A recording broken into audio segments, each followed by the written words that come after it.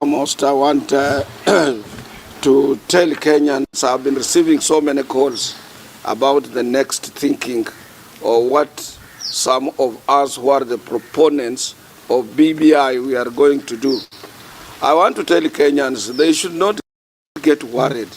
Nobody can stop reggae. Nobody can stop BBI. BBI was a popular initiative. More than 4 million signatures. It went through our county assemblies. They also accepted it. Kenyans accepted it. National Parliament accepted it. Our Senate accepted it. Every Kenyan accepted it. It cannot be turned down by the thinking of the 5 judges who had a predetermined ruling, because I listened to them very carefully. None of those judges said something to do with BBI. The attack was on His Excellency the President, of whom Mr. Ngugi was calling Mr. Uhuru Kenyatta. He couldn't even recognize him as a president at all. So their main objective was to attack the president. That has nothing to do with the BBI. BBI, even 2010 constitution, of where we as KOTU participated 100% as we have done in the current one, it was driven and led by His Excellency the retired President Mwai Kibaki. You can't say a president cannot have a role in driving a popular initiative. Uhuru Kenyatta is a Kenyan. He has every right, and as a president, to lead Kenyans for a new constitutional dispensation. And that still remains popular. You cannot go to Wisero and get my mother to come and lead a popular initiative because she's Wanjiku, or she's a Winja, or she's a Kinyi. That was a predetermined ruling by our 5 judges who had ulterior motive behind what they were trying to say yesterday. And their attack to the president, going as far as suggesting to Kenyans that President Kenyatta can be taken to court at any time. That was a coup by the judiciary. And I think if today I was the president, then certain drastic measures, both political and legal, would have taken place to make sure that they don't get away with it. You can't do that. If you are a Kenyan, you are a patriotic Kenyan, you went to school to protect the interests of your own country. You can't give a ruling here.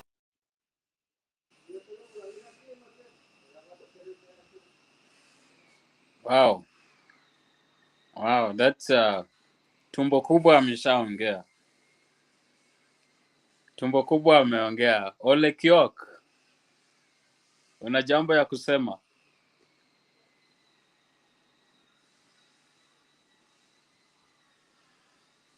Cyrus.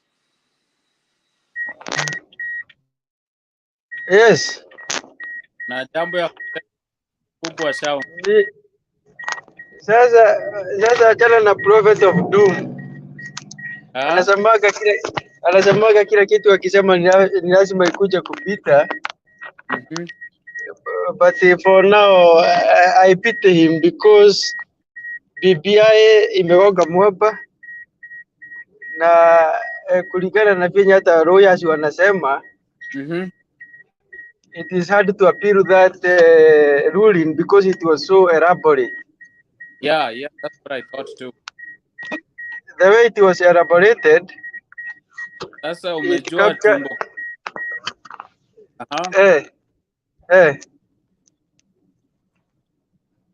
Ati? Continue.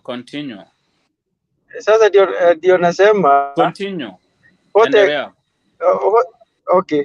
What me I can advise these people, the promoters of BBI, is to go back to drawing board and start a parliamentary initiative or a popular initiative through the citizens of Kenya. Because even if they go to the Court of Appeal, the timelines, the constitutional timelines, they don't have time to capture everything that is supposed to be done by if it is restructuring IEBC. The other thing is about when you go to the Court of Appeal, this case cannot be heard within just 2 months or 3 months. The time will be wasted. So if they go to the Court of Appeal, they have to prepare the document to defend their appeal, and the time will be wasted. Right now, we also have crisis of judges. Kuna sita ya majaji, president hajafanya hiyo kazi ya kuchagua majaji. Sahi chief justice hajaapishwa. So there are so many discrepancies that are facing BBI. Na kwa sababu ya hiyo mambo yote, wacha kung'ang'ana tu. Ikiwa wanataka BBI, wacha warudi kwa watu ama kwa parliamentary system, then they follow the right process. Because if you can remember, I always say that Maraga set a good example for every Kenyan, that we should also consider the process of doing things. We cannot jump one step to go to the other. You must consider every step and follow the rule of the law. So waache kulia, warudi to drawing board, square one, waanzishe BBI upya ikiwa wanataka BBI. Wako tuna uchungu mwingi. Wacha tusikie Jane anasema nini. Jane? Sawa. Habari zenu? Nzuri. Karibu Gaddafi. Endelea Jane. Mimi kwa nataka kusema the leaders in Kenya say, ile uchungu wako nayo inaonyesha there was some hidden agenda in this BBI ile ao ingewa benefit. And hii inawaonyesha tu vizuri sana they don't care about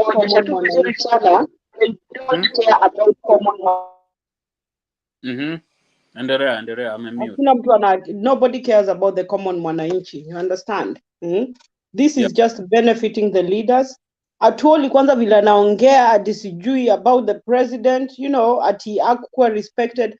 Why ati the president kama yeye angekuwa president angechukua hatua? Why? The judiciary is independent. Tuwache institutions ziko independent, you understand? Kwa hivyo Uhuru ataenda auwe mtu, lakini kwa sababu ni president wakienda judges waseme no, you didn't do the right thing, no, you are the president. Yeah, thank you. So what people need to know is just that the leaders are just for themselves, and there's something hidden in this BBI that was for the leaders. That's why mtu kama Atwoli pia is so bitter about it. You understand? He's so bitter. What is wrong, President akikuwa address like Mr. President? It's just a way vile mnaweza sema sir. You understand? Kama ninaweza na muaddress, si lazima kila saa niseme Mr. President, Mr. President, naweza muambia sir. You understand? Which is still respectful. Hata ukisema Mr. somebody ama Mrs. somebody, that is still respectful. But he's still recognized as the president of Kenya. So that doesn't mean that ukita mtu Mr. President unamdiminish in any way. You understand? So me nimeona na hii uchungu. We have to respect what the judges did, and the judges ruled according to what the law of Kenya is. Sindio? Kila ruling walikuwa wanasema na wanasema hii law inasema hivi na hivi. You understand? So wakianza judges pia wakianza kurule zile vitu ziko kwa law, watu watakuwa na trust now. Sindio? That's what I can say for now. Right. Ya umejua Atwoli ako na tumbo kubwa. Amejua without BBI hiyo tumbo itarudi chini. Anataka kushinda akiongeza, unajua. So wacha tusikie chenye Jared Ratemo has to. Na drive ungenipea chance kidogo then nikuache. Ya wacha tusikie Jared Ratemo then Gaddafi. Okay. Okay, Gaddafi. Gaddafi amemute. Haya, sija mute, mimi niko Gaddafi. sawa. Haya, Moses Gaddafi and the guy ndio nasema. Hello, Okay, yeah. unanipata? Yeah. Unaona politics, this thing, all of it is politics. Whether BBI goes through or imekataliwa is just politics. Everything is politics. Whether the law is being interpreted well or wrong is just politics. Unajua, laws are like Bible. Unajua, verses, you interpret it to suit your stand. Is the Right. same as laws. Mtu anasoma law na ana interpret kulingana na vile ye mwenyewe anataka imsaidie. Okay, tunaweza sema as much as we have two factions in this BBI, we have pro BBI and we have those who are opposing BBI. So in the sense we can't understand. Hakuna kitu utasema those who are opposing the BBI are the one who are right. Because BBI has fallen. We don't know what is in there. But all of it, Jen lazima uelewe, our politicians are for themselves, whether BBI ipite ama isipite. Wakitaka kufanya kitu bado watafanya tu kenye wanataka. Wakitaka kunyakua leo watanyakua. BBI imeanguka, bado fuel imeongezwa. Sisi tunakunywa fuel pesa ngapi? Imeongezwa na 3 point something. Imeongezwa na ngapi leo? Na 126 per liter. Wow. So mi kitu yenye naweza sema ni ile siku tutakuja pamoja, kutoangalia mambo ya tribal, kutoangalia mambo ya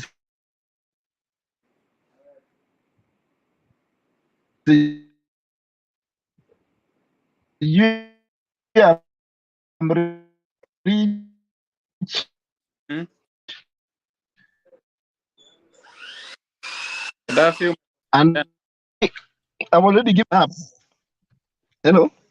Hello, umemaliza? Umemaliza? Okay, Gaddafi network yake sio mzuri. Sasa tutasikiza Jared Ratemo. Tunataka kuongelea unmute. Okay. Endelea. Can you hear me? Yeah, we can hear you very well. Endelea, Jared. Can you hear me? Yeah, we can hear you very well. Yeah. Ile kitu mimi naongelea kuwa as youths tumeacha sana, hawa watu wamekuwa wakitutawala kwa muda mrefu. They make the policies which are favoring them. So it's high time, it's a wake up call. As youths now, we run away with this one. We start to be on the top so that we can make policies. Hata ukiangalia mtu kama Atwoli, ile maoni anapeana. We really assist youths. Najua yeye ni mtu wako kama miaka 10 ya kuishi. So as youths, inafaa we seize this opportunity, tutafute means ya kukua on top. We reclaim our country back from these people. How comes? Since 1963, it's the same face. Do you think there is anything they can bring me? Hasa watu, mtu kama Atwoli, mnaona amekuwa kwa helm of court for almost 30 years. Nothing is changing. Na sijui kwa nini mtu kama anapewa airtime kwa nini? People are suffering. Kenyans are suffering. It's high time we make a decision as youths so that we can reclaim back our country, so that we can take a lead of this country. Thank you. Thank you, Jared. Now let's hear Duke. Thank you, Jared. Now let's hear Duke. Good evening, everybody. My comment about the speech by those who are promoting the 2020 amendment is actually surprising to me. When you see individuals speaking in a way that that they are confident. They are very confident, as if they are the one who are controlling the judiciary. It's like trying to undermine the process of the independent judiciary, because most of them, there's somebody whose mic is making noise, so please can you mute that mic?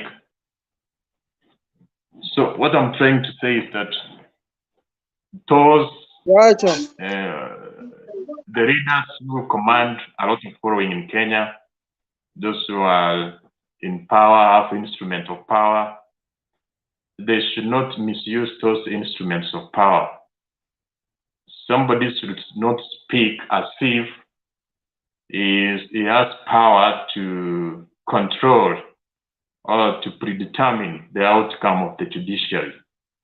They should give judiciary the space so that it can work and give unbiased outcome of the issues which were submitted to it. Also, to add on that, there's somebody who has spoken. I see somebody who's called Ratemo is trying to sensitize the youth, trying to tell them to reclaim their country back. Ratemo, you are very right. I can hear your frustrations, but the way we have to do that is by having the institutions which are very powerful, which are very strong, which cannot be coerced or intimidated to take a given biased position. They should actually be independent. They have to make their own determination based on facts, based on evidence, so that we can have a Kenya where in most nations, what makes some nations successful is that we have a system which works regardless who comes into power. Even if a bad person comes into power, we have permanent institutions which controls which ensures that the right actions, the right implementations of the issues, all the programs which the citizens require for them to have a good lifestyle are done. Therefore, when Kenya will stop depending on a particular person, it's not that we will have a good person by people are human. Each person may be tempted to misuse power or to do some things which are not good. Therefore, the only way we can reclaim our country is to have very strong systems which, regardless of who is in power, only the right thing can be done. The system whereby if a person has power and misuses it, can be held accountable. That's the only way we can do that. And those who are trying to talk as if they are the one who are going to make the ruling of the Court of Appeal and make the Supreme Court, it's very wrong. It's trying to mislead Kenyans, actually even trying to cause firings, because they have several followers who they may mislead and then they turn against the judiciary. Actually, that's actually my submission. Thank you so much. Okay, thank you, Duke. Rupia in the house. Go ahead, Rupia.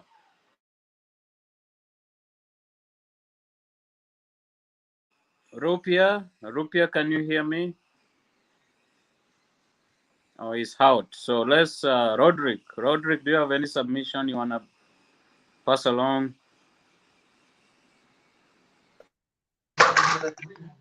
Thank you very much. Hello? We can hear you. What I want to put across that let us leave judiciary to do its work. And as Kenyans, we should not be too fast to comment on issues which we are not sure of. But as long as we give all the three arms of the government to work independently, we shall have a better Kenya. That's my submission.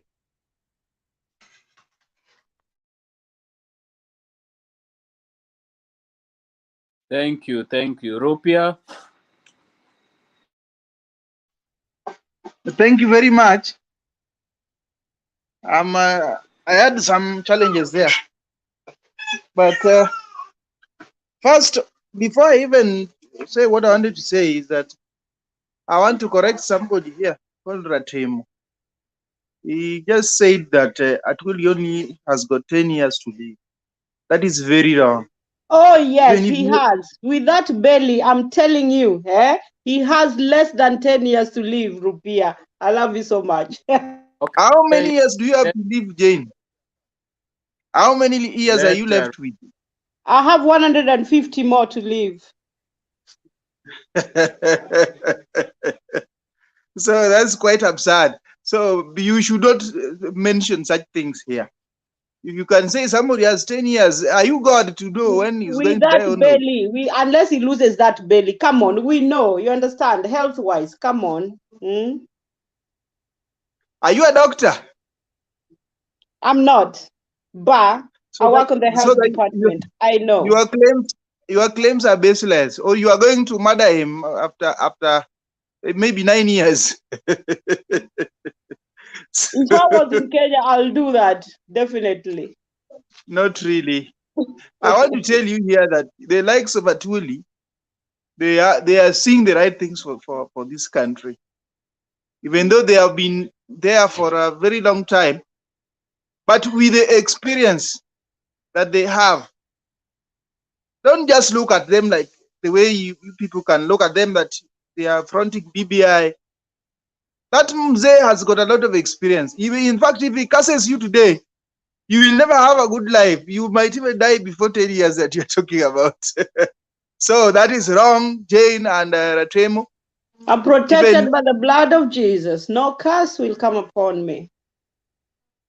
By the time you are cursing somebody that is going to die, you are not on the side of Jesus. So you are on the side of the devil. Rupia, he was not cursed. We just said he has. You understand? That is not cursing. He has less than 10 years to live. If he continues eating too much nyama choma. Okay, let us leave that one alone. Okay, go ahead. Because it seems you are not going to give in. What I'm trying to say is this. I'm on the reggae side, and I can confirm to you that reggae is still on. And on Monday, we do respect the decision of the judges and their declarations. But we have the right to go back to the Court of Appeal and an appeal on the ruling that was made, which I am very sure that we will appeal. It will be successful because the judgment and the rulings were faulty. Rupia, and how many judges are in the Court of Appeal? What? How many judges are there currently in the Court of Appeal? Because two of the judges just got nominated to the Supreme Court. I think there should be 3. And how many judges are needed to listen for appeal? But even if they are not there, I know they have to form quorum, but this thing cannot go that we cannot appeal because the judges are not there. We will wait for the judges to be in office and then we'll appeal. Constitutionally, yes, you will wait, but time will be going, right? Because you guys once we apply within that 14 days, then we are within the timeline. So we will be considered even if it's 2 years. You are within the timeline, but constitutionally, in the Court of Appeal, they require 7 judges bench to listen for a case. And that is not an appeal. Let me tell you that is not an appeal task.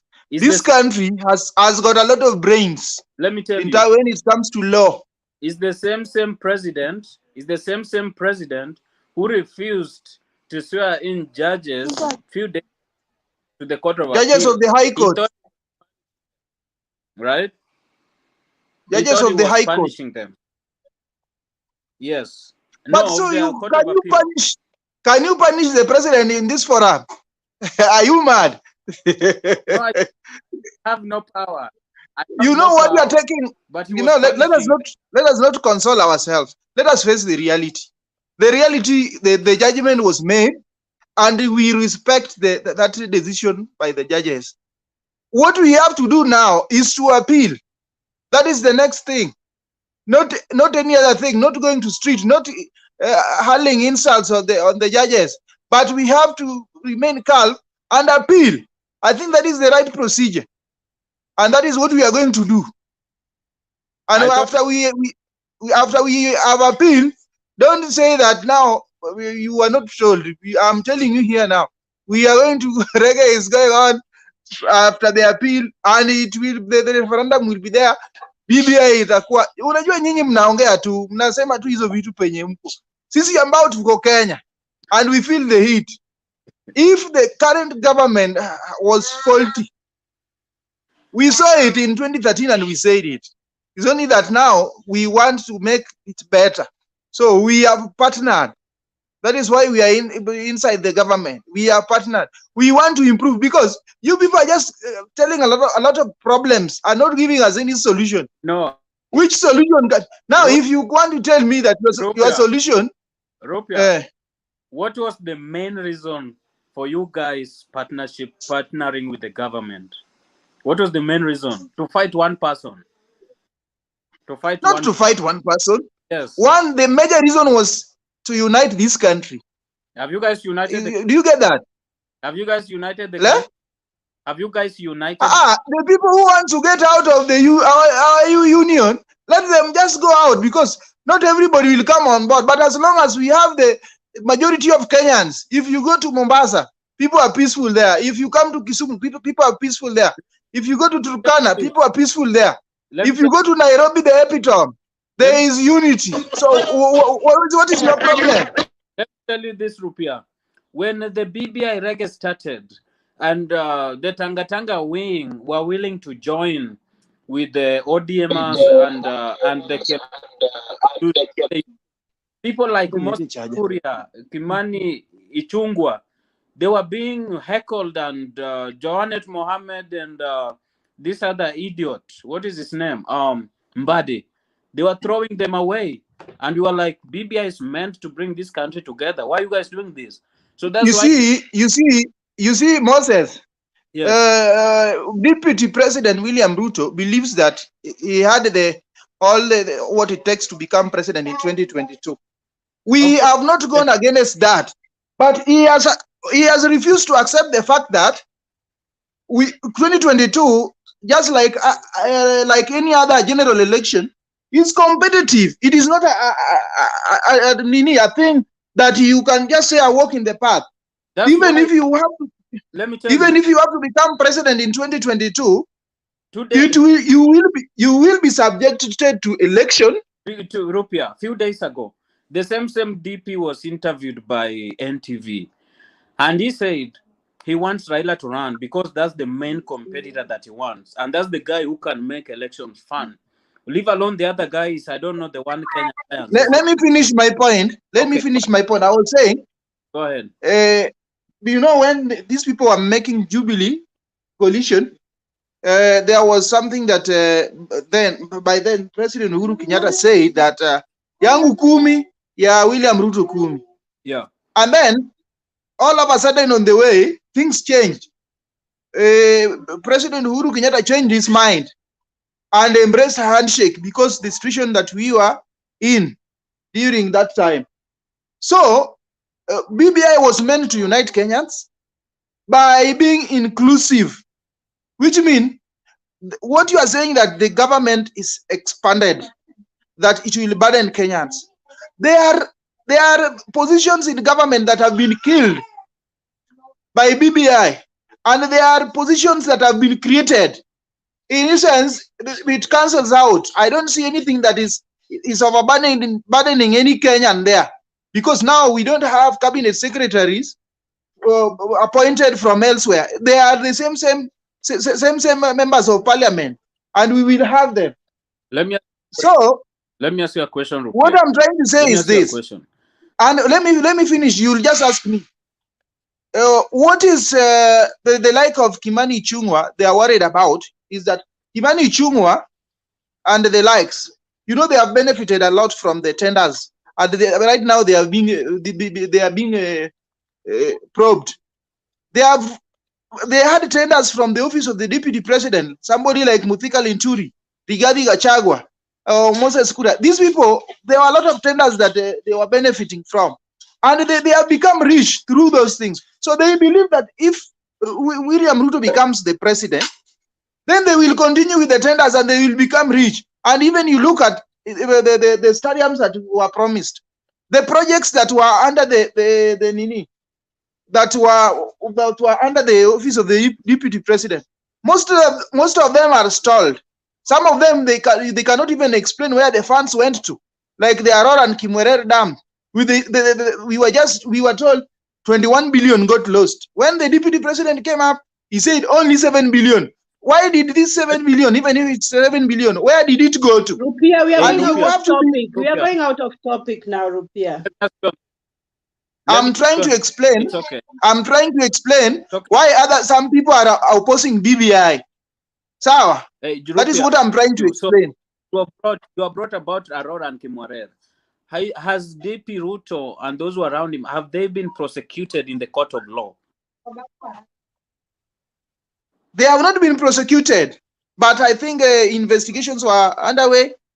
I think they are somewhere. You know, Kenya, things are very political.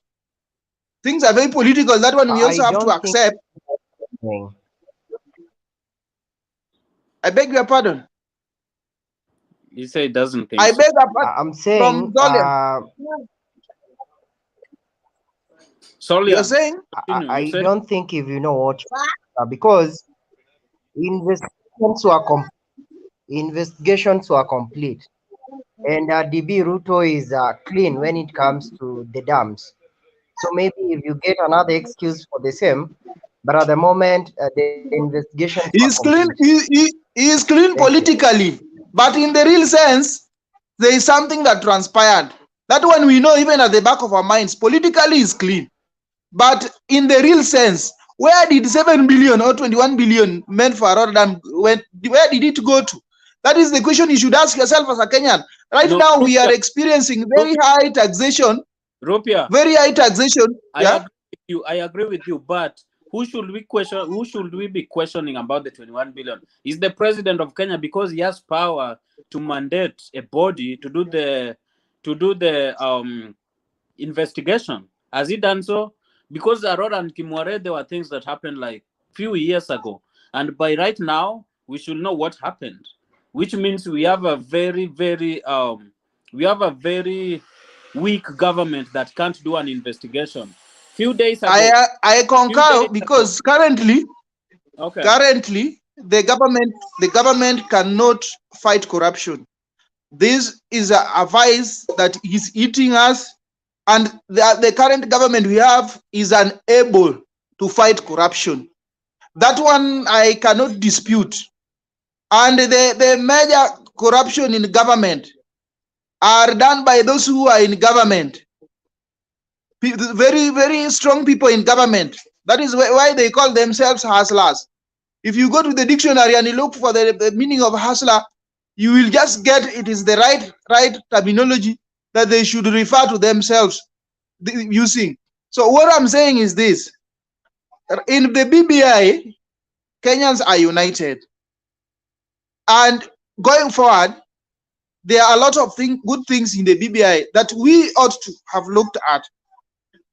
If you are in Kenya today and you compare Kenya today and Kenya before 2010, or Kenya of 2009, or even 2002, there are a lot of things that we didn't know we were missing. But when they came, our eyes opened. So I cannot go against any law that will devolve more funds to the grassroots, because this is where we have people.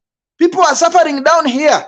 If that additional funds can be devolved to the grassroots, we are going to have a better country. And these are the funds that these people squander up there. Do you see these? These are the same funds that these people squander up there. If during the time of Moi, though I did not see it, I was still very young, this CDF thing was not there. I used to hear that Moi, when he goes to a place, he would distribute, Rupia, your he would time just is throw money. time is Time is up, but I'm explaining a very Rupia. important point. Thank you, Moderator, Rupia. Your please, time is can up. we have? Yeah. We will come back to you. We will come back to you. So, Timothy. Can we have order, please? Timothy. Timothy. Timo. Timo, are you there? Okay, Timo, we can't hear you. I'm gonna give a chance to Paul. Paul. Unmute Paul. Unmute your mic. Unmute. Ndio nimeingia saa hizi. I have just entered. I have not gotten clearly the topic. Let me for then I can talk later. Okay. There's Solan there. Solian, go ahead. Solan or something. Solian. Okay, kwangu mimi niruhusu niongee kwa Kiswahili. Kwangu mimi BBI, like as Kenyans, we voted in a very expensive constitution that we can't even fund. I think that is the reason as to why we keep on borrowing with this devolved corruption. If you have a look at the counties that we come from, with devolution, money comes from the national government, it goes to the counties for people to steal. Look at the current governors, they are all thieves. I can say that without fear. Wote wamjenga kama ni mahoteli kubwa kubwa. They have done everything. For me, let me just conclude by saying that with the BBI, with the more changes that the BBI is suggesting, I think hata mafuta itafika 200, 1 liter. Like so many things are going to change. So mi naomba ianguke kabisa. That is my opinion. And Rupi, I think you can respect the same. Wache hiyo kitu ianguke kabisa. Ikishaanguka kabisa, tujaribu hata ile constitution ya 2010 tujaribu kuimplement fully. True. Tukijaribu kuimplement hata ifanye tu kazi kidogo, then we can consider these other changes. Look at what these leaders want, the likes of Raila and Ruto and all this. These are all thieves. They are thieves because, you know, like the suggestions that they want mtu mmoja akwe president, mwingine running mate, mwingine waweke prime minister. It's because walishindwa with the current constitution. Tukikuwa na president na running mate mmoja, they'll be like, wengine tutaweka wapi? Very true. Thank you. Nimemaliza. Moses, can I just react a bit to what? Just 2 issues before I forget, please. I beg. Okay, Moses, what I want to say is this. You know, right now we are in political times, and politics is at its peak in this country because in 2022 we are going for elections. And I want to tell you, Moses, and everybody that is inside here, that our country, since independence, we have never gotten right leaders. We have never gotten the correct leaders to lead us to the right direction. If this country imports even up to toothpick, they import even sandak, they import everything. There's nothing we are producing.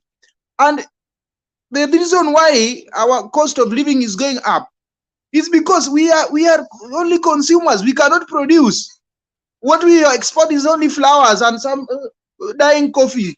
We used to have a strong coffee sector, and now the sector is dying slowly because the government of the day doesn't put Kenya at heart. Why do I say this? We used to have companies that were functional, and we were creating employment. You cannot tell me that you are going to create employment and you still borrow. If we can even import parts of these mobile phones that we use and then assemble them here, if we do that here, we are going to create employment. We used to have all our sugar factories. All of them are dead, and we consume sugar a lot. If the government, if Jubilee government went ahead and borrowed sugar, they went ahead and borrowed maize while there were canes that were rotting in the farms. There were maize that were rotting in the farms. The government could not even buy maize from farmers, and they bought it expensively at around 3,600 from Mexico. So that is why I'm saying, even the politics that we have right now, if you don't support BBI, you are on Ruto's side. If you support BBI, you are on Uhuru's at Raila's side. And that is what is forming Poleni. I'm also watching Chelsea here. They have just equalized. It's now 1-1. And it's a FA final for those who follow football. So the leaders that we have always gotten are not the right leaders that should lead this country. And I'm always very bitter if somebody can tell me that Deputy President William Ruto is the best candidate. If here we are also discussing, we are discussing in order to get a solution for 2022, so that we don't get. There is some echo, please. Finish up. So that we don't get to the situation that we were in 2013. From 2008, after we had gone to post-election violence, up to 2013, we had a very good president, President Mwai Kibaki, in a coalition with Raila Odinga. This country had picked, and we were going to the right direction. And come 2013, I don't know which devil entered us, and we went a wrong direction. We were being warned that choices have consequences, even from the USA, even from everywhere. And I can tell you, the people who made us to enter the problem we are in now are the people like Angel, and some of them are also here. I can mention you. Thank you. Okay, Mulumbu and Derea. Angela, you will respond later. Mulumbu and Derea. Unmute your mic. Unmute. Nashukuru sana mandugu na ile kazi mnafanya ni kazi nzuri sana. I'm proud of you, but the only thing I can say is one thing. Sisi wote, we look like blind. We have our eyes, we have ears, but we can't see. Me, I'm lucky to be that nimekuweko Moi akiingia nilikuwa nimezaliwa.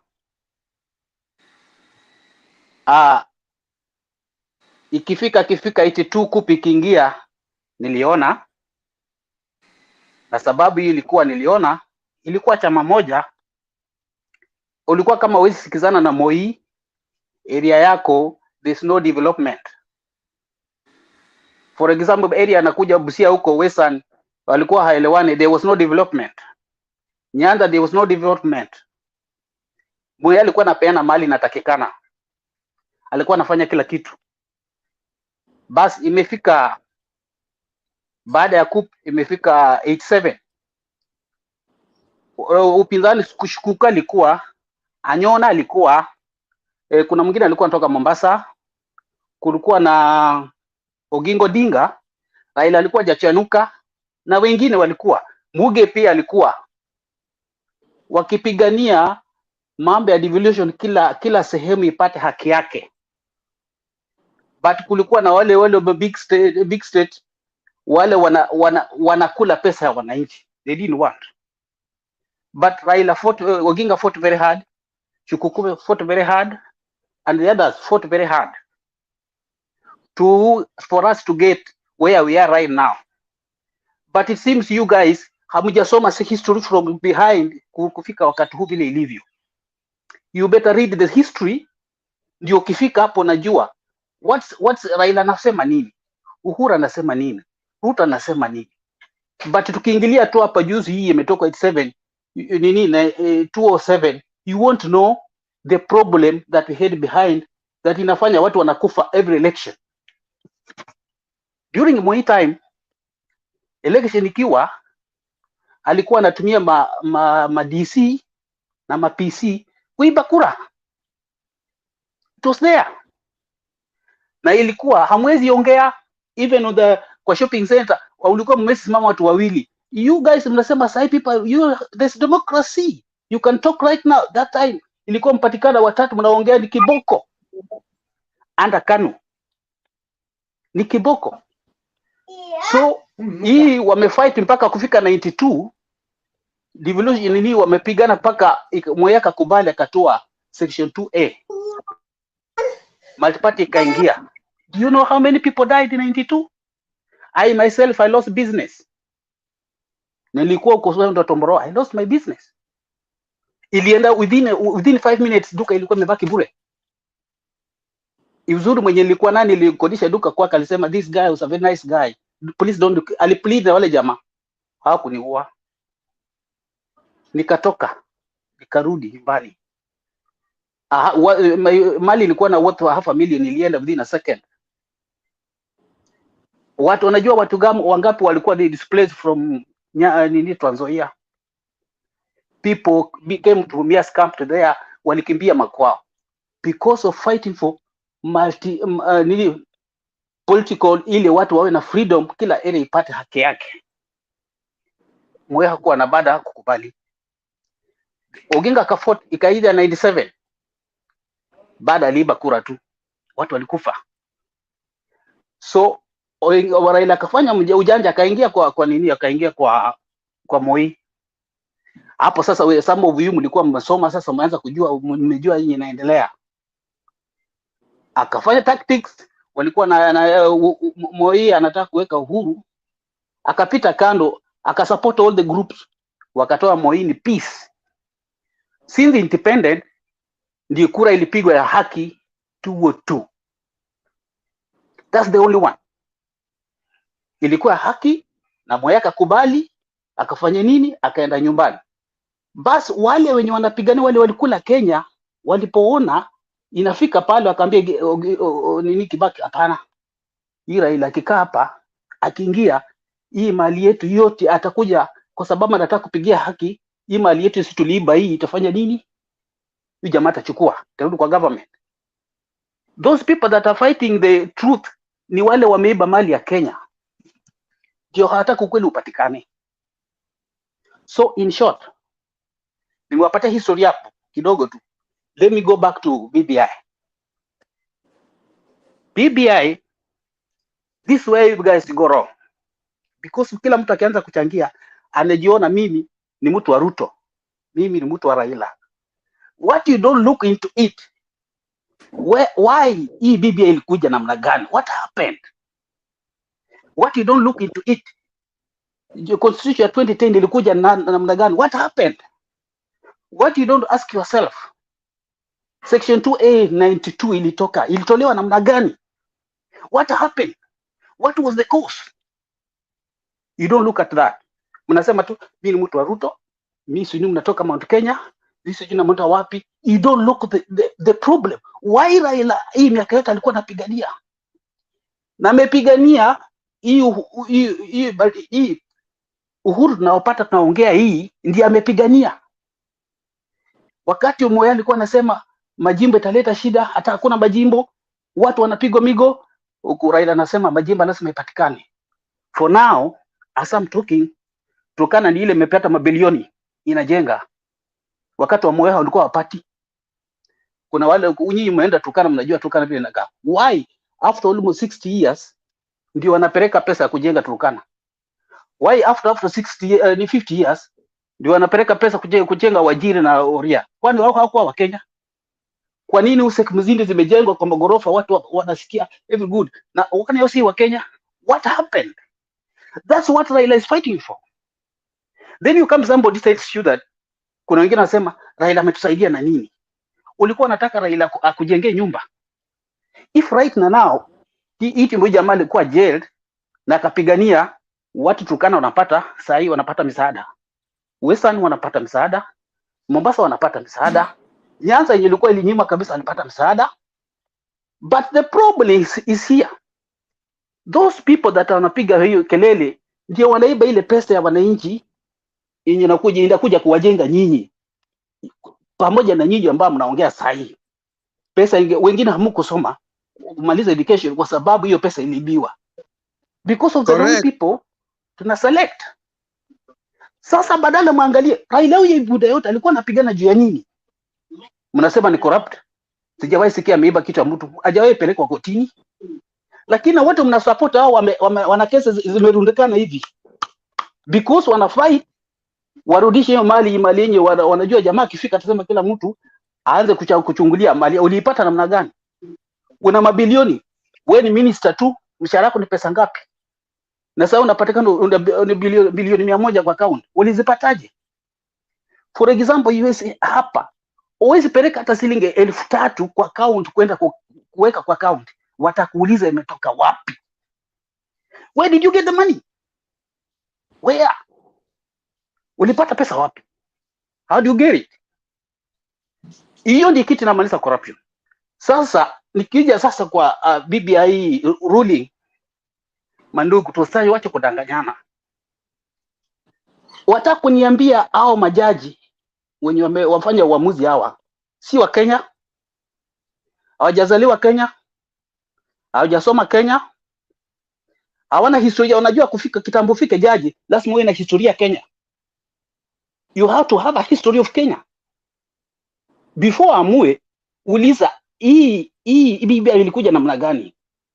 Hebu niambie, wakati kura ilipigwa na ikaibiwa above everybody's knows, na unapata mtu anasema kura haikuibia.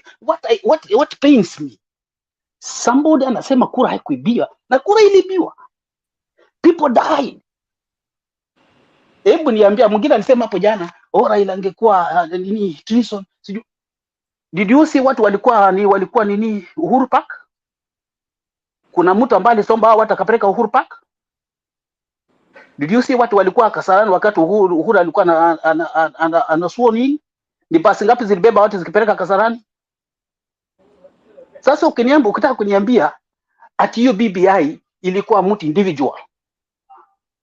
Na watu walikuwa Uhuru hata nani Uhuru Park aliangalia hata hawezi peleka jeshi because ataua watu wenye haitawezekana. Na Kenya ingekufa flat. And then somebody comes there says that Raila hakuna kitu angefanya, Raila angekuwa treason. You have to think, unakuwa uko mad. Kama unasema hivyo, you see, you don't see, you don't listen, and you don't hear. So uamuzi wa majaji, I don't believe those are Kenyans. Sikatai waliamua ndio, but wangeangalia kwa nini Uhuru na Raila walikuja pamoja. What happened?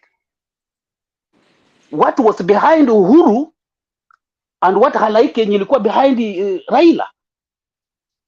Wangeangalia hiyo. Kwa sababu gani? Kwa sababu hii shitabu zimekuwepo from since 60s mpaka saa hii zileta hiyo. Basi wangeangalia situation yenye hiki tuikuje na waitengeneze ambapo tusiende kwa another election with some problem. Na nikiangalia kuna watu mna support. Kuna damu ya Kemreri ilikulwa. Sijui wapi ilikulwa. Mbona hao watu hawakuja watetee, hawajawahi kuongea katika hii corruption? Mbona why wajaongea kwa hiyo corruption? Na hao watu ndio wanataka kuwa kwa uraisi. Na hao watu ndio walikuwa kwa government wameboro hii pesa yote ambapo Kenya inadai. Please, moderator, next person, please. There is echo. There's an echo. Imeisha? Okay. Yeah. So in short ile wengine wachangie. Mimi uamuzi wa majaji hao na uona ulikuwa na kisongo ndani. Kisongo mkuti ndani yake. They are not Kenyans. They don't look at Kenyans. Guys, don't look at yourself. Look at the country. Some of us hatungekuwa mahali tuko hapa kama Kenya ilikuwa nzuri. Like somebody like me 2007 saa 1:30 tarehe 13 mimi kichwa yangu ilikuwa inatolewa na Mungiki Kariobangi. Niliponia chup. Jesi walifika haraka. Chup na watoto. So guys, wakati mnakuwa discuss this thing, go back to the history of the country and look, jaribu kutafuta wale walionipigania uhaki na usawa wa Kenya walikuwa wanapigania nini. Ndio ukifika hapo ukiangalia unajua nasema nini. Lakini ukisema tu kwa sababu mimi ni supporter fulani, mimi ni supporter fulani, it doesn't make sense. Mtu kama amefanya ukweli mwambie hii ni haki. Ni kama ni rongo ni usilalie unajua ni makosa, ni uongo, and then you stick there. Why are you helping kwa sababu unataka to win at the next election? That's what you're after. So guys, you are here, you are young generation. You are like my sons. Please guys, be open your minds. Kenya is yours. Be brothers. Wacha kuona Mkikuyu ni Mkikuyu, wacha kuona Mjaluo ni Mjaluo, wacha kuona Mnandi Mnandi, wacha kuona Mkamba ni Mkoma. Look at yourself. Aseme kama sisi wote tunaweza kuwa kitu kimoja, what can we do? That's why wazungu wanatushinda. Ikifika tabia saa shida, they don't look back. They don't. Sasa mtu ananiambia hapa ati kwamba angeangalia mambo ya COVID, mbona wakati hii Amerika watu walikufa kama watu wajakufa Kenya? Wakati COVID imeua hapa, watu kufa na kupona. Mpaka sasa hivi vitu vingine bado imefungwa. Election haikufanyika? Haijafanyika? Wakati Trump alikuwa ameharibu kila kitu. So watu walikata kwamba ikafanyika. Wakati Trump alikuwa anataka kubadilisha election, did you see what they did? Makomando na majeshi walisema we follow the law. We don't follow individually. Wewe ni mwanajeshi mkuu wa Amerika. Alisema we follow the law, we don't follow the person. Aliambia Trump we follow the law. We don't follow individually. Kama sheria ilipitisha kura umeshindwa, that's it. Sisi tunafuata mwenye ameshinda. Amefanya kupa akatuma watu kwenda kuingia White House. Unaona wanachomolewa moja tu. The law. It doesn't matter who you are. Na huko nyumbani wajeshi tunatumia kwenda kunyanyasa watu wanapiga uchaguzi, kuibia kura. Hapa kama umechaguliwa kwenda kulinda kura, hiyo the oath umeshika hiyo, you have to deliver. Mwenye alichaguliwa na Republican wakati Trump alikuwa anataka kuiba sadi resign, akasema I can't do that. My beliefs nilikuja kufanya kazi hata kama ni I'm a Republican, I cannot do that. Akaresign. Sisi hatuoni Mjaluo ndio aenda kusimama. Wacha hiyo, wachana nini? Umepewa kitu kidogo, then mnakuja hapa mnaanza kusema ile vitu vingi. Guys, Kenya is yours. Sisi wengine miaka imebaki kidogo. Nyinyi ndio mfanye mfanye progress. Please discuss what is sensible. Itoe Kenya ingezo to Kenya mbele. Thank you so much. Thank you so much, Mr. Mulumbu. I gave you extra time because you shared very important information and they needed to listen to that. That's why I didn't interrupt you or cut you off. But thank you for sharing that, and gonna make us to think in the right direction. Thank you. Thank you, Mulumbu, for that incisive argument. Yeah, we appreciate it. We needed that. Next, gonna go to Angel. Angel, it's your time. Sasa msichafue page tafadhali.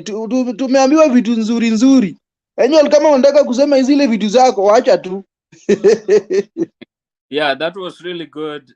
That's why I gave him extra time. I didn't. Yeah, that was good. Mtu asikuja hapo sasa na zile nyoko zako. Okay, Angel, continue. Rupia, stop making noise. Nimekuona ukinitaja. What did I did? Angel, have you ever seen me in any political party in Kenya? Yeah, Angel. Have you seen me amending the constitution of Kenya, Rupia? Angela, Angel, tuache hiyo. You just contribute. Wachana na Rupia. Do your submission. Continue. Net yako, Angela.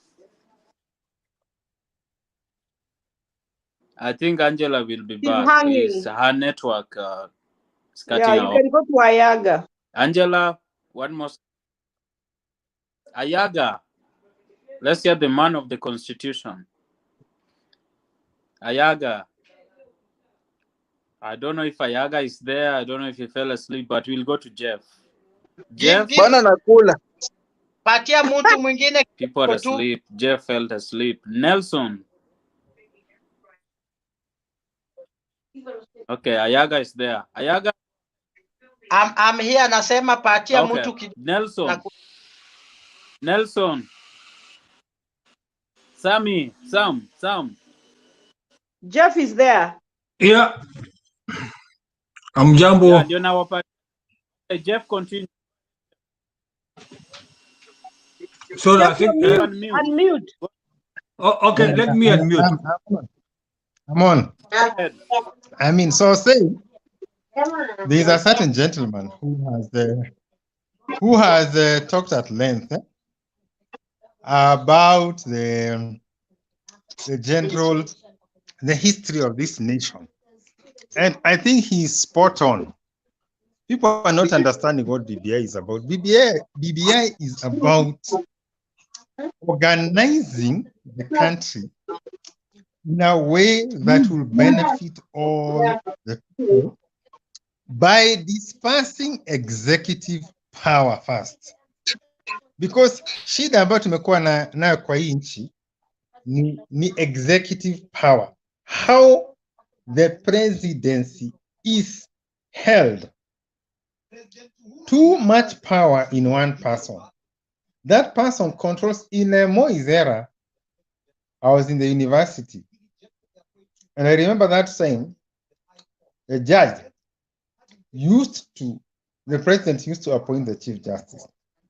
The president used to appoint the judges. Sasa nikuulize, if I'm the one who's appointing the judges, I'm appointing the cabinet secretaries. The other time they were called ministers. They did not, there was nothing like the parliament approving. So every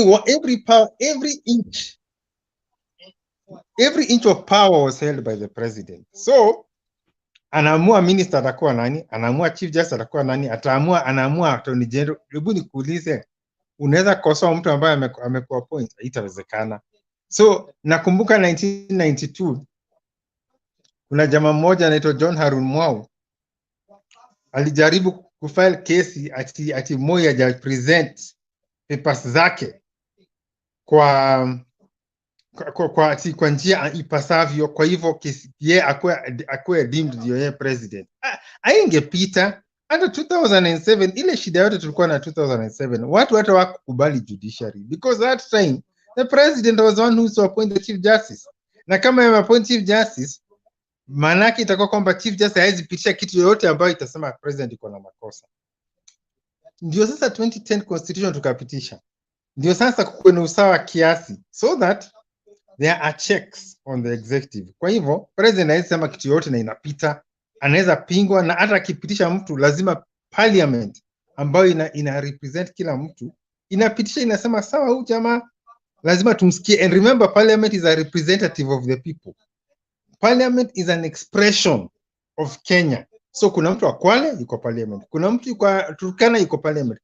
Kwa hivyo sasa ile mnaleta vitu parliament, mnapitisha, mnasema kila mtu ni kama kabla mtu hajapitishwa na parliament kama akakuwa minister.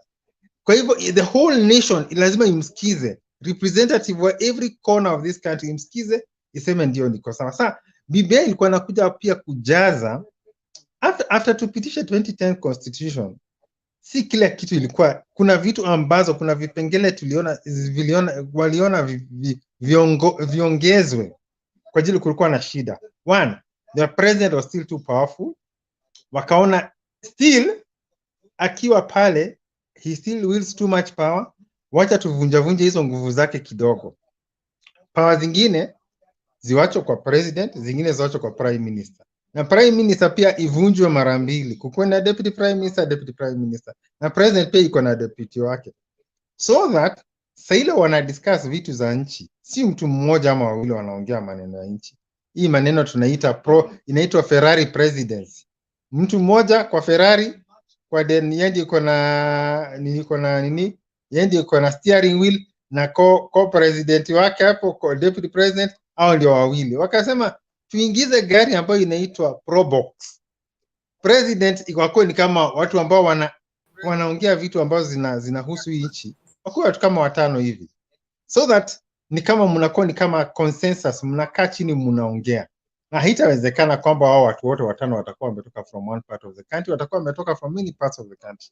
So mnakaa chini mnasema tutapitishaje vitu katika hii nchi, so that kukuwa na usawa, na pia kuna watu wengine wasifeel excluded.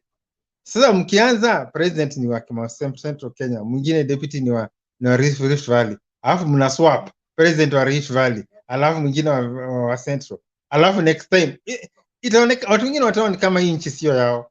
So that was the purpose of this BBI, na pia kuongeza pesa katika mashinani. Kama watu wanaona this is nonsense, na wasikilia huruma sana. It was a reasonable attempt to try and improve the affairs of this nation in the way in which the country is governed. Even ndio ningependa kusema. Asante. All right, thank you. Nelson, are you there? Yes, I'm there. Hello, Nelson. You are getting me? Okay. I just get in there, but I follow through, and I've heard the way you guys are giving out the views about the BBI. To me, I see the problem started from where we get the independence. That's where the problem started. Because if you see Kenyatta family, Moi family, you come to White Party, all of them, they are trying to cover the wealth that they rob from the country. That's why they don't want to give anybody chance to lead. BBI was good, but the way I saw, the process was not followed well. If they could have followed the process good, it could have been good for the country and the Mwananchi. And these things we need to see in general, and everybody must contribute to it. If you highlight other people, you say, oh, we don't want Ruto, we don't want this, we don't want this. That is not the way the BBI was meant to be. Because the BBI was supposed to unite the country. Now, the way they brought in, after they have tried to bring to change constitution, they try to sideline other people. That is how it went wrong. And then the other thing also, they didn't follow the procedure. Because for me, it was supposed to, if it was gone through the parliamentary system, that is the channel which Uhuru could have passed through. But Uhuru would have, he couldn't come through through popular initiative, and he's also the person who was given the constitution project. It is very wrong for him to be the referee, and then he wants to be the one bringing the match, and he wants to be the referee also. It is very wrong. He could have given the other person, let's say Raila, or to lead that thing. It could have come to be the common one. But him, it was where to be it was one to be the president of Kenya. And that's why right now he's the one protecting the constitution. If again he comes and say he wants to change the constitution, which is very wrong, because he's the one protecting it.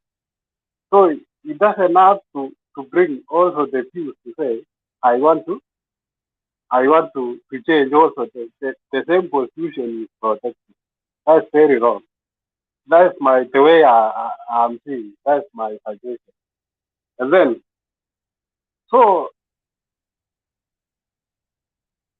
when you come also about the IEBC, because in terms of the procedure, first thing, when we are already say, okay, we need to change the constitution, you have to see first, is IEBC capable of conducting this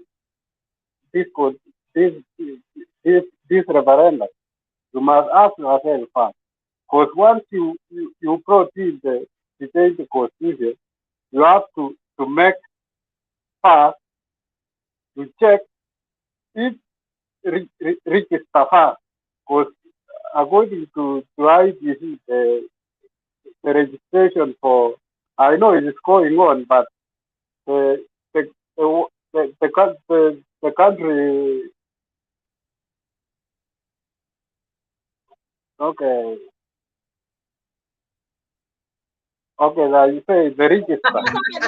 There was people which was not, pardon?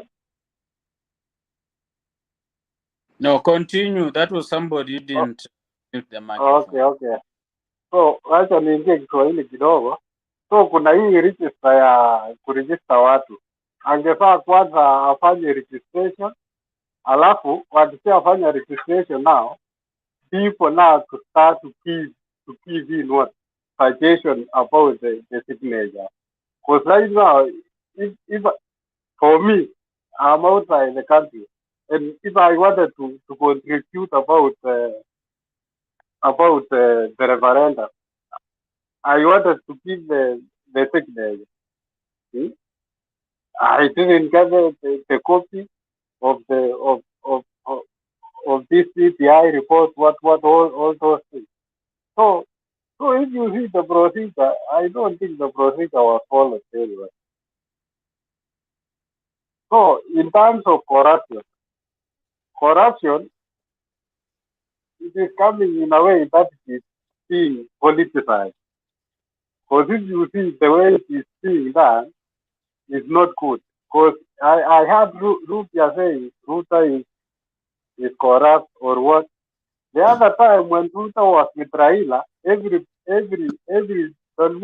people was clapping and saying Ruta is clean like a panda. Right now with Uhuru, they are saying what? Ruta is bad. The other time when Raila and Ruta was one, we were abusing Uhuru, which is not right. We need to select to keep down everybody equally. Na kama mtu ni mbaya ni corrupt, let chapter 6 of the constitution be followed. So that it can't be given chance to fight for the presidency or an MP or MPA because of corruption. And Okay, Son, you have 15 seconds. Okay, thank you. That is all that I have. Okay, thank you. Ayaga, you wanna go ahead? Ayaga? No, patia Kich kwanza. Okay, Kich. We Ayaga, na leo nimefurahi sana. Hakuna mtu ameniita nyuki leo. Leo nina furaha sana. Kwa hivyo na Ayaga ukuaga hivyo. Haya, nianze first of all kwa kusalimia Achola. Achola amenisalimia sana. Anaitwa Achola Margaret, amenisalimia, nimeona kwa screen na pale. Asante sana. Haya. Sasa mimi niko na nitakuwa sitaenda sana, nitakuwa na misemo kidogo sana. Niseme kwa hiyo BBI kuna parts ambazo zilikuwa ni nzuri. Si yote ambayo ilikuwa iko mbaya. Lakini kuna pande mwingine ilikuwa ni mbaya kabisa. Pale pazuri ambapo naweza sema ni pale kwa 35.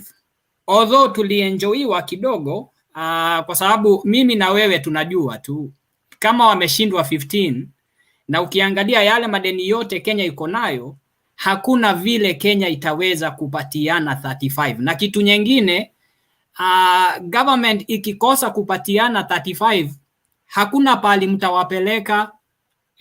Kama sasa hivi constitution imesema tu wapatiwe nini? 15%. Kuna counties zingine ambazo hata hiyo 15 hawajapatiwa na hakuna pahali wamepeleka government. Kwa hivyo government ikisema 35 of which mimi na wewe najua, tunajua tu hawataweza, wasipopatiana at that particular time. Kama BBI ingekuwa imepita, hakuna pali tutawapeleka hata kidogo, hakuna. Tutabaki tu hivi tunasema tumeenjoliwa, tumefanya nini and all those kind of things. Now the bad part of it ni ile mimi pangu naweza angalia pale kwa Security Council. Unakumbuka kwa BBI wamepropose kwamba ati polisi itakuwa under Security Council, alafu hiyo Security Council itakuwa under the CS. Moses, is that a proper reason for rejecting BBI? Sasa wewe nyamaza bwana. Wewe umeona nikiongea Rupia? Nyamaza jamani. Nyamaza kwanza nimalize. That is not a reason. That is, you are not reasonable. Just keep quiet. Wewe not reasonable at all because you cannot tell us that people chat. Come on. That is not a reason you tell us here. Kiza wewe, wacha kwanza nipatiane hoja zangu alafu utaleta mdomo alafu utaongea. Watu wengine bwana na kurusha. Watu wengine ni wanafiki sana. Haya basi, sasa mimi huo sasa ni muangalio wangu sasa. Waona? So mimi vile nimesema ambayo hiyo Security Council, na nikasema mimi pangu nikasema hiyo haitakuwa sawa kwa sababu polisi watakuwa wanarudishwa kwa executive. Kwa sababu huyo CS atakuwa appointed by the president, alafu watakuwa na head Security Council ambapo polisi watakuwa under. Na wale watu ambao tulikaa time ya mjama wa kwanza ule Mr. Moi pale wenye walikaa, tunajua vile polisi walikuwa wanatumiwa. Ukifanya hivi, unakumbuka hata Orengo akisema kwa Senate, alikuwa anasema hiyo time ulikuwa unaenda bunge unasema kitu, ukitoka hapo nje bunge tu pap wanaenda na wewe. Kwa sababu by then polisi walikuwa pale na ungewauliza swali.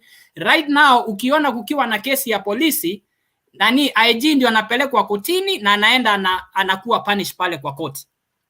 Kwa hivyo mimi pale kwa hiyo BBI hapo mimi sikuiona ikiwa sawa sana, na ndio maana hata Bible huwa inasema, wanasema come all of you together and let us reason together.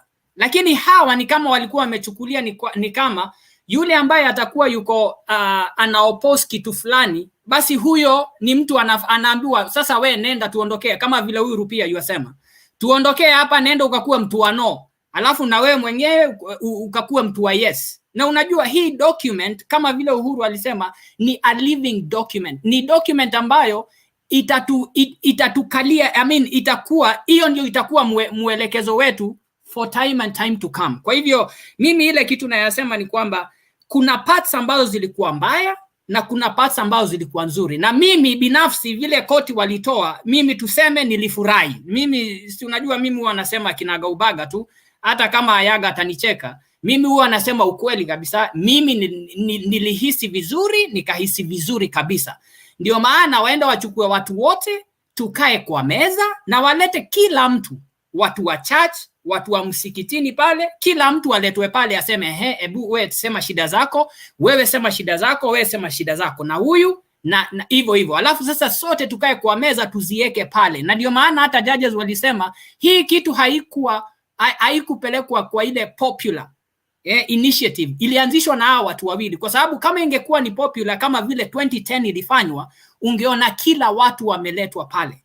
Sivyo wale jamaa wa nini wa Muhuri na hao wengine hao wangeambiwa wakuja wakae na tupeleke kitu vizuri. Kwa hivyo mimi nitasema BBI ilikuwa nzuri on one side na ilikuwa mbaya on the other side, na wangemwambia huyu mjamaa wetu wamwambie bana, si alikuwa na edge kwa side yake, wangemwambia sasa ni hivi, wewe pita hii line, fanya hivi na vile. Lakini koti imemkosoa na basi ndio hivyo sasa.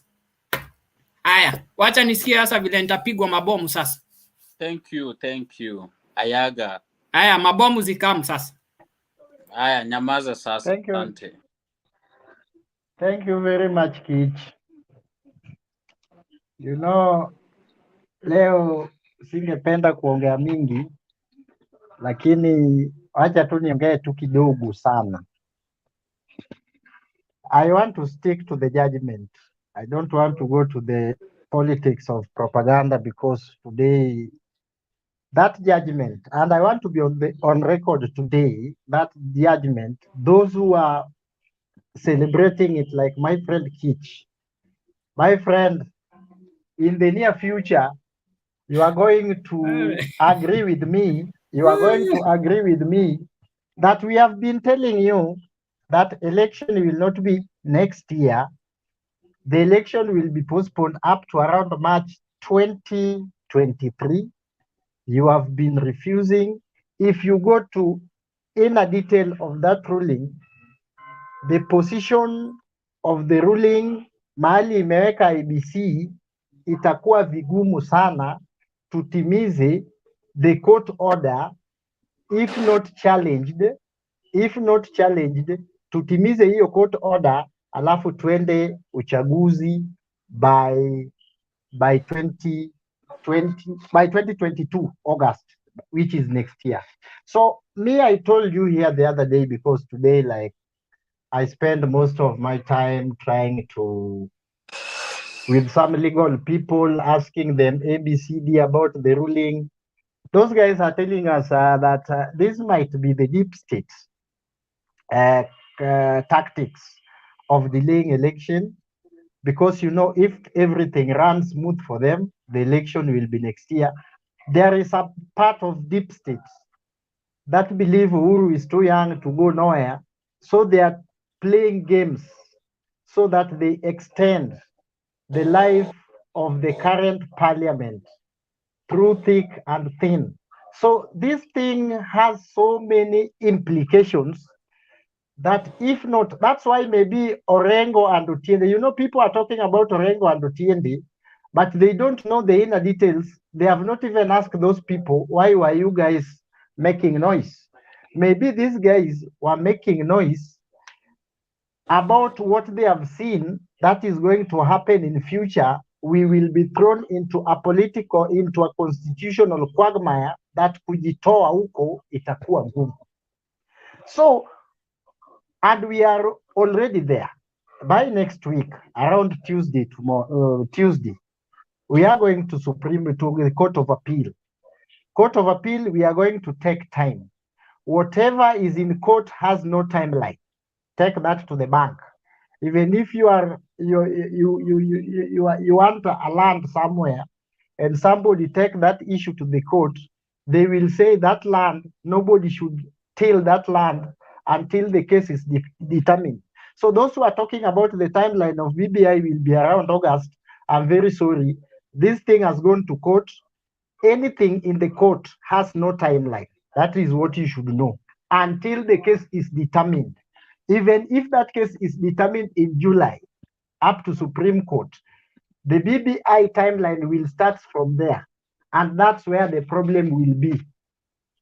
After that, there are going to be a political quagmire that we are now heading, because president has not been barricaded for signing.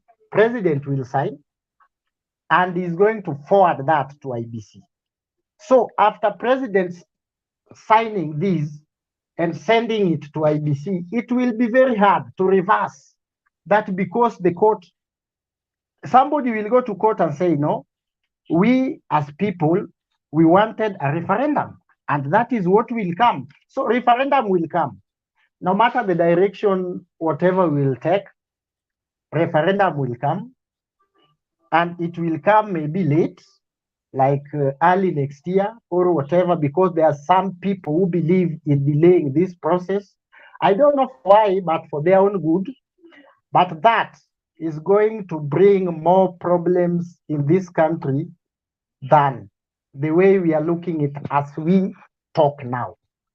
People like Kitch will actually say it is good for them, because the problem, that judgment, it is celebrated. And I even wonder, look at the areas that celebrated the ruling. Somewhere in Baringo, a small place in Geo Marakwet and Wasingishu, and some people in Moranga area, and their numbers always they have online. I think if we can do a rebattling, that now let us also demonstrate against the ruling, you will see more demonstrations in Nairobi, you will see more demonstrations in Mombasa, in Kisumu, and all these big towns. So, but I'm not wishing that we go on that direction for now. What I'm praying for, that Court of Appeal is the only live bullet we have. If Court of Appeal can actually have agency in this and do it within 2 weeks, Supreme Court, because this thing is heading to Supreme Court, there is so many issues like what I had Jane talking about, a sitting president which has not seized the power. You call a president Mr. President in a court of law, acting in his official capacity, and you are saying Mr. Kenyatta as a president, not His Excellency. No, those things have a lot of implications. Many people may think they are joking, but Ebu nijibu kwa sababu Ayaga amenitaja sana. Sijakuuliza swali Kichi. We follow an order. In any court of Kenya, Ayaga, I think if you are a doctor, you are an engineer, you leave your title by the door. So the judge didn't do any mistake calling the president Mr. You leave your you will know that when the proponent of the proposers of the proponent of BBI or the promoters actually appeal the case is when you will know it has a problem. And that thing, because once you refer president, ngoja Mr. Moses, when you refer president to Mr. President, you are referring to president as Awanjiko, as a Kenyan, as an ordinary Kenyan. And at the same time, you are telling us that a Kenyan citizen cannot initiate a public initiative. Ayaga, even the court did a favor to call him Mr. They could have called him Kenyatta. Here in the US, during the last election, when there was a call to the Supreme Court, the judges referred to President Trump as Mr. They did not call him President Trump. Moses, etiquette requires that when you are using the second name, Kenyatta, you call him Mr. Kenyatta. But you can call him Uhuru. But when you are calling Kenyatta, you have to say Mr. Kenyatta, like Charles Otieno. If you want to refer to me as Otieno, you will call me Mr. Otieno. If you want to use the other name, you can call me Charles. That's what I was saying. They did him a favor to call him Mr. Kenyatta. Okay. So it's not. Kitu ya pili hakuna pahali law imesema lazima ati nikikuita His Excellency ama nikose kukuita ni ya crime. Hakuna. Kwa hivyo jaji wanaweza kuita His Excellency, wanaweza kosa ukuita, na hakuna pahali unaweza peleka mtu. Ni kama vile naweza tumia F word kwako, lakini kitumia hiyo F word hakuna pahali kwa crime ambao nimefanya, hata ukanipeleka kotini hakuna kitu nitafanya. Kwa hivyo hizo titles zile titles ziko pale, hata nikikosa kukuita title ndio maana zinaitwa protocol. Ayaga, unipate, ndio maana zinaitwa protocol ama zinaitwa nini, ma titles zikienda kotini kaziweka kando. Anyway, that ruling was faulty, whether it's Mr. or not, it was faulty. Let me continue. I have only 1 minute or like something like that. You have 45 seconds. Number two, the court is talking about voter registration. My friend, there is what we call the continuous voter registration in Kenya. Sasa umekwama tena? Nimekwama kidogo. Rupia, endelea. Ni kama system iko na tatizo Ayaga, kidogo. thank you very much. What I can say, Ayaga, you have very good points. Now, how judges, their ruling was faulty, Danikama, they were incited, and we are going to appeal, and we can even take them to court, because these guys cannot just make a very vulgar ruling that they are acting in the interest of this country. Rupia. Don't look at Mr. Uhuru Kenyatta as Uhuru Kenyatta. Listen. Rupia. Me, I am not a lawyer. I have not studied law anywhere. Just let me finish. Before you continue. You cannot look at the handshake partners as Mr. Uhuru Kenyatta and Mr. Raila Odinga. Uhuru Kenyatta is the president of the republic, and Raila Odinga is the people's president. And if he talks there, he talks on my behalf. I've given him that authority to talk. If President Uhuru Kenyatta talks, he's not just talking like Uhuru Kenyatta. He's president and he has a lot of followers. They were voted for in 2017 with a total of 15 million votes. So hiyo pia wao judges walifaa waangalie hiyo kitu. They did not act in the interest of the majority of Kenyans. And that thing hiyo kitu itakuwa overturned kwa court na tutaendelea. Rupia, you have brought a very important point. You said Raila is the people's president and BBI was meant to bring people together. Why is he the people's president and his chief justice who sworn him in is not in Kenya, was declared a non-Kenyan citizen? Why? Who declared him? His chief justice who made him carry the Bible. Who declared him? No, his chief justice, because Miguna was acting as the chief justice, right? What I know, Miguna is an advocate. Rupia, give me a minute to answer Moses. Moses, go back to that clip and watch that clip carefully. Whoever a judge, whoever is acting as a chief justice must have official uniform. Mwenye alikuwa na official uniform is TJ Kajwang. That's why TJ Kajwang, up to now in the parliament, is called Bwana TJ or CJ in quotes. Look at that clip keenly. TJ was behind Raila with a regalia, resemblance with that one of a CJ. Miguna was acting as AG, somebody who expressed, I don't know how they call it in terms of law, but Miguna did not swear Raila in as a. Don't believe an hungry dog. When a hungry dog barks, don't believe everything he says. Go to that clip. I can give you that clip now. I have it. Go back to that clip.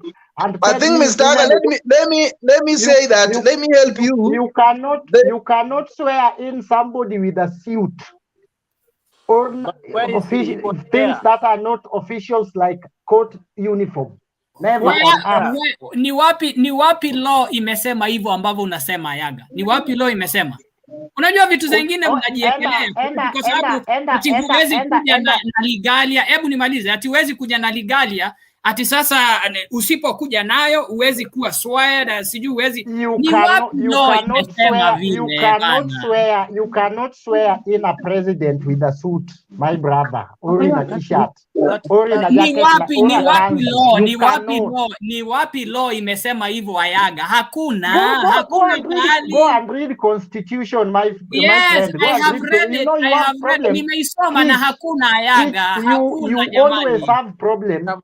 Order. Come on, guys. Come on, decorum. We can't debate like that. Come on. Yeah, Moses, can I answer? Can I tell Rupia something? Go for it. Rupia, do you know what? I've come to a conclusion that the whole government of Kenya is corrupt. Ask me why. Not the government, the people in government. Everyone. What's the difference? The people in government. Because all of them. Yeah, all the people in government here. Because the parliament was compromised. The Senate was compromised. And now you are saying the judges have been compromised. Even the court. Yeah, even the judges. Unaona? So, hakuna mtu mzuri. We are alone. Tuko peke yetu. Kwa hivyo tuache kutetea hao watu. They are all for themselves. Now, what do you want us to do? So unawatetea kwa nini? Why don't we debate something what we can do? Just give us a solution because listen, we don't just follow them and die hard for them. You understand? Order here. Order needed. Go ahead, Jane. Yeah, let's not just follow them. You understand? Let's not follow them blindly. Let's do something. You are the youth. Come on, guys. Yeah. Tusikue die hard of watu ambao they're just doing it for themselves and their family, not you. Jane, we are having a general election next year, 2022. we must elect a president. Rupia. I'm on a point of order from Jane. So we must elect a president next year.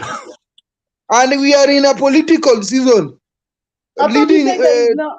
I thought you said there will Terminating be no to elections election. next year up to 2023. You just said. No, that is not something.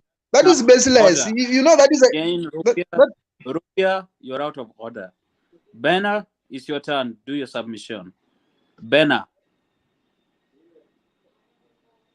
It seems like Benna is not there. Sam. Yeah. Go ahead. Oh, Sam ametoka tena. Duke, you have something? I've been listening to most of you and disappointed because you are trying to argue without making sense on how we can make Kenya better. We are not here to campaign for anybody. We are here to talk about issues and facts and protocols which may be followed so that we can benefit as Kenyans. So it's not good for some of you to come here and to try to, this is not a campaign. We are trying to debate the amendment which was intended to change the constitution and how will that, what it entails, how will that affect our future. So I'm asking all of you to try to make sense on your comments and submissions, because we are not trying to come up with history. We're debating issues who are in Raila. That does not make sense. That's the past. We are talking about, let us talk about the present and the future. And what the amendment was the promoters talked about the amendment as something which was trying to make Kenya to be peaceful, to embrace every person. That was the main initiative, trying to bring every person together. But that should not be done within a limited time or within a limited individuals. I've said here that Kenya as a nation it's a continent. It has to continue. So the issues I have with the amendment is trying to focus more on the peaceful coexistence between Raila and Uhuru Kenyatta. But what most of you forget is that in 2022, Uhuru Kenyatta is not allowed to contest. He will retire and be a private citizen. Therefore, if we are talking about peaceful coexistence, what about 2022? There will be election. Different individuals will face each other. Maybe, most probably, Raila will face Ruto. Will there be that peaceful coexistence between Raila and Ruto? If one is defeated, will we accept the outcome so that we don't have the same violence which we have been witnessed in 2007 and 2017? That is the main. That should be the main focus, because, according to me, the amendment is trying even to advocate for more violence in the future. Because, from my observation, and that's personal, I'm talking as a person, so I'm not representing anybody here. From my observation is that those who are embracing the amendments, they are trying to push some people. It's as if they are trying to make maybe the Ruto to be antagonist. They are pushing him to oppose. So how is that trying to bring peaceful coexistence? Because we know he's a contender in 2022. We have heard some people talking about the system. What if in 2022 Raila wins and the Ruto says there is a system which sided with Raila and the elections were stolen? A point of order, Duke. Yes. Chair, point of order. Duke, you told us the other day that you have not read BBI, and And it seems Yes, go it is ahead. true you have not, Go because there is, tell me anywhere in that bill that says that this bill is to push Ruto to the corner or to isolate Ruto. I am really looking for that article from you. Duke, ebu acha ni mjibu tu dakika moja huyu Ayaga. We, Ayaga, Duke hakuna pali amesema maneno ya nini? Hiyo maneno ambao unasema, Duke anasema pointi zake. Hakusema, kwa hivyo wewe Duke, I mean, wewe Ayaga, usije ukamwona Duke anapatiana nini yake tafadhali. Please, let's follow the order. It was Duke to answer. So wait for your time, then you will jump in. Duke, continue. First of all, Ayaga, I want to rectify you. I did not say that I have not read it. I said most Kenyans have not accessed it. I remember very well, so you cannot try to put words into my mouth. Okay, thank you very much. And if you have read it, tell me a place where it says that the bill or the BBI as a whole is to isolate some people or one individual you mentioned by the name Deputy President William Ruto. I have not said that. I've said we are in Kenya and we are seeing the happenings. The behavior point of order. It's not about the contents of the document. It's Point not of about order. the contents. Please let us not reduce this thing to Raila and Ruto. Just let us just make the whole thing, like yes, thank you. For Kenya, That's enough. Duke, continue. Oh, that's why I'm trying to talk about the contents. I'm not talking about the contents. I'm trying to talk about the behavior and the happenings we are observing. Actually, according to me, there should be peaceful coexistence between Raila and Ruto because they are going to face each other in 2022. Therefore, if one will not trust the system, the IPC, we were likely to come up with a violence after 2022. And if this thing is trying to bring peaceful coexistence, that's why I'm talking about we need to have a powerful system. We are talking about, for example, the IPC has not been strong enough. Most of the violences previously have been due to individuals not satisfied with the work of those who are foreseeing and conducting the election exercise. Therefore, the focus should be there, and these changes have not captured that. Therefore, it means, and people are even coming about the system. Actually, that is giving evidence and giving people a platform, not to accept the outcome of 2022, and then we go to the violence. So I'm trying to talk about that this document, those who are promoting, they should be embrace every person and every opinion, so that moving past 2022, we have a system which is strong, not an individual, a system which is unbiased, which should handle election fairly, where the rightful winner will be announced, where the person who has been defeated will accept. A point of order. That's what I'm trying to say. A point of order, Duke. Moses. Rupia. On a point of order. Rupia. Let me ask my friend. Yes. How are the proponents of BBI supposed to accommodate people? Because when they were crafting BBI, there was the government side led by President Uhuru Kenyatta and his party, Jubilee Coalition, and there was this side which was the purported opposition, which is Raila's side plus his people.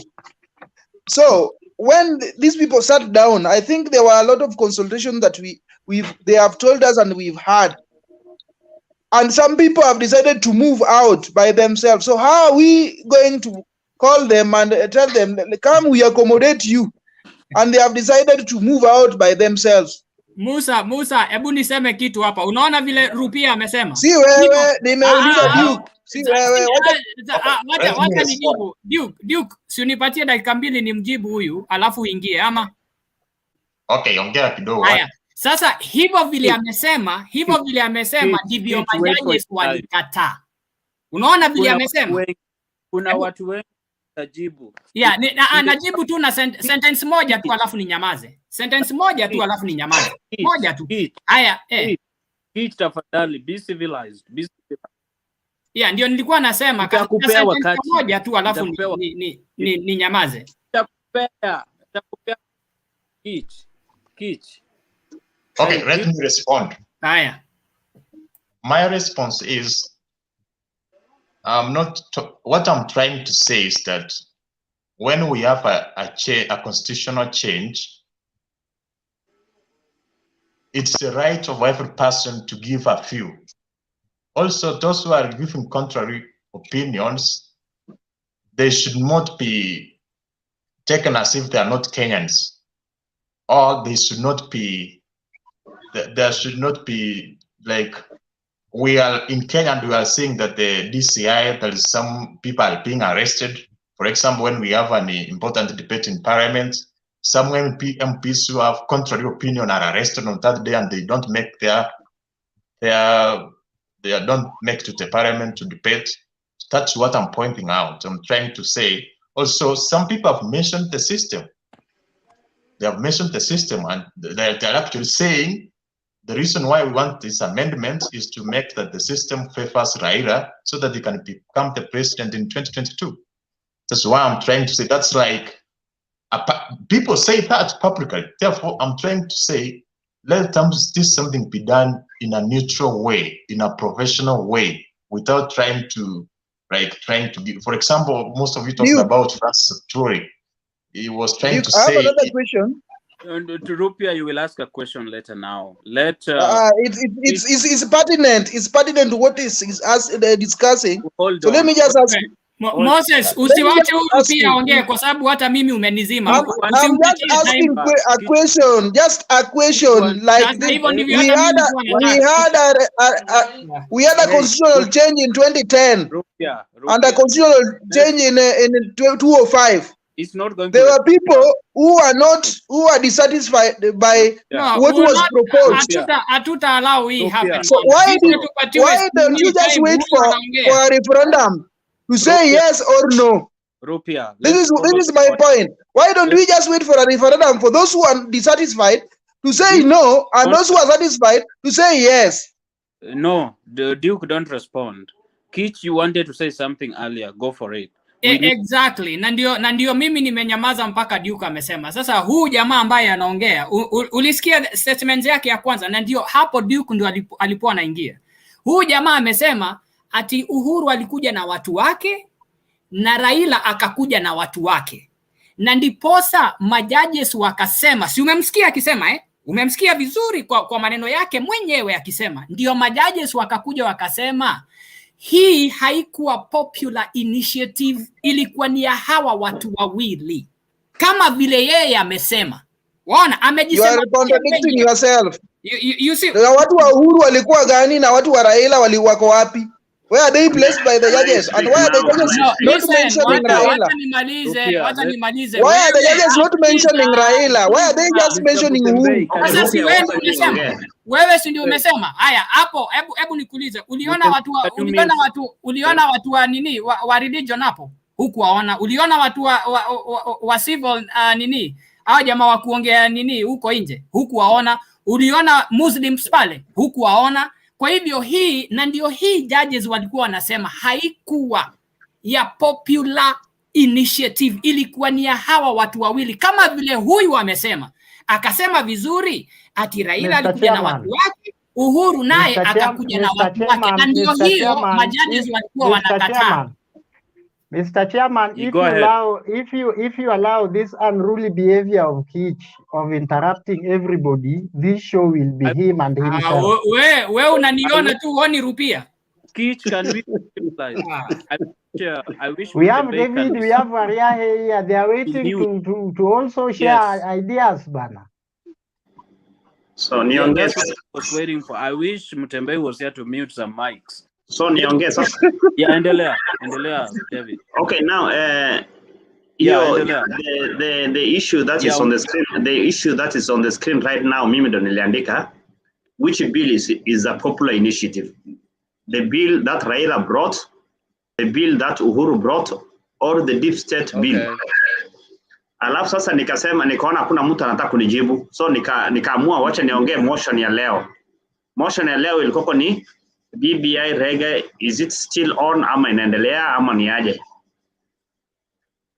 Mimi from the day one nilisema something which is very important, na sioni kama kuna mtu anaongea juu hiyo maneno, because niliongea juu ya implementation of the 2010 constitution. Nobody is trying to implement the 2010 constitution, lakini watu wako na guts ya kutuambia tubadilishe hiyo 2010 constitution while they have not even implemented it. And that is what Linda Katiba is talking about, and that is what the civil society is talking about, and that is why the judges wanaona kutoka kwa hii 2010 constitution ambayo inawapatia the prerogative. We can't hear you. We can hear you. We can't hear you. Can you hear me now, all of you? Yes, we can. We are hearing you, but Rupia doesn't want to hear you because what you are saying does not sink into his mind. Okay. Now, what I was trying to say is about the implementation of the constitution. If you cannot implement the constitution, there's no way you can come and tell us you will amend the constitution so that you implement it. Kwanza implement ile tuko nayo, tuone kama kwanza inaweza kufanya kazi. Kama hiyo inaweza kufanya kazi, labda tutahitaji kuweka ingine. Lakini sasa unataka kuruka ile hiyo ambaye tuko nayo, alafu implement ile inakuja, na hatuna guarantee ya kwamba you will implement the one which is coming, because this one you have not even implemented. Okay, kitu ya pili ni hawa watu wa proponents wa BBI wanataka ku amend the constitution, lakini hawakubali hiyo amendment yao iko amended. Imagine, yani how can you accept to amend the main constitution alafu yako ambaye ni kibarua kidogo umeongezea utaki ikuwa amended?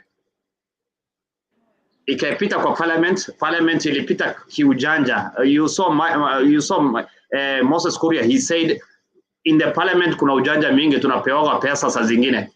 He said like that categorically. Hata aliongea na BBC. Ya tatu ni the judges talked about the process from inception, the process itself, not at BBI ni mbaya ama ni nini. Waliongea juu the process. Vile Maraga aliongea juu IBC process, IEBC wakati 2017 election. Waliongea juu the process. MP Kioni wa Central leo alisema, aliconfirm ya kwamba there was nothing called a referendum. They did not manage to put the referendum bill into action in the parliament. Ilikuwa na lala. Hiyo referendum bill kama ungekuwa nayo, hao majaji ungeweza kushikwa. Lakini hiyo referendum bill ililala kwa parliament. Alafu sasa ingetakana hiyo referendum bill ipitishwe so that hawa judges kama wangetoa hiyo judgment yao leo, hiyo referendum bill ingewa block. Lakini sasa referendum bill bado iko kwa parliament. Up to today it has not even passed the normal stages. So President Uhuru na Raila, ile kitu judges wanasema ni they were trying to pretend that they are the Wanjikus. Now what to see ordinary Kenyans, these people work on agenda. These people are people who are already elected, people who have a stake.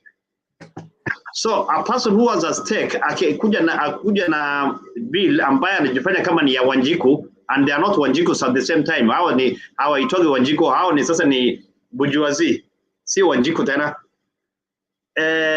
Hawezi kuja kutengeza secretariat na wa spearhead the process. They are not ordinary Wanjiku. And what is this emergency that the BBI has?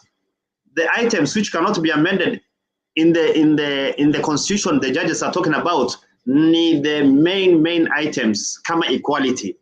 The constitution is talking about equality. There are some things you cannot amend them in the constitution, and that one I agree with the judges. Seconds. Yeah, there is a clause in the constitution which is talking about equality. Vitu kama hiyo huwezi change. Huwezi kuja hapa useme ati watu wengine they are inferior to other people in the constitution. equality hauwezi kubadilisha, kuna vitu hauwezi kubadilisha inside the constitution. Sasa the judges hawakusema ati sisi tuko na shida na Raila, hawakusema sisi tuko na shida na Ruto, hawakusema hata tuko na shida na any person. Walisema the process of the BBI was wrong, na hiyo ndio ile kitu tunataka tuongee juu yake. Na hata mkienda appeal, mimi nawaambia tu ukweli, mkienda hata appeal hakuna kitu, hakuna unless they are using another constitution which they watatoa kwa pocket hapo kama ile deep state. I don't think kama kutakuwa na ujanja mwingine. Na nimetoka. Can I speak? David. Can I speak? Kitu ni poa bwana. David. Can I speak? Yes, Ben. it's David. It's David's time. David, continue. Oh, thank you very much, guys, for a candid discussion we have had. I've been listening for some time now. Yeah, that's how Kenya is made. You know, when we have people having different views and still respect each other, that is so nice. I don't have much to say. You know, I've just come from church. I want to have a few fun outside here. I want to wish you well, but allow me to say one point, that we cannot trust the Raila Uhuru initiative converted to mean that it is Wanjiko initiative. That is wrong. And the judges stood with the silent majority. I'm one of them. I may not have my views to their desk because I'm far, but we don't agree with the BBI. As Wariyai said, I've been writing his points down. He said 5 good points. I subscribe to that. Constitutions were whenever they are supreme, they are respected so much. If you go against the constitution, you are impeached and you are arrested.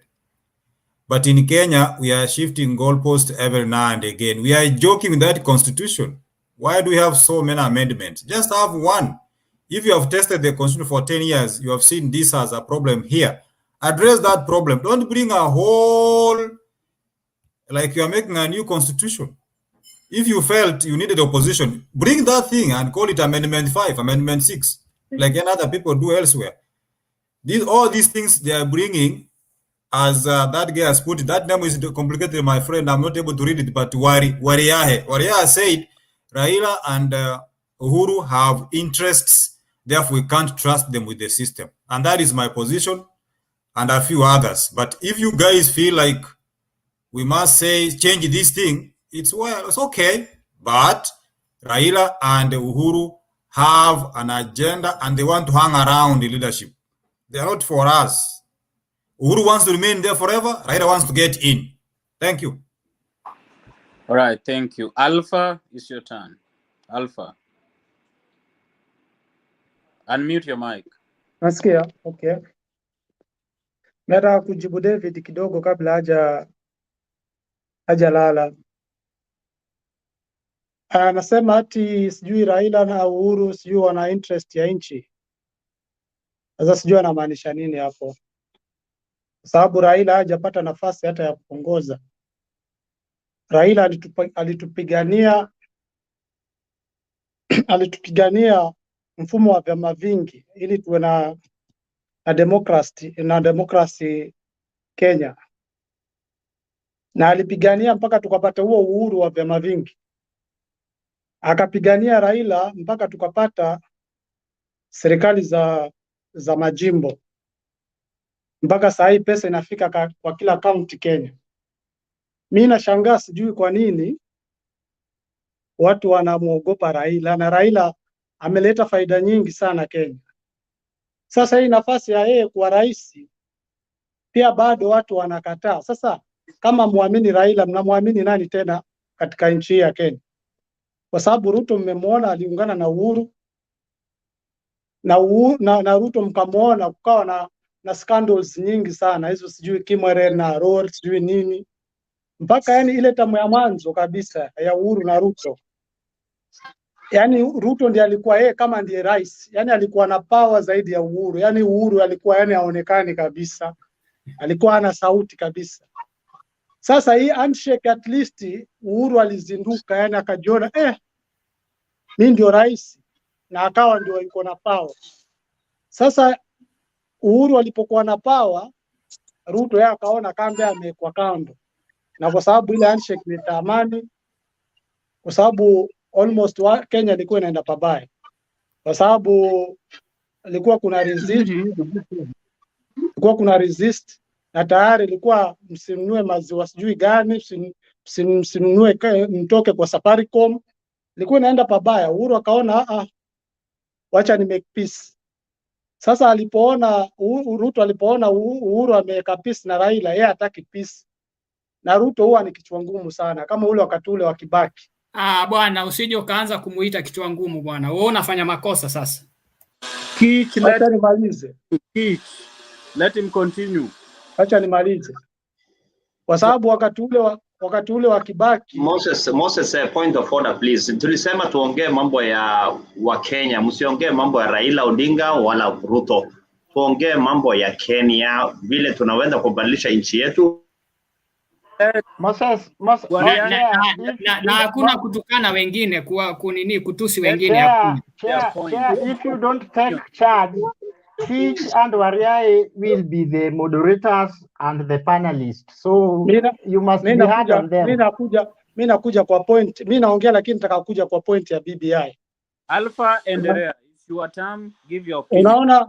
Unaona wakati ule wa Kibaki, Raila alikuwa na Ruto. Na Ruto alikuwa hataki ile nusu mkate. Yeye huwa anataka kukazana tu, yani sijui huwa anataka nini. Naona. Sasa Raila alipoungana na Kibaki, Ruto yeye akakazana akawa hataki mpaka akaenda egg. Na pale kwa bunge Raila na Kibaki alikuwa anasema sasa angalia mkano wa sasa. Matusi tu hapa sijui nyuki. Tusiende egg. Tuweke sheria hapa tukumiane hapa Kenya. Ruto akakataa. Akasema tuende egg. Sasa ile baadaye kamwangukia yeye akaenda egg. Unaona? Sasa hii BBI imeleta umoja Kenya. Na zile sheria ziko bale zinataka yani kila mtu awe na rights katika kaunti zote za Kenya. Sasa kama kaunti zote politicians wote wa vyama vyote wameunga BBI, wewe Ruto mmoja kwa nini utaki? Wewe una lengo gani wewe? Asante. Una lengo gani? Sijui niseme kitu. Teach, can you wait? There are people who have not even spoken a single word. Nyuki bwana, wewe Moses, hebu ni protect kwa huyu Wayaga. Huyu Wayaga ndio anaitana nyuki hapo. Wewe unaniona kama nikiwa nyuki bwana. Moses, ni protect jamani hao. Alafu yuaniita nyuki na anacheka huyu. Teach, tafadhali. Moses, nilikuwa nataka kufanya conclusion hapo tafadhali. Nilikuwa nataka kumalizia tafadhali. Katika hii BBI hapo ile Supreme Court nini na nini. Na sekunde 10. Haya. Sasa kulingana na vile uamuzi wako tumeamua,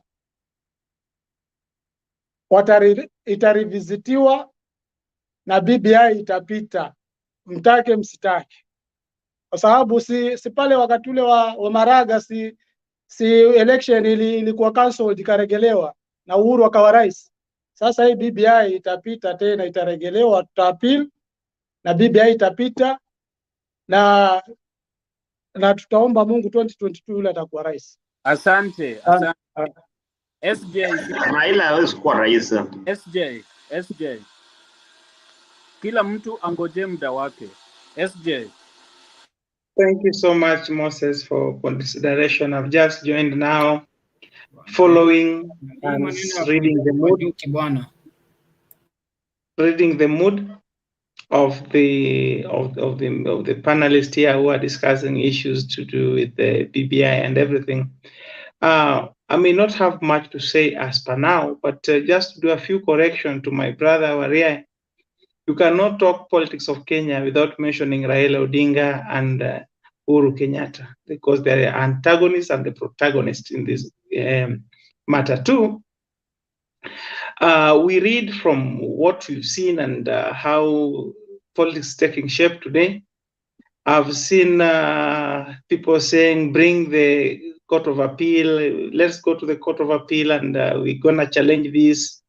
will come out of it victoriously. I am sorry, because you don't bring politics to court. Issues of the court are facts and law.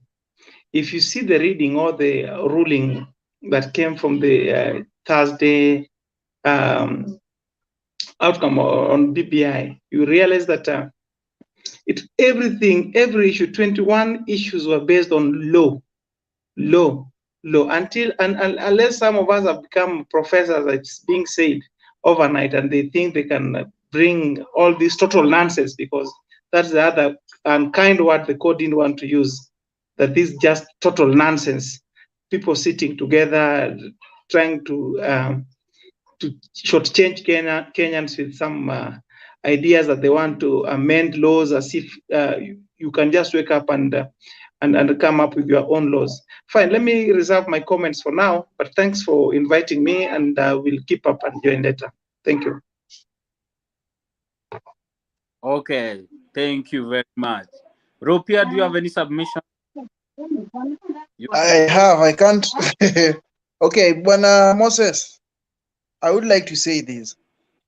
We've had, this is not the first constitutional amendment we are going to have in this country. I think it's the second one. I don't know whether there were some that I don't know. So, with the court and the ruling, I still maintain was political. Kuna mtu amesema tusilete mambo ya siasa kwa koti. Na mimi nasema, without fear or favor, that the ruling was political. I explained here yesterday how we came to handshake. How we came to handshake is that we were going to Canaan, and you people know very well. We were on our way to Canaan. Rupia, Rupia, don't mislead people here. Don't mislead people here, please. Do you have any evidence that it was political? Okay, let me finish. I'm going to explain everything. Respecting IEBCs. Yeah, let me finish. We were going to Canaan. Then you know what happened on the way. So we were agitating, even up to 2017. Up to 2018, you saw how elections were done. The same things that the Supreme Court actually condemned. They condemned the system. They condemned everything. And those are the same things we went back with to elections on 26th of August 2017. And a good number of the citizens of this country were not satisfied. Even a good number of us here, apart from Kich, maybe, knows very well that elections were stolen. The only election that was done and has been done correctly was in 2002. Elections of 2013 were not were fraudulent. Elections of 2017 were also fraudulent. So up to 2018, there was no peace in this country. So Raila and his brigade and his team, myself included, we were agitating for proper means and proper ways of conducting elections in this country. I think we even started with the reforms that for the IBC, when we were demonstrating against Chiloba and the likes. So this thing does not start now. We had a 2010 constitution that actually is working for us, but on election matters, it has failed. That is why we are where we are today. And let me tell you, when Raila and President Uhuru met, it took Uhuru time to accept and meet Raila. And it was not an easy thing. Ilikuwa ngumu kabisa.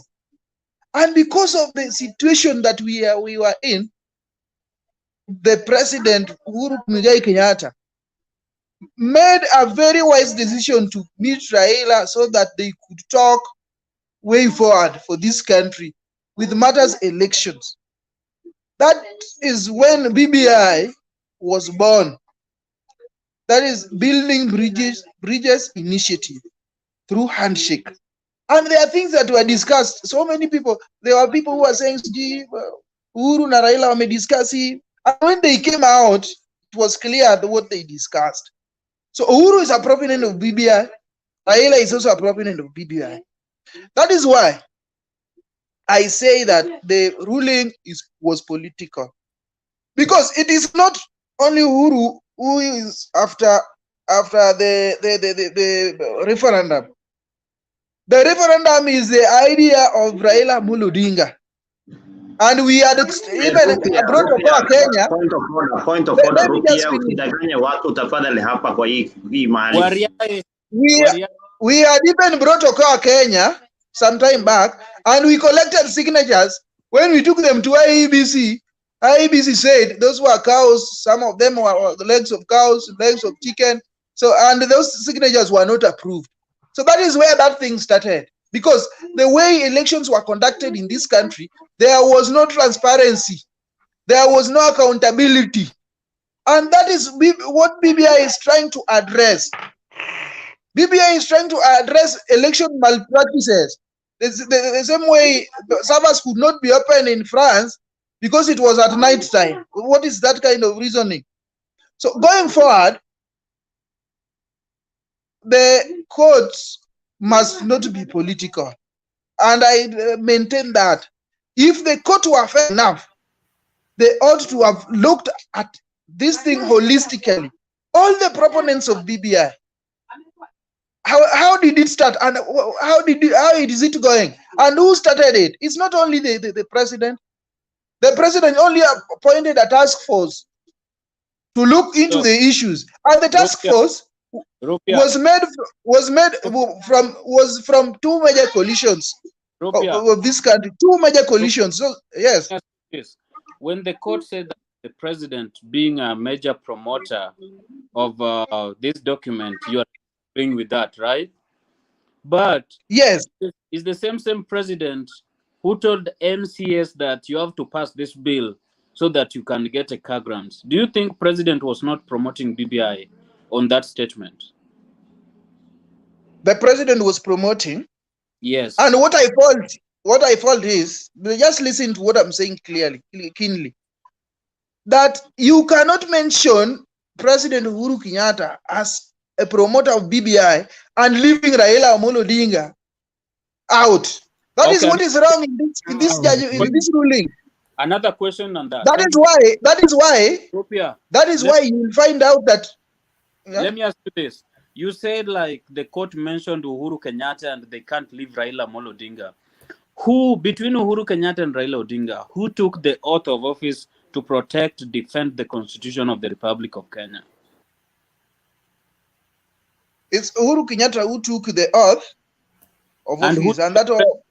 Who is the president of the Republic of Kenya? Uhuru Kenyatta is not going to mutilate the Constitution of Kenya. There is a proposed amendment. Right now. Hata jibu Moses. Raila is like a citizen right Hata now. jibu. Nyuki, can you keep quiet, please? Rupia. We, Raila. Hebu mwambie huyu asiniite nyuki huyu. Raila did not take any oath. Hiyo jina yako Kiich kwa Kijaluo ni ile B. Unajua Moses. Waona sasa huyu sasa unaona kule ameenda sasa. Jesus Christ. No, I'm just calling you in Kiswahili. I've moved from Luo. I'm calling you in Kiswahili. Or you want me to call you B? Hold on, Ndugu. So, Rupia, I'm saying like Raila Odinga did not take any oath to protect the Constitution. He's not holding any office under the oath. So it is Uhuru Kenyatta who has to hold accountable. Now, Moses. If today ODM goes to court and say it is us who are promoting the BBI and we came with that idea, and you people ruled that it was president, you are wrong, and they prove it. Now, what will you say? That is why I'm saying the Raila aspect in the BBI was the left handshake- out deliberately. Yeah. I'm not getting what you're saying. Yeah, I was because still, Raila has I'm nothing still to do with an oath. He didn't take the oath to defend it. The reason why the judges were saying, like, Mr. President, Mr. Kenyatta disrespected the constitution because he's holding the office of the president, and he took the oath to protect, defend the constitution of the Republic of Kenya. So help God. Raila Odinga didn't do anything. now. If the national accord was introduced in 2008, was constitution mutilated, or it was made to accommodate the differences which were there? Now this is in the interest. This is in the interest of the public. Okay, Rupia, point of order from Sam. Rubia, how are you, my friend? You know, Sam, you must advise us the way. You must tell us history the way Mulumbu told us. We are with you here every day, and you are not telling us these things. Now, how are you helping us? Okay, Rupia, let me talk. Forget it. Rubia, you know what? Let me go back a little bit more than 30 years ago, when I was still in school. When I go back in 1977, when I went 1977 September 19th, I went to Stray Boys. 1977 September 19th, I went to Stray Boys. We hadn't that this kind of mentality what we have at the present time. Anyway, forget about that one. I come to what you say. There are two things here, Rubia. Let us not talk about what somebody somewhere called Wariaye. I don't know who he is. I'm sorry to say so. You are on a point of order. Yeah, sure. Yeah, sure. I'm on a point of order. He said, let us not about individuals. Let us talk about us. So Uhuru, kwa ajili mimi ni mzee kama wewe. Uhuru, Wacha endelee. Sorry, Riaz, we start talking. Uhuru was sworn as the president of the Republic of Kenya to defend the constitutional and everything of Kenya. Raila hasn't been the president, and that's why the judges, in all whatever they talked, they never included Raila on their judgment. Period. So whatever we are talking, let us not include that old man. It is right. It is going to be Uhuru. It's not going to be Raila. Put Raila aside. You can put Raila on the issues which he has never been. So put it aside about Raila. Talk about Uhuru. Some what I was saying was this: that if you put Raila in the equation, now the judgment is faulty, and it doesn't work for the judges, because Raila is an ordinary citizen, ordinary in quotes, and he has the right, and with his supporters, to propose an amendment through the channels, be it popular initiative or through parliament. And what I was saying is this: that thing does not end there. There is something that, for us to change the constitution, we have to go to a referendum. And we were trying to comply with the necessary procedures to reach a referendum. Why are you people afraid of a referendum? If you are not for the constitution, for the proposal, which is not even Uhuru's proposal, because Uhuru himself is a president, he would have talked to Raila and told Raila, now, wait, just keep quiet, and I will support you in this same constitution, and you will become president. And here, let me just finish. Okay. What I'm saying is this: we had a constitutional amendment in 2005. Those who are for no said no. Those who are for yes said yes. And you saw what happened. 2010, we had the same. 2021, we are supposed to have the same. To improve the constitution, which we passed in 2010. And those who are against it will just vote no. And those who are for it will vote yes. You get this? Here we have a situation whereby, now, this is a political forum, just keep quiet. Now, we have a situation whereby people, sometimes you need to be very keen when some people are talking. Let me just finish. Who is interrupting? You have to be very keen in that somebody can say something here, which is very important. And because of your political tribal cocoon that you are in, you might not see the sense. If somebody was opposing 2010 constitution and they opposed it, and again, now we want to change it and improve it, they still don't want the improvement. They are still opposing. So where are they, what are they telling us? That they oppose this constitution, they still now want it.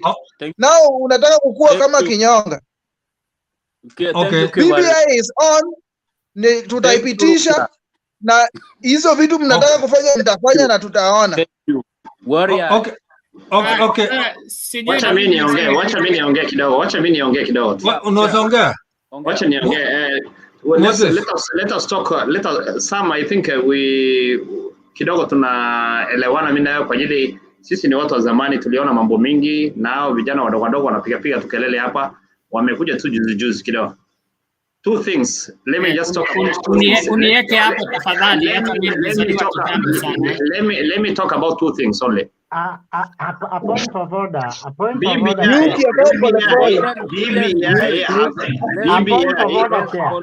BBI, the judges said it is not from the Wanjiku. Point of order. Ayaga, you are going to get your time. No. I just want to withdraw that young people are making noise. We are not here to make noise. Okay, let me continue. Don't interrupt me again, please. Discrimination of age. Okay, don't interrupt me again. Let me talk first. Ayaga. You have not withdrawn. You have not withdrawn, my brother. Moses. Ayaga, give Waria a little bit of time, sir. Unataka yani BBI juu chini mpende msipende ndo unataka, lakini sisi tukubali hiyo maneno. Ngoja kidogo, ngoja nikuelimishe kidogo Ayaga. Mimi sina shida na education yangu, niko na shida why are you this, because we will be here for long, so we have to discuss these things. Okay, Ayaga, let me educate you because umezaliwa juzi, sisi tulipitia shida mingi sana. My friend, unless you withdraw. Okay, nime withdraw. Okay. Second thing. And then the judges talked about some sensitive issues. Hawakuongea tu yani just out of nowhere. The judges said if BBI is about the Kenyan people, iende ipitie the process of our normal referendum. Na hizo stages they mentioned, there are 4 stages. Those 4 stages wameona ya kwamba haikupitia. Second thing, walisema Uhuru and Raila are not ordinary Wanjikus, and you're not talking about that issue here. Na mpaka sasa hiyo mjaniambia kwamba Uhuru is a normal Wanjiku ama ni normal hustler, huko niambia is somebody who is powerful and he can do something. He can do A, B, C, D, and even another katumiwa na deep state kuongeza 70 constituencies na ambaye haiko kwa first draft. Third thing, this ruling is a big blow to 2022 hopefuls. Kina huyu jamaa huyu wa Mudavadi, kuna wajamaa wanataka kudandia hapo. It is a very very big blow. Huyo jamaa wako wanaitwa nani, Daniel Arap Moi, huyo kijana Daniel Arap Moi. You are out of order, bwana. No, let me talk. Let me talk. I have not interrupted you. You are out of order. Let me finish. We respect you so much. Oria is out of order. How can you refer to people like Rupia anakelele sana bwana. Sasa sisi tumenyamaza tuwasikiza Rupia anapiga mdomo. We are not his children, so he can, so that he can refer to us. Wewe unapenda matusi sana wewe. Moses huyu jamaa mwambie bwana, anapenda matusi sana. Mara anaita watu nyuki, mara anaita watu watoto, mara huyu alafu muangalie yuacheka. Unasinya wewe. Anasinya wewe hata sikuoni. Wewe hata sikuoni. Sasa lazima unione, ukiniona utanifanyia nini? Sasa wewe na matusi yako, hebu gentlemen. Gentlemen, let us have order. Please, sir. Please, sir. Let us have order. Wacha nimalizie. We are not standard one pupil. Okay, let me just finish up. Let me just finish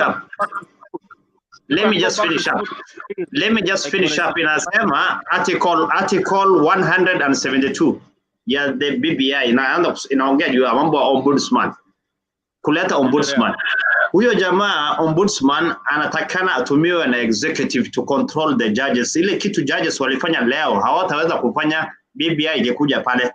So ni very important things tunaongea juu yake. Usiongea tu mambo ya ati mtu anataka kuwa president na mwingine anataka kuwa official opposition. If we are serious as Kenyans, what we will have done 2017 sasa tulianza hivi. Raila na Uhuru wangeshikana mkono wapange mambo ya election ya 2022 vile itafanyika. Election laws na election procedures na kits na mambo aina hiyo na budget aina hiyo na mambo kama hiyo. Lakini sasa tunafika 1 year alafu sasa tunaanza kusema sasa tunaleta BBI solve mambo ya election. Yani 1 year kits have not been tested. Registration of voters, kuna watoto new wametoka kama kijana wangu sasa sasa ni 18 years amekuja bado hajapewa voters card, hajakuwa registered. Instead of us concentrating on this kind of issues, tunakuja kuongea mambo ya BBI na kuongeza 70 constituency. Hiyo 70 constituency imeongezwa na deep state for your information Ayaga, whether you like it or not. Na huyo jamaa wenyu ndio deep state. Asante Wariai. One point. You guys, let's be organized. Let's not behave like we are standard 1 or nursery school kids. If you feel like that, you can go back to school. But let's a point of order, Moses. Naongea tu ati. Yeah, Ayaga, what's the point? Go ahead. Thank you very much. You know, I waited for some minutes for my good friend and somebody who is older than me to educate me, and I come empty-handed in all his teachings. Yes. Number one, let me now school him about ombudsman, because it seems he's not forgetting. Lastly, the last point he had, that his son has not registered. My friend, tell your son to go to the headquarters, the constituency's headquarters. Registration is ongoing, and those offices will never be closed. Even if he goes tomorrow, he will only maybe get one person. He will be registered as early as yesterday. Unless you are waiting for the mass registration, which is very wrong. Thank you very much. Number 2, where I talk about ombudsman. Ombudsman, we have ombudsman. LSK is ombudsman. LSK was formed as ombudsman to check the conduct of lawyers. He has not deal with lawyers, or executive has never used it to do anything against lawyers. We have the government ombudsman. Yeah, government ombudsman is where when we have a problem with the government and you cannot get a solution from that government, you report from the Law Society of Kenya. Let me school you. Let me school you. You even don't know where to refer your son to go and register as a voter. So relax. There is this IPOA. There is this IPOA. There is this IPOA, Independent Policing Authority. That is ombudsman. It was brought there to ensure that any complaint we have against police, you report to those guys. I think Kavuludi was the chair, and Kavuludi was his term expired, and I don't know who is there today, but I think she's another lady. That's ombudsman. Unless you don't know the work of ombudsman, we need ombudsman in our judiciary, where when a judge made a ruling that does not please me as Eric Ayaga, okay, I will have somewhere to complain. I cannot complain a judge. I cannot report Point a of judge order, to a Ayaga. judge. Yesterday, Kitch, give me a minute. Yesterday here we were told that the judges of High Court made a ruling, elaborate ruling. The same judges are the same judges in the Court of Appeal. So if we have problem with the High Court ruling, we cannot go to report them to the Court of Appeal. We will have a ombudsman to investigate the conduct and show and tell us where the problem is, not to intimidate them. We have Okay, the ombudsman shall have sweeping powers to discipline judiciary officials, including suspending, warning, and reprimanding them. Imagine here. That is very correct. If we get a corrupt judge, should we kneel down and pray for him? Or should we suspend him? Ayaga, thank you. Kitch.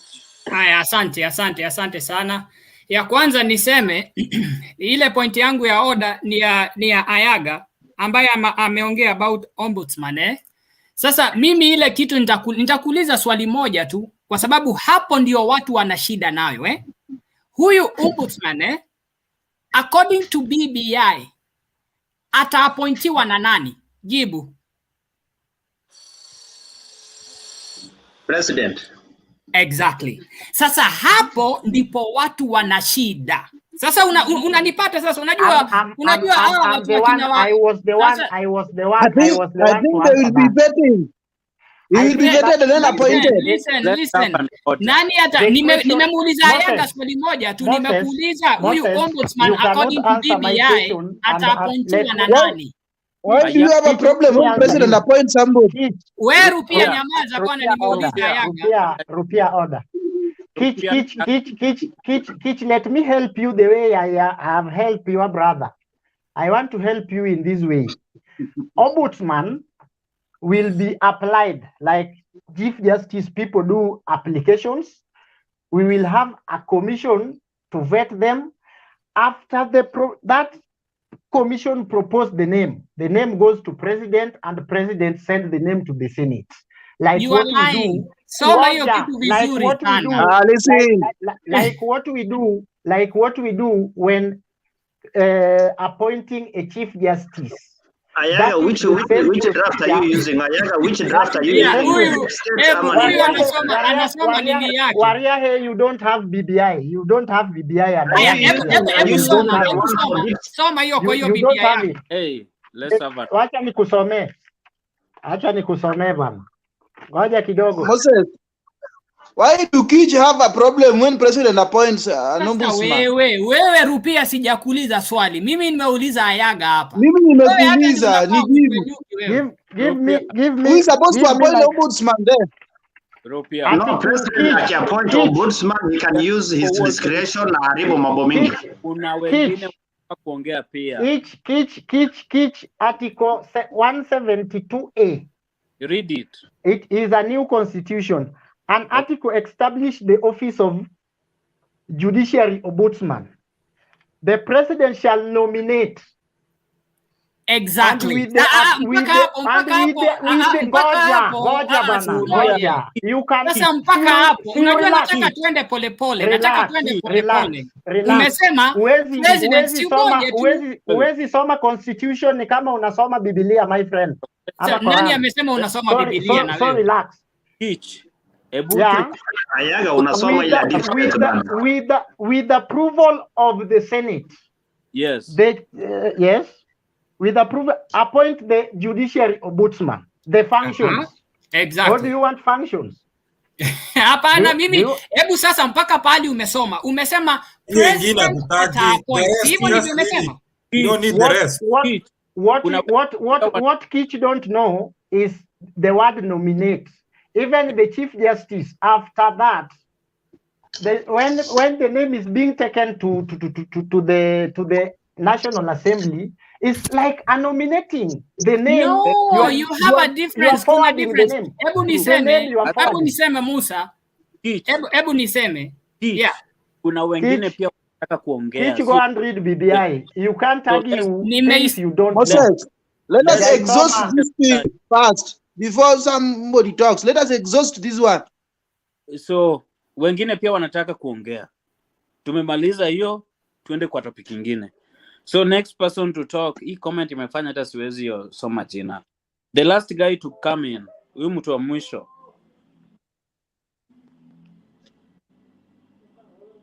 Mtu wa mwisho. I can't read the name because of the comment. Anazisikia? Yeah, you. Mimi naitwa Kamau. Unmute your mic. Unmute. Unmute ndio naongea sasa. Yeah, Kamau. Yeah. Asante. Habari ya wazalendo wote. Tuko salama. Vizuri. Mimi nasikiza mjadala na nimesikia kweli umepamba moto. Lakini kitu kinachonishangaza mimi ni kwamba huu mjadala wa BBI badala ya kuunganisha watu unawagawanya watu. Hata hapa ninaposikiza maoni yenu na pia kusikiza accents, naelewa kabisa nani ana support nini kwa nini. Asante. In other words, hakuna mtu anafuata ukweli, watu nafuata emotions za division ambazo hii BBI imeweka. Niseme mambo mawili ama matatu. Endelea. Kitu cha kwanza ni kwamba tusiwe na tumaini na BBI. BBI imekufa. Moja hiyo. Na hiyo ni tupende tusipende. Ile judgment ilitolewa na wale majaji 5 wa kaunti la katiba la Kenya ilikuwa too deep, kwamba hata kwenda mahakamani ya appeal ni kupoteza muda. Lakini hebu tuseme hivi, bado watu wako kwa trauma, wale ambao wanasema wataenda mahakamani. Unajua ukiwa na trauma, kama umesoma mambo ya Elizabeth Ross, yule ambaye anaongea mambo ya kuheal. Denial. Yeah? They are in denial stage. They are in denial stage right now. Kwa hivyo watapiga kelele wakwambie Reggae is on. Watasema reggae is on. Watasema hizo vitu na muakumilie, sababu hii kitu Rupia nyamaza bwana, mzee anaongea. Wote niongee bwana. Mimi ni mzee kukushinda kwa kama. Heshima. Unasema nini? Mimi nasema BBI imekufa. Sio mimi nimeua. Imeuawa na majaji 5 wa koti ya katiba. Na hakuna mtu ataweza kuifufua. Lakini kwa sasa wale watu ambao wanasema reggae is on, tutaenda mahakamani, nasema wapewe muda hii kitu isink. Manake ramification yake ni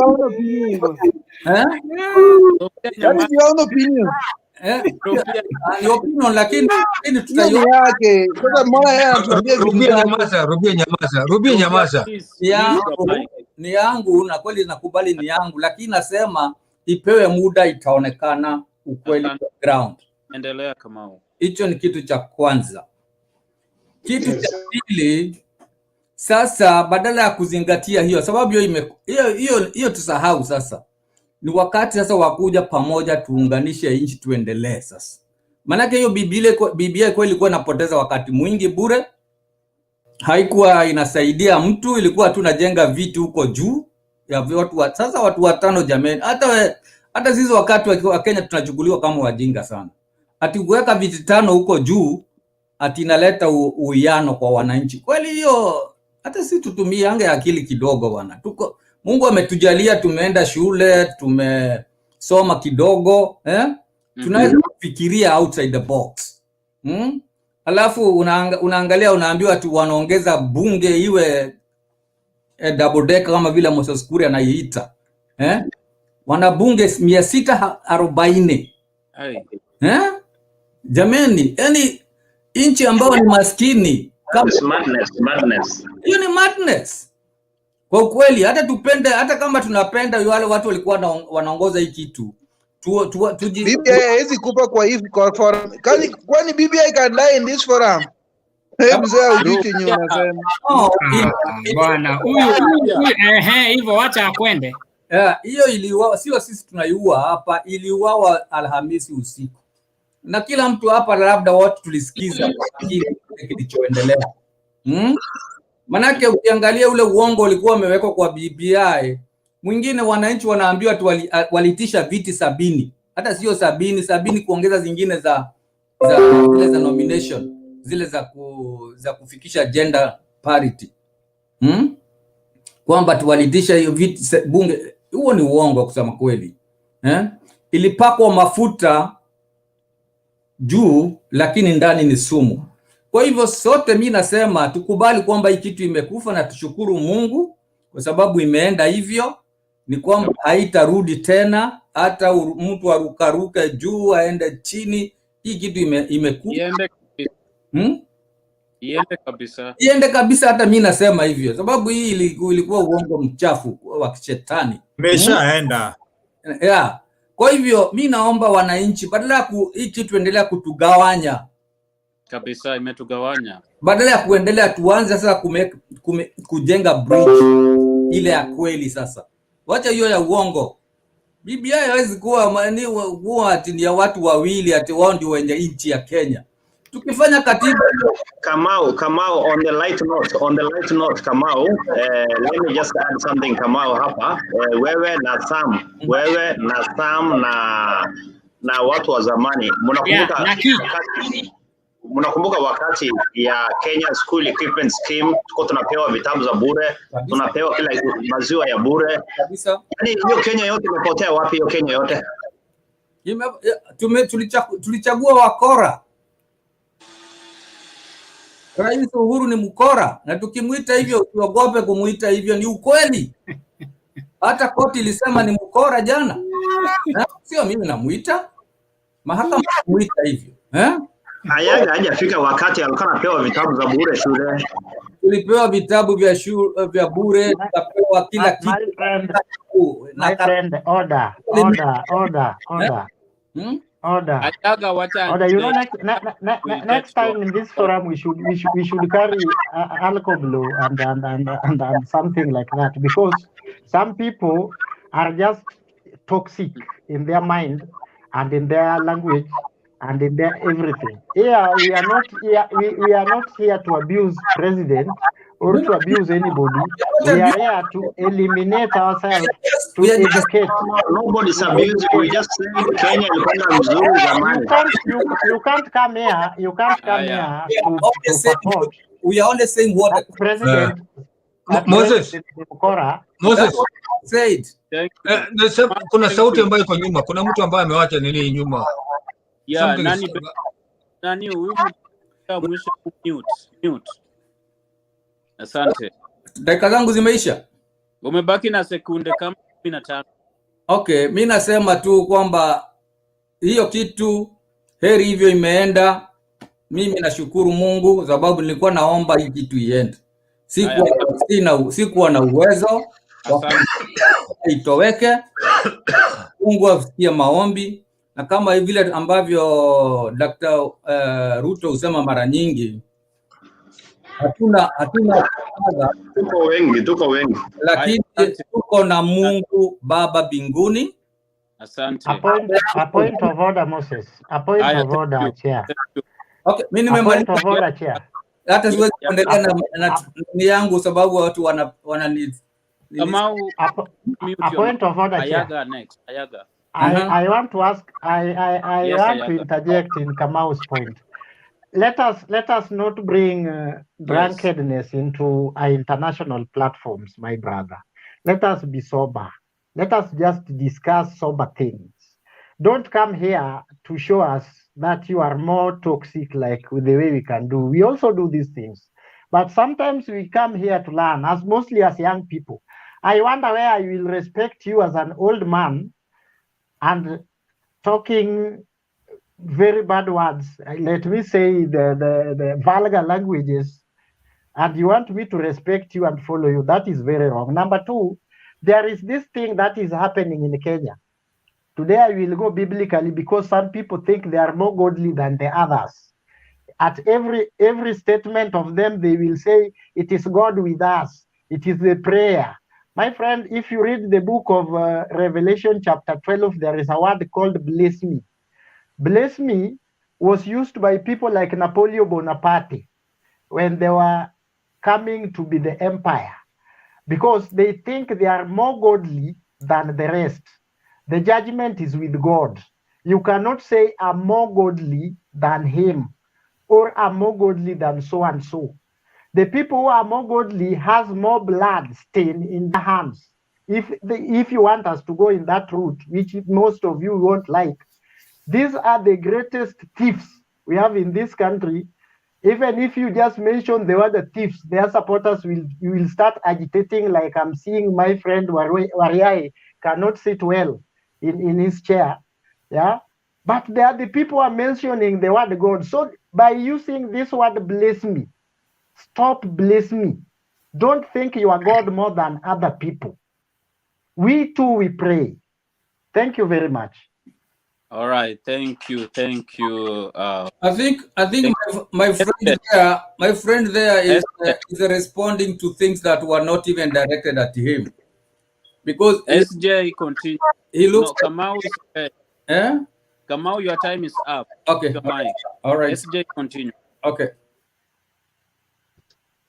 Thank you, Moses, and I request that no one should interject me, because some of us are students of decorum. I expect that before anyone talks, at least you give chair that respect he has, so that we get guided.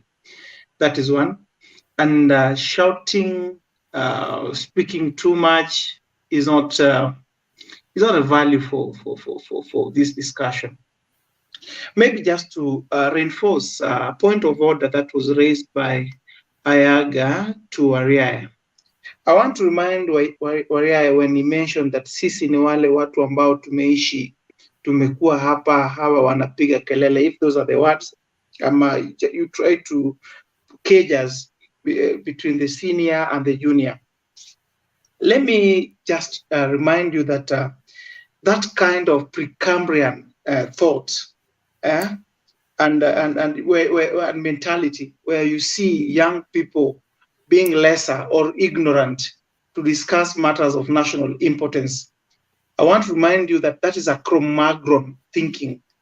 It is retrogressive and should not be entertained and must be condemned the most severe terms possible. Because this is our country. We are the younger generation. We are discussing our matters. You were there before, those days when you were given milk, those days when things were sweet. What happened? And you are there. We are discussing our nation today. We are fighting for our generations to come. If you claim that you are too senior for us, then how comes we are joining the next generation to fight for what you ought to have done before? Thank you. I support Mr. Kamau's remark. Please allow me finish. Allow me just talk. People have talked. You've had the opportunity to say what you think was right. You are only rightful to hear me. I hear you. We move on. We are not fighting. Thank you. Mr. Kamau, I agree with you when you say that this discussion has been reduced to emotions, and you can read from the faces how people are saying, oh, you can easily tell that this is supporting, this is not supporting. I'm a Kenyan. As we speak today, let us even decide to look at the broader pictures that might affect us economically in so many ways. There are so many Kenyans today who have lost even job because Al Jazeera, the big building in Palestine, has been brought down. Israel is at war. Palestine is at war. And this will bring impact to us. We have our fellow Kenyans who are stranded in India. Those are matters that really matters to me. Why?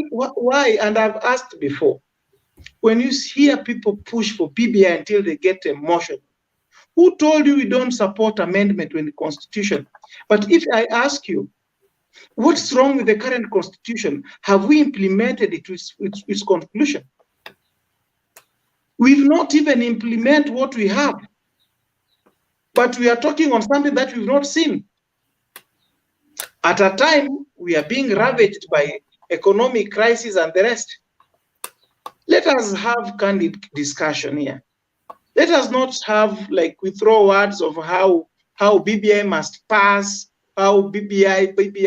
You have even read the BBI itself? You know, this idea of people feeding you something to eat, whether you are eating poison or not.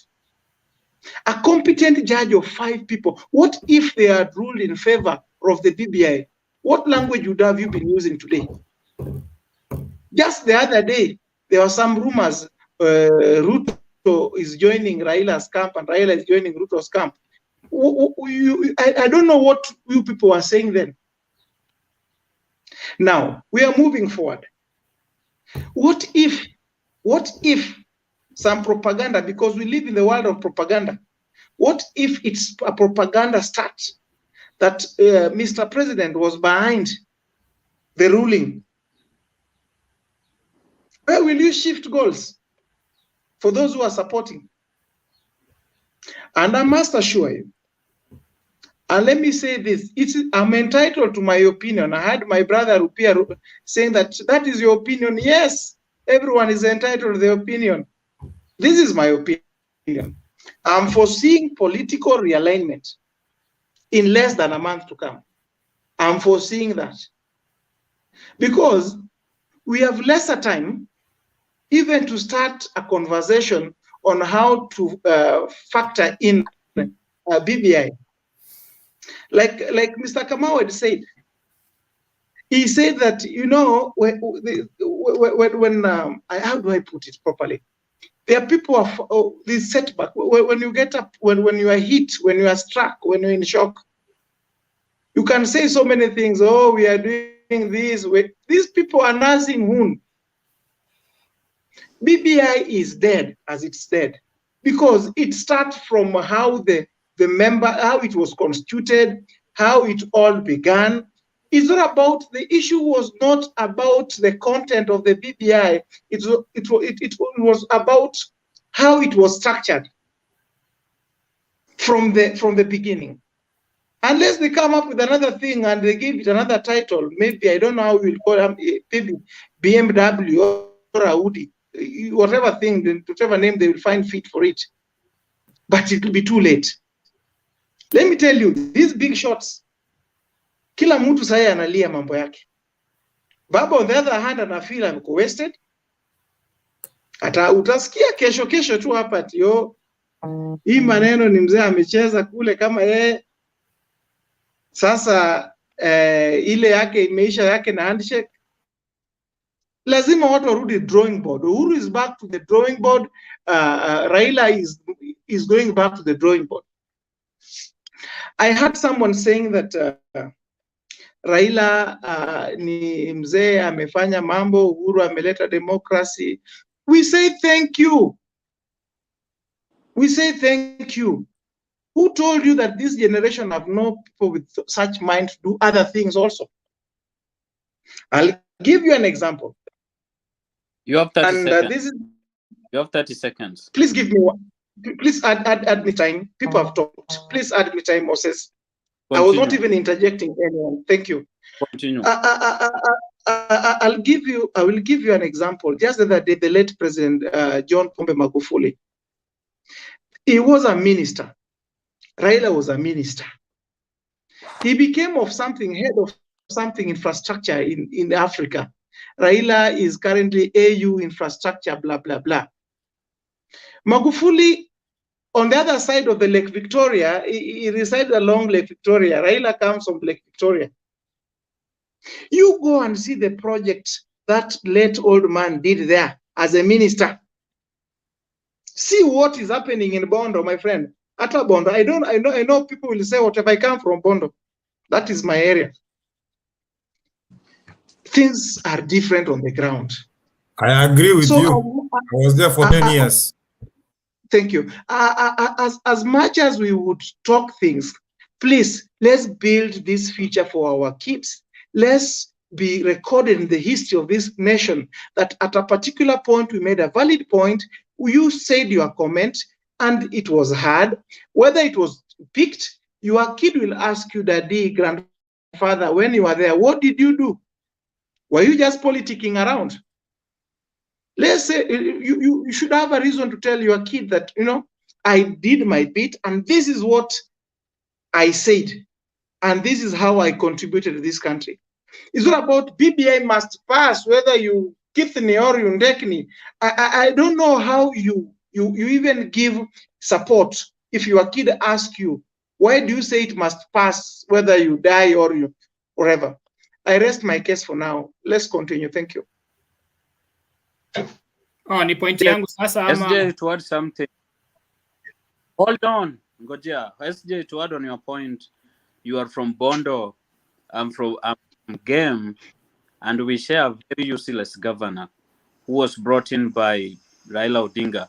If you see or if you compare the Siaya of, let's say, 15 years ago and the Siaya of today, there is no big difference. It's the same. Nothing, no form of development or anything. So we have one thing in common, a very useless governor that was brought from a bush by Raila Odinga.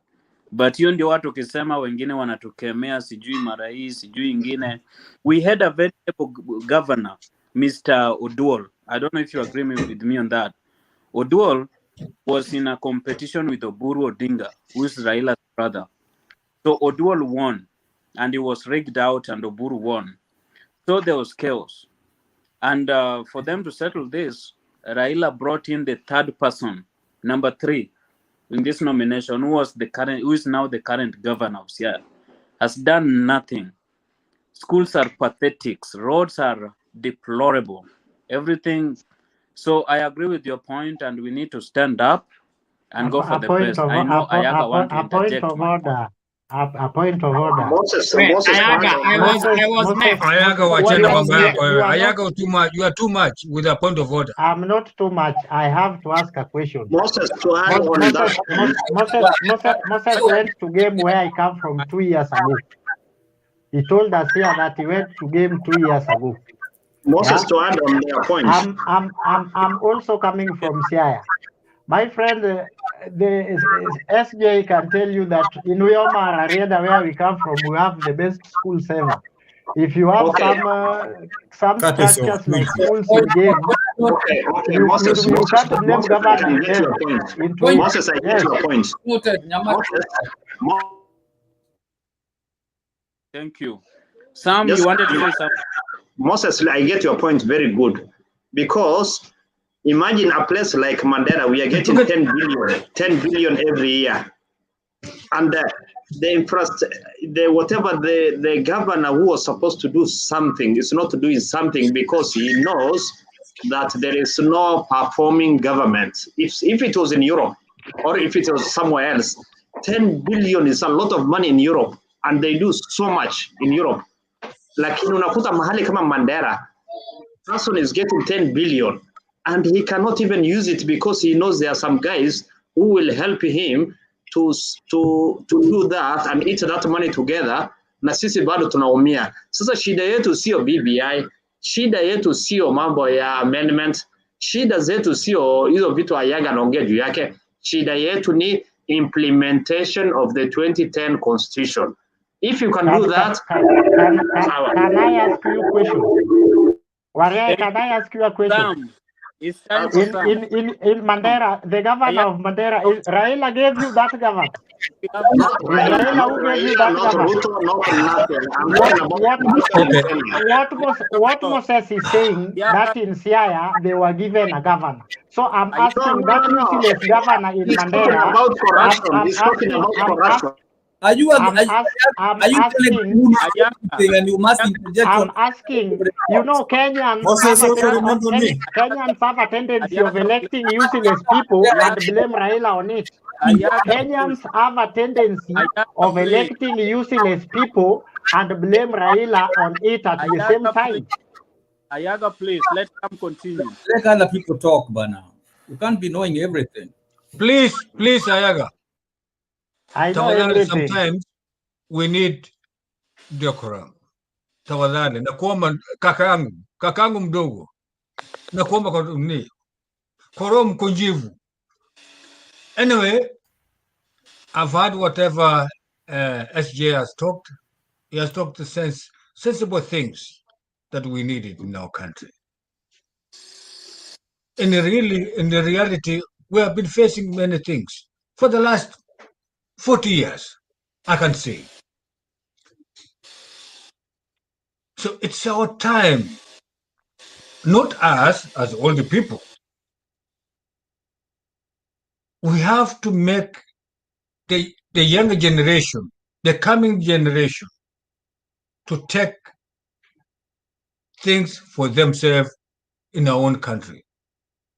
So, which means we, as the older generation, the outgoing generation, I can say the outgoing generation, we have to mentor the young ones to come up with different ideology to make themselves that they belong to that country they call home.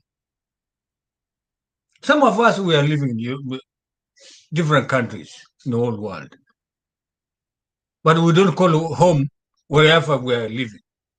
We call home where we were born, where we were brought up, where we knew what is the meaning of life. Some of us back home, we walked without barefoot. We were walking barefoot, without clothes, without raining, what? We feel I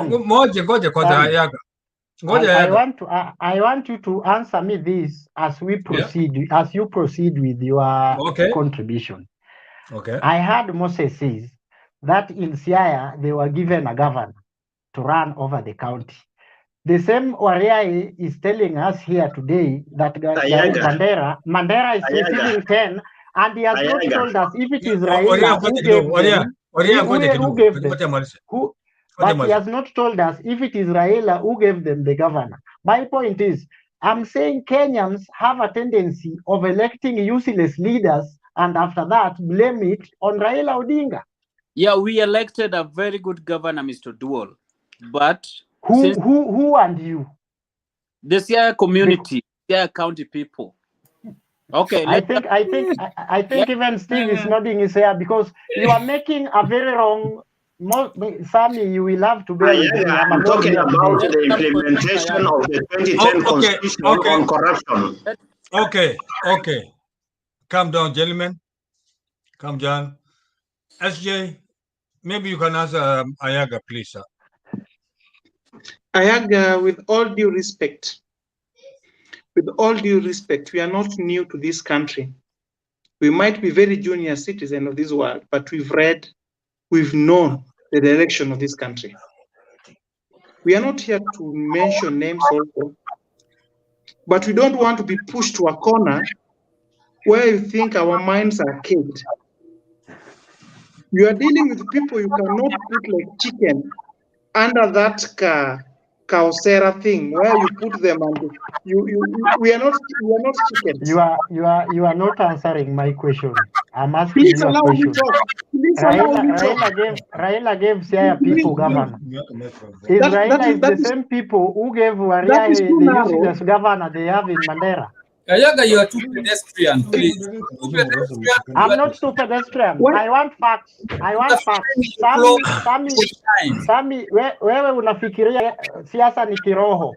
I'm not too pedestrians. Okay. Wacha mtu ongea malize alafu uulize swali. Why are you keep interjecting? I want to be answered. That was a Moses questions. You are the people answering Ngoja kwanza Ayaga, ngoja kwanza kabla sijaendelea, wacha SJ ajaribu nini, pengine ako na suluhisho, ako na suluhu kusudi gani ni walichagua hivyo. SJ ongea. It looks quite sad that when someone is trying to speak out, he's being cut short to give out straight answer. I'm past 1 + 1 = 2. I can also educate you to understand on how you get your facts right also. I'm not on a facts mission, but I'm using theory, I'm using the politics, I'm also following the history to answer your questions. Please do not try to bombard us. At Raila gave somebody some things. Raila, if you are the people who have said that. Ayaga ngoja kwanza. Let the SJ ongea, please, sir. Now, where is wisdom in you when someone is talking and you're on your feet and you're you expect me also to speak? You can't lie to me. I'm not fed on lie. I can't get satisfied with the lies. Thank you. If that is what informs your mind that you are doing something good, you could be hurting yourself on other Ayaga, public can you let him domain. Allow me finish, boss, my brother. Why are we fighting on? Why do you get emotion as if Raila feeds you? I'm not emotional, my brother. I'm not Are you? emotional Are anymore. you? I'm very fine. I'm very composed. I'm very charismatic. What I hate is political of identity. By going down to Rarieda, you elect useless person and blame Raila on it. That one I will not agree with. You go back to Siaya where you heals from, like you here. You want to be a senator. I'm seeing you are of that character. You will be elected, the Siaya people will be complaining, and we will blame Raila on you. My brother, let us have facts. You can disagree honorably. What? Allow me finish, Ayaga. I'm not in anyone's payslip, my brother. I went to school and I'm doing my job. I'm not on pay. I'm not here to make any politician proud. Come on, just listen. Same to me. But if you can't make somebody proud, play your politics. Play your politics. Sorry. Ayaga. Moses. Yes. I was supposed to talk on, but I gave SJ a little bit of time to answer the question. But Ayaga, please, sir, I beg you, with due respect, can you have a little bit of...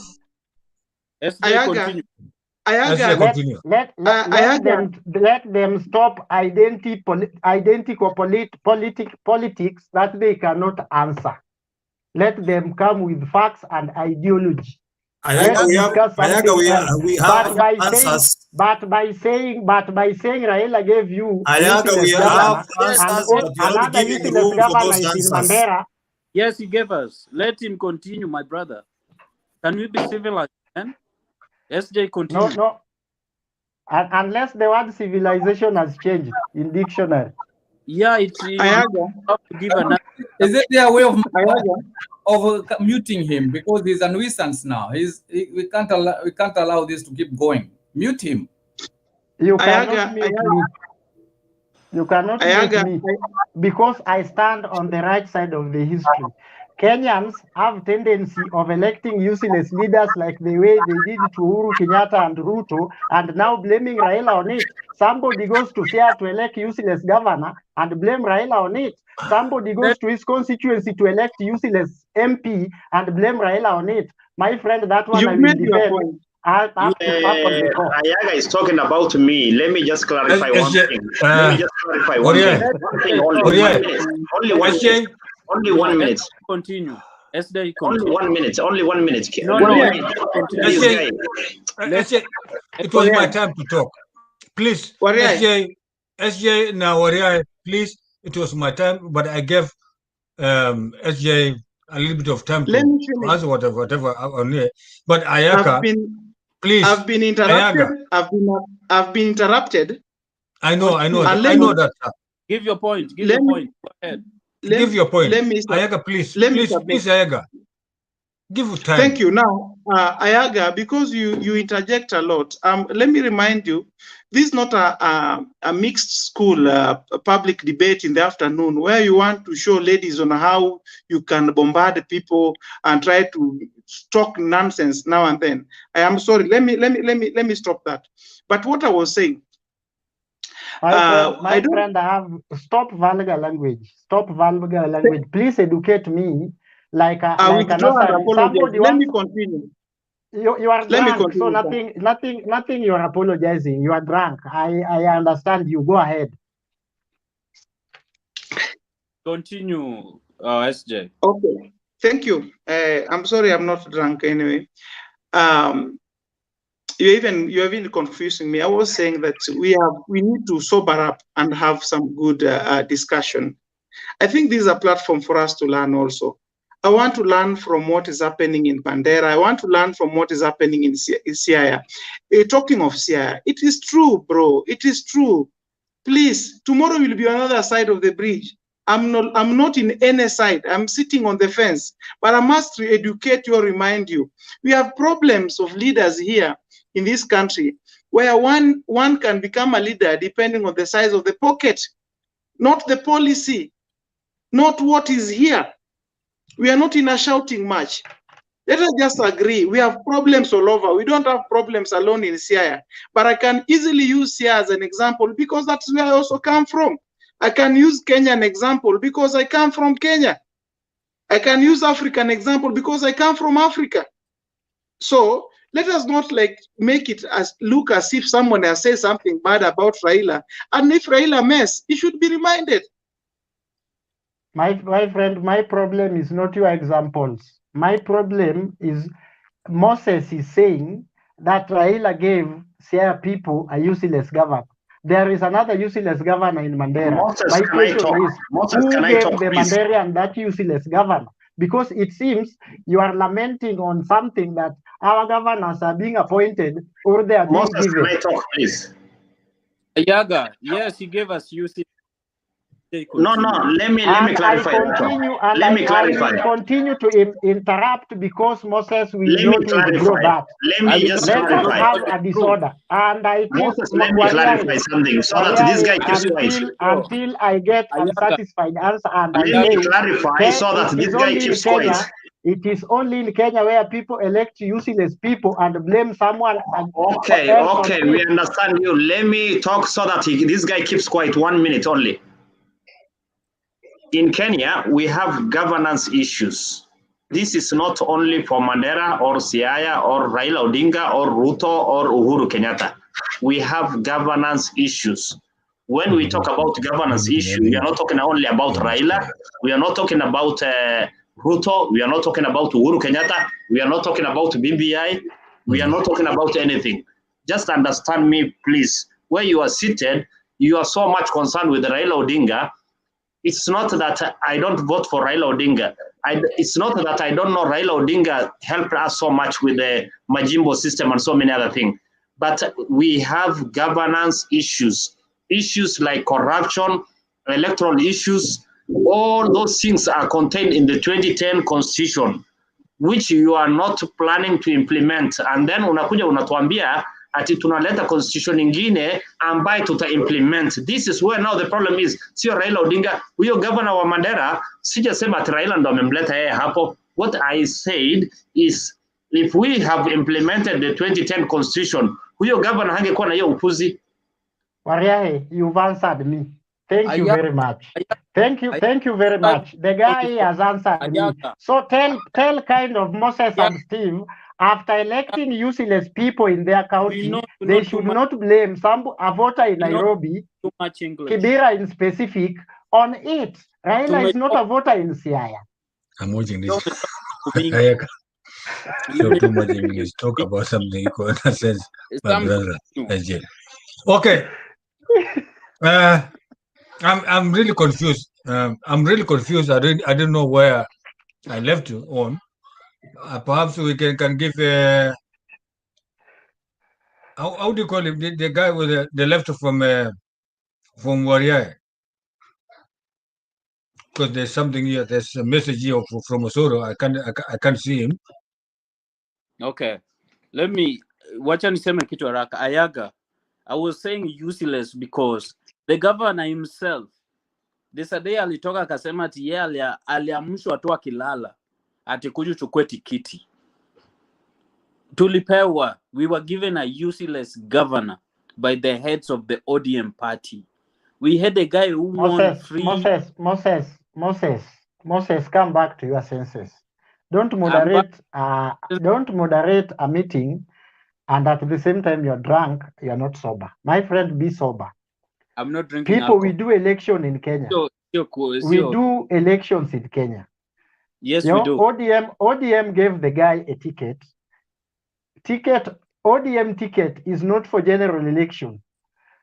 You can be given that ticket like the one, you remember Shakil Shabir? ODM denied him a ticket and he was elected by Kisumu East people. You remember Olaga Lodge? Do you remember Obado? My friend, don't come here to tell us that after Siaya people elected a useless governor, you blame a voter in Nairobi on that. Waria here have said the problem they have in Mandera, they have a governor that do not do as by expectation. the same time, they If can't the come all 2010 along to blame Raila on if it. the 2010 constitution is followed to the letter and implemented, this is what we are saying in this room, and you don't want to hear. If the 2010 constitution is implemented, that governor will not steal our money. Wariahi, I was reacting to a statement made by Moses. I was not talking about implementation of this constitution. You cannot your head up to tomorrow. But I will still remain with my fact that Steve and Moses are lamenting a very dangerous thing that it is Raila that elected people in Nyanza. Who elected Otiende Amolo? Silence is Who not a elected sign Otiende of Amolo? ignorance. Ayaga, I will not allow you to go that route with me. Ayaga, I will not allow you to go that route with me. Come Even on. me, I will not allow you. I will not. Please. I will not. Please Mutembe, listen I to won't. me. mute the mics. Mutembe. Listen to not. me. I will Mutembe. not. I will not listen to you if you are spreading propaganda at the same time you want to become Siaya senator.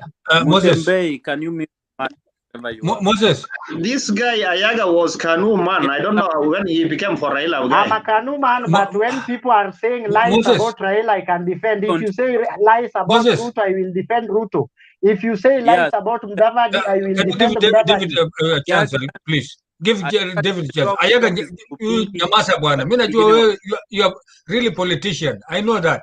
So can you give them a little bit of chance, sir? His donors are here celebrating him. Continue, Sam. I know Ayaga. Because in politics you have to persuade people to be on your side. I don't know why. Yeah, I know don't know that. how Steve will be elected in Siaya and is abusing the people of Siaya. Proud. Keep making your donors proud. I don't know how this guy will be elected and by who. The people he is abusing here tonight. You don't build your case And on the people of Great Siaya is watching you. The people of Uyama where we come from are watching you. Governance in Kenya. We have a problem in governance. Ayaga. Moses, you can't give me a chance. I've raised my hand like. Okay, David, you can talk. David, go ahead. David, go ahead. Thank you very much, Mr. Moses, for the chance, although I've raised my hand quite a number of times. I want to raise one point and then answer my brother Ayaga. I have a question. We are so much annoyed with the ruling of the court. Some are pro, some are anti. But I want to ask my brother Ayaga direct to his face. When Maraga ruled in favor of ODM petition against the flawed election, in quotes, in 2017, I guess, did you accept with the ruling of the court? Yes, I did. What is so different now? Because the same court that is saying the process is flawed and Kenyans are represented. That one you can answer much later. Number two,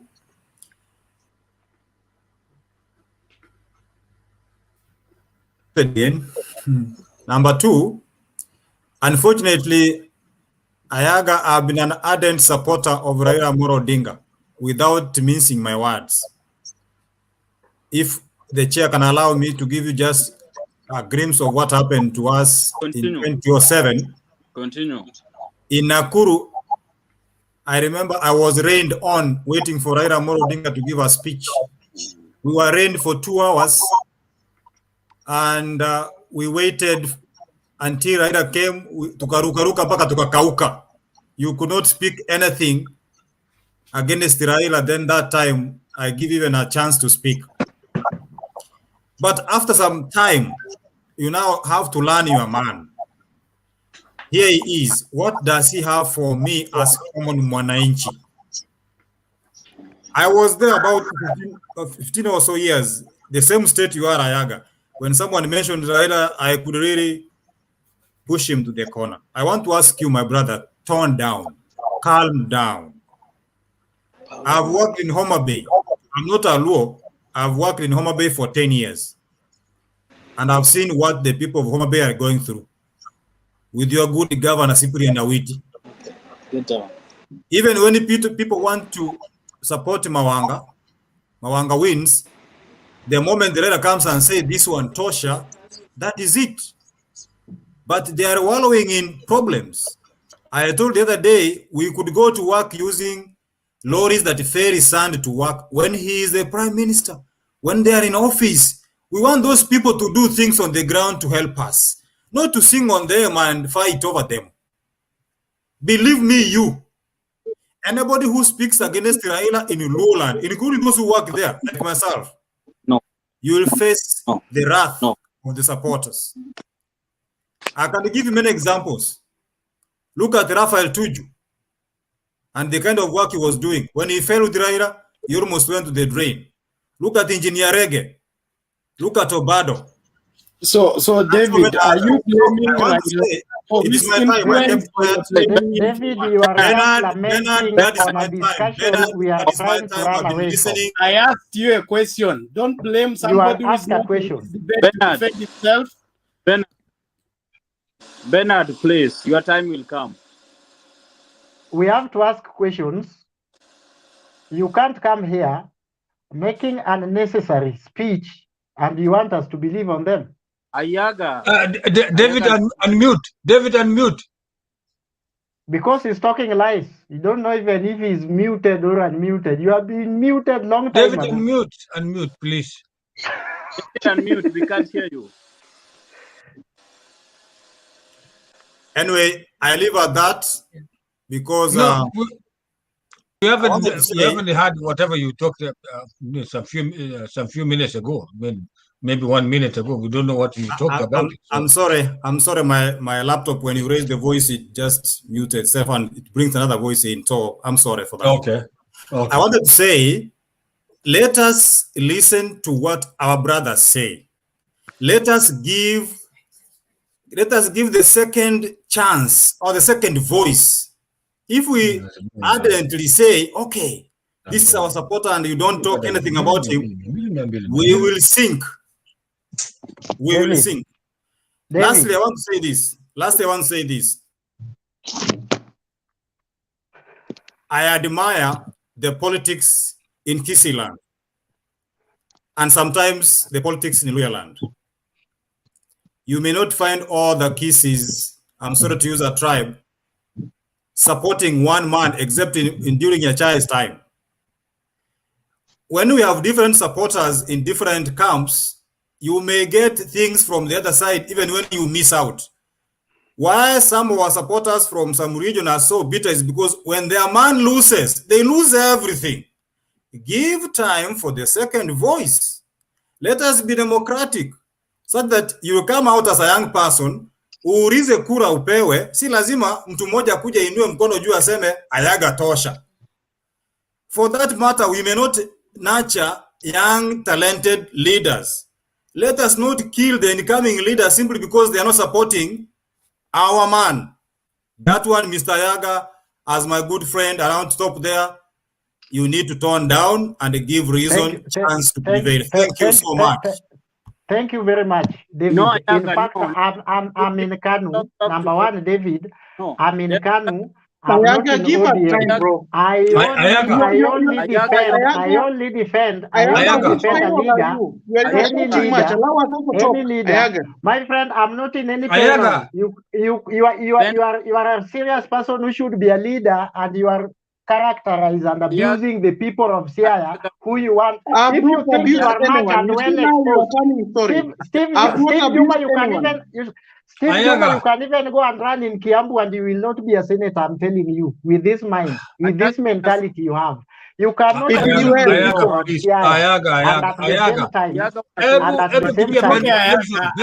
okay. No need of going personal. I don't have anything personal. I don't have anything personal, my brother. He said I'm on payroll. I'm not in. Can you mention the payroll? Hold on, everybody. No wonder you will not see me talking to Ayaga because he's my boy. Ni kama kijana yangu. Unajua sasa mimi sisi naongea na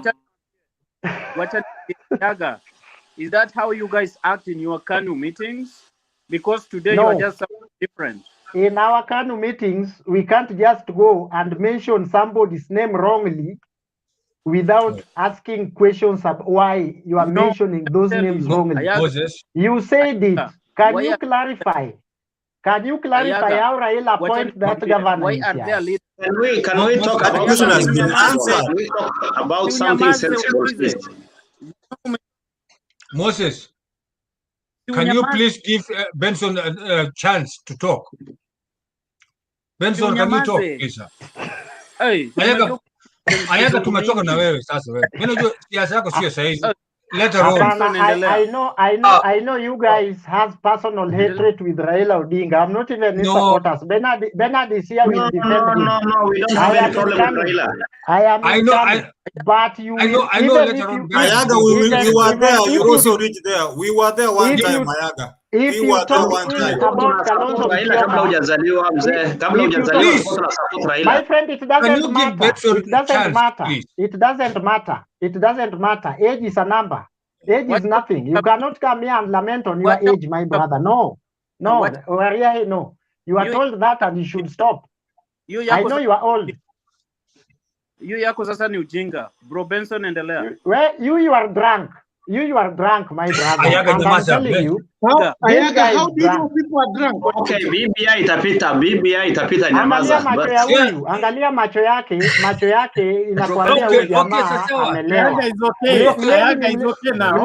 It's okay. There is no another name for Mlevi. Who is chairing? Unatuachia nafasi ya ongee. No, why are you crying? Why are you crying? Wachane, yeye ndo mlevi, tuache aongee. Crying about what? Crying about being abused by two drug people from Siaya. Two drug people from Siaya. Walevi wawili kutoka Siaya hawezi kuja hapa kusema ati Raila appoint our governors. That is very wrong. Benson endelea. Daga, you are ignorant. That's what I can conclude. You are ignorant. Okay. Yes, let's I do am. this. On this, I am. Okay. Very ignorant. Okay. I am David. On this, I am. The only problem is unaongea na watu ambaye wako wakubwa kuliko wewe na hujafika hiyo level. Sasa haina shida. There is no law stipulate that a older person can lie or talk ill against somebody without you interrupting. There is no law. Even in the moral law. Mostly kama hao wakubwa ni walevi tena. That is now the worst part of it. Ayaga, okay. I thank you very much. I think today we are good anyway. We are so much good. One of the things that I would like to say is that I've been watching this from home, and I decided to come in. I have like very few comments to make. I know politics is politics. We are very fanatic. Everybody's able to defend the people that they love. That is allowed. And as always, I'm usually a proud Kenyan and proud of each and every leader that have contributed to Kenya. One of the things that I disagree with Mr. David, let us appreciate each and every leader. I do appreciate Deputy President William Ruto where he has done good. I do appreciate Mudavadi where he has done good. I do appreciate Uhuru Kenyatta where he has done good. I do appreciate Raila where he has done good. But like in life, there are people that we do follow, and a time reach when you get that knowledge and you feel like what you aspire or what you're looking for your country, you cannot find it in that man. The best way to do is just leave the man and don't say very bad things about them, because like there are things that hurt people, and I will tell you for sure. And another thing you have to consider in Luoland, the things that are very traditional, because like you might find that in Luo tradition, there's a way in which somebody is told to be a leader and people follow that person. So if you want to say something that is very wrong about Raila, you are bringing solution. Just be clear. No, I'm not clear. Let him talk.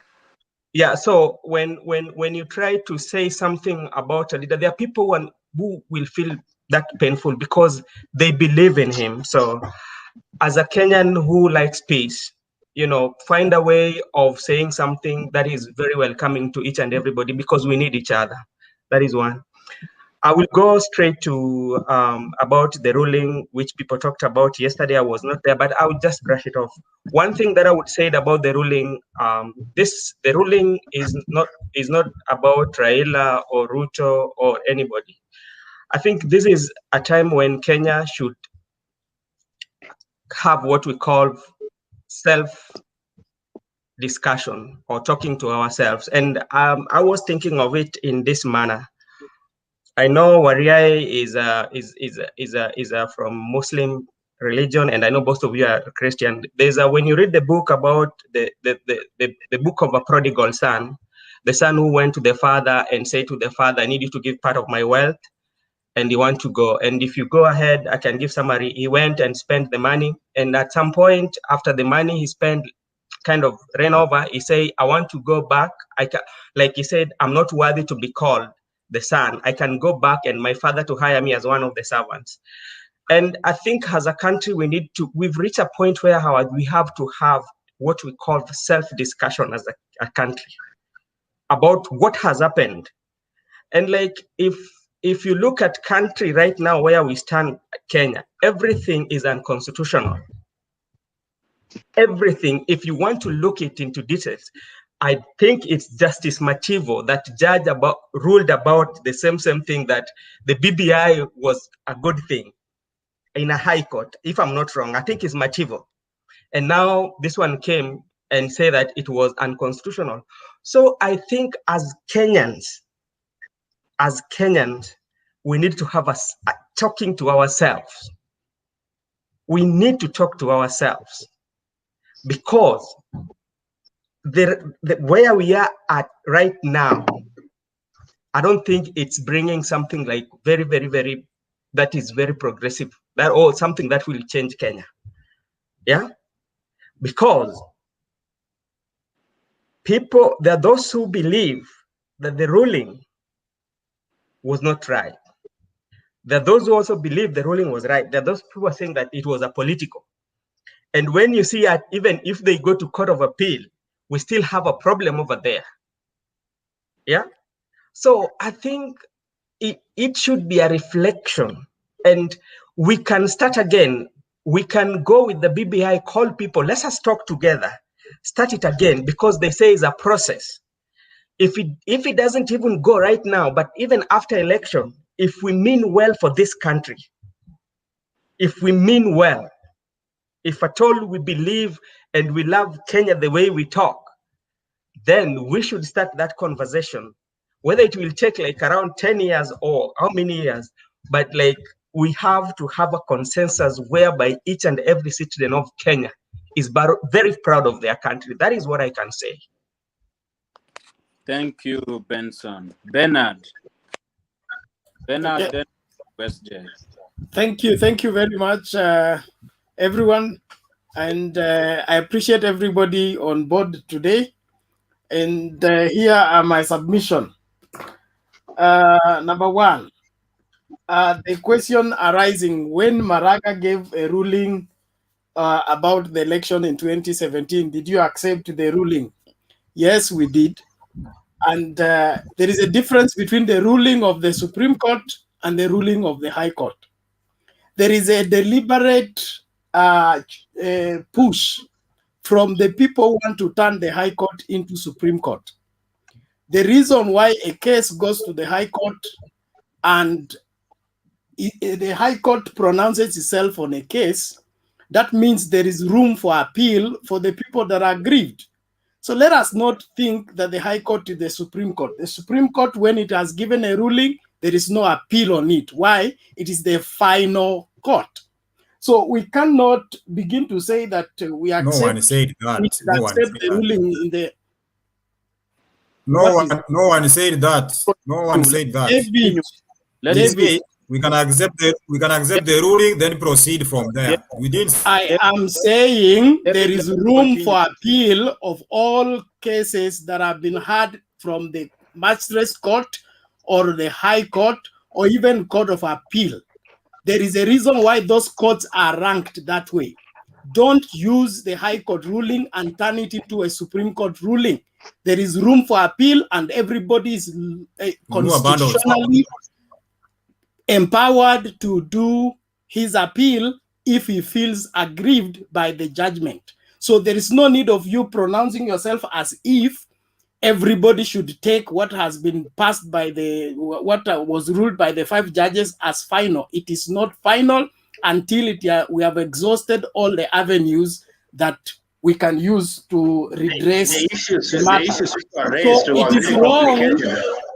It is wrong for you to begin to treat this ruling as if it is Calm down and come slow. You are jumping over that conclusion. That was not the discussion. I was the one who is ignorant here. Now ignorant people are many here. Why can't you let Bernard talk?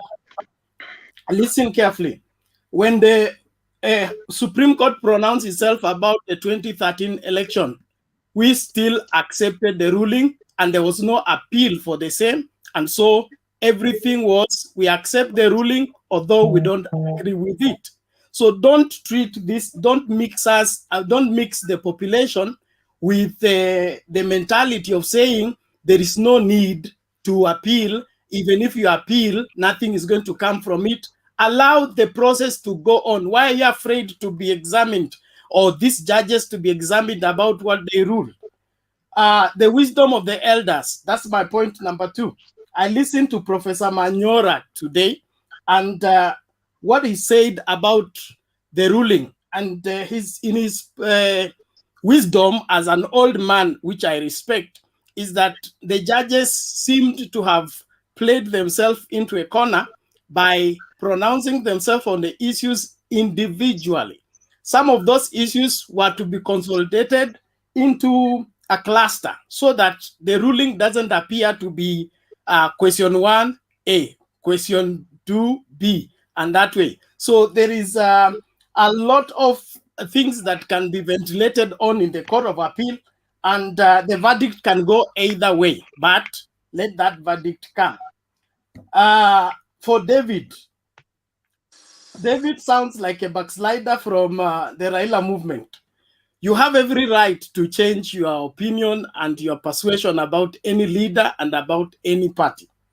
But when you break up with your ex, let your ex have room to get another person. You don't have to block every other person to associate with your ex simply because you walked out of her life. She has a right to get a new partner, just like you have a right to go and look for green pasture. Let Raila and his supporters alone.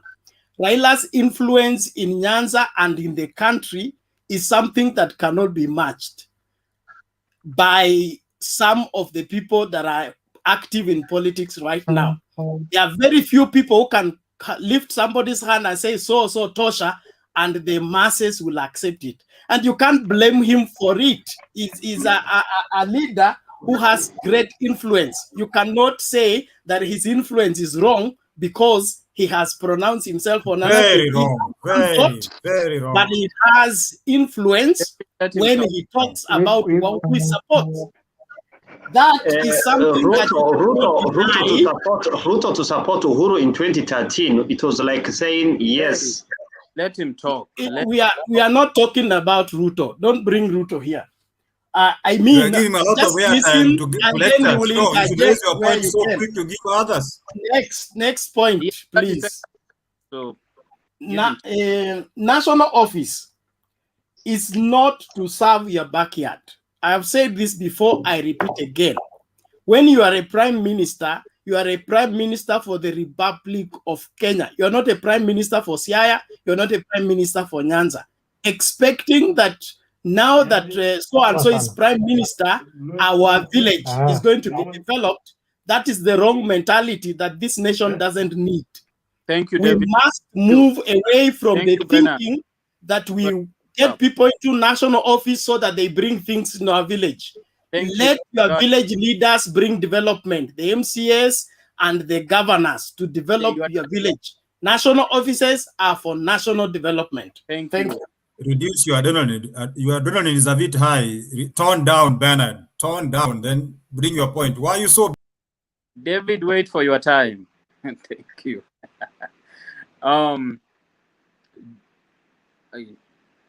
Jina imepoteza, siwezi soma hiyo comment. SJ. Thank you, Moses. SJ.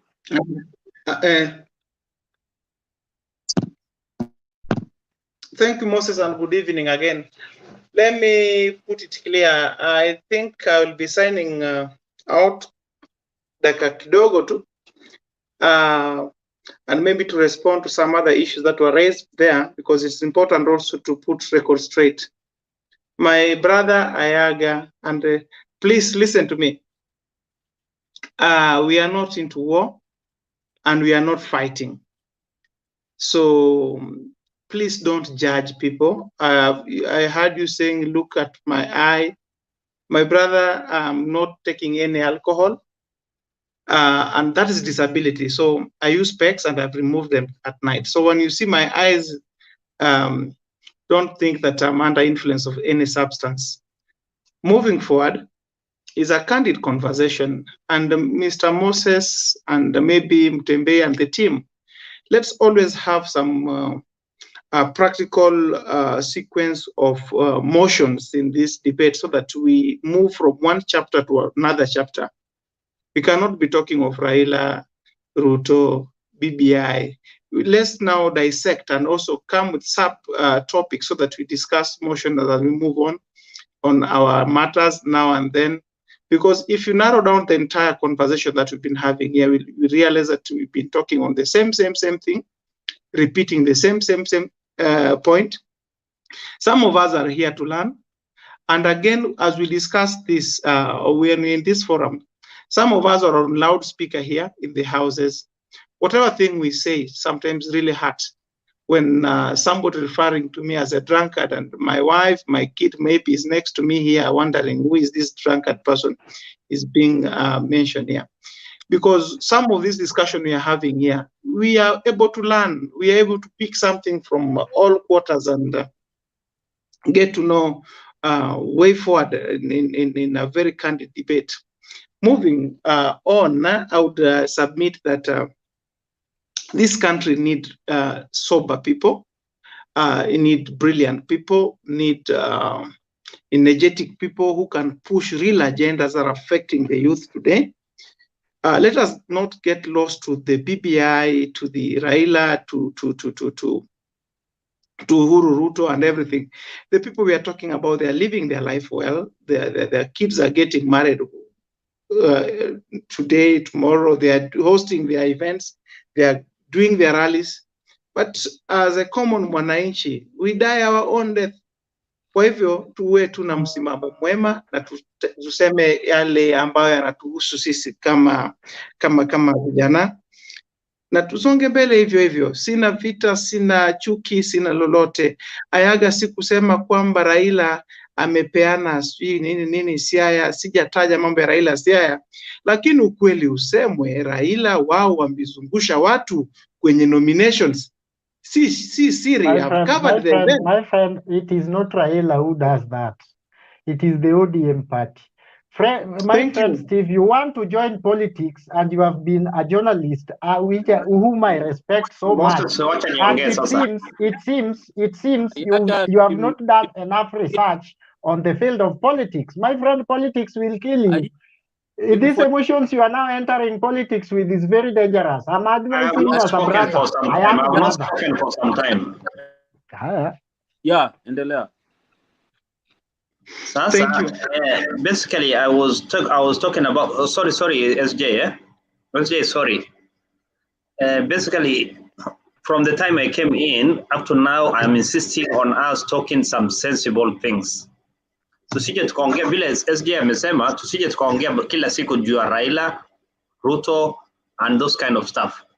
Kenya, we have so many problems. Sio Raila ama sio Uhuru ama sio nini. Wala sio BBI itatusaidia. Implementing the constitution ingetusaidia sana, lakini some people are taking us for a ride. Na hiyo kitu sijui, I don't know, sijui kwa nini watoto wadogo kama kina Ayaga hawajaambiwa ya kwamba hii kitu ni very important. Ayaga, to implement the constitution is something very, very important. If you will have implemented the constitution, Raila labda sahi ingekuwa rais. Because ameimbiwa. Can I ask you a question? Hold on.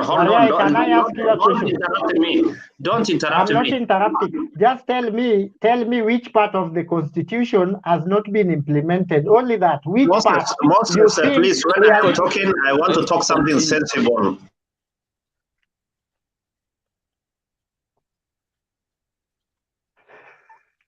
Ayaga, you don't enjoy monopoly of arrogance.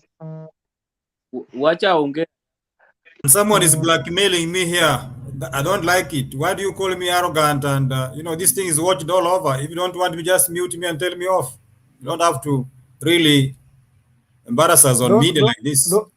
Those are viewers. When you are calling me arrogant, I'm also feeling the same.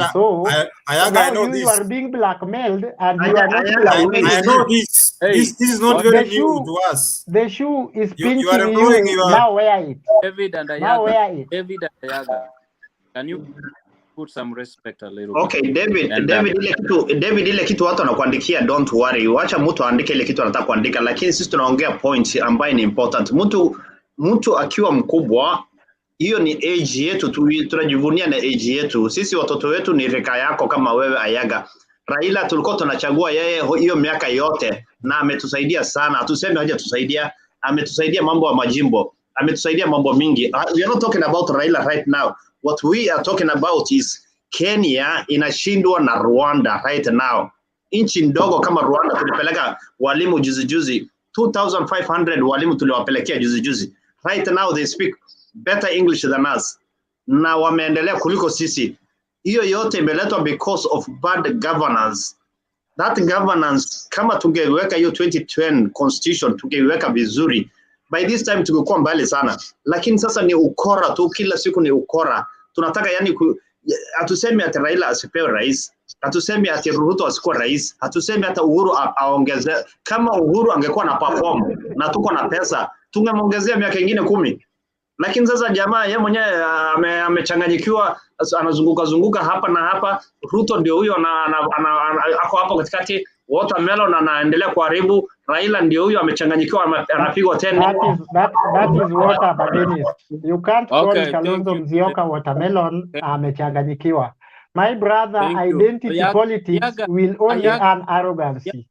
The identity politics you allow Moses will lead to arrogancy. You cannot stop Wariae when he's abusing our leaders as watermelon and wamechanganyikiwa. My friend, I'm against that.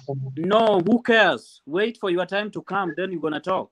My friend, some people care. We care. We live in this country. We care. If you're outside there and you don't care, let us care. We care. If you do care, Ayaga, I've done my research. Ayaga, I've done my research on you. Ayaga, I've done a research on you. SJ, Ayaga, respect people's time, man. If your time comes, you talk about that. No, for what? Let SJ come with this research. Non-starter who is SJ Ngoja. Okay, gentlemen. Okay, gentlemen. SJ. Can the chair take charge of this show, please? Yeah, I'm judge, but there's nothing. People like Ayaga, I thought you don't heckle. Yes. Now unacheka as if it's funny. It's not. So this guy is just a small boy. I've just seen him. He's a small boy. SJ, I'm very small. I'm very small, SJ. I'm not old. I'm not old. So if you think I'm old, I'm not. Please, Ayaga. Let nothing be personal on this matter. If you are aggrieved, mnaweza onana kwa private chat huko. No, you say he has done some research on me. My friend, go ahead with your research. I don't care. Bernard, I'm an unstarter. I'm younger than you. Ayaga, Bernard, I will correct you if you are wrong. Hebu tuchukue Joram. Wacha Joram aongee kidogo. Thank you very much. I listened to us tonight. I asked myself, if we were to replace the old leaders and we put ourselves in parliament, in these big offices? Is this how we would wish our nation to look like? If you are to be screenshot and your video to be played, would you wish to see yourself and enjoy what you're saying tonight? We may raise our voices, mention harsh words, but by the end of the day, what separates a fool from a wise person is the choice of words, is the choice of character, is the persona in a person. A wise man is not gauged by how loudly he will shout, but is gauged by how well he'll articulate his points without minding the person as others view, and without making it seem as if it's personal, but allowing divergent views to come across and respecting people's opinion. By the end of the day, no one has a monopoly of ideas. I cannot almost say that Ayaga is perfect, neither is SJ, but all of us, number one, we are Kenyans. Number two, there is something that bonds us together. There is a flag that symbolizes that we are Kenyans. There is a constitution that bonds us together. Our leaders come and go, but there are things that we not need to forget. There is a symbol that binds us together. Those cords that bind us together, those are the ties we should take care of. I might be from a different tribe from Ayaga, but what makes me love Ayaga is that the fact that he is a Kenyan. He might not be defended by a US or another nation, but he will be defended by Kenyans. When Ayaga succeeds outside there, he succeeds as a Kenyan. Let's look at ourselves as Kenyans. As the whites are proud of their color, let's also be proud, one, of our color, two, of our nation. It's not a mistake that we're in Kenya. Number two, it's not a mistake you are born in that tribe you're born to. We appreciate all our leaders. They might have weaknesses because they're human beings. That doesn't mean we have all the justifications to call them names and to use such a platform to like send a vendetta against anyone. We just need to be strong and sober. We are the next leaders. Ayaga will be the one replacing Raila Odinga tomorrow. Will the children that we have look up to you? Do you have substance? Or will we be the leaders who heckle, but when the tire meets the road, we have no substance to show? If I can go back to the topic, and maybe because I felt we were almost going out of hand, let's center our debate in a way that, one, we ask ourselves, if we were to replace the current regime, what different thing can we do? I look at Bernard. He is a leader. Bernard, if you are given the Ministry of Interior, what would you do different? SJ, if you are given the post of Attorney General, what advice would you give? Ayaga, if you are to advise Ruto, what form of advice would you give? I wish we would come to a level that we talk issue-based discussions. We look at our nation and talk points. We talk on matters that concerns our land, because by the end of the day, we are the leaders. It's just that you have not been elected. Bernard, it's because you have not been elected to be a leader, but you are a leader in your own capacity. SJ, you are a leader. You have said you have a family, a father, a husband to someone. That is a leader in your capacity. And as it has offended you to be called names, to be demeaned on air, that is how much it should make you feel so sad when someone speaks ill of our nation. Thank you, sir. If I can take it back, and then maybe I'll come back with the issues, but Okay, thank you. Thank you. Bro Benson. Asante tena. Mi nawashukuru sana, na mimi ni mtu ambaye napenda amani, na venye ndugu yangu ameongea nasikia ni kama nimeguswa. Kitu ambacho is not personal, nataka about SG. SG said something that I think that that's my opinion. Is not like I don't agree with him. At the same time, I agree with him that let's forget about Raila, Uhuru, Ruto, Mudavadi. one thing that as a Kenya we have to believe, these people, there's something that they played for our country. We cannot take them away, but we have to learn from the mistake they've made. That's what makes a country great. What makes a country great is learning from our mistake. How many times did we fall? We can fall 100 times by mistake that is made by Uhuru, by mistake that is made by Ruto, by mistake that is made by Mudavadi, Raila. But the only time we will realize our greatness is to appreciate how we fell and how we are rising up. And how are we going to rise up? Are we going to rise up as people who have hatred within themselves? Are we going to rise up as people who still believe in tribal politics? Or are we going to rise up as people who believe in one Kenya? But when I see somebody from Eldoret, I don't see him as a Eldoret. As a Kalenjin, I see him as a Kenya. And I usually tell you this, you people experience this. Every time we watch an Olympics, when I see somebody from Eldoret winning that marathon and flagging out that Kenyan flag and that national anthem is being played, there is that joy that I feel. I don't feel for him because in an Eldoret, somebody from Eldoret. I see Kenya. I see plenty within our borders. That's what I see.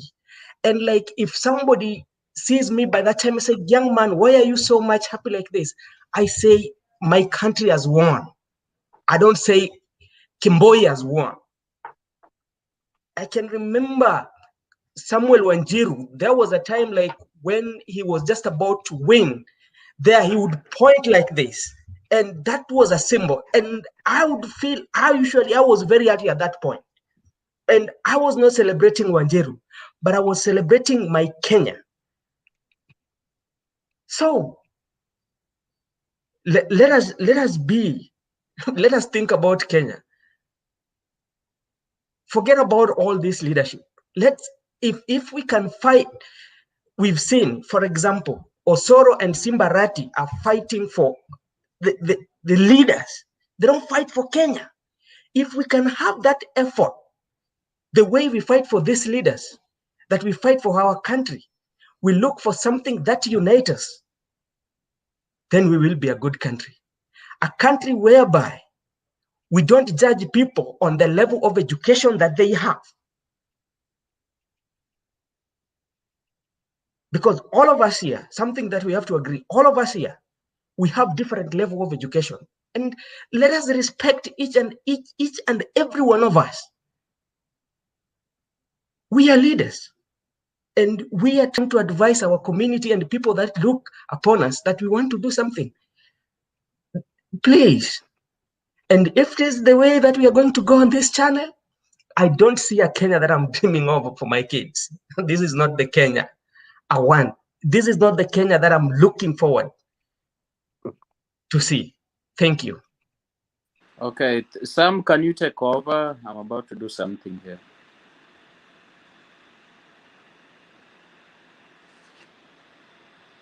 Sam, unmute your mic. We can't hear you. Unmute. Ayaga. Thank you. Do you have something to talk? Yeah. Thank you very much. Strictly 3 minutes, sir. Thank you. Even if you give me 2, I don't have a problem with that. I only want to. Thank you.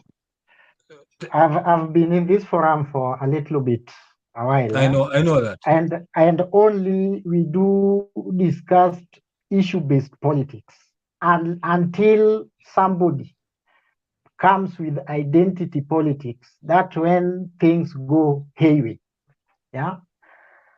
I have been here defending William Ruto. When people call William Ruto a thief, I am, as Eric, I have been telling people, no, give us evidence, and pushing people to the wall to give us evidence. I'm not in UDA.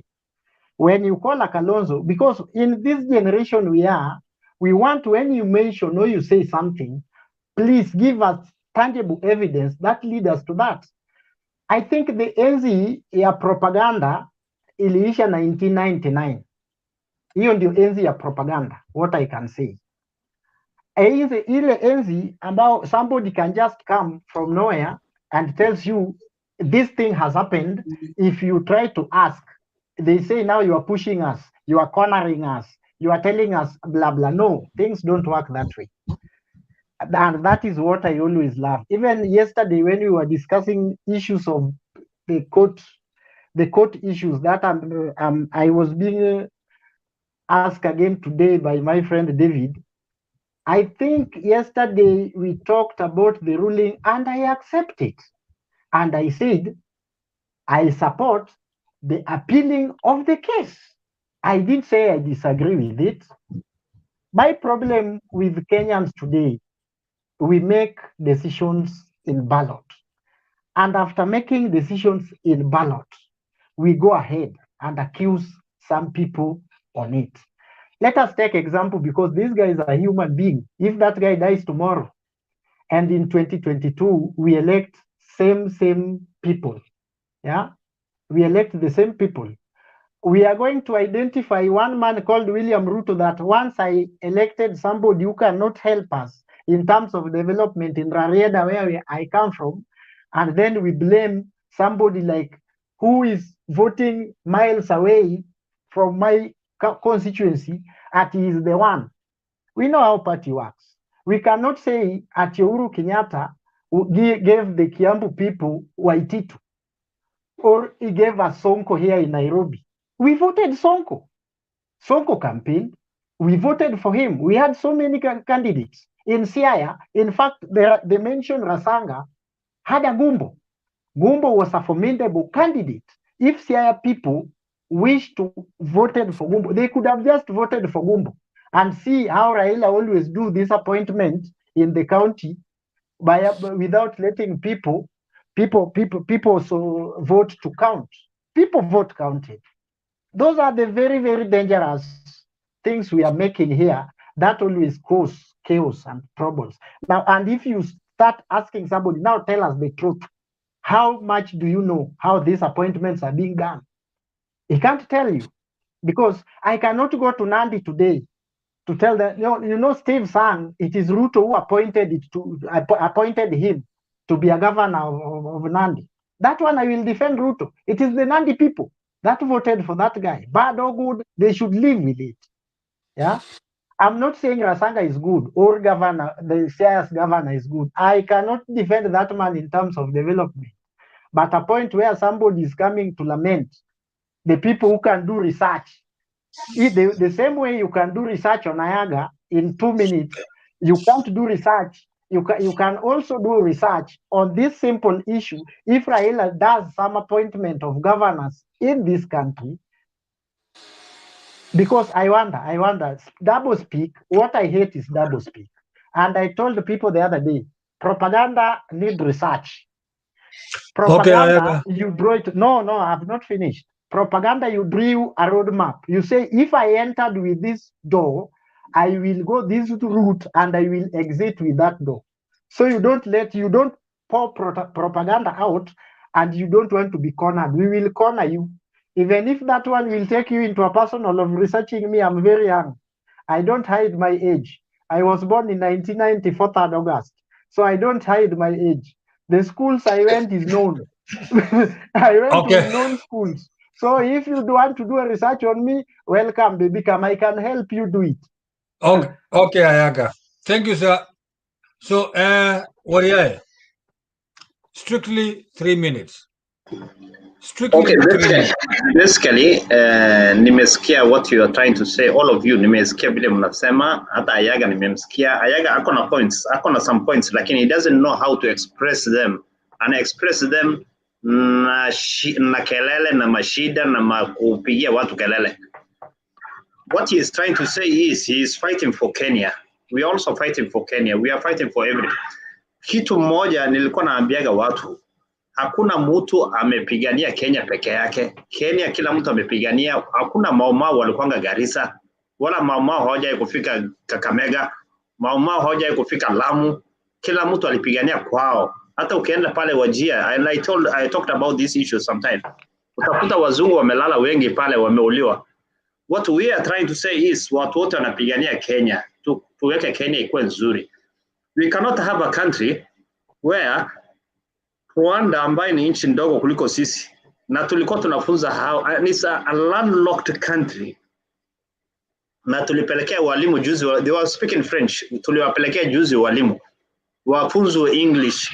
Rwanda sasa all the companies are relocating to Rwanda, and people intercontinental ambaye tuko tunaonaga pale karibu na Uhuru Park inafungwa because ya upuzi, because of poor governance. Our poor governance is brought about because of not respecting the constitution. If we put up the 2010 constitution, na tumeweka hiyo constitution na hakuna mtu anafuata, how can you tell me at unabadilisha hiyo 2010 constitution ndio tukuje tupate hiyo BBI? Why don't you implement first the 2010 constitution tuone kama inaweza kufanya kazi? Chapter 6 inaongea juu ya watu ambaye ni wakora, wamiba pesa. Why don't you use that kuweka watu ndani, tuone kwanza kama unaenda kuweka watu ndani, and then sasa tuje tuseme wale watu wamewekwa ndani wakuwe hanged in BBI. Unaona sasa, now to improve hiyo kushikwa peke yake, tuseme hiyo watu wauliwe tena. Lakini you cannot come and tell me chapter 6 imeandikwa vizuri pale kwa 2010 constitution, haujashika mtu mpaka leo. Hakuna mtu wako ndani mpaka leo.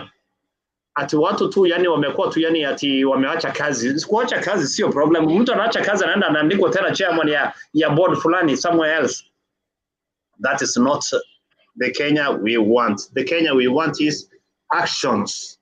Tunataka actions. Kenya Airways, I talked about Kenya Airways the other day here. Kenya Airways, hiyo ndege mnaziona sio yetu. Sisi ni jina, hiyo jina ndio yetu. Kenya Airways imeandikwa kwa hiyo ndege. Hizo company ni ya Wahindi na wazungu wengine.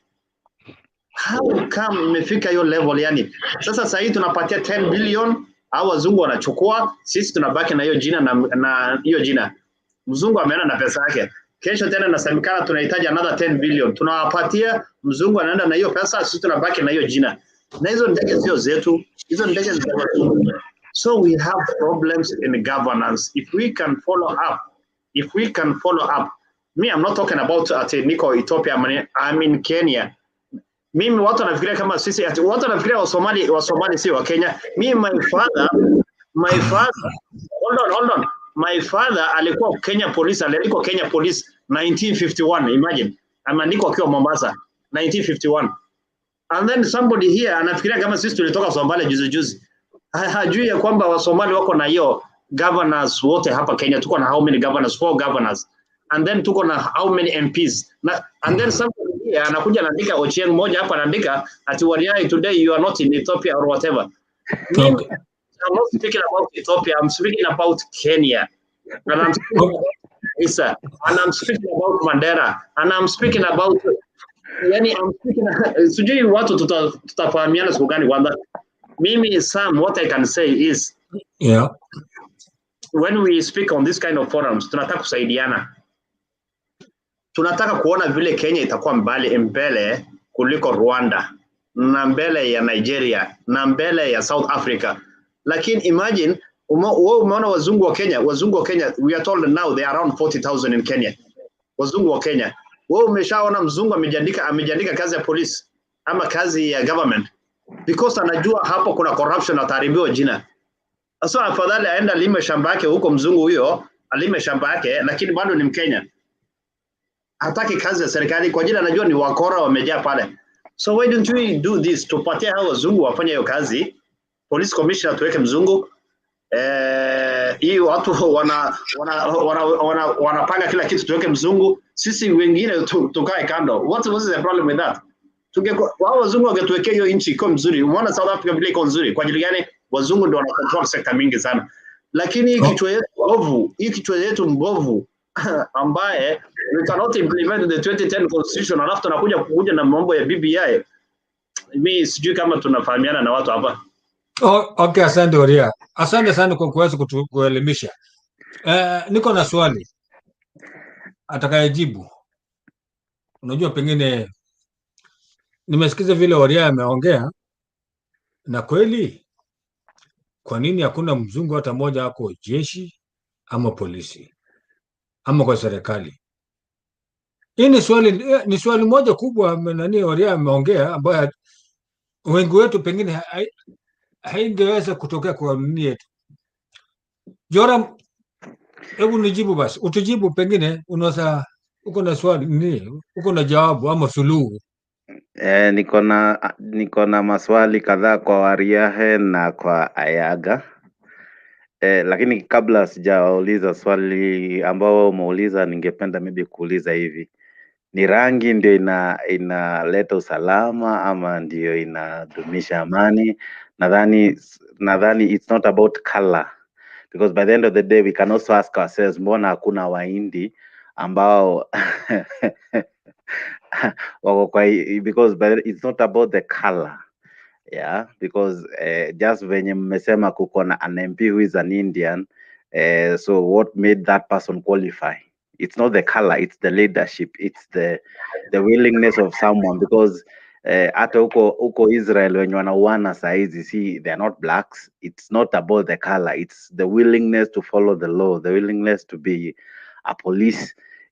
And then the other thing, there are rules and regulation. You have to be a citizen. If mzungu sio citizen, hawezi kuwa polisi. Okay, Joka, mbona nijibu? Now, Joka, mbona nijibu? let me ask you a question. Acha nikuulize swali kabla hujanijibu. Umetuambia shida zetu za Kenya, umezilist vizuri sana. Umetueleza jinsi ndege si zetu, Wacha niongee mambo hiyo wakala kwanza. Okay. Wacha niongee hiyo mambo wakala. Ukiona unaona kama Kenya Wildlife Service. Let me give you a very simple thing. Kenya Wildlife Service, wanyama wetu walikuwa nauliwa in quantities. Ngamia hizi zile zinaitwaje, ndovu zilikuwa zinauliwa, tusks, you can see the tusks za ndovu zilikuwa zinapotea, kila kitu inapotea. Mpaka mzungu Liki akakuja akatafuta funding, wakatengeza kitu inaitwa conservation. Nifahamu vizuri akatengeza conservation. That conservation really saved the Kenya wildlife. That is why unaona wazungu wako na ngoja nijibu. Wazungu sasa hivi wako na conservation. Enda kwa any conservation, enda Lewa, enda Ole Sapit, enda kwa hii ya Masai Mara. All conservations zinahandliwa na mzungu, zinaleta pesa mzuri kwa tourism na zinakuwa handled properly. Kama tungepatia Kenya moja, I am telling you anything. Safaricom unasikia leo hawajapata pesa mwaka hii. Mwaka hii Safaricom hata hawajatengeza pesa. Kwa ajili Mkenya ndo ameletwa pale. Sasa ile mzungu alikuwa pale, pesa ilikuwa inakuja tu pole pole. Sasa hivi anasema ni COVID, ati sijui ni COVID, ati just because of COVID ndio pesa imepotea. Si kwa ajili ya COVID, ni pesa inaendelea anza kupotea kutoka kwa Safaricom. And in 10 years kama utasikia Safaricom imeanguka, utaniambia kitu. Kwa ajili if you give service, people, I was in Mauritius. I went to Mauritius. They are giving out services. Right now, I'm in Dubai. They are giving out services. So Dubai does not have anything, but they are giving services. If Mauritius can be able to give out services, na kuchukua tourism wetu wote, you know what we're talking about? We are talking about 10 million tourists. 10 million tourists, na kila moja kuja na $1,000. Hiyo pesa ni ngapi? Just because of our nonsense, because of stupidity, mtu anaenda anatengeza hoteli kwa barabara ya wild beast, mali wild beast inapita, just because of corruption. Ujinga ndogo zinatuharibia sana hapa Kenya. Si ati skin color inaweza kukuwa na additional importance. That is why wazungu wanaweka kitu kama apartheid. Kwa nini wanaweka apartheid? Because hawataki hiyo puzi ya kibira zinakuja kwa mali kama kara. Can I now respond? Warie, what you have done is a conversation that I found ambao mko mna discuss ati a certain leader maybe in Homa Bay, in Siaya, mbona haja perform. Is the same now, may change now from a leader, now umeleta in form of a color. And you see, a bad leader, whether making red, green, whatever color, it's a bad leader. Trump, I don't know what class you'd classify him. If I look at you now, wewe ni mweupe kuniliko. Does it mean you're a better person than me? Usiniingize kwa hiyo maneno. No, nimekuuliza tu because it's not about color. Wait, let me finish. Let me finish. Usiniingize kwa hiyo mambo ya color. I was talking about governance. Okay, Joram na Wariae, tafadhalini ndugu zangu, naomba msiongeze mambo ya sijui kala mweupe ama nini. Hapana, tunaongea kama binadamu, kama Wakenya, kama Wakenya, sio kama binadamu, ni kama sisi wote ni Wakenya. Na ndio posa mali mtu huko uwe ni Mkenya. Okay. So wind up, Joram wind up. Okay. Alafu David, alafu Bernard aongee. Kutoka David iende kwa SJ alafu Bernard because Bernard mnajua anaongea mzuri, so it will take a little bit of long time to talk. I would want to say the following. Number one, we make our own mistakes and then end up shouting so loudly when our mistake come back to slap us on our faces. Leaders are elected by us. The choices that we make bring back the equal response of the consequences that we bear. When you elect a bad leader, whether that leader serves the purpose or not, it was the first mistake began when you elected the person. Mostly we are driven by euphoria, the mood of the moment. We elect because of the popularity maybe of a party. We elect because someone has a bigger crowd in a rally and all that. But we don't elect a leader. People who have elected leaders, they enjoy the benefits of the leadership given. People who have voted for genuine leadership have enjoyed the outcome of their votes. And at times, I think we need to reach a point and ask ourselves, when we silence the voices of a party, when we silence the voices of our tribe, when we silence the voices of euphoria and the move of a crowd, can we now look at a person from a personal base and look at the performance? You know, like when you go for a job interview, they look at your CV. Can we look at our leaders from a CV point of view, not from a party point of view, not from a tribe point of view? You know, at times when a leader is said to be corrupt, we end up by saying, oh, this comes from our home, this comes from our family. We don't look at the wrong, the mistake, that when that person stole money, he affected our society, he affected our governance, he affected the rule to enjoy some services that he stole or squandered for his own basic need. You know, by the end of the day, we fight for one leader and we forget when this leader at times they are chosen, they only look at their own family, their immediate family, their wives, their husbands, their children. They forget you, the voter. They forget you who woke up very early in the morning. Yeah, you who gave the vote, you who should come first. They forget about you. Now we attack each other here on such a platform because maybe I mentioned a certain individual. It might be my own feelings, but let's now begin to talk of facts, evidence. I like what Ayaga said. When we mention a crime that a leader has said, let's come with facts, because some of these things that people say here are hearsay. They are not backed up. It's what we found people saying. Yeah, it's what we had people say. It's not something you can prove. It's not something you can back it up with evidence. By the end of the day, a leader is created. A leader is someone with character. Some of our leaders, character is wanting. Some of our leaders, they dance to the loudest tune. They have no personal identity. If we can sit down and almost analyze one by one, we will have a nation that is able to go far. Nations that have made it, they have sound leaders. They have leaders who we can almost celebrate. But when it comes to our nation, we don't look at the leadership. We don't look at what they can do. We look at them from levels of tribe. We look at them from levels of this person will do this for my community. But when that person goes to office, he does not remember the community. He remembers his family. He steals in his name, but we defend him in our tribes. We defend him because of the region he comes from. Ladies and gentlemen, or rather all gentlemen that we are here, if we cannot talk issues, Bernard, I know you are a leader. I would wish you tell us tonight, if I was in the position of leadership, this is what I can do. And then we listen to you. We analyze Bernard as an individual. SJ is a leader, someone we can look up to, someone who can speak thunders of knowledge and we listen to.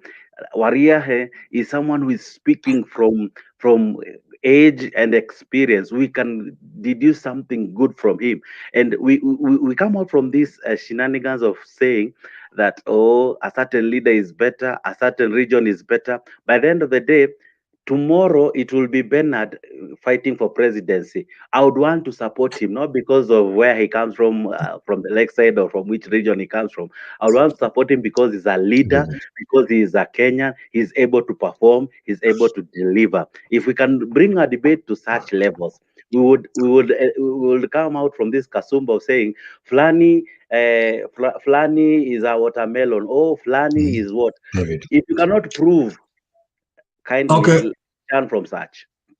Joram, thank you, sir. That's a very good narrative. I suppose most of us have heard it. So, tunazapatia nafasi kidogo David. Okay. Alafu Bernard, alafu Duke. Is it Bernard ama JS? No, kutoka Bernard iende kwa SJ alafu Duke. Please. Sorry. Okay. Thank you so much, Bwana Chair and Mr. Sam, for the chance. I hope this is the last contribution I will make so that I can give others chance to do that and also have time to do other things. I want to start by saying that I agree with Joram that we should choose leaders based on the CV. That one I agree with you 100%. Secondly, I also want to say that we cannot talk of politics without invoking the names of major players. When we invoke the names of major players, I want to appeal to my brothers not to be emotional, or rather say, I'm going there to silence so and so. Why do I say this? If we have given you the opportunity to lead us for 5 years, be courteous enough. Take your first year, organize your work. Take 3 years, perform. Have the last year come and tell us.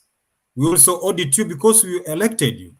When we audit you, unfortunately, some of our supporters, some of them new in the party or in the groupings, they become agitated. They don't allow a leader to be interrogated.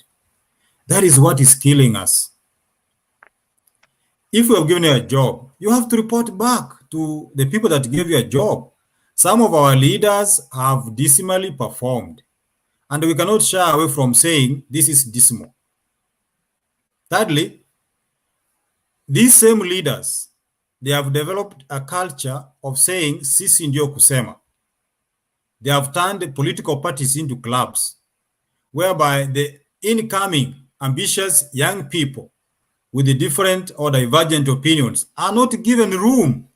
Joram, we are not propagating propaganda. Some of us, we have been returning officers of parties at grassroots elections. And when you go to meetings, I don't want to quote names. I was told this one, we are doing it for PR. We have our names. You must make sure they come as we have presented.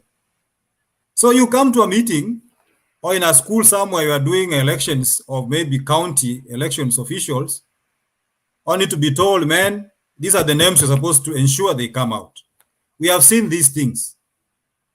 Let us give those leaders who have the desire to lead time. Let us give them opportunity. Let us not silence them, not because they are not aligned to the current office. That is what actually is bedeviling our parties. I'm sorry to say that.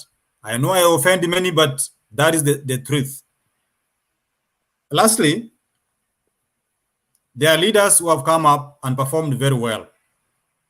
But our proponents, the major players, have worked very hard for their downfall. Very, very hard.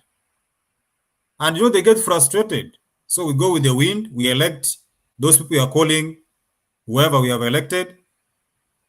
We keep the cycle lamenting every now and again. So I want to say this. If we elect people, they must be accountable to us, regardless, as Jerome have said, the tribe from where he comes, the region from where he comes, let him show performance.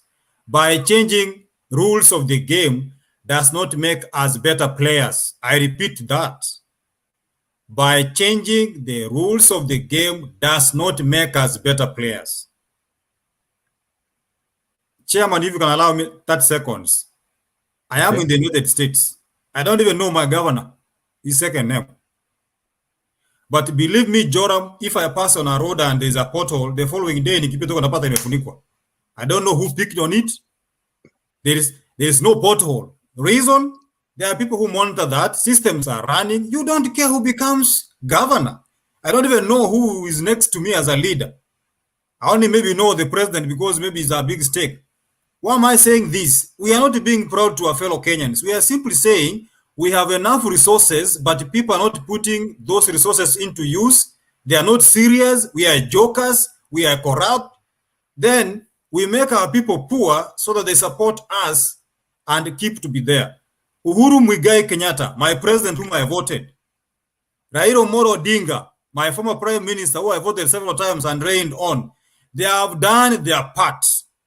Let them not take Kenyans for a ride in the name of BBI kutuzungusha waende nyumbani, katiba tuko nayo to implement tuendelee mbele. Asanteni. Good, thank you. Before Bernard, can I give SJ time a little bit? Then you take Bernard. Sorry, sir. Thank you, Chair, for opportunity. First, let me tell Jack Joram that I'm very grateful for your information that you gave earlier in your very in-depth and unmatched sense of thought about how good conversation should be conducted. And I agree with you in totality.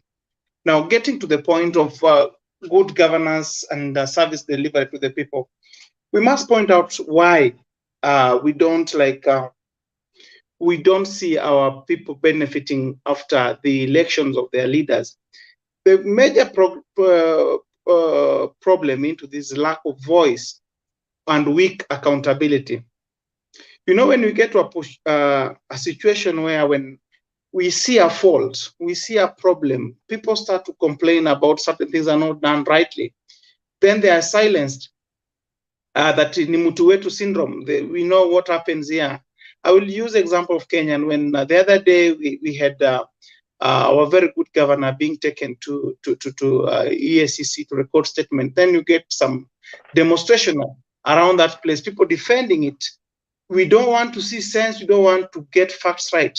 That is a major problem. Then we have issues with the political instability. How do you want us to move on when we fill the entire environment with politics? Just like the other day, I will use BBI because BBI is the recent kind of political political affair that filled our air the recent past. You get it's a weekday, like let's say Monday, then there's a rally somewhere along the road. The roads are closed.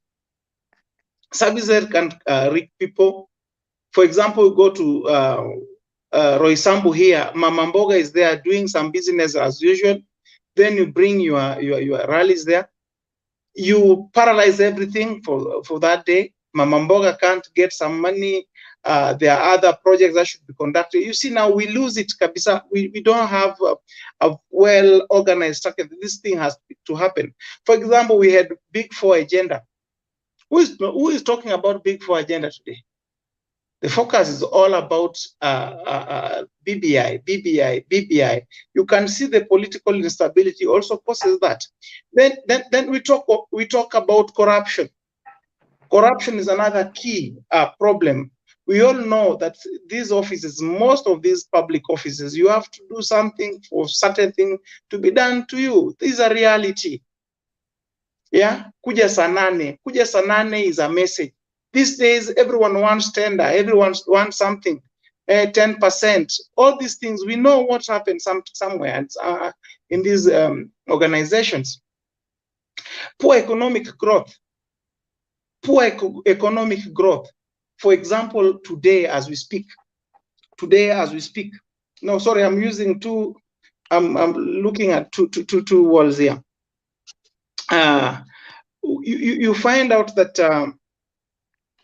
when the country is getting into debt now and then, the people here, they expect their leaders to bring service delivery to them. But then again, we're in a borrowing spree. How will we develop when we can't grow on our own?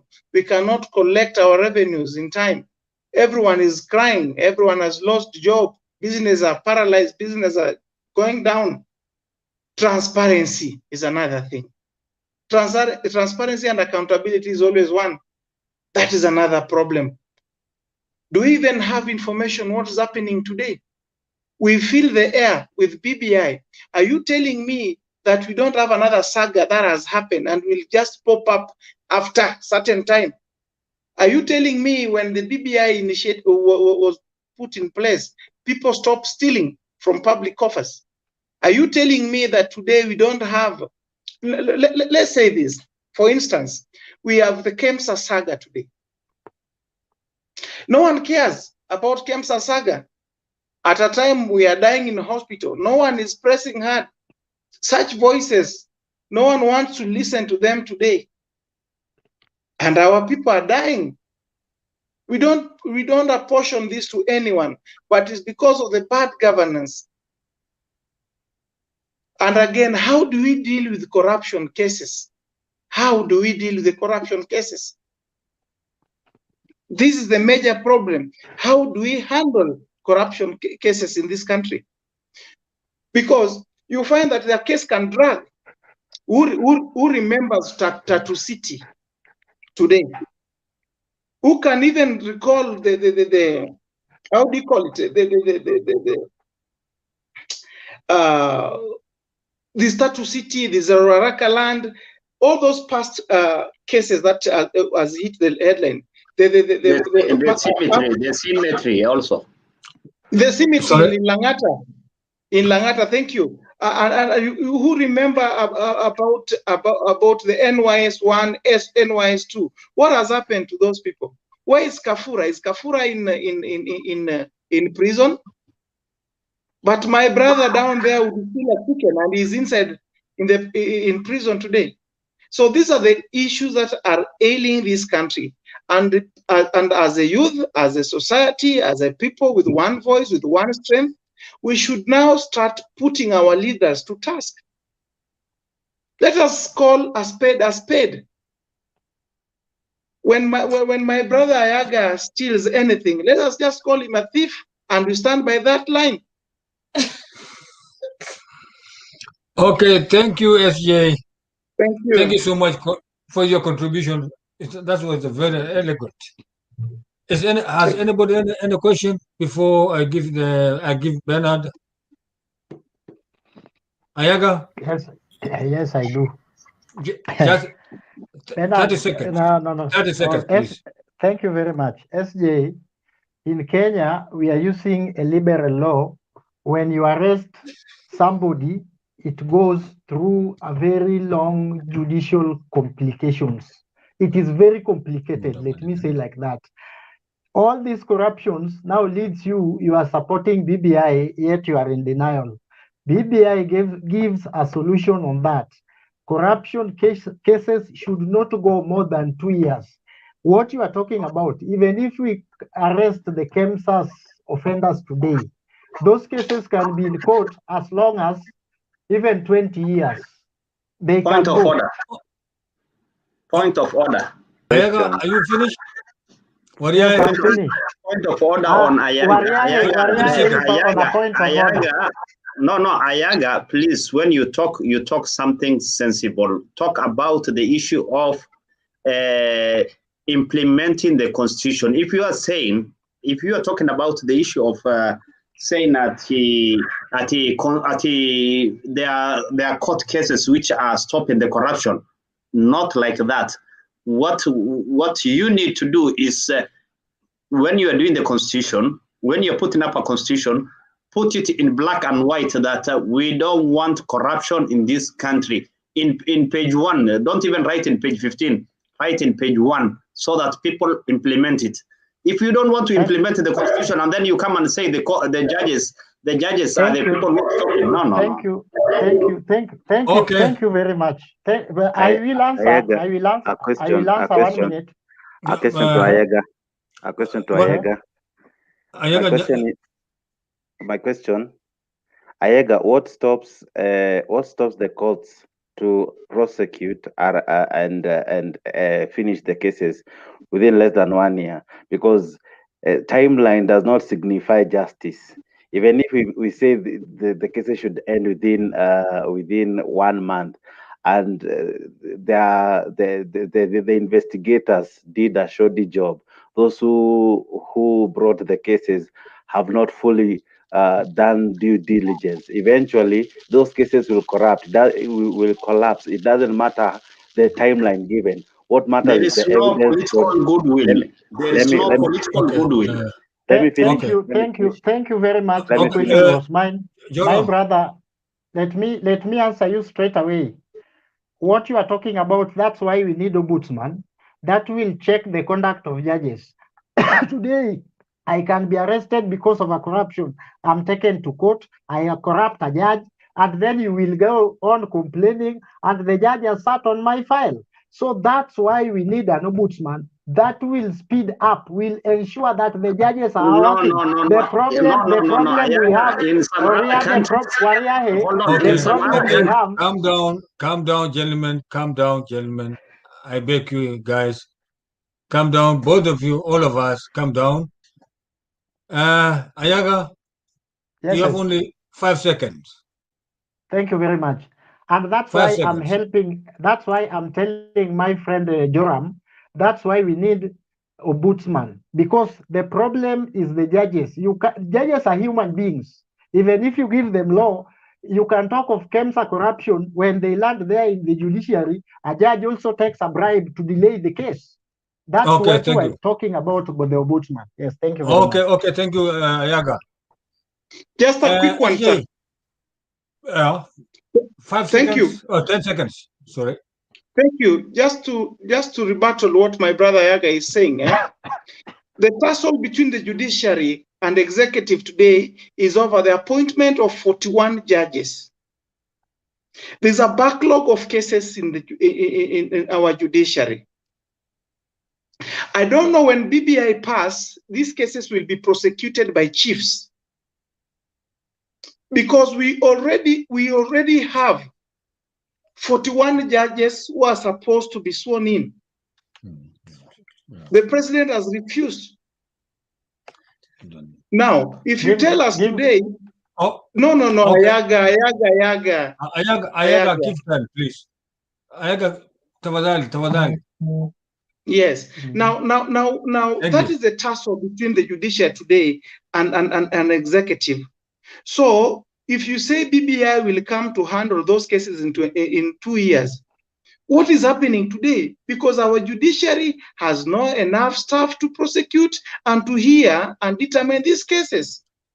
There's a case that I know, and let me tell you that case. The case is somewhere around Uhuru roundabout, of a land that a disputed property for 26 years.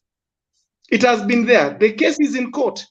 We don't say that we have incompetent judges and magistrates. The problem is we don't have enough manpower. Okay, SJ. Thank you, sir. You have elaborated. Thank you. So the next one is Bernard. Kisito, wewe toka kwa kitanda yako. endo oshe macho yako endo oshe uso ndio urudi hapa tafadhali. Nakuomba ndugu yangu. Kizito, we are not talking about Raila. Kizito, we are not talking about Raila. Kizito is I'm an enjoying honorable my couch. Thank you. Couch and I cover myself. Here is too cold. Okay. We are not talking about Raila. Kizito, please understand that. Okay. Kila mtu jamaa, tafadhali, let us give Bernard a chance. Thank you. Okay. Quickly, thank you very much, Mr. Chair, and the rest. Bernard. Yep. Bernard, Yes. sir, after you come Duke. Yes. Then the drunkard Kizito. Sorry to call you drunkard. Sorry, it doesn't mean it. That is a I don't mean it. I don't mean it. Respect, Mr. Sam. In No, fact, I don't mean it. I don't mean it. Now No. because you've undermined me. Sorry, I didn't I'm mean just sleeping. I'm enjoying my bed, and you are I calling. know. I didn't mean I want it. to tell you this. Okay, apologies. Sorry, I said sorry. I didn't mean it. I thought sometimes. Sorry, I didn't mean it. You are drunk. No. I'm sorry, sir. Don't take me in a very bad. Okay, thank you, Mr. Chair. Thank you so much. I appreciate everybody and their input. Let's debate soberly, like we have switched, and let's move on.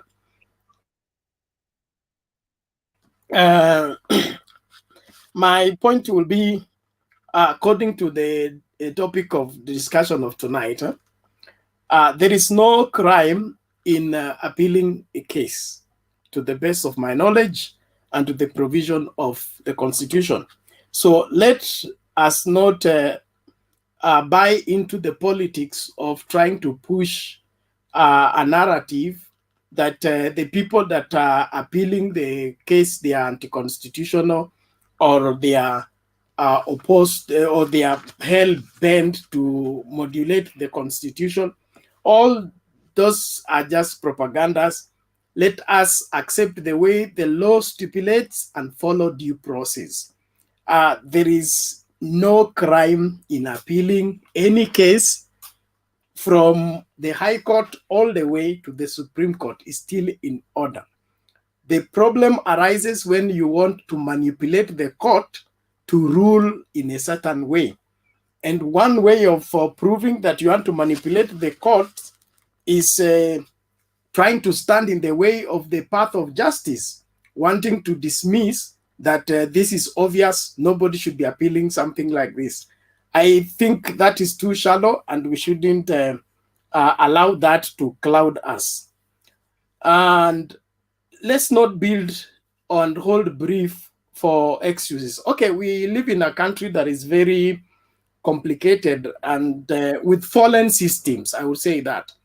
And our fallen systems have built a hideout of corrupt people who wants to, every time things are straightened out, they will always want them to be bent.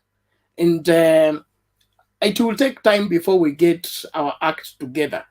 And as young people and our agitation of proper right governance, it is allowed and it is okay, it is right. But we shouldn't forget that it will not go with one demonstration, it will not go with one shout.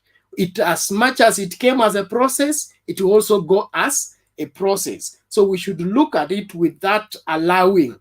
The Uhuru and Raila and Ruto going as no guarantee that we'll have a new Kenya tomorrow.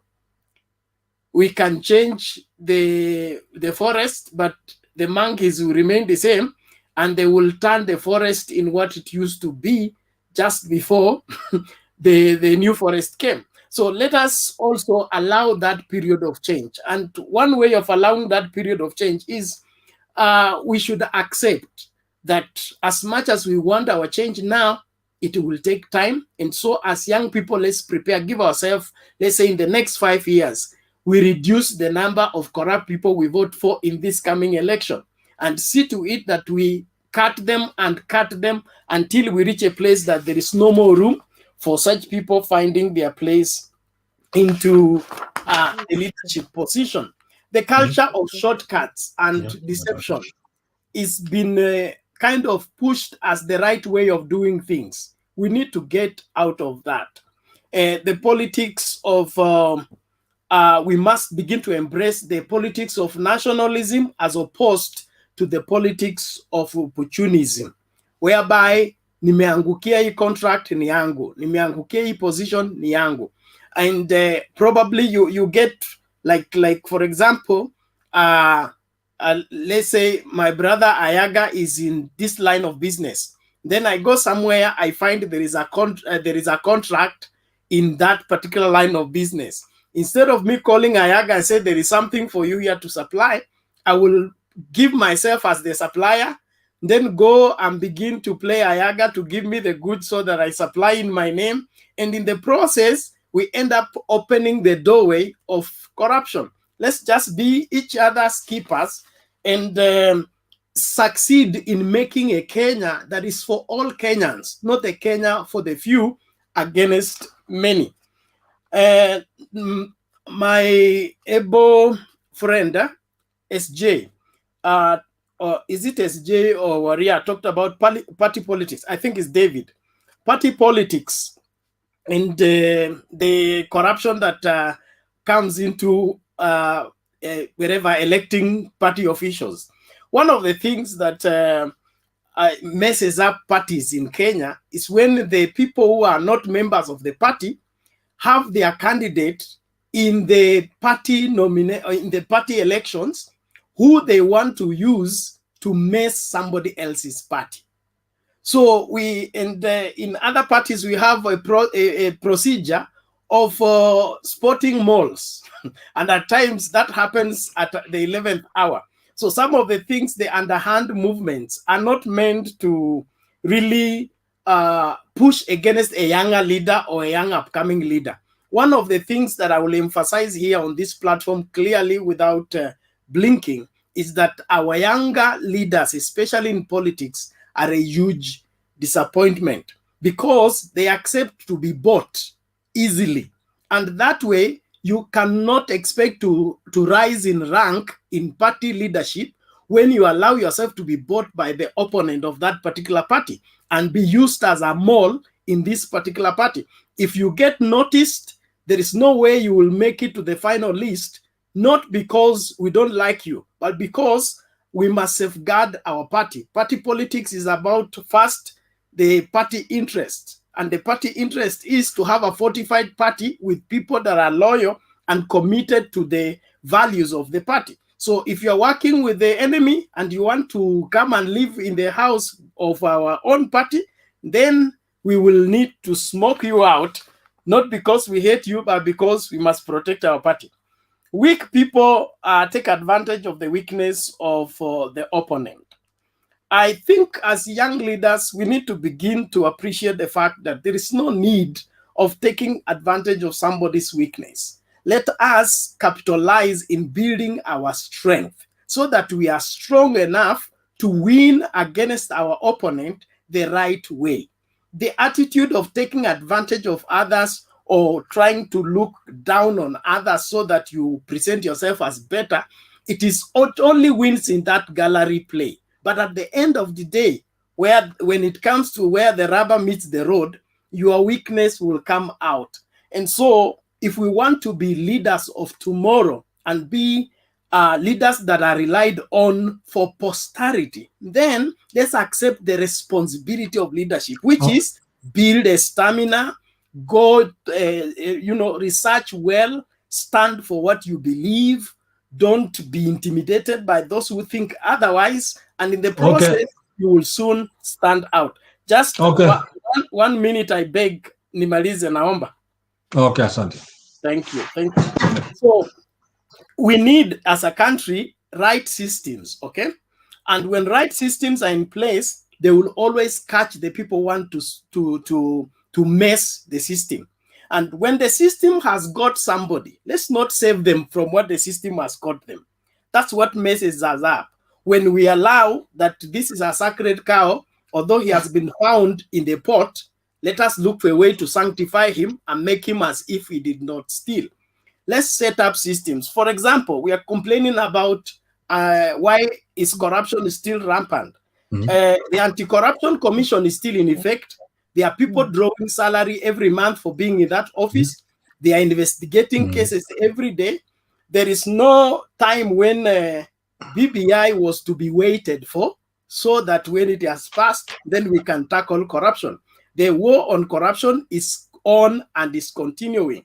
And as long as people are drawing salary from taxpayers' money to do the job, let's hold them accountable to do the job and not lament on why BBI is derailing the process. I don't think BBI is derailing any process. All government offices are in place and the officers are in place. Let them deliver the job they are paid for, and let us hold them accountable for the same. Thank you very much. Oh, the chair dropped out. Sorry.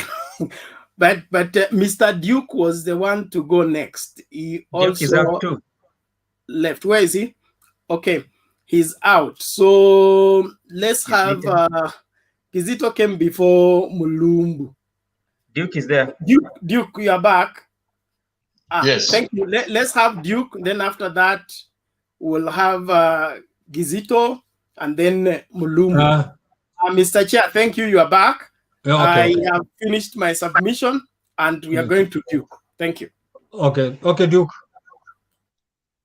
Okay, first of all, I want to thank you, Sam, because I can see today the moderation is firm and strict. Second, I've been having some issues with there is maybe somebody who's trying to log me out regularly. I don't know where there's technical issues from your side. I'm being logged out and told maybe to install something like StreamYard, something of that kind.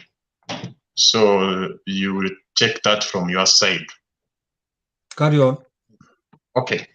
Now I will talk about my submission will be an addition to what most of you have said. Penson said that we, as a nation, we are not successful because we are unable to run from armed states. So I want to start from there. So the question is, like, he complained that we are unable to run from armed states. But I want to go deep and ask the question, why are we unable to run from armed states? What are the root causes which makes us not run from armed states, which makes those in power to misuse it, corruption to continue? So that's the question. Why? It's not that we have failed to run from armed states, but why are we failing from running from armed states? First, we all know that most of the politicians do mistakes openly. People take money, they root in daylight. They take a lot of money. Even some of them are not just their junior officers. So we even wonder, what if somebody who is at the level, maybe an MP can take money and there is nothing which is done? What about those at the top? That is the question. To address that question, I have said this before, the reason is there are no consequences. There are no severe consequences which traces those individuals who makes mistakes, they get punished, and then they run, that we should not repeat these mistakes. Like I think it was 2018 when some members of parliament went for a benchmarking in Singapore. And when they were entering the airspace of Singapore, it's like a microphone announced something. He said that you are entering the Singapore space. If you have an illegal drug, it's an execution, you will be executed. You will not even be transferred back to your nation. So some of those MPs were even sweating. They started to check their pockets, even if they were aware they are not carrying drugs. Why?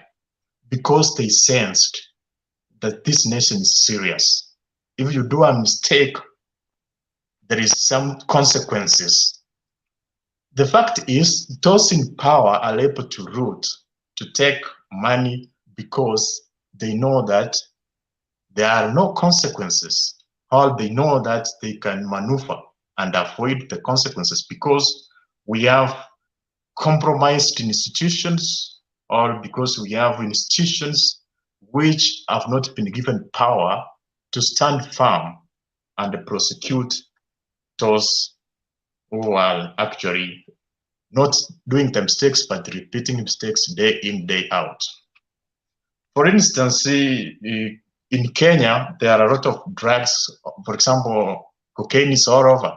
If somebody is arrested, even with the police with bang, it's not a big issue.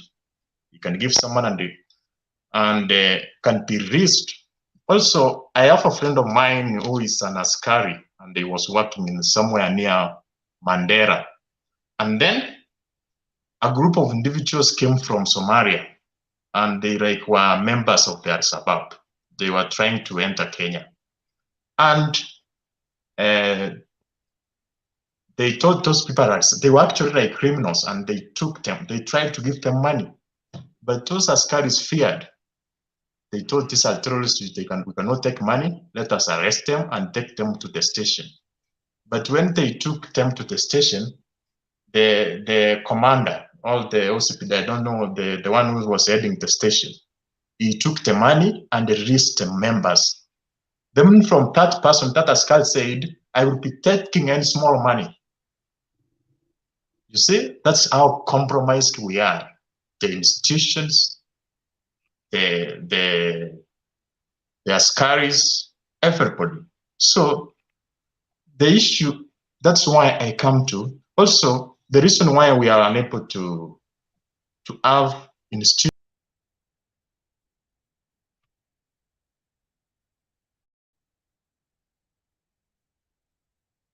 I think Duke has gone out. Kisito, are you able, or should we give you Mulumbu? I'm very much able. First, this is personally media Sam. Okay, sir. Meine Respekt, weil ich bin hier und wir müssen uns Respekt geben. Ja, ich weiß schon. Ja. Entschuldige. Nicht, dass du musst zu mir sagen, das habe ich etwas getrunken, weil du kaufst gar nichts mehr. Ich habe nicht gemeint. Das war nicht gemeint. Bitte. Das war nicht gemeint. Kisito, das war nicht gemeint. Aber nicht zu mir gefallen. Ja, ich weiß schon. These people still talking English. Okay. We are talking our English. Don't talk about Raila, like. No, we are talking our own English. I'm going to Wariae. That one is finished. Thank you. Kisito. With all the respect, I respect you so much. You are my brother. We'll drink tomorrow. I will call you. I will invite you to drink tomorrow. Thank you, Kisito. Please take your camels to Somalia. You go and grace them in Somalia. When you come back, not going to Somalia. Me, I'm a Kenyan like you. I'm a Kenyan like you. No, I'm a Kenyan like you. Kama wewe umetoka Uganda, mimi nimetoka Somalia. No, you are a Kenyan. You came from South Sudan. You came from South Sudan. You're coming to disturb us here in Kenya. Wacha kusumbua sisi. Kisito. Kisito, tafadhali, ichulie. Kasu ambition na respect ham. Yeah. Peter Lize. Okay. No problem. Danke okay, schön. Good. Okay. Mark ist das. Mark das nicht. Okay. Yeah, Peter. My brothers, what we have to know, Kenya is under law. But what we have to know that in Kenya is we Kenyans, we don't follow law. Even you citizens who are there, you don't follow law. If you take, for example, like you, as citizen, you are being arrested with the police in the street. You give out money because you've done nothing. Your car is good, everything is good. You give out money. Are you not promoting this? Then nowadays we have come with this tendency of taking videos. This one will never help. In Kenya, Let us follow law. Let us respect the law. Today, I don't have too much to say. I was only, because I always enjoy, just wanted to listen. I don't want, but I will just beg you people, let us follow the law. In other words, you are saying, let us implement the 2010 constitution. Wariae, go and grace your camel. I don't say, go and even grace them in Garissa or in Wajir. Kisito. Yeah. Enchuring man hair. Excuse me, light. Just one reminder. Wariahe, Ayaga asked you a question. Have feel a respect for Which this part of the constitution? This is no Kizito, hold on. Kizito, hold on. Garnish. Garnish. Yeah, last him, it's okay. Yeah, last him in do so good. Okay. Mr. Chair, I was asking Wariahe, Ayaga asked you a question earlier on which part of the new constitution that is yet to be implemented that you would love to see it implemented for a better Kenya. One, the issue of the gender, we talked about the issue of the gender. Haikufanywa. Two, tumeongea mambo ya corruption, haikufanywa. Kama ingefanywa, Kenya ingekuwa mbele sana na hatungehitaji BBI. Three, there are so many small issues in governance, like giving powers to institutions like IEBC. IEBC, you need to give it budget by the year 2018. Waendelea kujipanga for 2022. Wafanye voter registration. Und hast du gesagt, dass Sammy, du wolltest nicht Herr Spiel, bitte?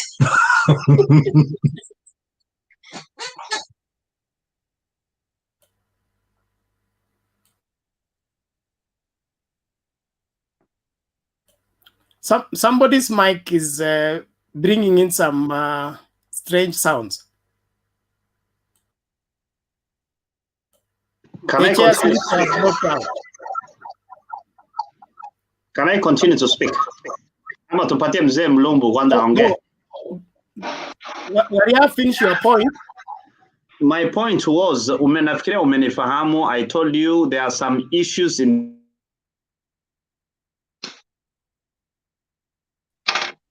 mute. Who is making me mute? Na naongea. No, it's just a technical glitch. Go on. Okay, what I was trying to say is, in the constitution, there are so many things we have not implemented. If we have implemented the 2010 constitution, hatungekuwa na hii shida ya kukuja ati kutafuta na mambo ya BBI na mambo ya kuja kubadilisha vitu. Kuna vitu tunaongea juu ya equality. Equality, mimi naona equality, kuna issues za equality. Hata kama kuna equality pa population per capita, yani pa population capita, ama pa land capita, there is an equality issue. Mr. Kizito, Kizito, mute your mic, please.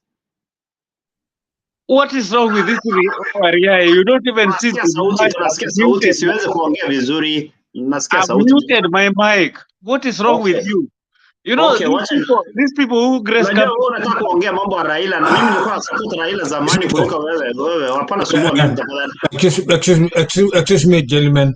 Excuse me sir gentlemen. Hebu tupatiane kidogo. Kizito wacha nani Waria aongee. Alafu tupatie Mulumbu. Nimeuliza swali which part of the constitution we have not implemented. I said about gender na ikasemekana ya kwamba the constitution has not done anything on gender and the whole government and the whole parliament is wrongly constituted. Hata judges walisema hivyo. Second thing, hatujakamilisha kazi ya corruption properly. Chapter 6 hatukuiweka vizuri mpaka tunapeleka wakora kwa parliament, wanaenda na mess, they bring us problems. If we will have implemented properly, hatungekuwa na hao wakora wako hapo kwa parliament na wangetusumbua. Third thing, there are some institutions in the government like EACC na IEBC hatujapatia power mzuri ya in other countries, EACC, anti-corruption, wako na polisi yao wenyewe na wanaenda wanakushika na wanakuweka ndani. Hawakuji kutafuta ati wanawaambia polisi tafadhali shika huyu ama shika huyu, because police are controlled from another place. Everything is done independently. Polisi wakiona leo mtu amefanya makosa, they go and get him and put him inside. Then court wanaendelea na hiyo kazi. Lakini hapa Kenya, mtu polisi anaona iko makosa, watu wameiba pesa ama amefanya nini, hawezi kushika paka anaongoja orders from above, which means hiyo constitution, there is no political goodwill to implement the constitution. If we have the political goodwill, hii hatungehitaji hata hii mambo ya BBI. Thank you. Bernard, are you there? Ngoja kidogo Kisito. Bernard, unmute your nini. Bernard. Yeah. Oh, sorry. Yes, sir. I'm here. Yeah. Can you take over a little bit? A couple of you take over. I want to talk to Kisito. Kisito. Kasu morgen bei mir kommen? In der Bahnhof, 11 Uhr, so 12 Uhr? Wir telefoniert. Ja, telefoniert zu mir, ja? Okay. Yeah. Okay, bis morgen. Schlaf gut, aber nicht so saufen. Nee. Patia mzee Mulumbu kwanza amekaa sana. Okay. But a point of interjection. Mzee Mulumbu achukua kwanza alafu ni. Ja, vielen Dank, Kisito. Bis morgen. Bis morgen. Okay. Ja, ciao, ciao. Okay, thank you. So let's have the next person. A point of interjection, please. You are interjecting what, Mr. Kizito? From Wariae. No, Oriai has not said anything as that. No, now. I just want to correct him. He have to mind his language, because the people he has been calling like useless people, the terms he's using to call this parliament people is the same person who elected them. Okay, so okay. let him mind his own languages. Thank you. Thank you. Your point is made. Mulumbu, please go ahead. Thank you so much, Mr. Chairman, na wandugu wote. I'm so happy to come back again. This is a very good matter. To me, I still talk to you young guys. If, first of all, if it's about corruption, I know everybody is corrupt. And you yourself, you know, when you look back, you go back in your background, how you grew up. Some of you, maybe when you get a job, there was bribe so that you to get a job. You know that. So tell me somebody who was bribed to get a job. He gets a job through bribes.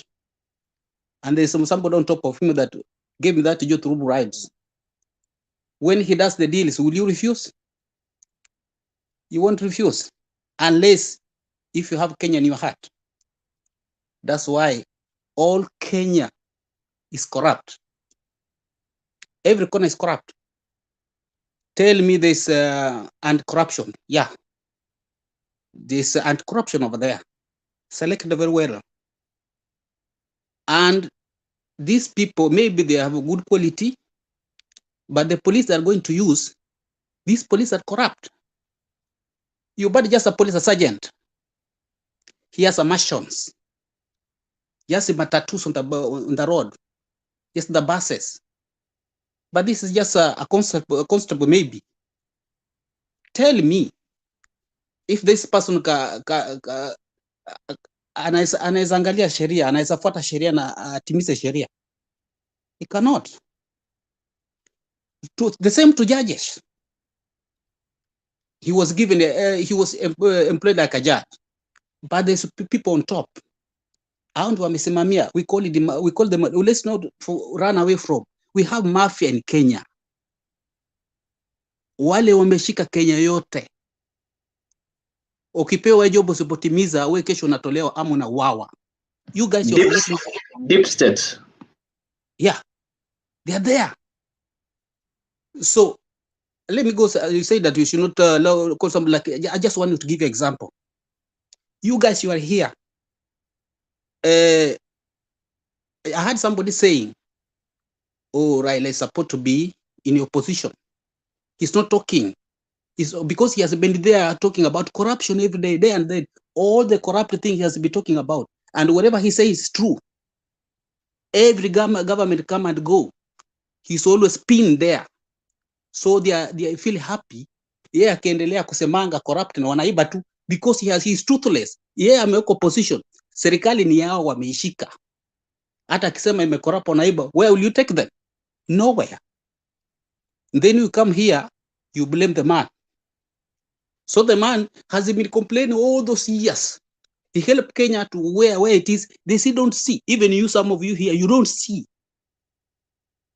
And then you complain. Why can't you? That now you're complaining. Why can't you say? Why is he quiet?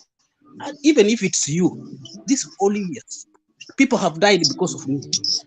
People have died because of me for following this one that we want Kenya to be a Kenya of everybody. When I stand to the truth, people are being killed. Young kids are being shot. Nobody says nothing. Because he will do nothing, there's no government. Then somebody comes here says, he could have done something. What can he do? He's not a president of the country. So when I look at things, sometimes you guys in the debate, I don't understand how you guys sometimes think. And the other thing, people come in USA here, they go to school, they are directors of this road, they drive the big companies of these white people. He does perfectly. But you know when he goes back, where he go? In tribal cocoon. He becomes the professional thief. He steals left and right. And then you come start complaining. So in short, the person who can only change the country is you young guys who are digital. But I see most of you have just gone to the same place. Because some of you maybe you are rigged in to go and get a job.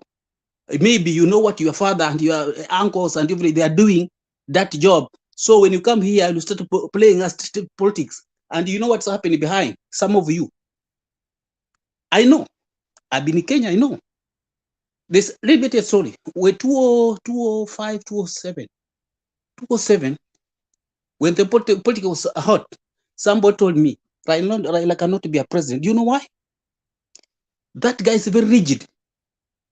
If he's saying that when he takes over, all the soldiers, all the brigadiers, those who went in the back door and who has sold a lot of money, they are going to be sacked. He's going to bring new people. They won't allow him to be a president. The Kibak went and said, guys, if you allow this man, I'll be out. All of you will be out. So help me retain this thing. We eat. And that's what happened. So to you guys, you are so good. I'm not educated. I'm not good in English because I came from a poor background. But I'm lucky I'm here where I am. I can speak English. That nobody, even a Kenyan government, never gave me even a single cent to go to school. Don't mind, Mulumbu. Don't mind. Just continue. Yes. Yes. So what I can say, you guys, you can change Kenya within 1 minute. Do you know what? You can come and sit down, you guys.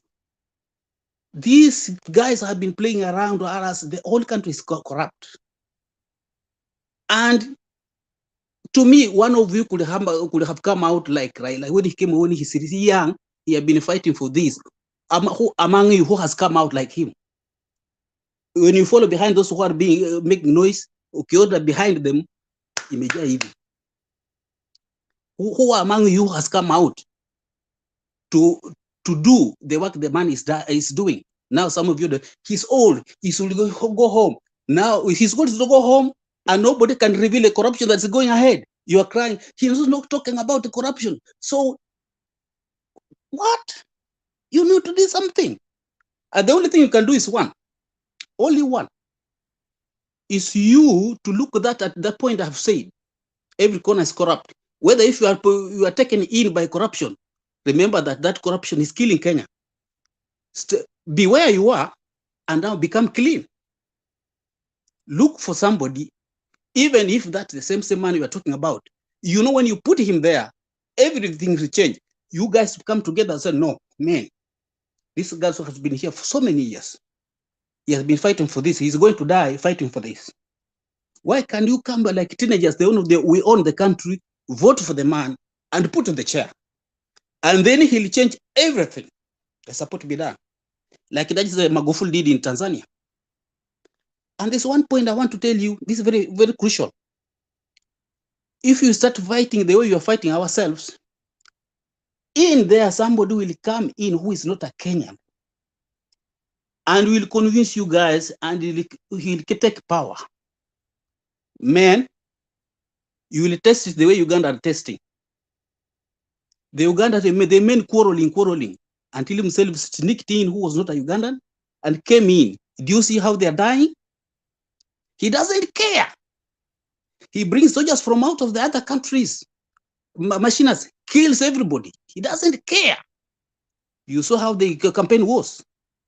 And this way, if you don't be careful, it's going to happen to our country.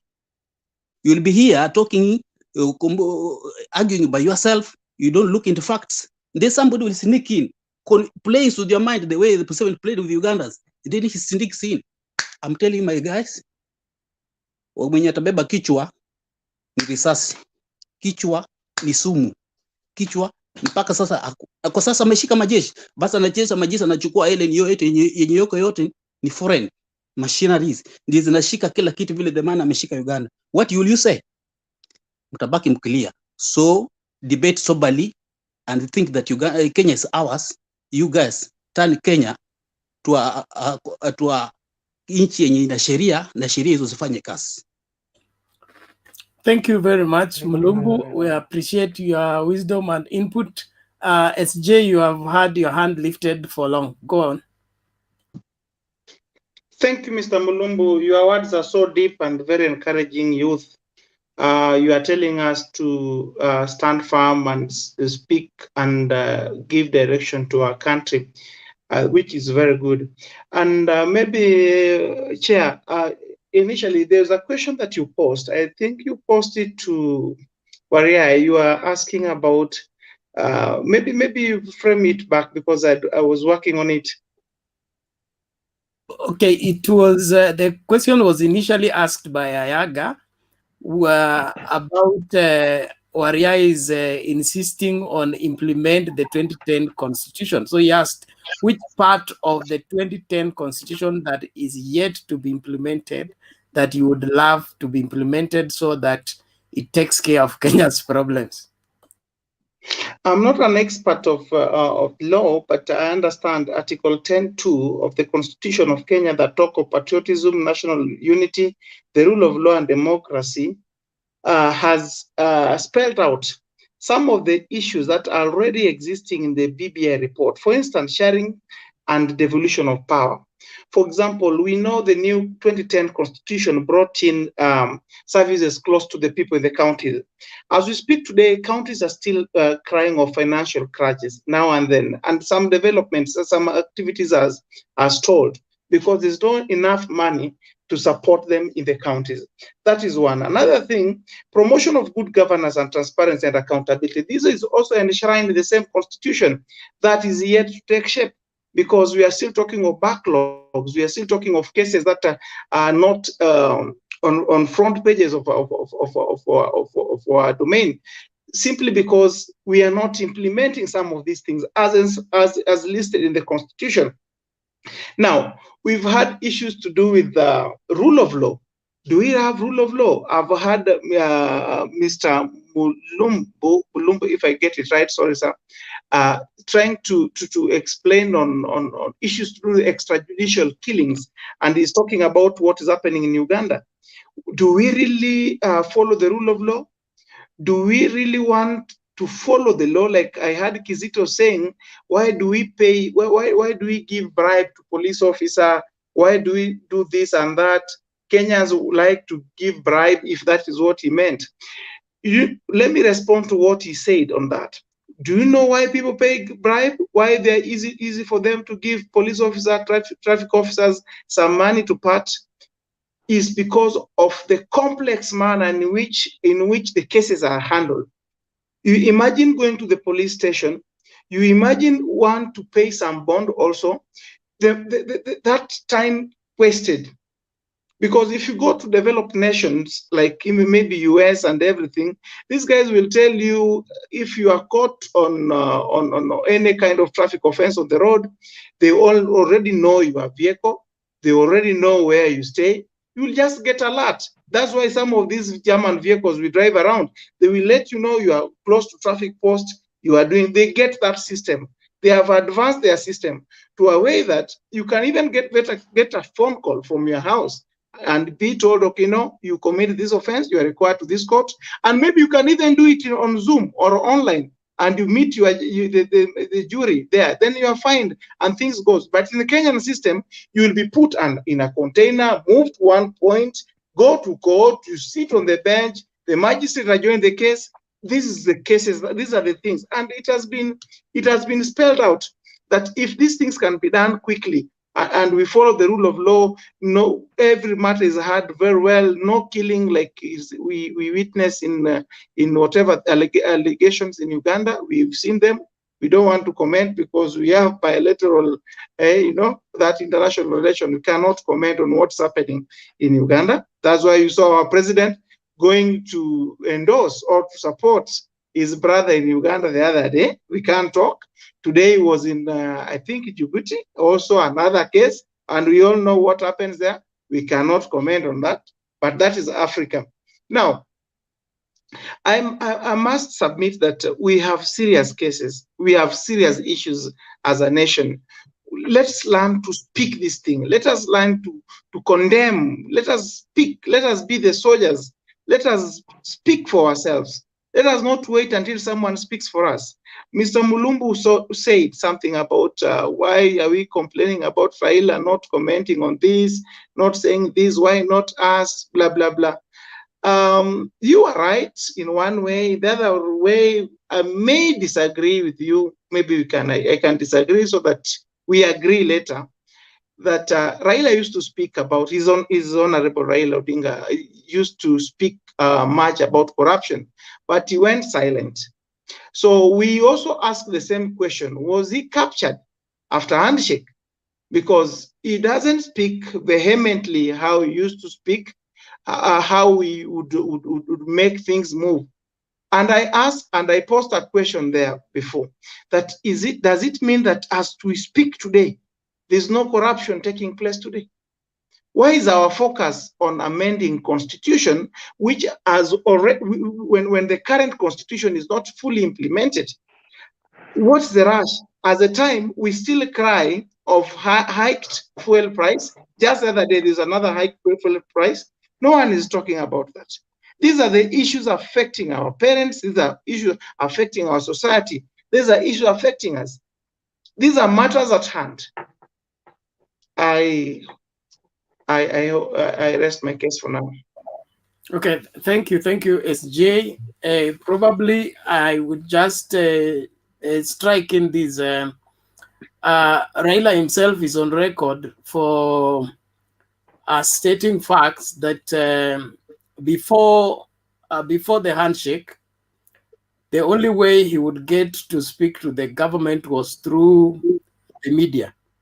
But as at now, he has direct communication with the president, and every time when he has issues on corruption, he calls the president and lets him know. So the tug of war that used to be there, or where he would go public about matters, is ceased. There was ceasefire in that way, so that they can tackle and say that is the reason why, right? You can see that the anti-corruption is making some arrests and some matters are being exposed, but not necessarily from his office. That was his communication.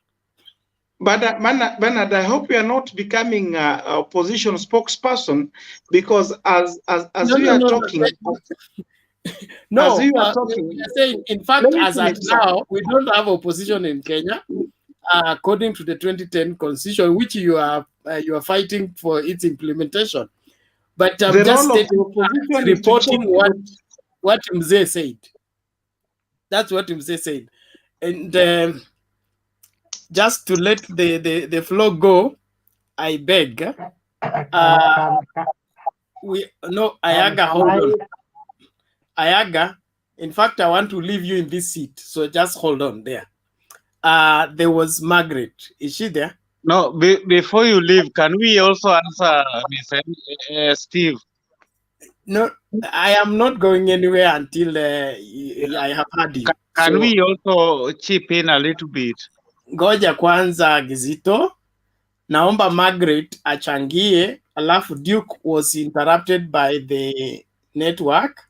Naomba amalizie. What if we forget what we wanted to ask him?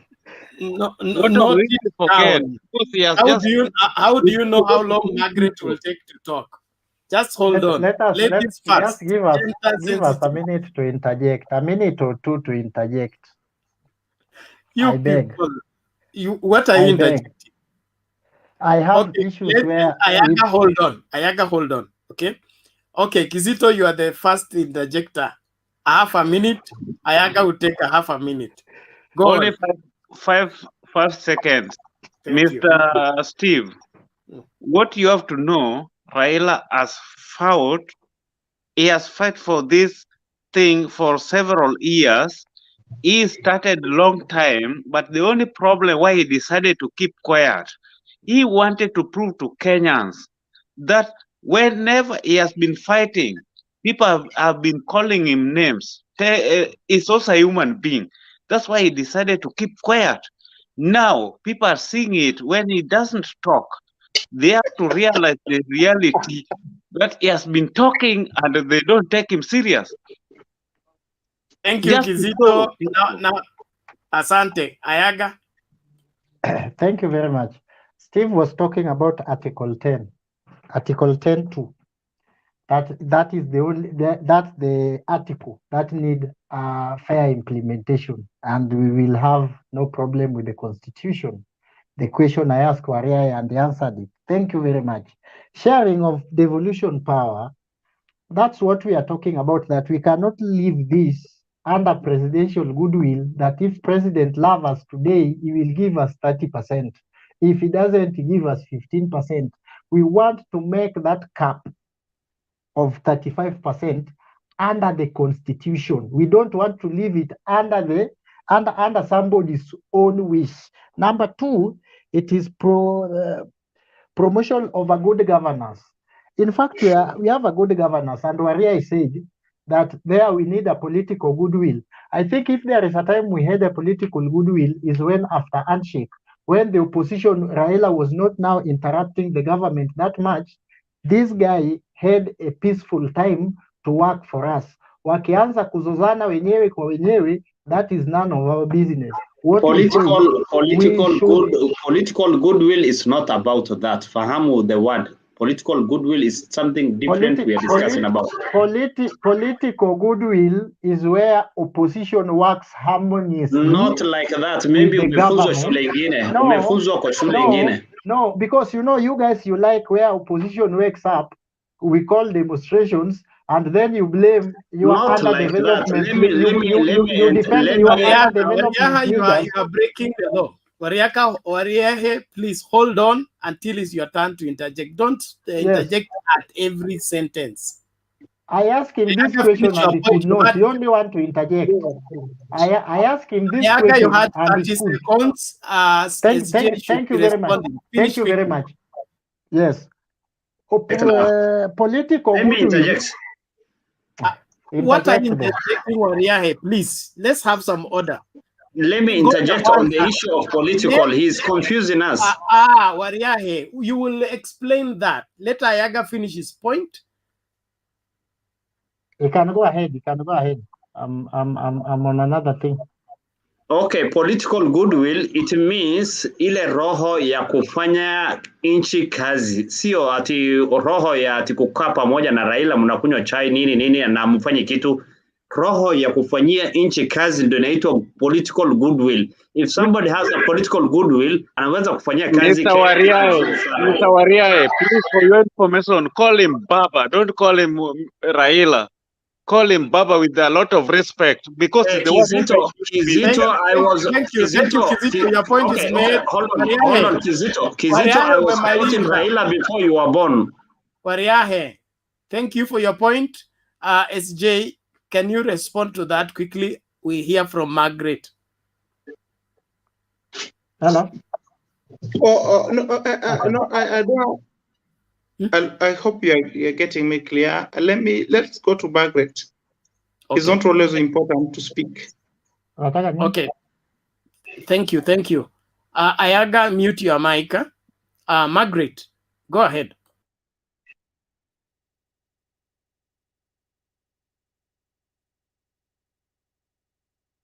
Margaret, unmute your mic first. We can't hear you.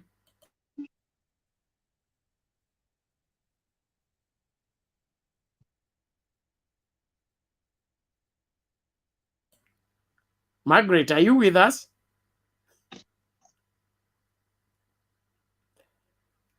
Okay, Margaret seems to have some technical hitches.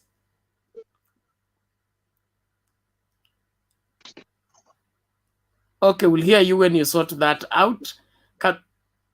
Can we move to Duke?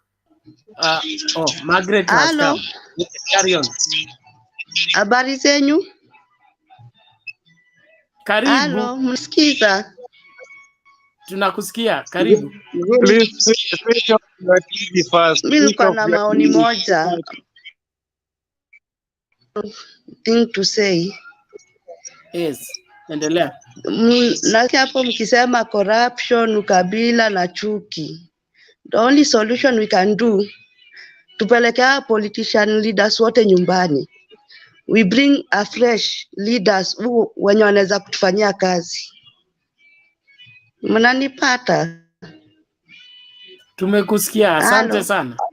Yeah, hello, tumekupata. That was my solution. Okay, thank you very much. Yes. Tuache hii mambo ya kusema Hello. Hello, Ebu Margaret. Hello. Margaret, ongea tu usijisikize. Apunguze volume ya ulikuwa nasema hivi. Yes, simu yako iko na headphone. Yeah. Reduce volume. Margaret, tunakusikia, endelea kuongea tu.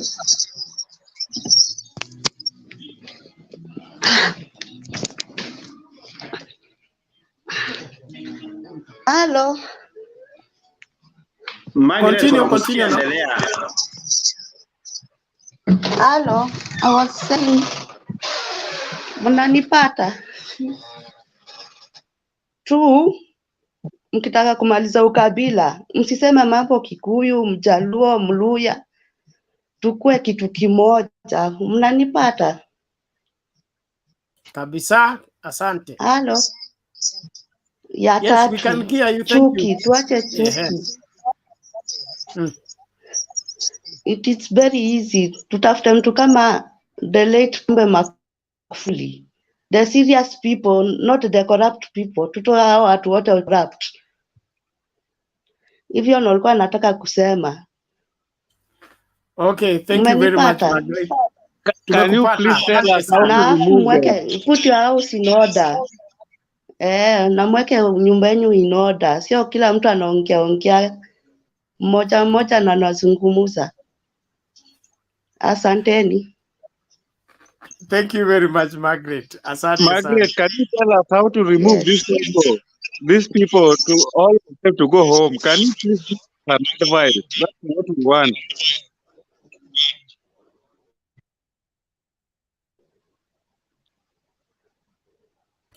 Margaret, uko na jibu ya swali la Kizito? Yes.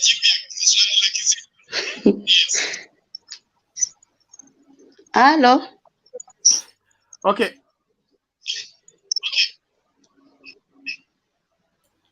Hello. Hello, Margaret. Margaret, kama uko na speaker, toa speaker kwanza. Kizito ananiuliza tunatoa haja watu. Ni rahisi sana. We think outside the box before going to vote. Huyu atatufanyia kazi, huyu hatufanyi, tunampeleka nyumbani. It is easy and simple. Mmenipata? Tumekupata. Asante Margaret. Kizito, don't pursue that path, please. Let's now hear from Duke. Margaret, mute your mic. Mute your mic.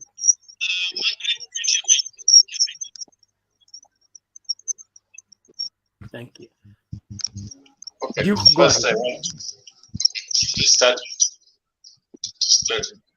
The mic of Margaret still is on. Margaret, your mic is still on. Please mute it. Okay. I want to start by talking about the implementation of the 2010 Constitution.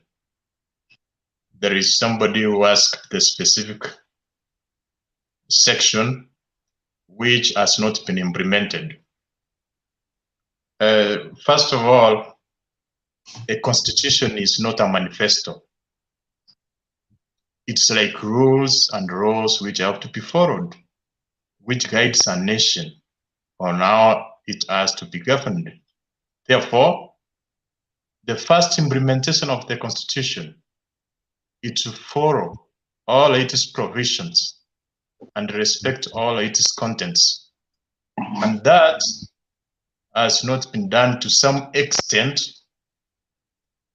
by those in power. For instance, some court orders are not respected.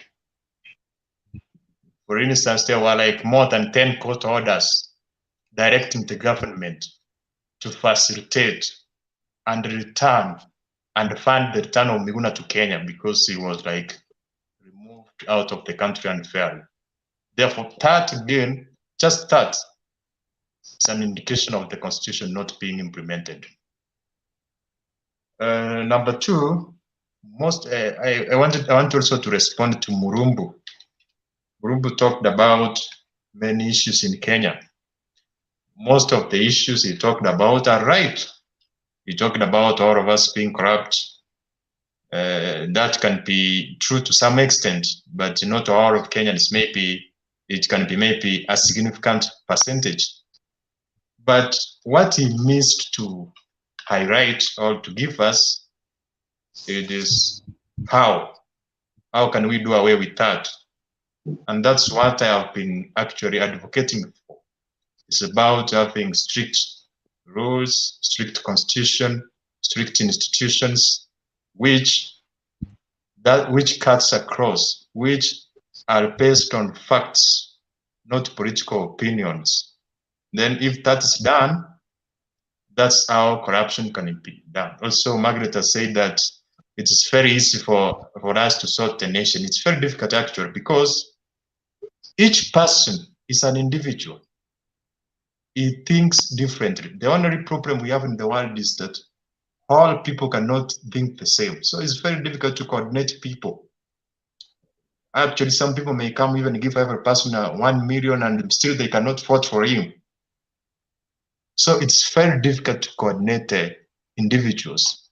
What coordinates and shapes the individual, the opinion and the stand of individuals is education.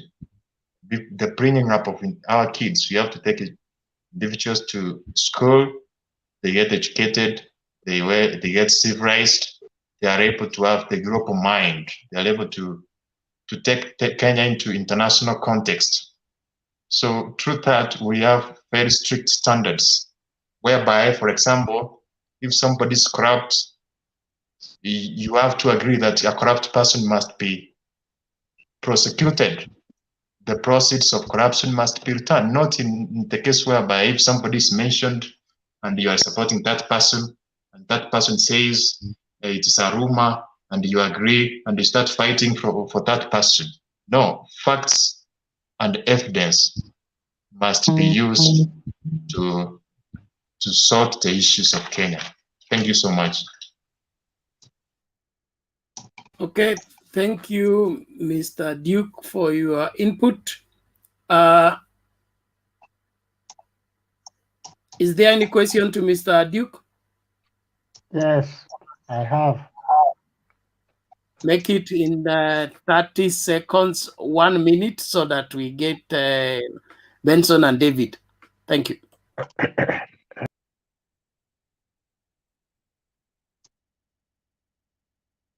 Ayaga is gone. Oga Benson, are you there? Okay, Benson seems to be absent. David? Oh, my net had problems. Okay, just hold on, David. Let Ayaga has resurrected. Okay, thank you very much. Duke, you've mentioned specifically Uhuru or the president obeying court orders. Is that falls under the implementation of the new constitution? Which article is that? Yeah.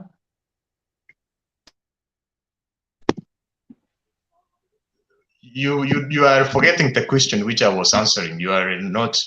You are talking as if you were not here. We were talking. There's somebody who asked about the 2010 constitutions. It's actually Waria said that the 2010 constitution has not been properly implemented, and somebody asked a specific section which has not been implemented. Duke, let me help you. This guy is asking about if President Uhuru has not implemented some part of the constitution. Yes, he has not implemented, and you have to know. Like which one? Maria, you're clarifying the wrong way, Mr. Duke. Ayaga is asking when the president does not obey court order. Is that a lack of implementation of the constitution, and which part? If you have been keenly listening to me, you should have not asked that question, because what I said, that the constitution is not a manifesto to be implemented. It's not like a project or a program which you go fund and build a house. Most of it is like rules, regulations, which have to be followed and upheld. For instance, respecting the institutions, the court orders. For example, it says the Supreme Court is supreme in Kenyan land. So when a court order has been given to the Ministry of Interior and the President to facilitate and fund the return of Miguna to Kenya, that is not following the constitution. So a constitution is not like a manifesto where you are building a road, or it's more than like principles which have to be followed. Many of them, they're like a software, not an hardware. So differentiate that. He is asking, has he done that? He has not done that because, for example, Miguna has not been returned to Kenya. He has not even proceeded to give a head for 41 judges to be. That is impunity. In other words, it's impunity. Okay. Thank you, everyone. SJ, what is the matter? We need. No. The young man Nayaga is asking a good question that maybe you can frame back the question, then I respond to it very quickly, then you move on. The question is trying to ask about the implementation. Ayaga, ask the question again. Which one is in specific? I ask a question, very simple question. Wariahe keep on saying that the problem with the new constitution, we have not implemented fully. I ask him, which part of the constitution has not been implemented as according to his wish, the way he ought to have been done? Number two, Duke says that President Uhuru disobeying the court orders is part of lack of implementation. I'm asking how. Ayaga, you need to understand so many things. You you are putting people here as if you're in an examination room to point out articles SJ, I already answered him before. article of constitution. But I want to answer you to satisfy your ego, maybe to massage your ego. That when the president, let me put it more. Just answer the question, please. Just let me massage. Let me these massage other the ego. matters out. I beg. Bernard, I answered before. Bernard, I answered before. Let me respond. I've not even said anything. If the question has been answered, then let I've David not said anything. Continue. I've not said anything. Bernard, I've not said anything. Please leave matters of ego and the young man and all that. Just address the question as an honorable member. Thank you. Let me massage. You don't need to. This rebuttal is making this platform look. Just a minute. That's why Margaret is saying we should set our house in order. Fine, well enough. When the president is taking the oath of office, there are certain words he said to uphold what? Not the Bible. To uphold the rule of law. Yeah, he commits to his allegiance, affirmation of allegiance on the oath at the executive of that office. That alone, because when he swear that he will abide by the rules and we uphold the constitution in whatever way along that line, if he is found to have missed any, then is in to answer. So that is just during the assumption of office, he must respect the laws, he must uphold the law. If he's found to have broken any part of this law, is in for it. The issues of which article, number, what, my friend, this is not a law school. Okay, thank you, SCJ. Thank you we are very not much. setting we are not setting a jurisprudence. We are not setting up a jurisprudence here where you he has a deep state draft which he is having there. Now, order. Okay, this is what I will say about the implementation of the Constitution. The 2010 Constitution has a schedule of its implementation, and it is upon the government in power to see to have you it gone that to bed? Nancy, welcome back, but hold on just a minute. Now, the schedule is on, and to the best of knowledge, the committee that was in charge of that, the commission that was in charge of that schedule expired. Their term limit ended, and so they were all disbanded. From what remains part of the 2010 Constitution to be implemented, it will involve the enactment of the articles that's supposed to give meat to the bones. Then that is Parliament to participate in it. And so it is not so much of which part of the Constitution has not been implemented. It is a matter of the rule of law, which laws are being broken to make Kenyans suffer. Which part of the law that would have stopped the people that are in power to take advantage of Kenyans. Now, if we don't cite out those laws, and then we just leave it, give it a blanket 2010 Constitution, we may not be making progress. Having said that, I want that to rest. We have, let's hear from David, then we go to Benson. No, from David, we'll go to Nancy for the ladies' preference, gender parity, and then Alpha. So Alpha, you'll be a little bit patient. David, straight to the point. 2 minutes is good enough.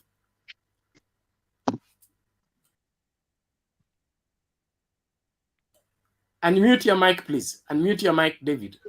Oh, sorry. Thank you, Bonache, for the chance. I had gone for a while, but I'm back. I really thank you because you are very strong. You haven't slept yet.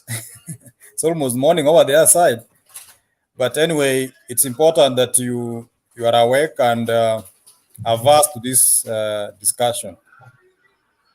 I want to say that Nyaga, chapter 6, even if I have not read that constitution so thoroughly anyway, because that's not our part business. It's called Ayaga, not Nyaga. Oh, sorry, Ayaga. Hey guys, I'm live. Can you leave it? I want to say that chapter 6, integrity and leadership. If we can implement even that chapter alone, we are done. We have very good laws. I'm sorry to overquote some areas because we need to borrow from examples. I'm in a place where if you are told the meeting takes 30 minutes, Bernard, it is strictly 30 minutes. You come late, it's upon you. You don't attend that meeting or you get where people have reached. People don't extend simply because so and so has come late. I'm working in a place where there are very simple things called company policies. Those things, my friend, I follow to the latter. You may see as a simple statement, but you go against it, you will blame yourself. So what we lack in Kenya is that seriousness. If we could be serious, that constitution we have and implement it, we can make our lives very easy. Kenya has a lot of resources. Secondly, which might be the last one, we must stand and call a spade a spade. If David is corrupt, tell me you are corrupt, you are a thief, and I should be punished in accordance with the law. Hii mtu wetu mentality is killing us, gentlemen. I can repeat that a million times. I still alone, but when I'm cornered, there are people who are fighting over there over me. That is what is killing our institutions. How many people have we? Let me give a very simple example, even of our high schools at the local villages. Wazee come together and say, enda mlete Bernard mtu wetu ni principal mahali fulani akuja asimamie shule yetu. Bernard anakuja nyumbani kabisa, anakula na maliza na hakuna mtu anamuuliza, mtoto wa nyumbani. That's how corruption has engraved and troubled us. So when you vote, let us vote our minds. By the way, let's vote our minds. Let's get serious. Be a serious voter. Give reasons why I should vote so and so and not so and so. Hizo zingine tu ni mtu wetu, hiyo tatumaliza. By the way, we should culture that in our children.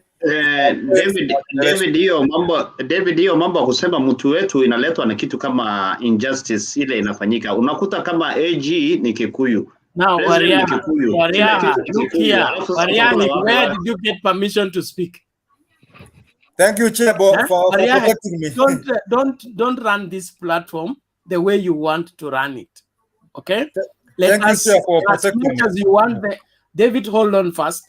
Okay. As much as you are blaming the government for disobeying court orders, and at the same time you are breaking simple rules of debating, I don't think we have the moral authority now to question the government for not following the rules. So please don't just unmute and talk. Let's follow due process so that the people following understand where we are coming from and where we are going. We are not in the marketplace and we are not in the shouting match. Thank you very much. David, go ahead. And I want to finish by saying discipline should start from here. I should be able to be given chance and talk. And that is it. If you can't be disciplined, a few of us, about 10, how do you expect parliamentarians to be disciplined? Let's follow the simple laws, simple rules. Even our rules here, we are breaking them. Let's start at home. Charity begins at that lowest level of ours. Thank you, Bwana Chair. Point of interjection. Thank you. Waria, what are you interjecting? David, you have to understand one thing. David, you have to understand one thing. Hata kama tunataka kufanya kazi pamoja, you have to understand what is bringing this mtu wetu. Mtu wetu, what brings in ni unakuta kabila moja inasimamia Kenya nzima, kila kitu. Yeah, unakuta KRA ni Kikuyu, president ni Kikuyu, mkubwa wa jeshi ni Kikuyu. Kila mahali ni No, kikundi. Sasa mimi Wariage, nikisema enough. no. Enough. Hiyo lazima itakuja mtu wetu. Thank you. You have made your point. Let it rest there, please. Okay? As much as we want change, I told you we must give room for that change to take place. It will not just be take place with one agitation. I've been on the street demonstrating for as long as I've been alive for certain changes to take place. And it's been a long stretch. So I have an understanding that as much as we want change by tomorrow, it will not happen by tomorrow. But if we live long and stand right for long, we'll be able to defeat whatever evils that are against this country. Ayaga, what is the issue? Nancy B said. Thank you very much. I want to tell Waria that the problem is mentioning is what BBI is coming to Kiwa under the shared national prosperity, something like that. To my brother David, when before you left, the first time you told us about party nominations, I wanted to tell you that we know how parties work. They are corrupt. These are entities of corruption, except KANU, where we don't have such problems. What we should do, not blame the party leaders on this. What we should teach people or educate people, let us tell people, party is not the only way to go. If your party, like Rareda, where I come from, they gave us a bad person, let us people vote for person we want, and even independent. Even our constitution has allowed independent candidates. And then we will deal with this issue once and for all. But not that we know where the problem is. We know the disease, and we don't want to cure it. We only want to lament on it. That is what I'm against. I really respect you so much. Thank you, Senator. Welcome. Hi, husband Ayaga. How are you? I'm good. I'm waiting for the second to be a second wife, so the dowry galore. Anyway, on a lighter note. Yes. What did you say? You will be my wife number 2. That's why I said I'm waiting for the dowry galore. This guy is smaller than my child even. Dowry is not asked by the lady. Dowry is ni maneno ya wazee. Who is Ngoja it? sisi wazee tukujie dowry. Umesikia constitution ya Kenya inatupatia gender parity. So anybody can approach the other. Zile story zenyu za zamani acheni. Anyway, I've listened to you guys, and as usual, my heart cries because we revolve around the same powerful individuals, wale ambao hawaweki chakula kwa meza yetu. And also I listened to Atwoli, I listened to Mudavadi, I listened to Wetangula. The insubordination was galore. It is really bad. These politicians only want to take the law when it suits them. When it doesn't, then the judges are wrong. I had someone saying that Judge Ngugi, and is it who is the other one who was elected for the Court of Appeal? Is it Chacha Mwita? Odunga and Ngugi, they're supposed to be appointed. They're among the 40 judges because one passed away. But I also asked myself, you are condemning 5 judges. Okay, condemn the 2. What about the views of the other 3? Are you telling me the other 3 were wrong? Are you telling me the other 3 could not dissent? So it could have been a majority vote against the 2 who are kind of thinking to defy and revisit the judiciary? I really it broke my heart that our politicians and senior people in our society would not respect the judiciary. The judiciary is meant to be independent, and we should respect their decision and appeal those decisions without coming out and trying to tell members of the public how the judiciary is corrupt. Well, our elite, political elite, are the most corrupt people that we know. And also, it's common sense. Our constitution has 18 chapters. They were trying to amend 13 of those chapters. So what they were trying to do is to fundamentally alter the basic structure of our constitution, and they never did the basic engagement with public. Then they appointed a certain committee to fundamentally suit them and to give it legitimacy without any legal framework. You cannot do that. So for me, I have no problem. And also, 2 amendments in a constitution, you've changed the whole thing.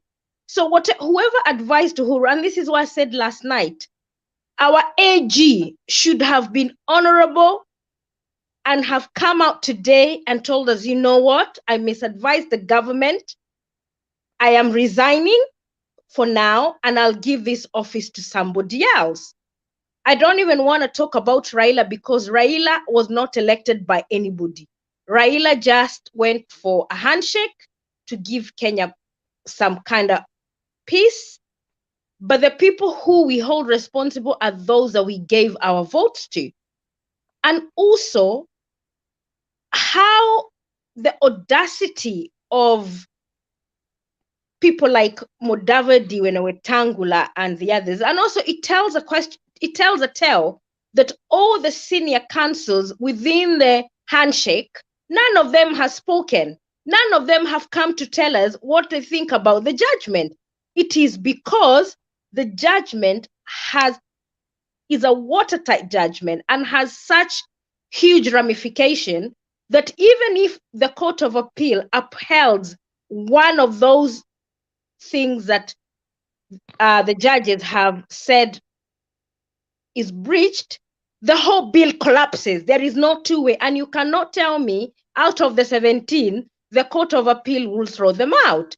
And also, you had 74 issues that you had told us you want to change, but then you wanted to give us one question.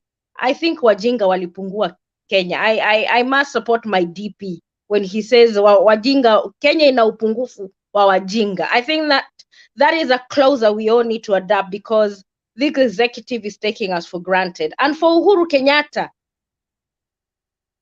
he has been found to be contempt of our constitution. Look at the NMS. The courts have spoken and declared as unconstitutional. Look at him bringing the CSs, again, unconstitutional. This is the 3rd time, again, he's trying to do things through the back door to amend our constitution. Again, his integrity is in question. And my advice to him, I think it's time for him to pack and go. His time is up. He has no legitimacy anymore when it comes to our country. This guy has got it very wrong. And also, another thing that I know that he's done, he needs to bring Miguna back to Kenya. We need to see the general leading the people to change this, to take us to Canaan, because Baba has been unable to take us to Canaan. Nancy. Thank you for your input. Ayaga has no rebuttal on that one. I'm happy about that. It's gone. No, we should have. I said Benson, then Alpha, Ama.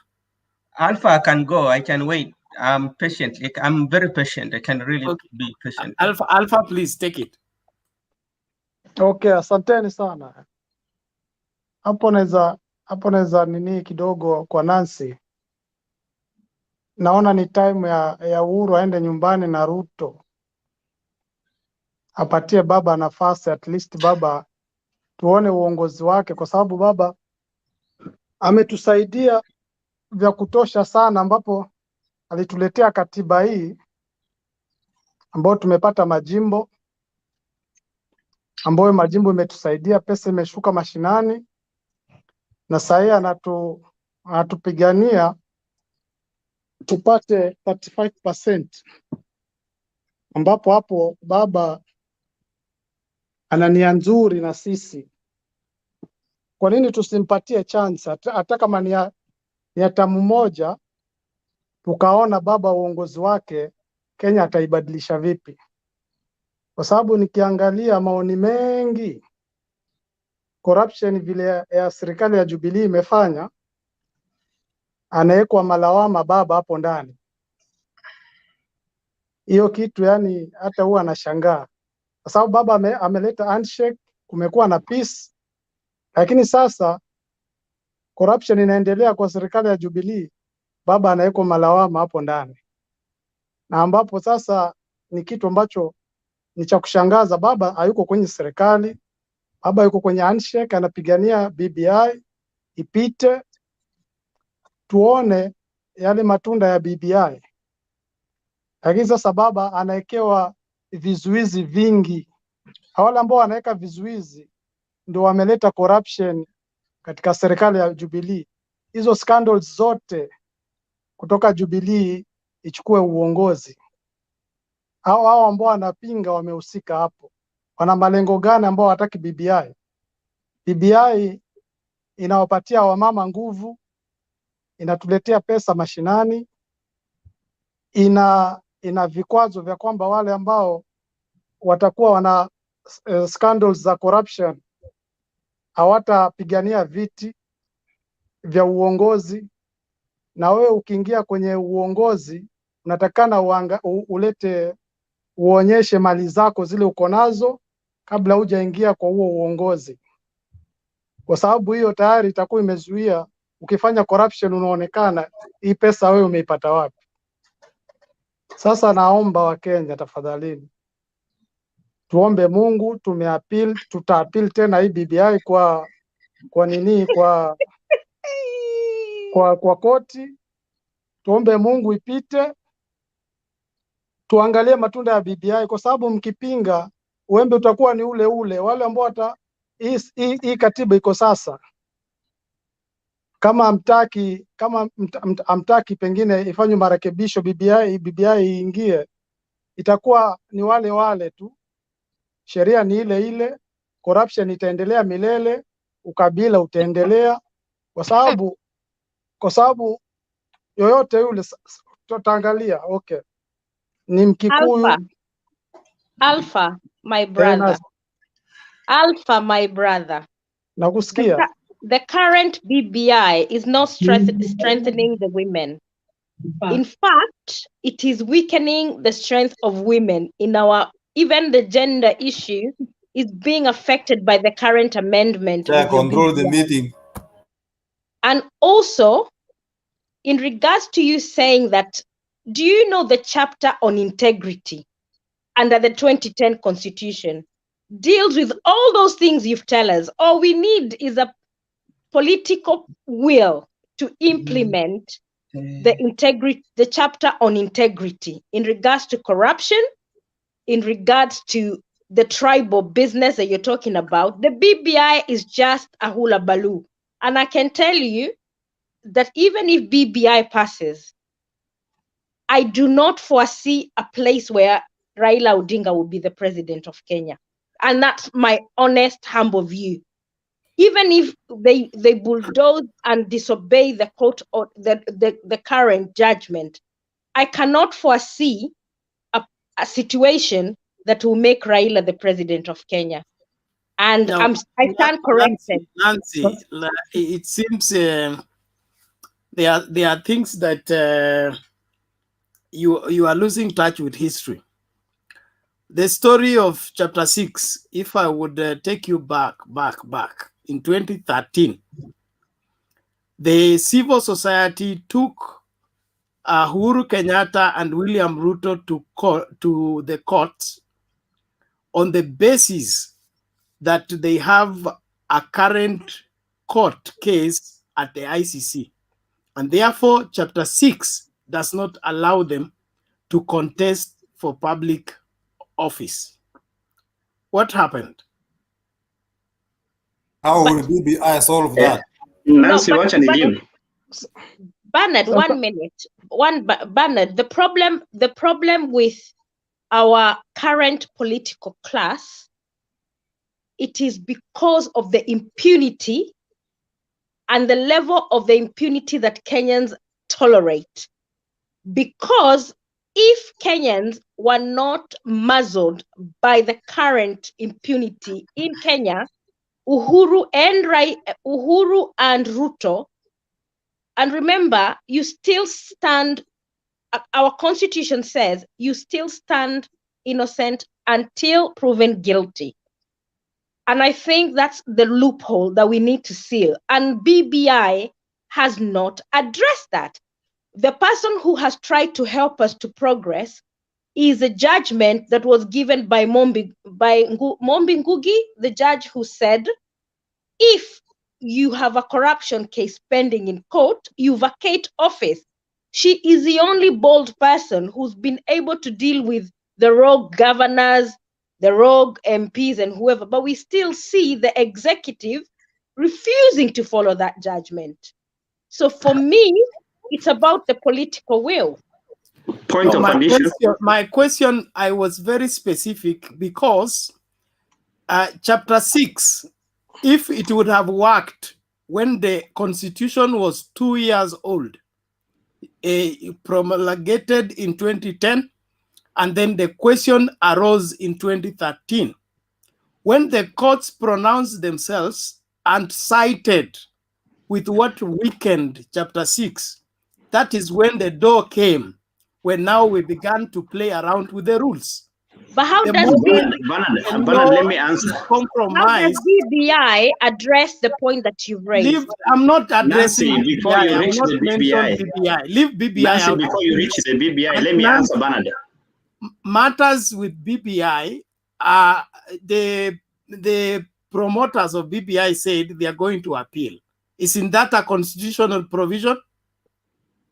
Yes, it is. Yes, so it's their right to appeal. There is no crime in appealing, isn't it? No, there isn't, but it's a tall order. In fact, that judgment Bernard, should be left Bernard, let me answer you the question of not the judges decide it. Okay, Waria, what is it? You talked about the issue of Uhuru and Ruto before 2013.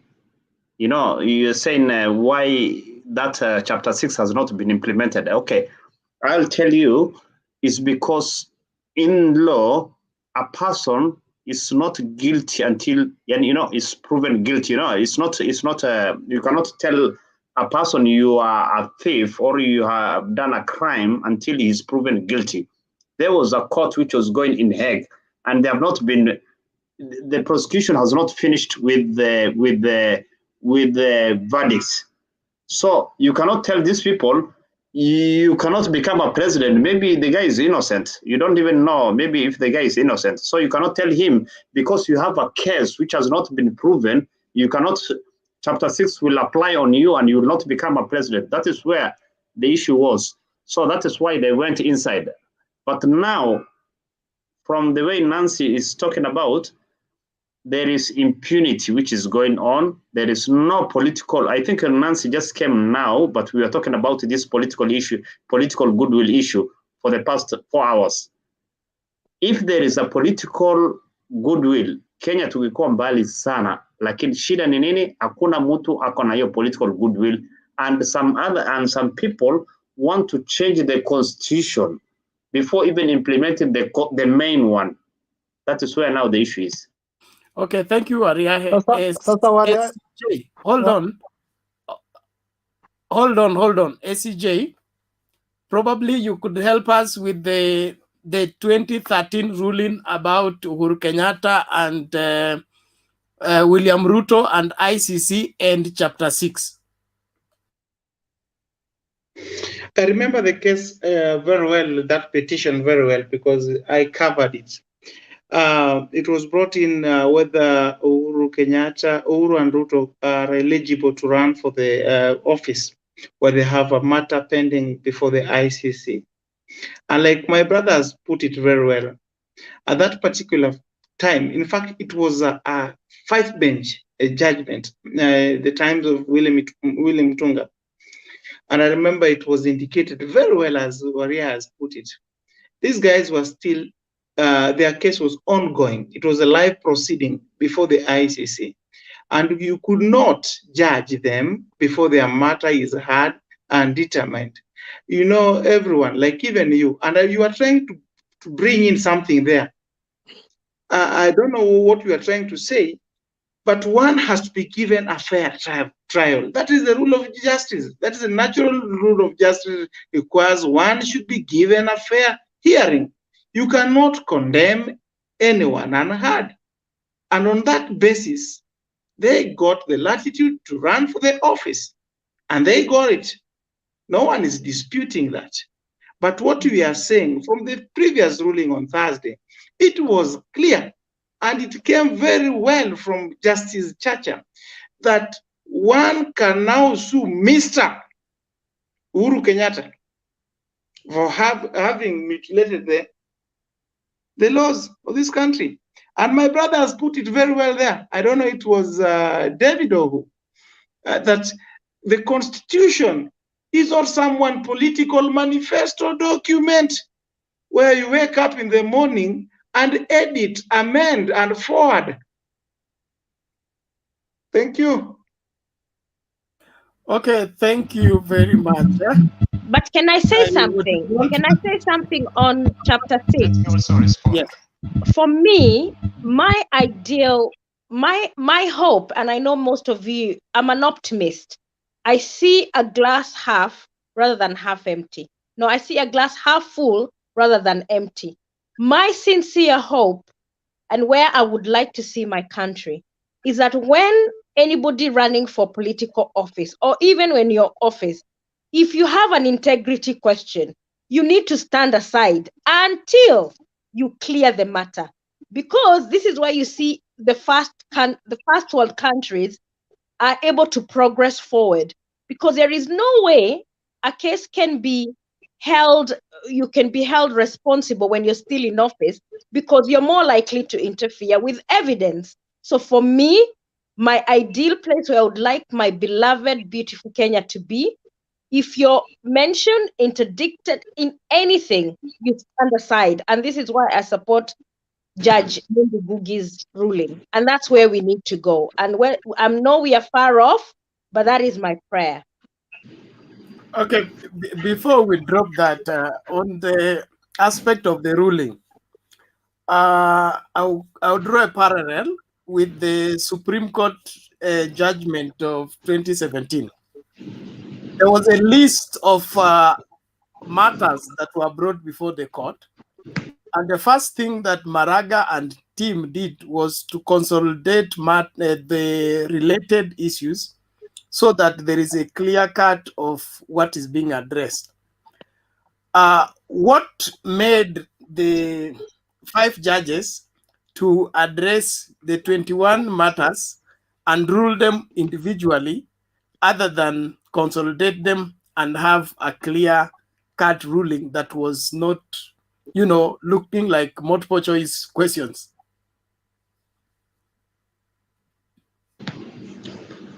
Okay, to answer that one, maybe let me just come in on that. The judges were talking about a process. They were saying the process of the BBI was wrong. They gave out 4 issues, four ways, 4 things to pass before you come to a referendum. So what they were talking specifically, because I was listening that day, what they were insisting so much is the process itself was not done properly, and it was the guys who were pretending to be Wanjiku were not exactly Wanjiku. They were patrons, you know. They were people who were of high value, you know. They had an intention to do something. So if it was coming from a Wanjiku Mamamboga, something would have been done. Like, you know, these guys, they have an agenda, so they were coming with their own agenda and pretending to be Wanjiku. The second thing they were talking about so much, the judges, was about the issue of independence of institution like IEBC. IEBC, they said, has a role on delimitation. And Orengo talked about that issue. Whatever, Otienda Amolo talked about that issue. Wetangula also, same. All those guys, they talked about those issues. But nobody, because they were given 100,000 each one, so they just passed it, you know. Mariahe, The 100,000, that is your own allegation, yet to be proved. No, Moses Leave it Kuria there. said Now, they normally being leave given Moses Kuria 100,000. out. Let Moses Kuria prove it before the court of law. Now, let that matter rest where it is. Brother Benson, your patience, thank you so much for being patient. And probably before you speak, is it not about time I we don't know call whether it? my network. No, just hold on, Brother Hello. Benson. Can we vote about calling it a day, or we proceed? Najua, tomorrow is Sunday. We should go to church. You can go. You can go to bed. We shall run the show And it's already almost 3. You go to bed, and we can run the show. When you stop live recording, we'll stop. Thank you very much. Thank you very much. In fact, I want to transfer the chair to Nancy, since she's staying until the 11th hour.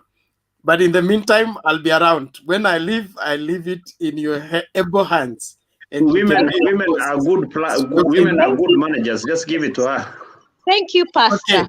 Nancy, go ahead, please, and run the show. Brother Benson was the one next. Thank you.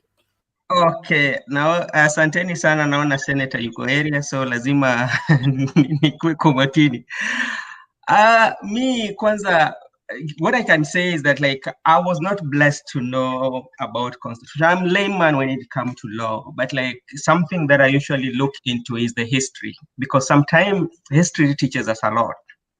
You know, Kenya, if you look at his history, where with some of the leaders that for forefathers who came and until where we are today, one thing that has really made us to be where we are, and that's why I was telling, like, these leaders, they will help us to, we cannot write them off, but we can learn from them and rectify or make a great country. I want to talk something about political parties. And what is killing us as a nation is political parties. And the reason why I'm saying this, the political parties in Kenya are not kind of like institutionalized. Like, they do not have, they are individual owned. And if they're individual owned, the individual will always have the last say. For example, when you look at, for example, ODM, the chairman is Raila Odinga. When you look at Wiper, the chairperson. Mbadi. No, like Mbadi is just like a name. Mbadi does not have anything to do with ODM, I tell you. We have a party leader and the chairman. So got it right, sir. Okay, all right. Even the party leader, I might say of the party leader. So when you see this, the party leader, that is there, all of them, and like, if you look at all of them, their party leaders are coming from a community somewhere, and they mostly identify with that community. So what happens, that's what brings about the tribal politics. Yeah, and that's why you see right now, if they want to run for an office, they come together because they know their tribes are behind them. So that is one thing that is killing us, like, is owned and then is tribal. Another thing that is killing the country is like the tribal, the foundation, their foundation on how they are formed. It's formed without vision, values. Yeah, we don't have visions and values for the political parties, and that's why you see, like, the people who will always get the ticket are not the people who are loved on the ground. And we've seen them in most of the political parties. You know, so that's one thing that is making us to be like this. The second thing is fidelity. We are not very faithful. We are not faithful to ourselves. We are not faithful to our country. We are not faithful to our constitution. And that is what is making us to be where we are. And I tell you, even today, Waria, everybody. Even if the BBI, the way they say passes today, even if they appeal it and it passes, if the people who are promoting this are not they were not faithful for the constitution, there's so many things that they violated. I don't think even if the BBI passes, they will be very faithful, because they've shown it. They've never been faithful to the country. They've never been faithful to the constitution. And it's just a history that we should learn from. Even if we look at the way people fight during the post-election violence, if we were a good country and we are very faithful to ourselves, we could have a self-discussion and say, is it the constitution, the 20 constitution that is making us to fight, or there's something? I don't know. I don't think it's constitution that is making us to fight. I don't think like by creating so many prime minister, executive, that is not what is making us to fight. What is making us to fight, we know very well that we are not faithful to ourselves, we are not faithful to our people, Kenya, and we've decided to make us fight. Because typical, and I want to give you like typical example, when a building collapses in Nairobi, you see how Kenyans are. They work with their bare hands to take people from the rubbles. Yeah? Yeah? That shows you that Kenya is united. That shows you how the people of Kenya are. They are one. But the leaders we have, that's where the problem comes. So, to me, what I would say, if Kenyans can be very faithful to themselves, especially the people who want the change, and the change, we push for it. Benson, interjection. By calling out, okay. In Somali, we have a proverb which says, you know the camel caravan. You know the camel caravan. Yeah. The camel caravan. You put one camel first, and then you tie another camel behind, and another camel behind, and another camel. So what we say is, you lead the first one. If you put the first one on the line, the others will follow. The problem is from the presidency. If a president comes out and says, from today we are going to do A, B, C, D, everybody will follow. Do you know the reason why everybody will follow? And I can give you another example. Like today, we know people are going under challenges in our daily lives. And I just want to bring you in a religious, sometimes you've seen the sector of, in our Christianity, especially in our churches, and you meet this pastor who will tell you, like, all the things that you've been going through, I'm going to solve them. Yeah? And like, we know people who are very desperate, they are going through challenges and somebody's going to tell them. And you know, this is the place whereby I'm going to get rescue. And when you go to get rescued at that place, you find like the rescue is not there. You know, that's how some Kenyans are. They believe that when you tell me like the BBI is going to solve the issue, because they know, they believe in that. But in the real sense, it's not true. That's how we are. Yeah. And that's why I'm just requesting for the people who see it the way we call it, let us continue preaching it, to say it's not good for our country. Yeah. Alpha talk about like we should give Raila a chance. It's okay. But do you think like there are no leaders? Benson, to add on, you see, like now here in Dubai, where we are right now in Dubai, the prime minister, the president only said, I want this country like this. From today, I want the road to pass from here, go from up to there. Yeah. The metro station from here up to that area, everything he said, I have to do it, and nobody can be able to do anything else, and everything is going straight. But now the problem is, the president himself wants some contracts. He wants some money. So that's what I was calling the fidelity to the country. He's not faithful to his country. He does not put the interest of the country first. That's what the president, where you stay, put the interest of the country first, then their interest is going to follow. If I'm going to put my interest that I know if I say this, I will get the contract back, that is not faithful to the country.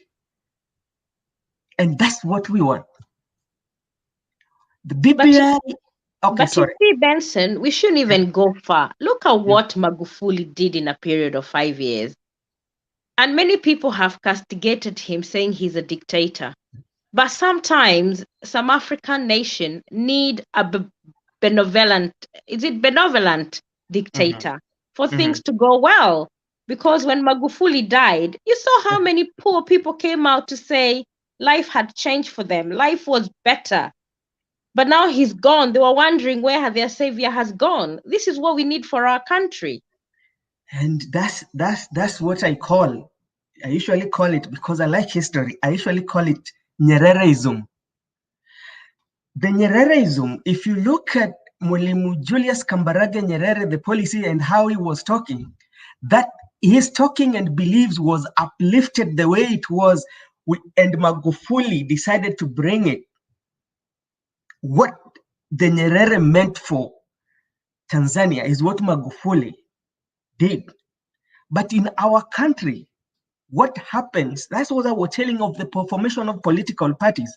And even if you listen to Tanzanians very well, the opening statement will be, sisi kama wa Tanzania, tunataka rais wetu atufanyie hivi. Lakini tukikuja kwetu Kenya, sisi kama Wajaluo, sisi kama Mount Kenya, sisi kama Wakamba, sisi kama Wakalenjin, tumedhulumiwa kwa, unaona, ni kwamba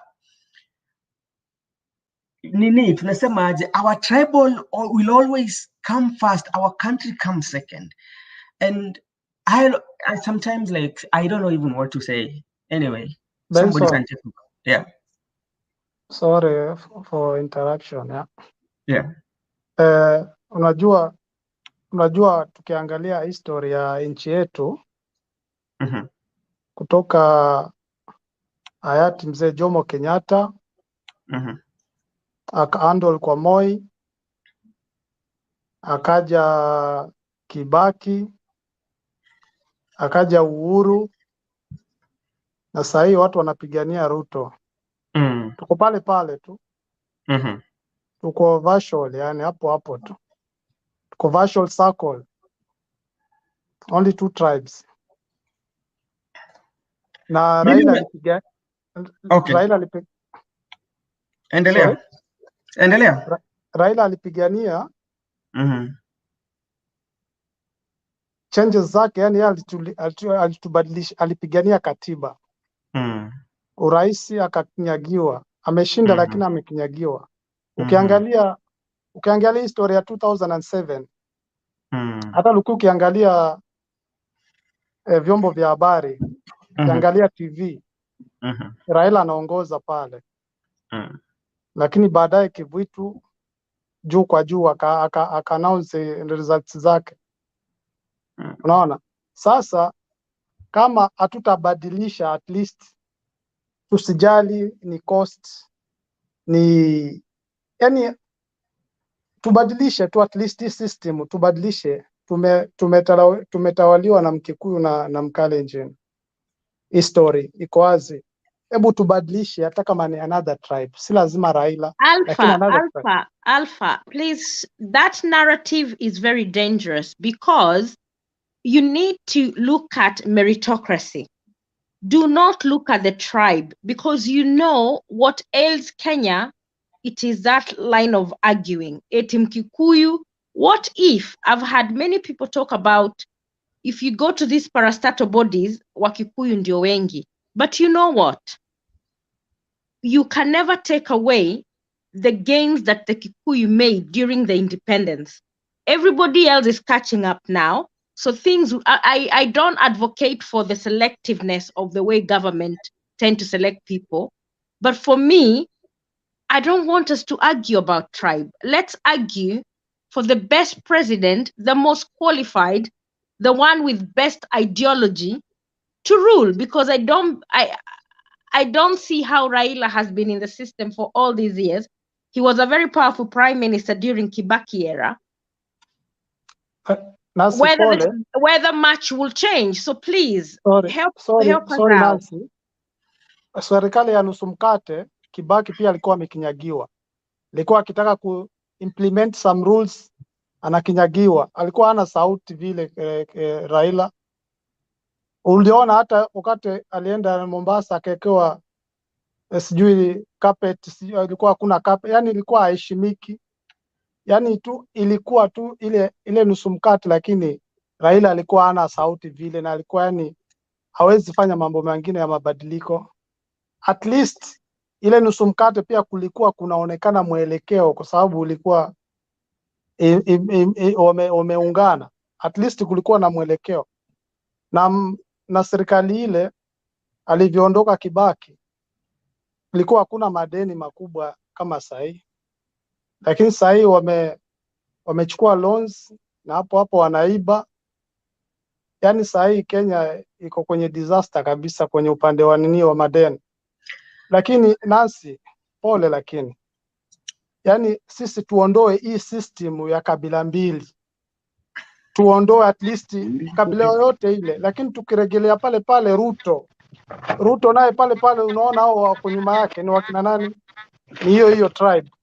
Yani wanataka hapo tu wacheze tu. Alpha interjection. Wariahe, wait. No, Wariahe, no, you have to wait for your chance. Ngoja Raila, ngoja Waria. Yani sisi tuombe Mungu, yani at least ile presidency kienda the other side haijalishi. At least hapo tunaweza pata, Mungu anaweza kuletea mtu wa imani akatubadilishia kama Magufuli kule. Lakini tukicheza hapo ile kitu imeingia kwa damu. Yani ina ulafi, yani ina ulafi, iliingia kwa damu, ni wao kwa wao.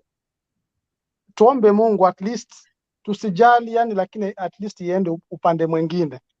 Atujali ni Raila ama ni Mudavadi ama ni Kalonzo ama ni Kosti yoyote yule, yani ama ni Kisii, ni Matiang'i. Tuombe Mungu tu iende ule upepo uende upande mwingine. At least Mungu anaweza kuletea mtu ambaye at least ana imani ya kubadilisha nchi. Lakini hapo tukicheza sahi watu Ruto nao wako nyuma ya Ruto, ni hao tena ambao wako kwenye ile damu yani.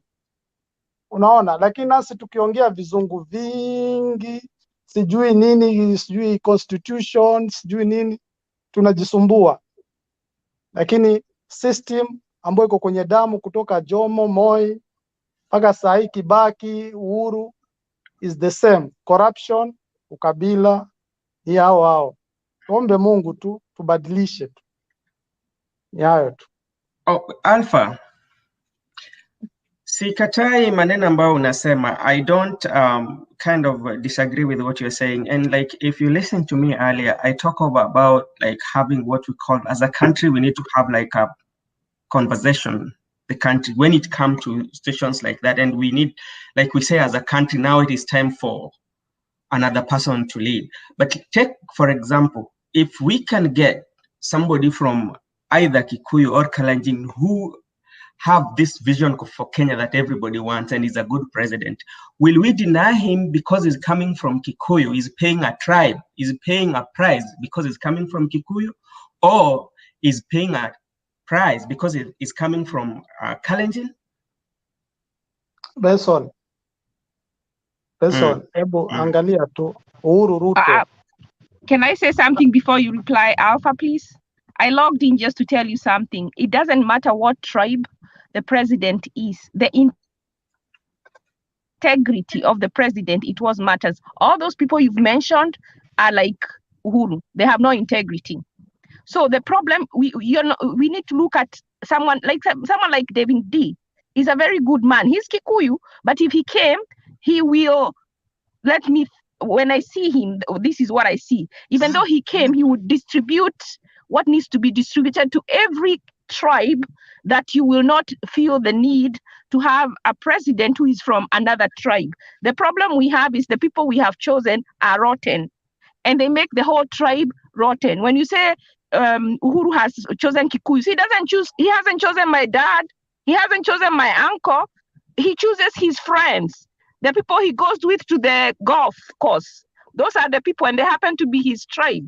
So it is not Kikuyus. It is because he's like Brother Benson said, that he has no heart for the country. He's not a patriot. He's choosing his friends, and in doing so, he's making the Kikuyu tribe look bad. But let me tell you something. Like when they had elections in America in 2016, both presidential candidates were from one area. They were all from New York. It's having like 2 presidential candidates all coming from Kisumu. Nobody made a fuss about the fact that they were both from the same place. It is what they were selling. Their policies are the ones which made the difference. So I hear what you're saying, but I don't like that you're saying people are tribal, but you're going on the tribal line. I hate BBI because it emphasizes tribe. I would rather have dynasty which emphasizes class, because we can uplift the class, because BBI trenches us in our tribes. We need to come away from tribes if we want to progress as a country. You know, like Benson said, if we get a Kikuyu or a Kalenjin who is the best of all the candidates, and the election was free and fair, we shouldn't worry that they are Kikuyus. Do you know how many Kikuyus are poor? I can send you so many clips I've watched. Poor, like abject poverty. So you can't say we've had a Kikuyu president. Uhuru doesn't even care about Kikuyus. He only cares about his friends. You understand that? So we are victimized, and that's why you see this time BBI Kikuyus are refusing, because they are being used. He comes and calls us mtu wetu when he wants a favor. When he's done, do you know whose houses he's demolishing? Kikuyus. Right now. Those are the houses he's demolishing. So I want you to think again. It is not tribe that is the problem. It is that we need to become united. That when I see you, I see Kenyan. When I see Benson, I see Kenyan. And then we choose the best, whatever tribe they are. If they are the best in that position, let us choose them, because the best person will not favor one person. Like BBI, ina favor hizi constituencies, kuna favorism. Unasema about baba yuko kwa hii BBI, anaona inequality na support 100%. Baba is as bad as Uhuru. He is at you know, like in America, what they do when they have something like this, they are pushing a BBI. Even in your side, if the people in your side, your senators are not agreeing, you sit them down, you convince them. When it comes to voting, they will vote the way they want, but you will try your best, you convince them. You will try your best, you add some wanazitanga pork into the bill, something that they will want so that they can come and support it. But you don't whip people when they don't support it. That is not democracy. That is what Baba is doing. So when you say we put Baba and remove Uhuru, we'll have the same problems, only that we'll have changed who is eating. Hii kukula tutakula mpaka siku gani? Alafu leo baba akule, kesho Mudavadi akule, kesho Mankiani akule. We have not solved the problem. We are just moving the problem around. We need to solve the problem. The problem is to choose. Integrity is very, very important. Integrity. We need to know how tutafanya hiyo popular initiative tuweke integrity as a requirement for seeking any elected office, and that will help us. It doesn't matter what tribe you are. Hata tukirudisha Mkikuyu mwingine, as long as they care for the country, you will feel it in Nyanza, you will feel it in Mombasa, you will feel it in Kisiland. Tusiangalie tribe, tuangalie qualification. Well, Nancy, can I talk? Okay. Can I say one more thing and then I finish? One more minute. I was reading somewhere about the definition of a popular initiative and a parliamentary initiative in some law degree, a law dictionary. It said a popular initiative is supposed to be for the electorate, to express when their leaders have not brought in an issue that is pressing to them. They use the popular initiative. The parliamentary is to be used by elected leaders. The popular initiative is for the electorate to express themselves, or if they want to change something in the constitution. And there is a reason the person leading the popular initiative is someone who is a senator. Then you wonder, why are they coming to the popular initiative when they have their own? They kuna monkey business. Let us not support them. Because kama wao umegain na mimi lose. You see, you're the one who is bringing the problem too when you're supporting something that is unfair to some people. Sasa tunakuja hapa tunacheka ati leo Ruto amefurahi, kesho hajafurahi. Why would you support something that you know inakwaza mtu pahali? Now, and we are talking about building bridges. We are talking about national cohesion. How genuine are these people? If they are bringing something to bring us together and they are not genuine, can the devil give you something that is real? We have, kama unaletewa kitu na shetani, unajua hii anakudanganya. These people have no integrity. Hata vile wameiforce, hata huko parliament, wanaanza kudemote watu, wanaanza kuifuata, wanaforce watu waifuate. Why? And then you think those kind of people with that kind of character wanakuletea kitu mzuri? Do we really think? I don't know.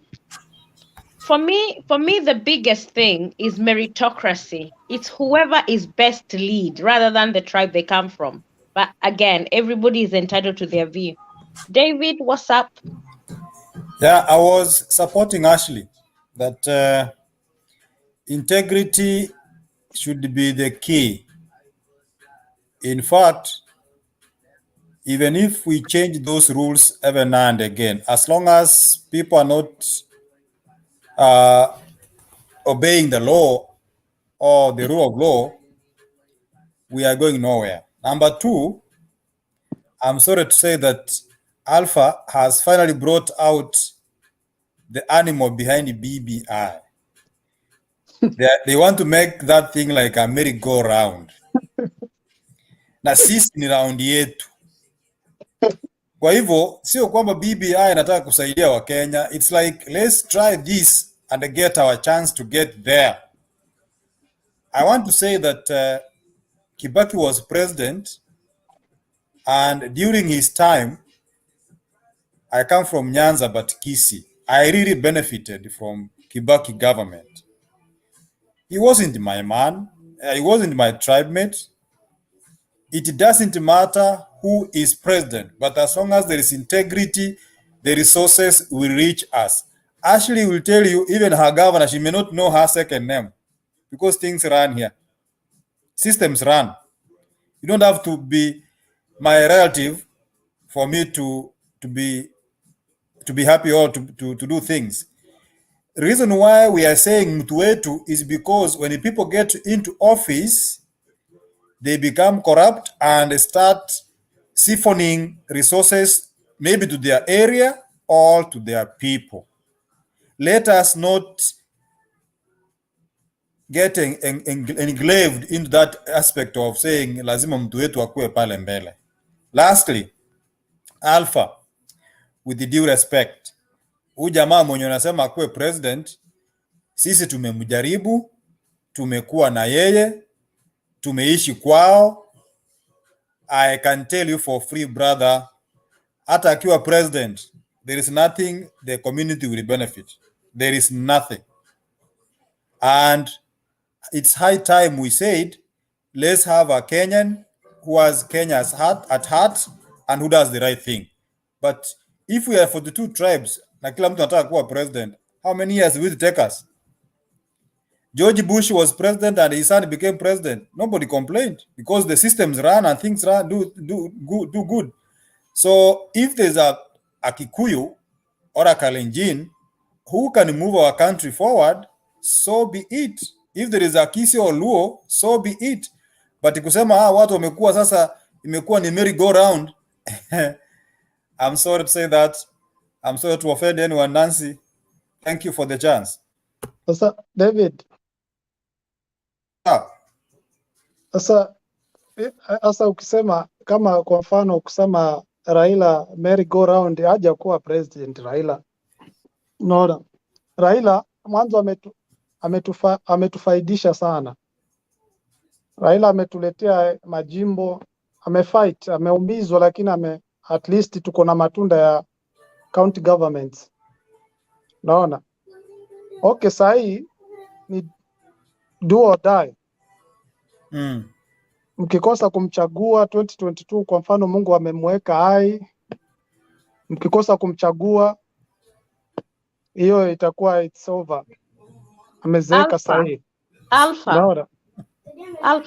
If Raila was the guy that you think he's so righteous, why is he allowing Kenyans to die of COVID while he's talking about BBI instead of saying, if he was a true statement that you're talking about, I would have respected Raila if he said, let's pause the BBI for a few months. Let's look at the vaccination of everybody. Hiyo pesa ya BBI tulikuwa tunatumia.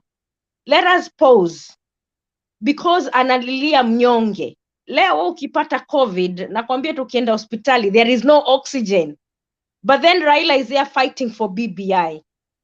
Raila, So that's like Raila si president. He has a very big who was the president? Wasn't he the one who was whipping Akina Otiende and Orengo in parliament? He has a big say. He has been unfortunately you might helping not Uhuru pass laws in policies. But let me tell you things about Raila. He has been good, like you said, but this the last leg, BBI handshake, I'm a drop ball. But let me tell you, he does not have to be president to be somebody. Unajua huyu anaitwa Martin Luther King Jr. in America. He never became a president. He was a civil rights leader. And today, there is a day each year that there is a holiday for him. So he doesn't have, unajua, a servant does not have to demand respect. Kama amekuwa akifanya as a service to the Kenyans, he should not even ask, and his people should not even ask. Ile amefanya, hiyo matendo yake itaenda mbele yake, maybe even not now when he's alive. Maybe the day he will die, there will be a day for to honor him. Like huyu Martin Luther King alikufa, when he died, up to today, each year, one day, they have a day which is called Martin Luther King. So we know he has done a lot. I personally know that. But this one here, BBI, he ameangusha kabisa, unfortunately. And I don't want to, I may want to say it is old age. Ama watu wana deal now, these are his tormentors. Uhuru tormented him, Gideon, babake akamtorment. Sana deal na watu wamemsumbua. Kwa hivyo hata ile, hana ile, ni kama iko na low self esteem. Kwa hivyo anaweza kuwa akifanya vitu in his mind, he knows it is bad, but he wants to please them. Unfortunately, he has put his character on the line for us who can see. Wewe huwezi ona, but unfortunately tunaona anafanya vibaya saa hii. BBI, kuna mtu ameniandikia hivi ati I want unity and I am refusing BBI. BBI imeletwa na watu nyoka, people who are not honest, so I cannot accept something from people who are not honest, who want to use unconstitutional means to bring it up. Wacha wailete in the right way, in the light, not in the darkness, not behind is on back doors. Here back door is not real. What they are telling us is not what they really want. They have what they want, and that means whatever they want is not what they are saying. We'll find out after it is signed. Kila kitu inadirectiwa kwa president. President in the judiciary, president in the presidency, president in the IEBC, president in the police. Hii kitu si mzuri. Nasi. So this is not what we need. Ashley. Thank you, Ashley. Let's hear Alpha. Ashley. Ashley. Now we don't interrupt him because we are 3 against 1. Let us give him to articulate his thoughts. Yeah. Nilikuwa nataka kumuuliza tu kwa mfano 2022 ni Raila na Ruto, choice yake ni nani? Ashley, are you? Yeah. In case 2022 ni Raila na Ruto, choice yako ni nani? The better of the two devils. Huh? The better. In 2017, I supported Raila. And I didn't just support him with my mouth. I supported him 100%. Mm-hmm. And I know I can tell you people who can tell you I did. The time when I parted ways with Raila is when he went for the handshake. he would have made it, but ndio nakwambia hao watu wana deal now, he's inferior to them. Sasa Nancy, ile handshake vile imeleta amani, ulikuwa unataka tu resist to change kwa Airtel, tusinunue Brookside, tuwe na currency yetu, ulikuwa unataka hivyo? Mimi what I wanted, what we were fighting for was electoral justice. Let me tell you something. Around the time that the handshake happened, Ngilu was fighting the Kikuyu because they were going to, the person who was going to, if Raila just held a bit longer, today he would be president, by the way. Because the Kalenjins had stopped, they were starting to get away from Uhuru. They were fighting because he had taken away their CEO from the Kenyatta National Hospital, Lily Koros. And then Gilu was fighting the Kikuyus about the charcoal. And then the NASA people were resisting. At that time, Uhuru was on his knees. He called Raila and begged him to support him. For peace. It was for the preservation of Uhuru's political future. Na nakwambia Raila angekataa. Nakwambia this today he would be president. He lost it again. Unasema we've not given Raila a chance. When he becomes president, he has to go and negotiate for Kenya. Kama anashindwa anachengwa na mtu kama Uhuru who is not very smart, ataongea nini na nini na Putin? Ataongea nini na North Korea? He has to be strong. He has to be tough. Kwa hivyo akishindwa na hizi local politics, ataweza kitu international, atauza Kenya bila kujua. So he like ananyang'anywa na anaitikia, alafu anaanza kucheka na watu wamemnyang'anya hiyo nini yake. He should have stood and said he wants electoral justice. Hata kwa hii BBI hakuna electoral justice. Hakuna fairness. Raila angekuwa president 2007. Na ile ndio ilikuwa open kabisa. Na akawacha akaitikia kukuwa kwa sababu prime minister. You know, if it was me, you either give me my right to, I would not negotiate. Alisarenda kwa sababu watu walikuwa wanakufa. Unaona? Then what he would have done, he could have surrendered and say he doesn't want the prime minister because he's supposed to be president. That's how you put your foot down. You don't agree a lesser position. That is where he is wrong. That is where he's weak. And it is him who has made himself not to be president because he's weak. Anyanyanganya chapati kikuwa kwa mdomo. You blame him. Tuombe Mungu atuletee mtu kama Magufuli tu. Yaani haijalishi ni kabila gani. You need someone like Miguna. Mukipatia vote Miguna afa atakufa, lakini hiyo vote yenu you will get to state house na mimi pia nitamback. It is nothing about hating a Luo. Mweke Miguna hapo leo, nitakuja na nitakuwa hapo mbele. You know somebody who means business. And they know when someone means business. Kuna watu walikuwa, you bring somebody, msilete mtu muoga. Kuna watu walikuwa brainwashed, ndo vile Raila alikuwa walimuogopa mpaka sasa hiyo wanamuogopa Miguna wakamdeport. Unaona, hawataki mtu strong ambaye anaongea. But Alpha, you're supporting Raila. Miguna saw in your guy, the government mistreated him, and the same government Raila gave in to them. Instead of saying no, I'm still standing up for Miguna because he's a Kenyan. The court has court orders ordering the government to bring Miguna back, and then you want to tell me that Raila has so much integrity? Come on. But you know, Nancy, what happens if I don't know whether you've read about abused people. Raila is dealing with people who have not only abused him and his family. But then so I don't know whether he's ever gone for counseling, but he's not able to negotiate with them. He always feels less than them. He always sees them as superior. Did you see him? Enda uangalia hiyo clip ya handshake. Anaangalia vile Uhuru amevaa jacket, anaanza kukuniniku. You can tell he doesn't have self-esteem. That is the main problem. You guys are backing someone who is not sure of himself. And that is why kila saa akiwin, hata mkimpatia 2022 zitaibiwa. Kuna wale wanamjua, wanampaka mafuta kama ile ya gunguruwe. Akina Matiang'i vile wanamweka because they know watamweka mpatie kura halafu aziibe. and he will agree because he always agrees, and they know that he's scared of them. Okay, Unfortunately, he's taking a whole community behind him to those people he's scared of. You should pull him away from them.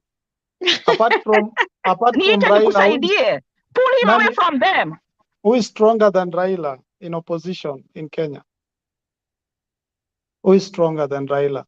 Akiondoka Raila, Kenya imeisha. Lakini sasa hakuna opposition Kenya. Mimi naweza taka, me, I would want them to put David D. David D will prove to people that Kikuyus are not bad. During the handshake, alikuwa amesema, you know, when they were talking about secession. Ashley, wait. I want to understand your view about David. He's never held a public office. So where has this conviction of yours come from that he'll be the best candidate to lead Kenya? Because I watched him during the, like I said, I was following the politics of NASA a lot. He's the one who brought them together. He was their strategist. He's the one who convinced them to work and to make Raila the presidential candidate, because both Musalia and Kalonzo wanted to both be. He has so much. He's somebody, he doesn't have the political knowledge or experience, but if he chose somebody who has, he can be like a vice president, or he can be the president with a knowledgeable vice president, like the way Obama came in very green, but Biden was he was very exposed, had so much experience in political life. So if someone like Ndi can come in, and Ndi would do right, he would do right by every, he's not tribalist. I don't know anybody else, but that's who I know.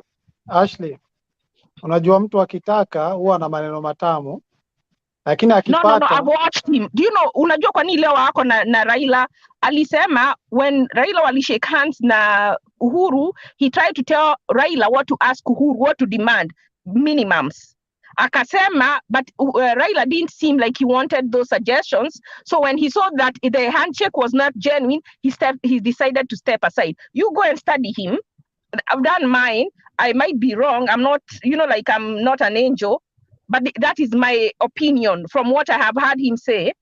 But there's somebody who is good. Muhammad Ali, Moha is another one. He can be good vice president. Muhammad Ali, huyu MP wa nini? Yes. No. Yeah. No. Why do you say no? What's wrong with Muhammad Ali? Tell us. Muhammad Ali wakati alikuwa journalist, alikuwa muoni vile anaongea, ukasema huyu akipata UMP atasaidia ama atakuwa na ukweli wa siasa. Hebu angalia sahi, amenunuliwa na pesa ndogo na Ruto. No. You have to align. You know, if you want to grow, Ashley, you have to align yourself. Ashley, wait. Ilikuwa njaa tu.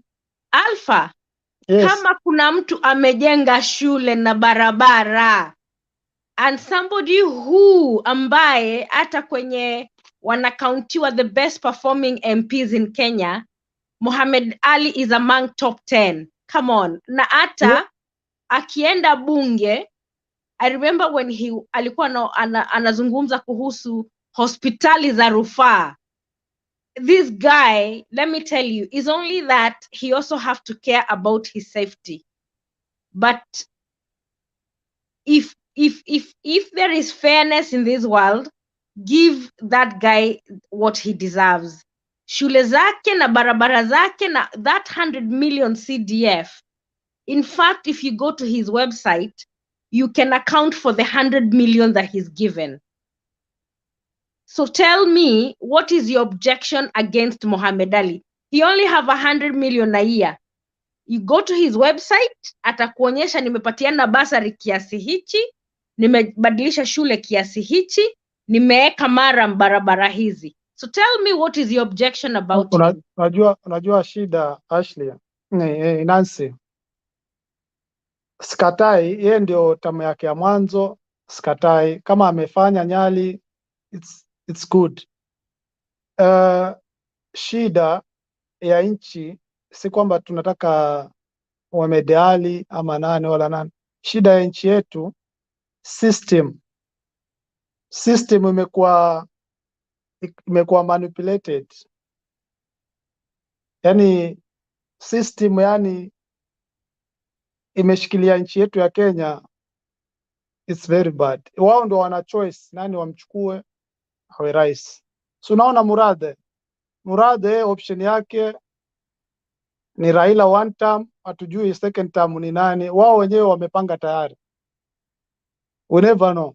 Hata tukiweka nani ule tunamtrust David Ndii ama nani yule tunamtaka, si wananchi tumchague, hata pita wenyewe wamejua tayari 2022 ni Alpha, huyu. yani Alpha, unataka kuniambia kweli unamsikiliza Murathe? Maneno ya Murathe yani wewe yanakukaa kwenye kichwa hivi, unakaa unafikiri eti Murathe. Nancy Murathe akiongea ni Uhuru ni nani? Si uongo, it's a lie, it's not true.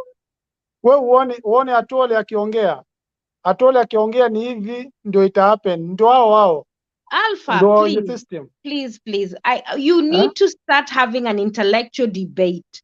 Achana na Atwoli ametuambia mpaka the deputy president will not be in the ballot box. Anataka kumuua, or what does he want to do? Unajua kwa nini? Achana na mambo ya Atwoli, Murathe, those are non-starters. Let's start talking about leaders who have, let's agree that we need meritocracy in our system and integrity in our system. You're a young man. Imagine wewe una vijana wangapi wanakuangalia. Kama vile unavyowaambia ndivyo itakuwa, then we are doomed. I'm sorry to say. I talk. Nancy. Hi, David. Can I have 1 minute, please? Yeah, you can. Alpha, umemaliza? Unaona Nancy, nilikuwa nataka kukuambia hivi. Unajua Atwoli anasema Ruto hatakuwa kwa ballot. Unajua amemu wapi? Amemu pale BBI ikipita, kuna kile kipengee cha kwamba yule ambaye ataka kupigania uongozi kama atakuwa yuko na scandals za corruption hatapigania. Wao wamemu hapo. Unaona kwamba Ruto hatakuwa kwa ballot kwa sababu atazuiwa kwa sababu yuko na scandals sijui za corruption whatever, I don't know. Unaona? Sasa mnatengeneza katiba inahusu mtu ama inahusu wa Kenya? Na tena Ruto peke yake ndio mwizi Kenya, wengine sio wezi. Yaani Ruto peke yake ndiye anaibanga ama hakuna mwingine anaiba? So sad. Sasa ndo nawaambia hivi. 2022 ishapangwa tayari. Unaona? Wanataka kumpatia baba kwa sababu ashazeeka tamu moja, tamu ya pili sijui wamemnani, we never know. Kwa hivyo wewe umekubali hata ukienda kupiga kura yako haina maana. Afadhali tu kae nyumbani. Is that what you're saying? Nancy, mimi nimepigia baba kura kutoka hizo enzi. Mpaka saa hii baba anaelekea kuisha. Ule uchungu niko nao. Yani we acha tu, kwa sababu mimi nilikuwa naomba Mungu tupate rais ambaye ametuletea mabadiliko, lakini anyway Raila awe rais asiwe rais, at least ametuletea serikali za majimbo. Yule rais atakuwa pale afanye corruption yake whatever, lakini huku mashinani kwenye counties tunapewa hiyo sijui ni 9 billions. Gavana wetu ndiye rais wetu. Gavana wako ni nani Alpha? Gavana wangu ni Mvurya. Ndo hao ambao let me tell you, whether Raila becomes president or not, shida zako zitabaki shida zako and you'll continue being the same. What you need to pray for, it's a guy who has the best interest for all of us, but at the moment Raila has lost it. Raila hata mimi Raila angefanya handshake akatalie pale kwenye handshake, amwambie Uhuru, listen, the best thing I want for you ni kugovern Kenya vile inavyo histahiri, alafu I make sure that Uhuru is implementing our constitution and all those 9-point agenda, to say to him, I want us to go one by one na tuweke government policy to implement the 9 points. Lakini asingeenda kwenye constitution change. because hata yeye mwenyewe Raila anajua kuwa Uhuru haja implement the 2010 constitution, na sikudanganyi, kama Raila ange retire after ali boycott ile 2017 general election, ali boycott, his history would have been home and dry. But the handshake, the ruling from about BBI, the pandemic, kukosa kuongea kuhusu mnyonge, will probably taint his legacy a big way. But I respect that you love him, and akishinda the next general election, fair enough. But to me, I don't think he'll ever be the president of Kenya. Nancy, Atakufa bila kuwa president. Let me tell you something, Alpha. Hata watu wanaweza sema wanamdanganya saa hii, ndio unajua watu wake wanakuanga very volatile. Wacha nikwambie, hata I would want this BBI iende through, utaona watamrusha nje. I'm telling you, the people he's working with are snakes. Hao ndio hizo nyoka. They will not accept him to be president. Hata sisi hao wenyewe wana deny. Na wacha nikwambie ile kitu inafanya Raila mwenyewe disrespectiwe. It is how he behaves. When yani mtu anaweza kukunyang'anya bibi alafu akuje akwambie umuoshe nyumba na unaitikia kumuosha nyumba. How can you win to be president alafu unapatiwa prime minister, unasema hell no, I will be opposition leader. Kama huyo president haionekani na utaki watu wasafe, you say I'm not gonna be prime minister, I'm president. Hapo ndio anaenda wrong. So David, he has to do self-reflection. David, where are you? David, uko wapi? Let me say the last thing about Raila. Kuski. Let me tell you something about your Actually, 1 minute. David, where are you? Niko Rogers, Minnesota. Hapa ni Minnesota maze. America. Bado sisi mchana hapa. Najua nimeshinda nyinyi watu wangali. Sasa hivi. Saa hizi saa 1:30. Okay. Okay, so let me say one last thing about Raila before I get off. Niliona napigia watu kelele nikatoka nje juu kuna wenye wanalala waenda kazi usiku. So nikatoka nje. Actually, where are you going? I'm in Florida. No, why are you signing off this discussion na siku nyingi? Unajua kuna watu wengi, you don't get a chance to talk.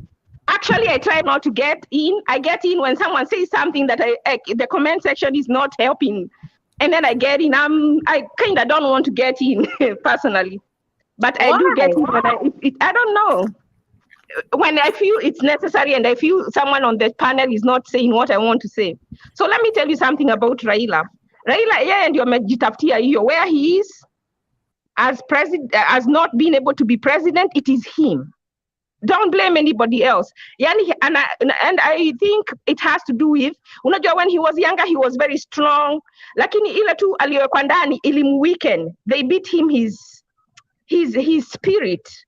Na sasa ana face his oppressors. So when he faces them, he's not able to stand up to them. Let me tell you, when Khashoggi was killed, that guy, Osama, the guy who had ordered Khashoggi to be killed in Saudi Arabia, aliita huyo bradake kwa the emperor, whatever, there where he stays, akampatia pesa. The guy refused the money. What Raila does, kama hii 2017, I know it was stolen. He could have gone shaken hands with Uhuru, but he would have stayed still in your position. Yani, he should demand respect. He should demand respect. Hawezi cheka na mtu anakuibia. You can't. That's where he has gone wrong. And because he has gone wrong, they look at him like a fool. Hata sahi, I wish BBI upite. I'm telling you, they will not make him president. I'm telling you. They won't. Something will come up. Anyway, at least ametufaitia, tumepata county governments, hata kama hatakuwa rais, whatever, lakini Alpha, nikuulize, tulizana tu kama mandugu, Just go to their website and Google the state called California. California has 40-something million people. That's a state, Na iko na 30.61 trillion GDP. Kenya is a state yenye iko na around 50 million people. GDP yake ni 1/10 of California. Look at the leadership of California, how many leaders it has na wenye wako Kenya. And then tell us if BBI really is good for us. Then you realize we are still adding more and more leaders. And it's like tunatafuta kazi kwa serikali kugawia wananchi instead of creating the economy and expanding it for the people of Kenya.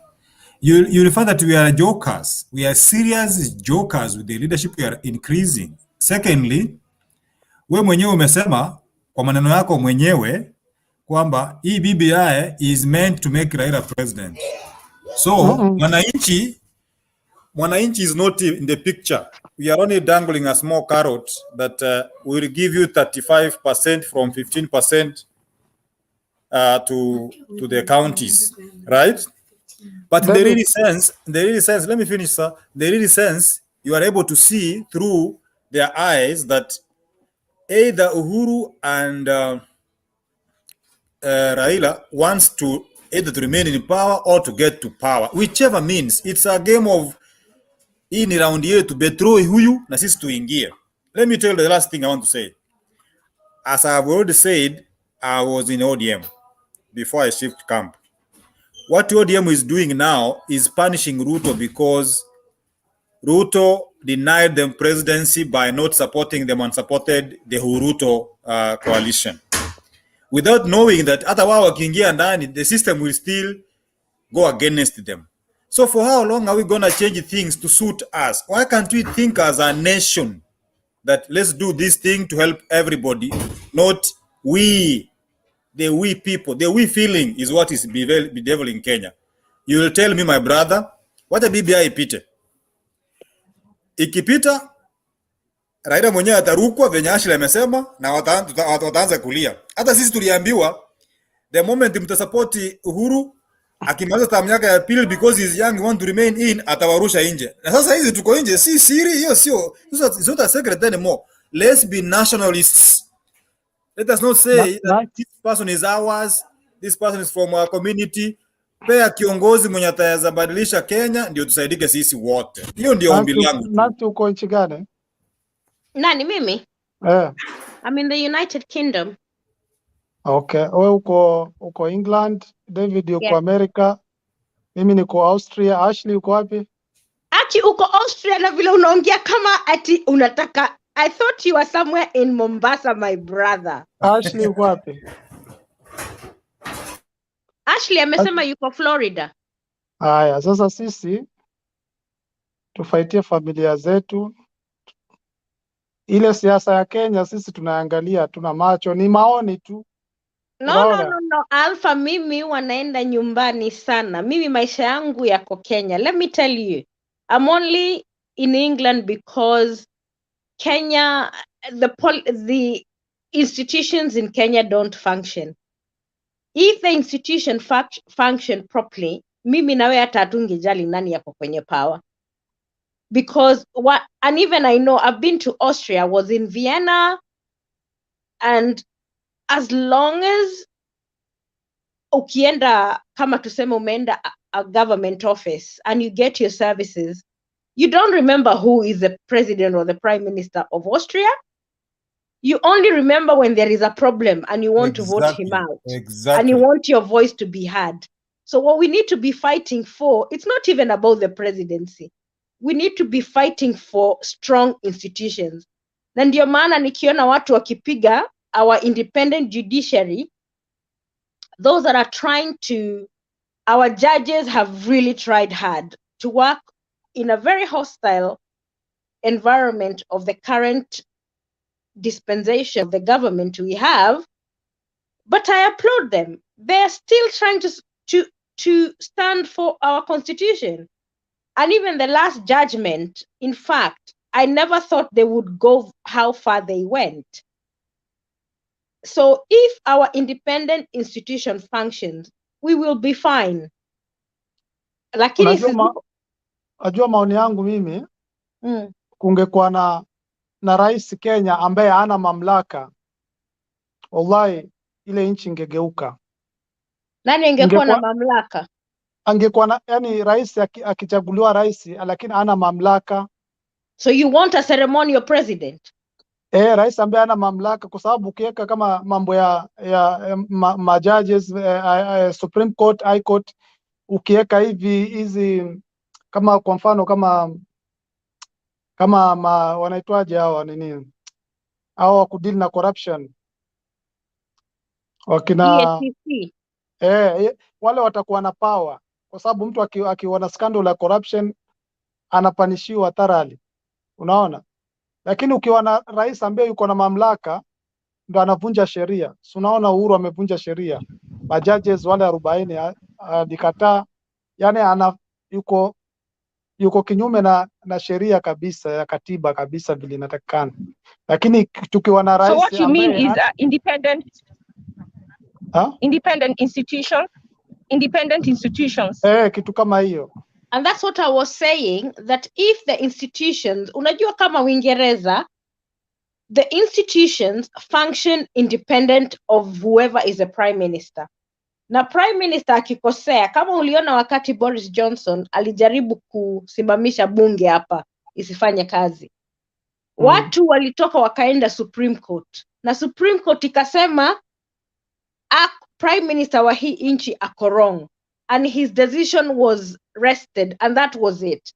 And parliament sat. He could not prorogue the parliament because the judiciary, civil organization, whether it is water companies, electric, whatever you call, any institution works independently without gerrymandering from whoever is in power. If we had that in Kenya, hata tupate Mduruma au Msoma au Msamburu ndio president, it wouldn't really matter. And I can tell you, and I'm sure you know that because you said you're in Austria. Unaona kama Austria, rais kama kwa mfano hapa Austria, unaona kama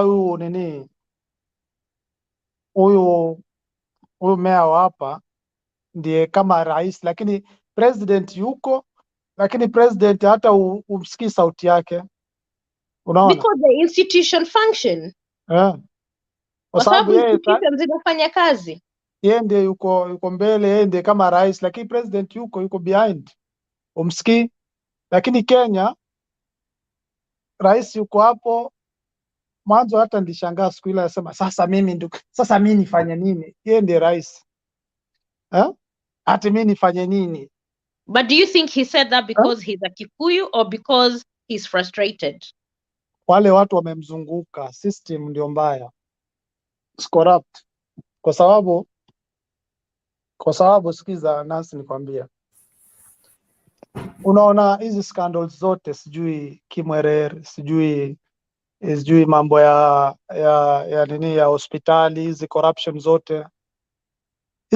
zote zinatendeka. Usifikiri hati Uhuru hajui, yeye yuko pale anajua hizo corruption zote, yeye yuko ndani. Ukimsikia mtu sasa mimi nifanye nini, yeye yuko afanye nini? Watu wanashutuliwa tu, leo wanashikwa, sijui wanawekwa ndani, kesho wanatoka, imeisha.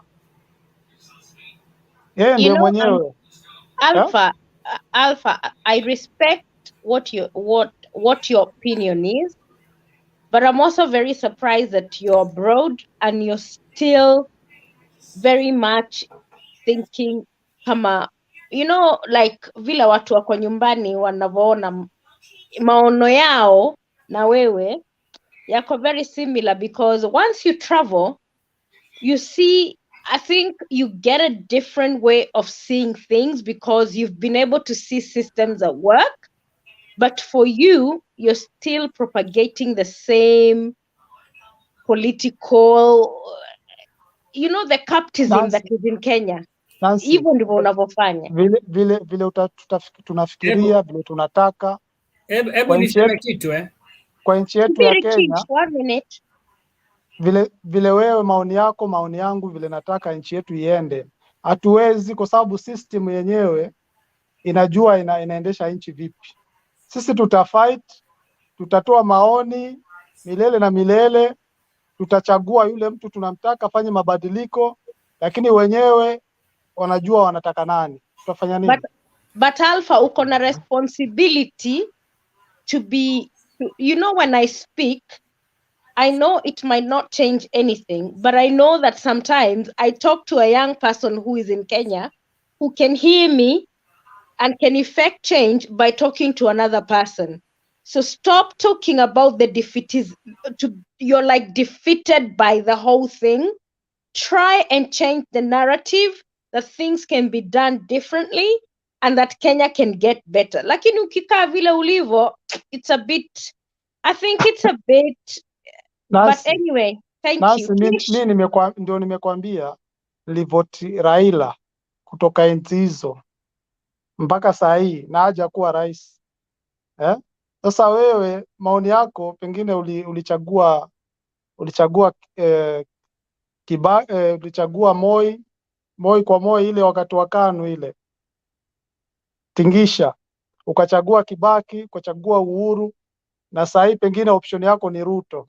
Unaona? Alpha, na kuomba ndugu yangu, umesafiri, umeona dunia differently. Propagate a different political narrative, because the young people back home, they look up to me and you. Na ukiongelesha ndugu zako hivyo eti Raila is the only option, it's such a defeatism way to see things. So for me, I try to show my brothers it can be done differently, it can be better, because I know my country can be better. But I respect your opinion, I respect the way you see things, but I respectfully disagree. Kish, twende kazi. Haya, sasa unajua mimi napenda kuzungumza Kiswahili kama huyu Alpha hapa Sawa, tunafurahi. Hiyo ndio lugha yetu ya nyumbani. Basi. Haya, sasa mimi kizungu lipotea ni Kijerumani tu sasa hivi. Wajua kusema Kijerumani wewe? Kijerumani, kizungu lipotea kwa sababu lugha ni Kijerumani huko. Nimesikia wasema umetoka Austria, sijui Austria wanazungumza nini? Sijui wanazungumza Kifaransa ama ni Kijerumani. Kijerumani Haya, lakini wacha niseme hivi mimi namfeel huyu Alpha, namfeel kabisa, kwa sababu yeye ni stand supporter wa Raila na Raila, mimi tuseme Raila si mbaya vile, isipokuwa ni vile watu wanamuogopa sana si mbaya vile lakini sasa problem ya Raila ni moja tu.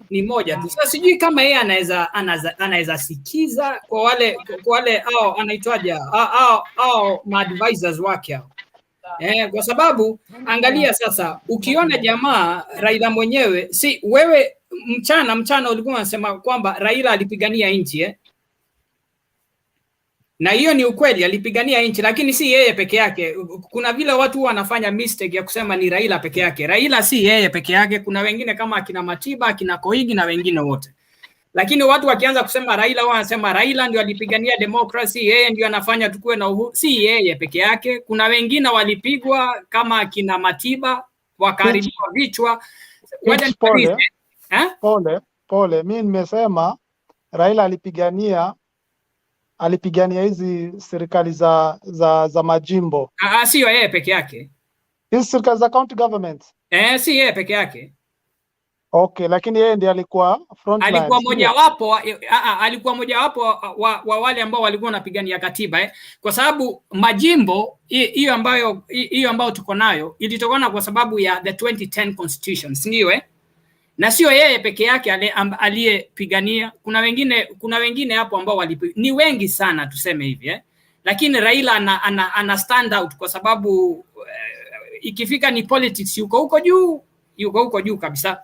Lakini wacha niseme hivi, kile kitu ambacho unaona watu wengi wakiwa na shida na Raila, mimi sisemi personally, mimi sisemi ati Raila ana problem vile, lakini ile kunyamaza tuseme, yani watu hawajamuelewa, kwa sababu angalia hivi jamaa alikuwa wa kupiga kelele, ile kupiga kelele ukiwa na shida pale anapiga kelele kabisa, lakini alipoenda kujoin hawa huko serikalini huko akaenda kuwajoin pale, jamaa akanyamaza, akanyamaza kabisa. Yani ukiwa na wizi, unakumbuka timu ya time ya nani huyu alipewa mnofu akagugune.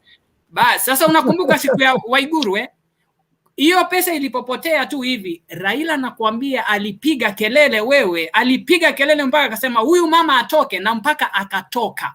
Waona?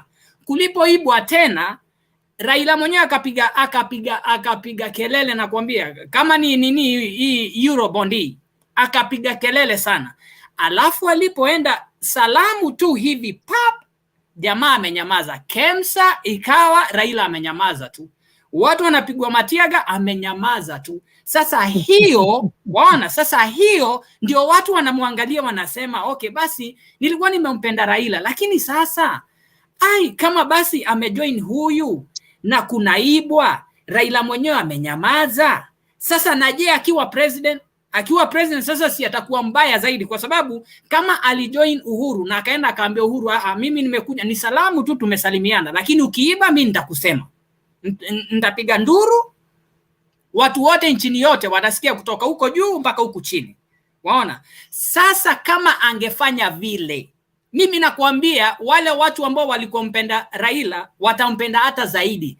Lakini jamaa umuelewi kabisa. In fact mwenye ameachwa sasa akipiga kelele ni Ruto, na ndio maana unaona Ruto anapendwa zaidi, kwa sababu Ruto anafika pale anasema hii maneno ambayo yanafanywa hapa si nzuri. Unakumbuka akiwa kwa ile interview yake akasema ikifika ni NHIF hapa, anasema mama mboga kule chini yeye anaumwa 500 ndio aweze kulipa hiyo insurance ile. Lakini sasa Ruto mwenyewe anasema mimi hapa naumwa 500 kama mama mboga, na mimi sioni ni fair kwa sababu mimi nalipwa in terms of millions. Waona? Sasa yeye anasema kwa nini mimi nikatwe 500, si nikatwe hata 1000 ama 2000 hivi, lakini yule mama mboga aachwe tu na 500. Waona? Sasa Ruto akifanya vile, mtu akisikiza akisikiza maoni ya Ruto vile, mtu anaangalia anasema huyu jamaa anatujali kwa sababu hiyo ndio ile lugha ambao watu wanapenda ile. Yule kiongozi ambao wanasema hawa mbona mnawanyanyasa na wale mnawanyanyasa. Waona? Sasa ndio sasa nakwambia, ukiona Raila wale watu ambao walikuwa wamempenda wanakuwa confused. Waona? Wanakuwa confused kabisa, kwa sababu wanasema Raila alikuwa anatupigania. Raila kungeibwa, Raila angepiga kelele.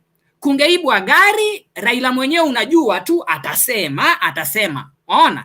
Lakini sasa after salamu hivi Raila akanyamaza, uovu ukaendelea, jamaa amenyamaza kabisa. Sasa watu wanashindwa, sasa kama huu jamaa amenyamaza hivi na wizi waendelea, na wale watu ambao wanatajwa tena tunawaona na anapigwa picha na hawa wezi, hawa ambao wanatajatajwa huko wanapigwa picha nao. Sasa kama yuwafanya vile na akifanywa president, je, si atakuwa mbaya zaidi?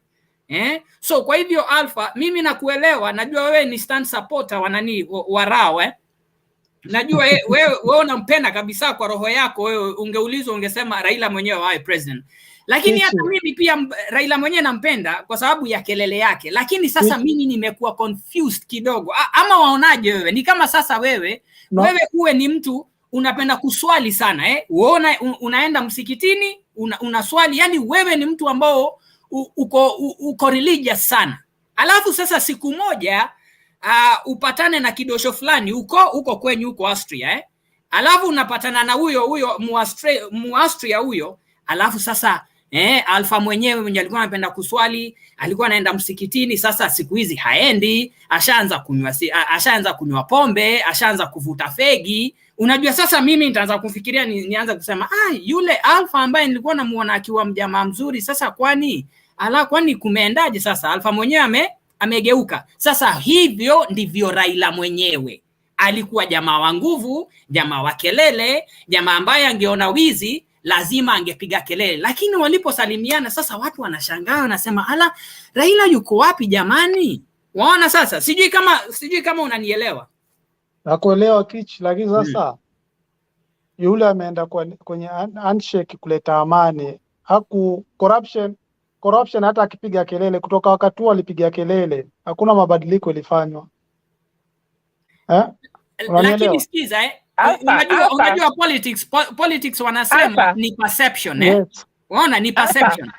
Let me nimalize sentence moja tu hivi alafu nimalize Nancy. Politics ni perception. Na vile utajiintroduce wewe mwenyewe kwa watu, hivyo ndivyo watu watakubeba. Ukiwa ni mtu ambao ukisema hapa kuna wizi, hata kama hakuna kitu itafuatwa, useme hapa kuna wizi na nimeiona na ndo huu wizi na wale ambao na washuku ni huyu na huyu na huyu, alafu usimamie pale. Mimi nakwambia utapata marafiki wengi sana. Na ndio maana unaona Ruto watu wanamfuata kwa sababu yeye akiona kitu yuasema tu. Waona? Sasa hiyo perception ile, usije ukasema ati akiona wizi na akose aseme asiseme hakuna kitu ita nini. Nimekuambia politics ni perception. Ukiweka perception nzuri basi watu watakupenda. Ukienda pale unyamaze basi ndio hivyo sasa. Aya Nancy.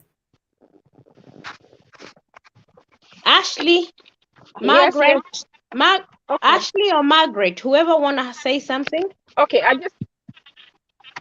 want to say something just shortly, and then I'll give Margaret a chance. Oops, let me make sure my phone is working. Okay. What I wanted to say to Alpha, you know, the BBI we need to have is just like people like you and a lot of Raila supporters who feel that he has been so disadvantaged, he's not been given his rightful share.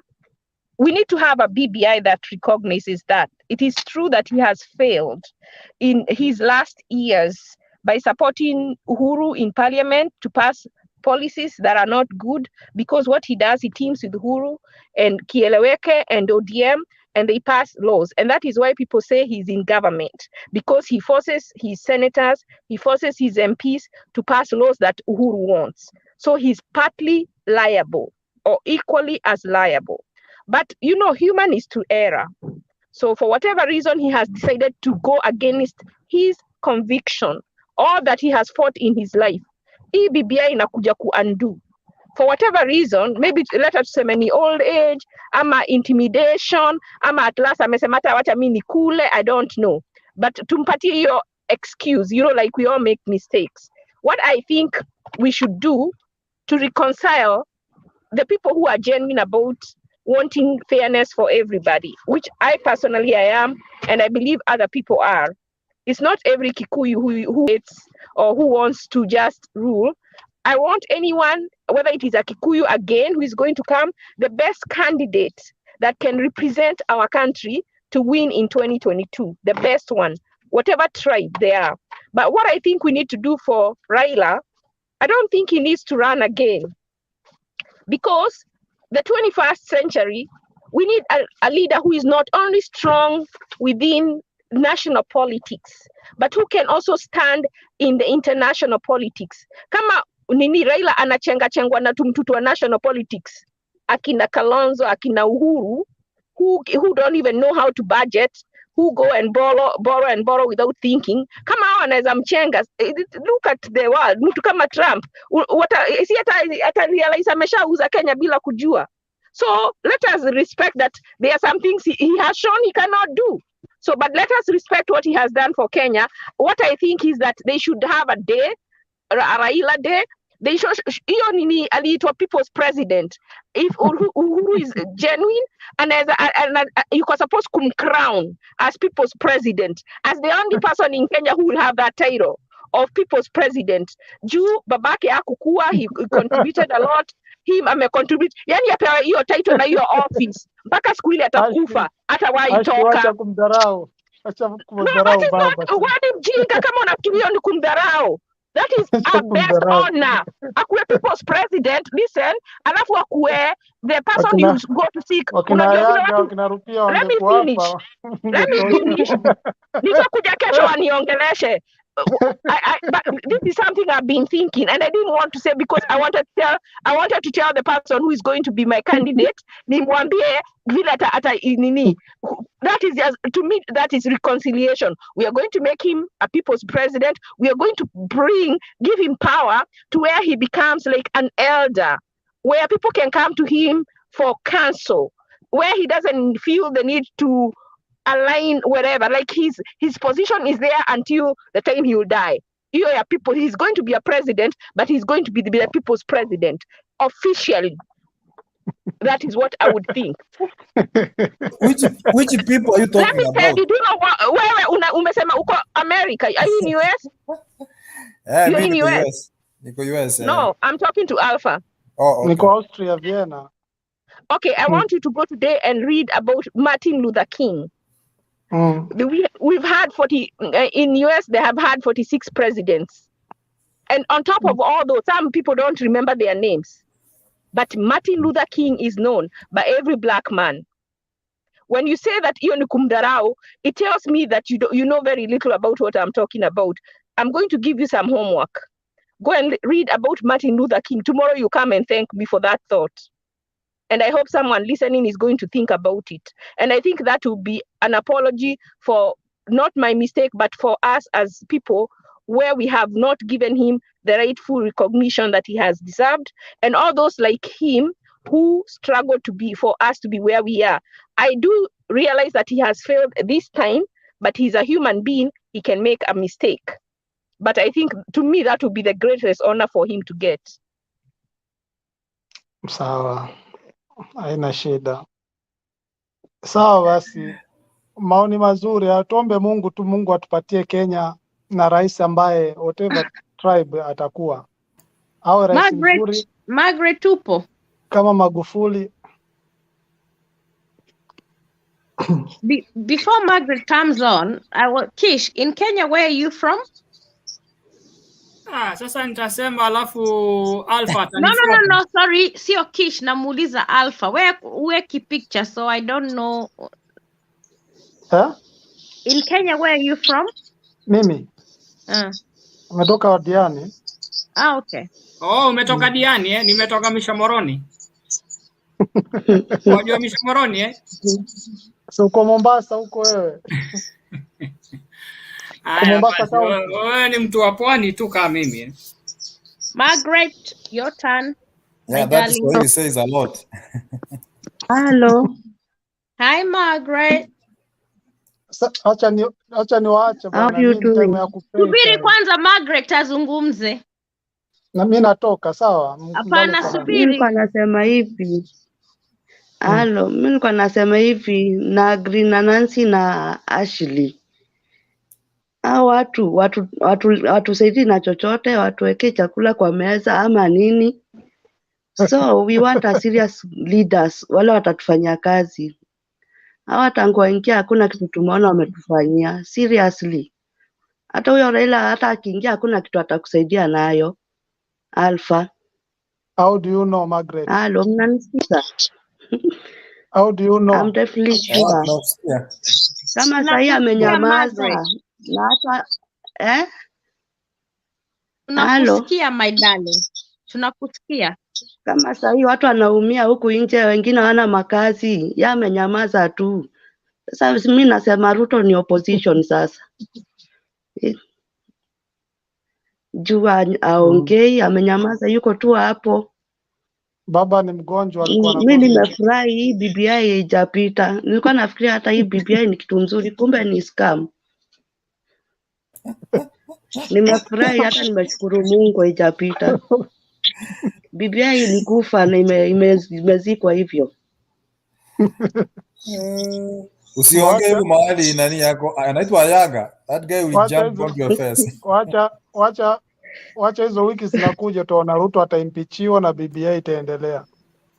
Alpha, stop.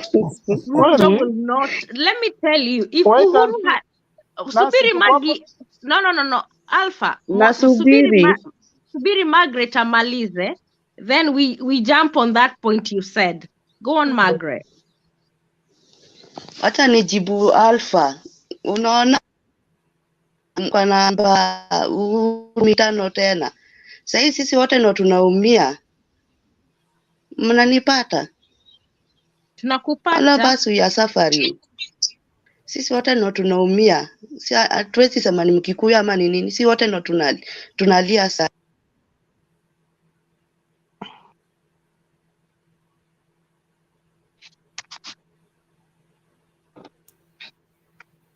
Margaret, are you there?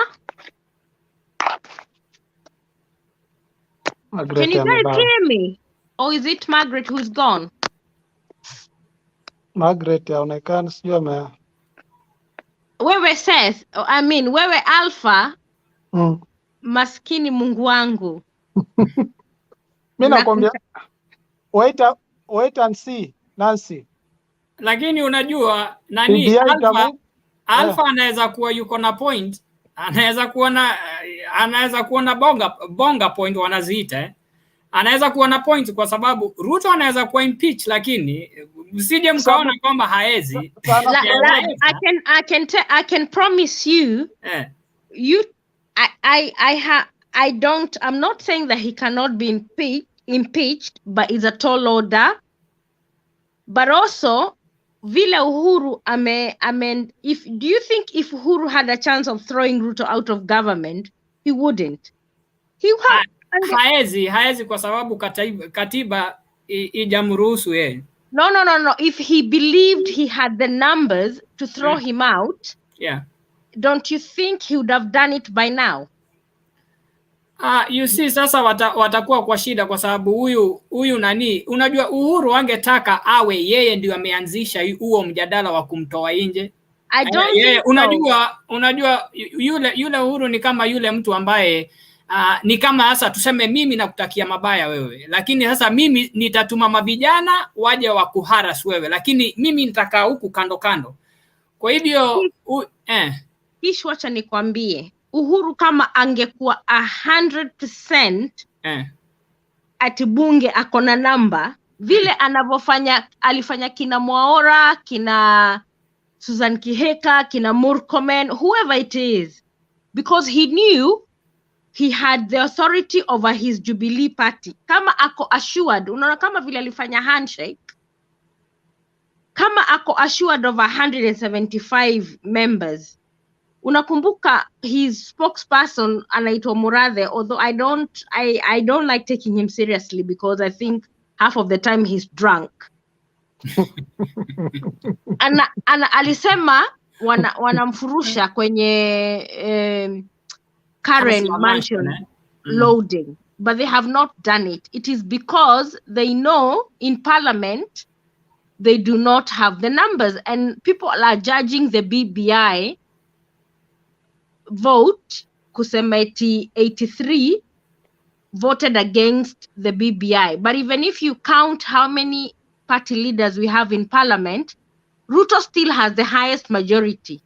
So divide the 235 by how many political leaders you have.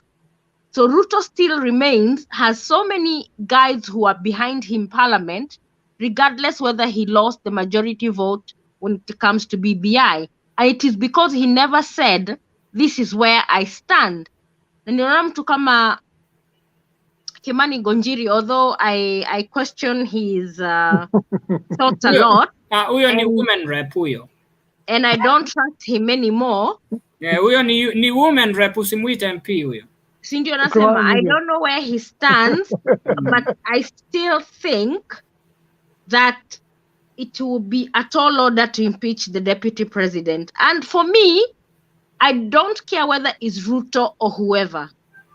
We need to strengthen the office of the deputy president. Let's say the 2010 constitution continues to have a deputy president. Whoever is in that office, the president of Kenya needs to protect and respect that office. Because whatever has happened between the two of them, it's fair enough. But the president and DP should rise above their differences and serve the Kenyan people the way it should. So I think that there is a place to improve on our constitution by stating what the roles of a deputy president are, because at the moment he's on the mercy of the president. Naona Uhuru alipatia Matiang'i another unconstitutional move, alipatia Matiang'i super CS, which does not exist on our constitution. But I stop there. Margaret, continue.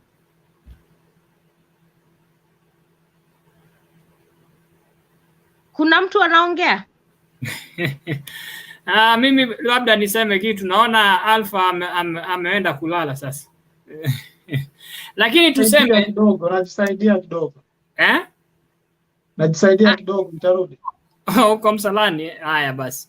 Haya, mimi kile naweza sema ni kwamba tusije tukaangalia tuone kama Ruto hawezi kuwa impeach. Wanaweza, hao jamaa wanaweza mgeuka, wanaweza kama huyu Gonjiri wa nini huyu ni Nakuru ama Bahati kama huo jamaa aligeuka wewe, yani wanaita kipetero Kiesu huyu jamaa unajua aligeuka wewe.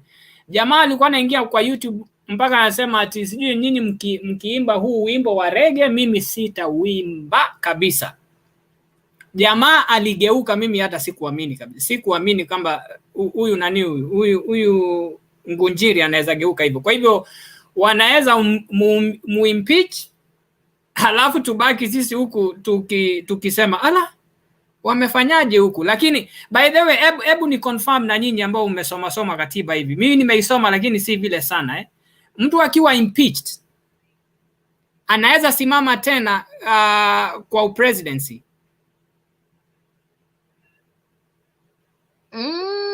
BBI kipita. He can because he's impeached in a capacity as a deputy president but not a president, isn't it? Kwa sababu unaona kama hawa magovernors kama Waititu Waititu walikuwa impeached na Sonko akakuwa impeached, wakajaribu kusimama tena na IBC wakasema watawapinga kwa sababu walikuwa impeached. Lakini hawajasimama tena. Walisimama lini tena?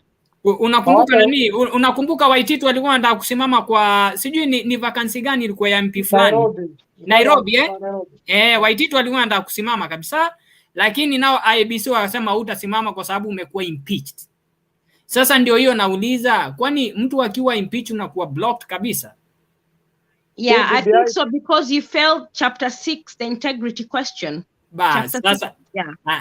Sasa vile umejibu hivyo, sasa wewe huwezi ona kwa sababu hao jamaa wote wameganga kwa Ruto waende wamuimpeach ndio wampige bao kabisa asiweze kusimama 2022.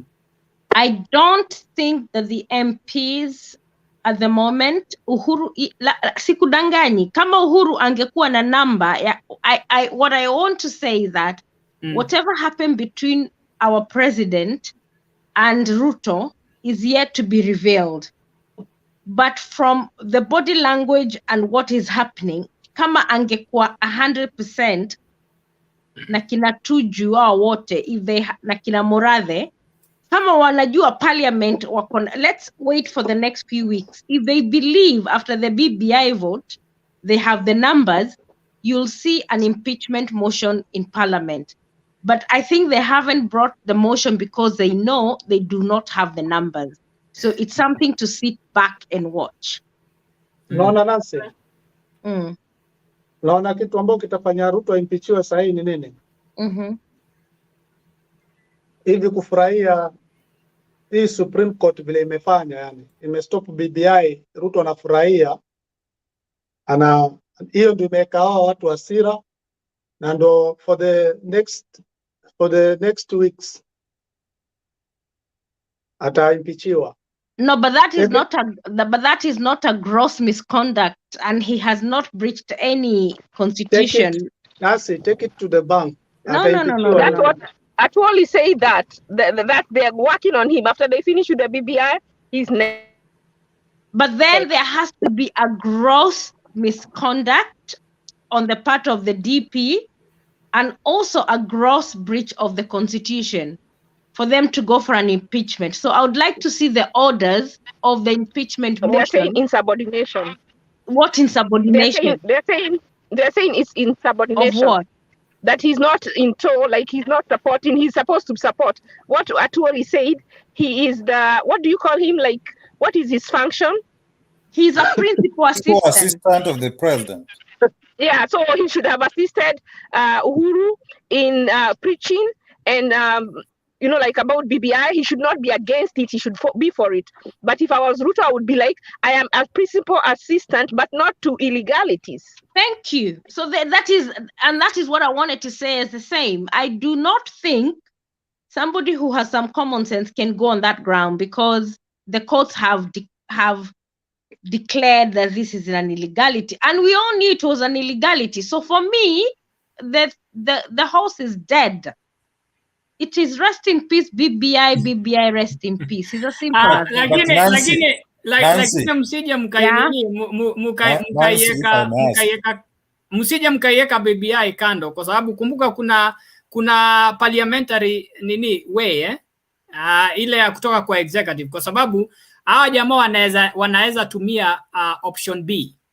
Unajua option ya kwanza ambao majudges walisema ni kwamba haikuwa na Kenyans, haikuwa popular initiative, si ndio Lakini wakasema huyu prezo wetu huyu sasa kama angetumia ile executive ile ya bunge hiyo basi haingekuwa na shida. Na ndio nasema tusije tukafurahia sana kwa sababu bado yuko na option B na anaweza leta hiyo kitu kwa bunge through hiyo executive or something like inaitwa parliamentary. Kish, can I answer you? Yeah. The reason why we will not have a constitution amendment at this point is because if they go to appeal, let's say for example, if they don't appeal, fair enough. But for them to be able to revive BBI, they have 3 months. Even if they wanted to go back to Wanjiko, for them to show that they have done the civil education, it will be more than 3 months. Then, tukipiga December, we have 6 months to the general election. It bars you from taking any other, nyinyi mna campaign BBI, wengine wana campaign, Ruto wana campaign general election. So at the moment, the maths are against the BBI people because imebaki miezi 3. Na Court of Appeal, I cannot see the Court of Appeal deciding the case in the next 3 months. So the BBI is inevitably dead. Hatutakuwa na elections next year. We will be, because our constitution.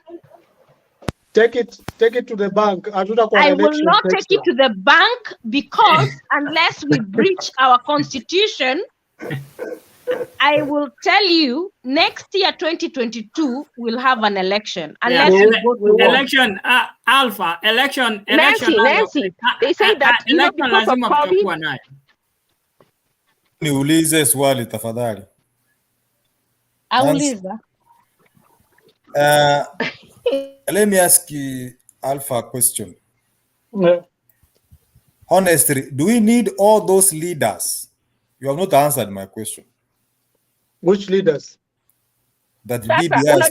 We need the Punguza Mzigo bill. That's the one we need because it was catering more to the interests of the Mwananchi, because it was even reducing those elected offices. Yeah. In one. Question 2. Do we impeach Ruto because he is opposed to the BBI or because of misconduct? It's because of BBI. Sasa before tukiongea about Ruto's misconduct, we have to weigh between Uhuru and Ruto, who has conducted more misconduct. Yeah. Should they both go, or should we start with Uhuru? That should be the question. Uhuru has been condemned by the court. He's been indicted by the court. That is it. We don't need that BBI. The courts have said we don't need it. Why do you impeach him? You know, that's mischief, political mischief. Anyway. And in fact, impeaching Ruto ni kujaribu kumstop asirun from presidency. Alpha, and in fact, is that what we need in Kenya? It's just a strategy ya kumstop. David, Malcolm, and in fact, koti zilikubaliana na Ruto. We needed a multi-choice based referendum, not one question to answer 74 questions. But that was obvious. Yeah, but your elite refused it, Malcolm. Lakini ebu niseme tunaweza fikiria kwamba BBI imekufa, lakini hebu nyinyi wote mko kwenye hii debate mweke kamera zenyu. Kwa nini mnaongea kwenye kiza? Ashley, manake huku ambako niko ni kuhot sana. Sasa respect. nimetoa shati. Sasa nikitoa shati alafu niingie kwa kamera hivi, sasa si nitachekwa sana. Sasa ndio maana nimejificha hivi. Huku kuna joto sana. Sasa nimetoa tu hivi. Unajua tuswegee tuna manners bwana. Tunaheshimu kama unakula at least Sasa sijui niseme tu line moja nilikuwa nasema hii BBI kumbuka ina options mbili Kuna ile ya popular initiative na kuna ile parliamentary. Na kwa sababu popular initiative imekuwa cancelled na hawa majudges, mimi nakwambia watatumia option B. Na hiyo Reggae itaendelea. I'm telling you, itaenda. Najua watu watashindwa hawa jamaa wametumia ni option, ni mtego gani huu ambao wanatuwekea hawa. Lakini mimi nakwambia BBI itaendelea, lakini watatumia parliamentary. Yeah. So sasa the reason they didn't use parliamentary in the beginning is because the parliamentary method has a higher threshold. Na unajua Uhuru alikuwa anataka kuweka constituencies nyingi, ndio wakienda in the BBI, the more people you have in parliament, the more the power. Kwa hivyo wakienda parliament, wataweza kuweka kujifavor, italeta problems with the senators. You know, it was already bringing problems, you saw. So they will not be able to do what they want to do. They want to hold more power. Na ndio wanaongeza the constituencies in certain places. Sasa hizi certain places zina favor Uhuru or whoever he will choose. So that's why you saw, like even in Nakuru, where he put the constituencies, it is where the Kikuyus are more concentrated. And that is what Commander said. That is why they went through the popular vote, because they said through the popular vote, the threshold is not that high. Kwa hivyo wanaweza see constitutional na ziende through. Ikienda through parliament, because they are professionals and they are leaders, they cannot put anything unprofessional. They have to do it legally. They cannot do constituencies. It has to be done by IEBC. That one will not favor Uhuru. So they don't want. Hawataki hiyo njia because they are not genuine. Hawataki hiyo njia, walikuwa wanataka hii nyingine because there was mischief. Sasa lakini ukumbuke Ashley hii BBI unajua ilikuwa imekuja na ngozi inaitwaje? Ilikuwa imekuja na kama nguo mbili.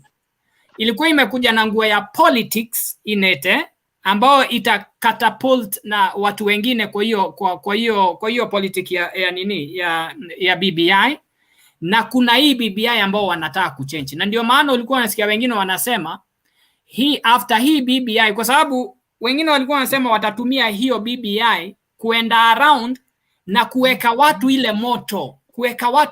Kwa hivyo hiyo BBI ilikuwa na miono miwili. Kuna hiyo muono wa politics in it ambao ndio maana walikuwa wameenda na popular initiative.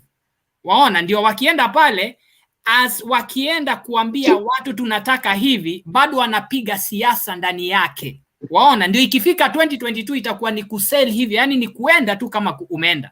Waona sasa ndio maana walikuwa na popular initiative, lakini sasa ndio nimekuambia kuna option mbili kuna hiyo popular initiative na kuna parliamentary. Sasa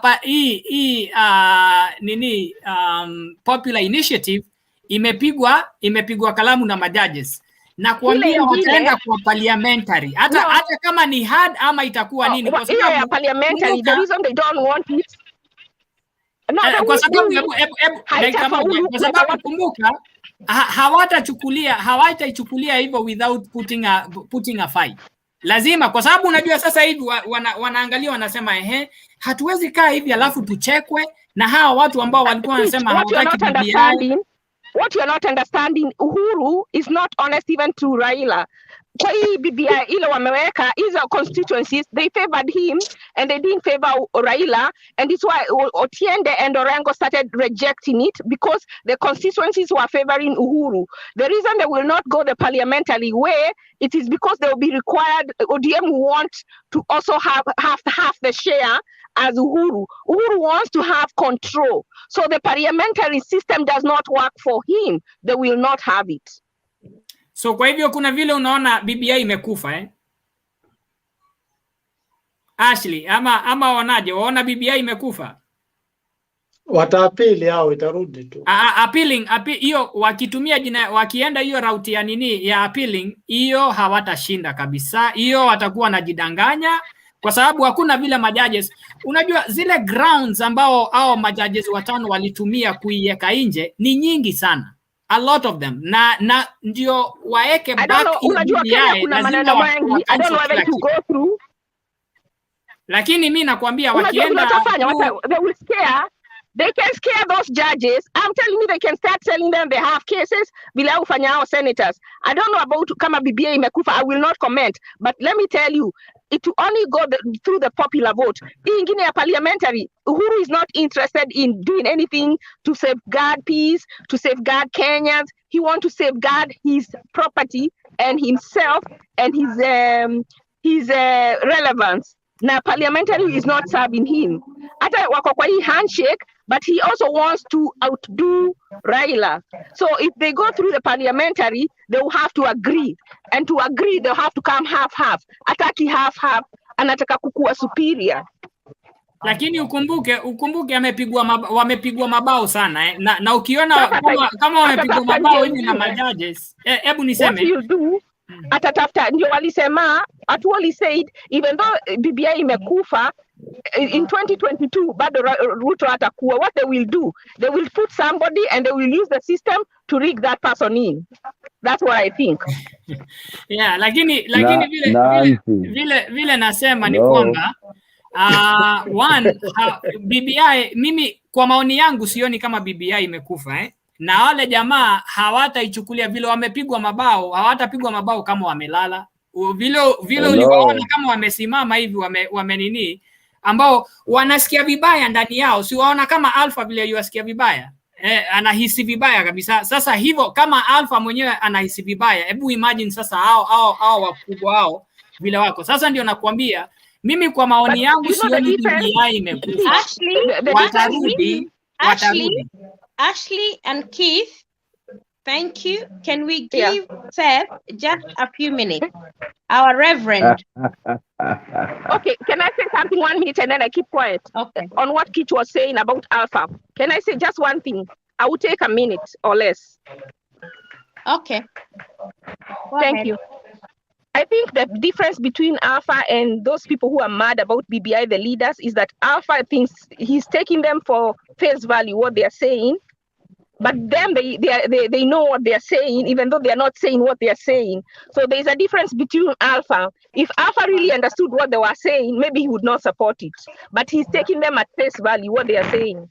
So that's the difference between him being mad and those ones who are mad because whatever their scheme they had is being demolished.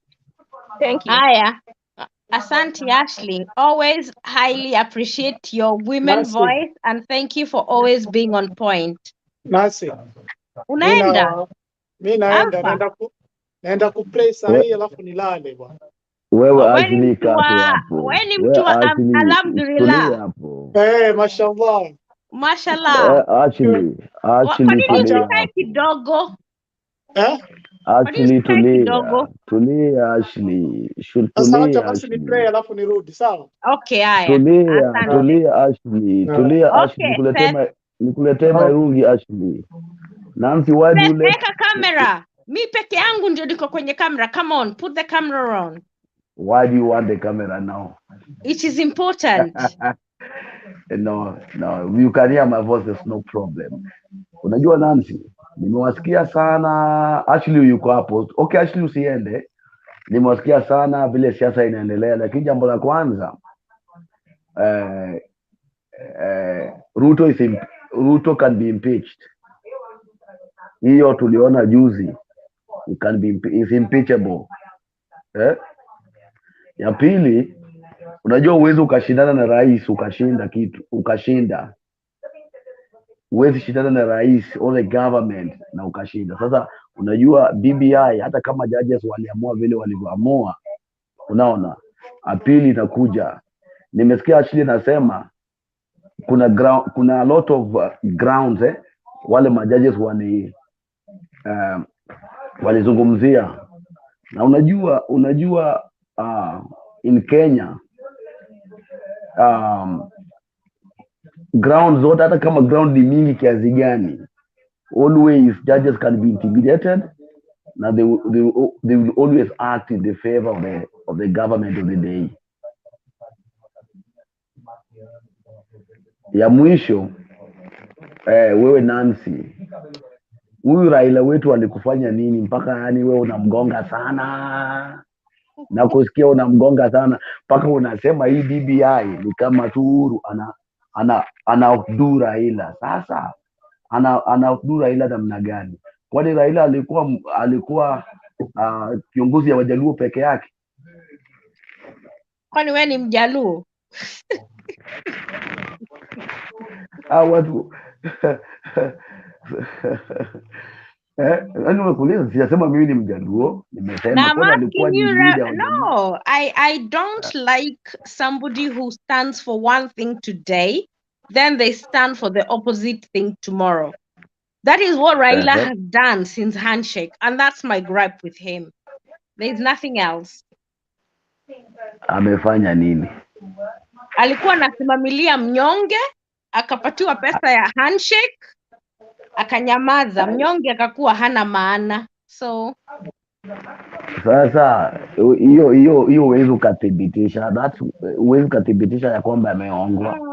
Raila hawezi ongwa. Kwa nini amenyamaza? Si amenyamaza, si leo uliona leo statement ya Raila? I've never seen. No. My reverend. Umesema amenyamaza. Sasa you agree with me ya kwamba leo umeona statement yake? No. I've never seen such a timid statement ever from Raila. He's scared. Na said, mimi najua Raila alihongwa na 40 billion. Unajua when siku hiyo walifanya handshake 40 billion. 40 billion. Come on, wacha nikupatie proof. Yani proof. Mimi niko na proof. So you know when the second handshake when they did the handshake, kuna hizi pesa zilikuwa zimeingia. Na pesa Ashley. Na msifanye Motembei afungwe na show yake, mkuwe very careful. Okay, basi wacha nitaacha hiyo maneno. Sasa hiyo mpaka you come out clearly Ashley. 40 billion au ndio namna gani? Sasa tunataka hii show iendelee. Kwa hivyo wacha tunyamaze. No, hakuna mtu anaweza funga show. Nani atafunga show because of 40 billion? Kama tutaifungulia BBN. Sasa umekuwa threatened na Nancy hapo. Raila ameng'ang'ana kuwa president, kwa hiyo muda wote wanamuibia kura. So imefika mahali akagive up. Wacha nikuulize nani Seth? Akaona Seth, wacha nikuulize. To hell with Kenya hapo. Unaona? Raila akasema to hell with Kenyans, let me make money. And that's what he's doing right now. Sasa anatafutia za wajukuu. Si ndio? Na amezeeka anyway. But hiyo ni he's selling his soul. He's selling his convictions. Atashinda kikimbizana na tia gasi mpaka lini? Nancy, hebu endelea chana huo jamaa. At least ateka break kidogo afurahie.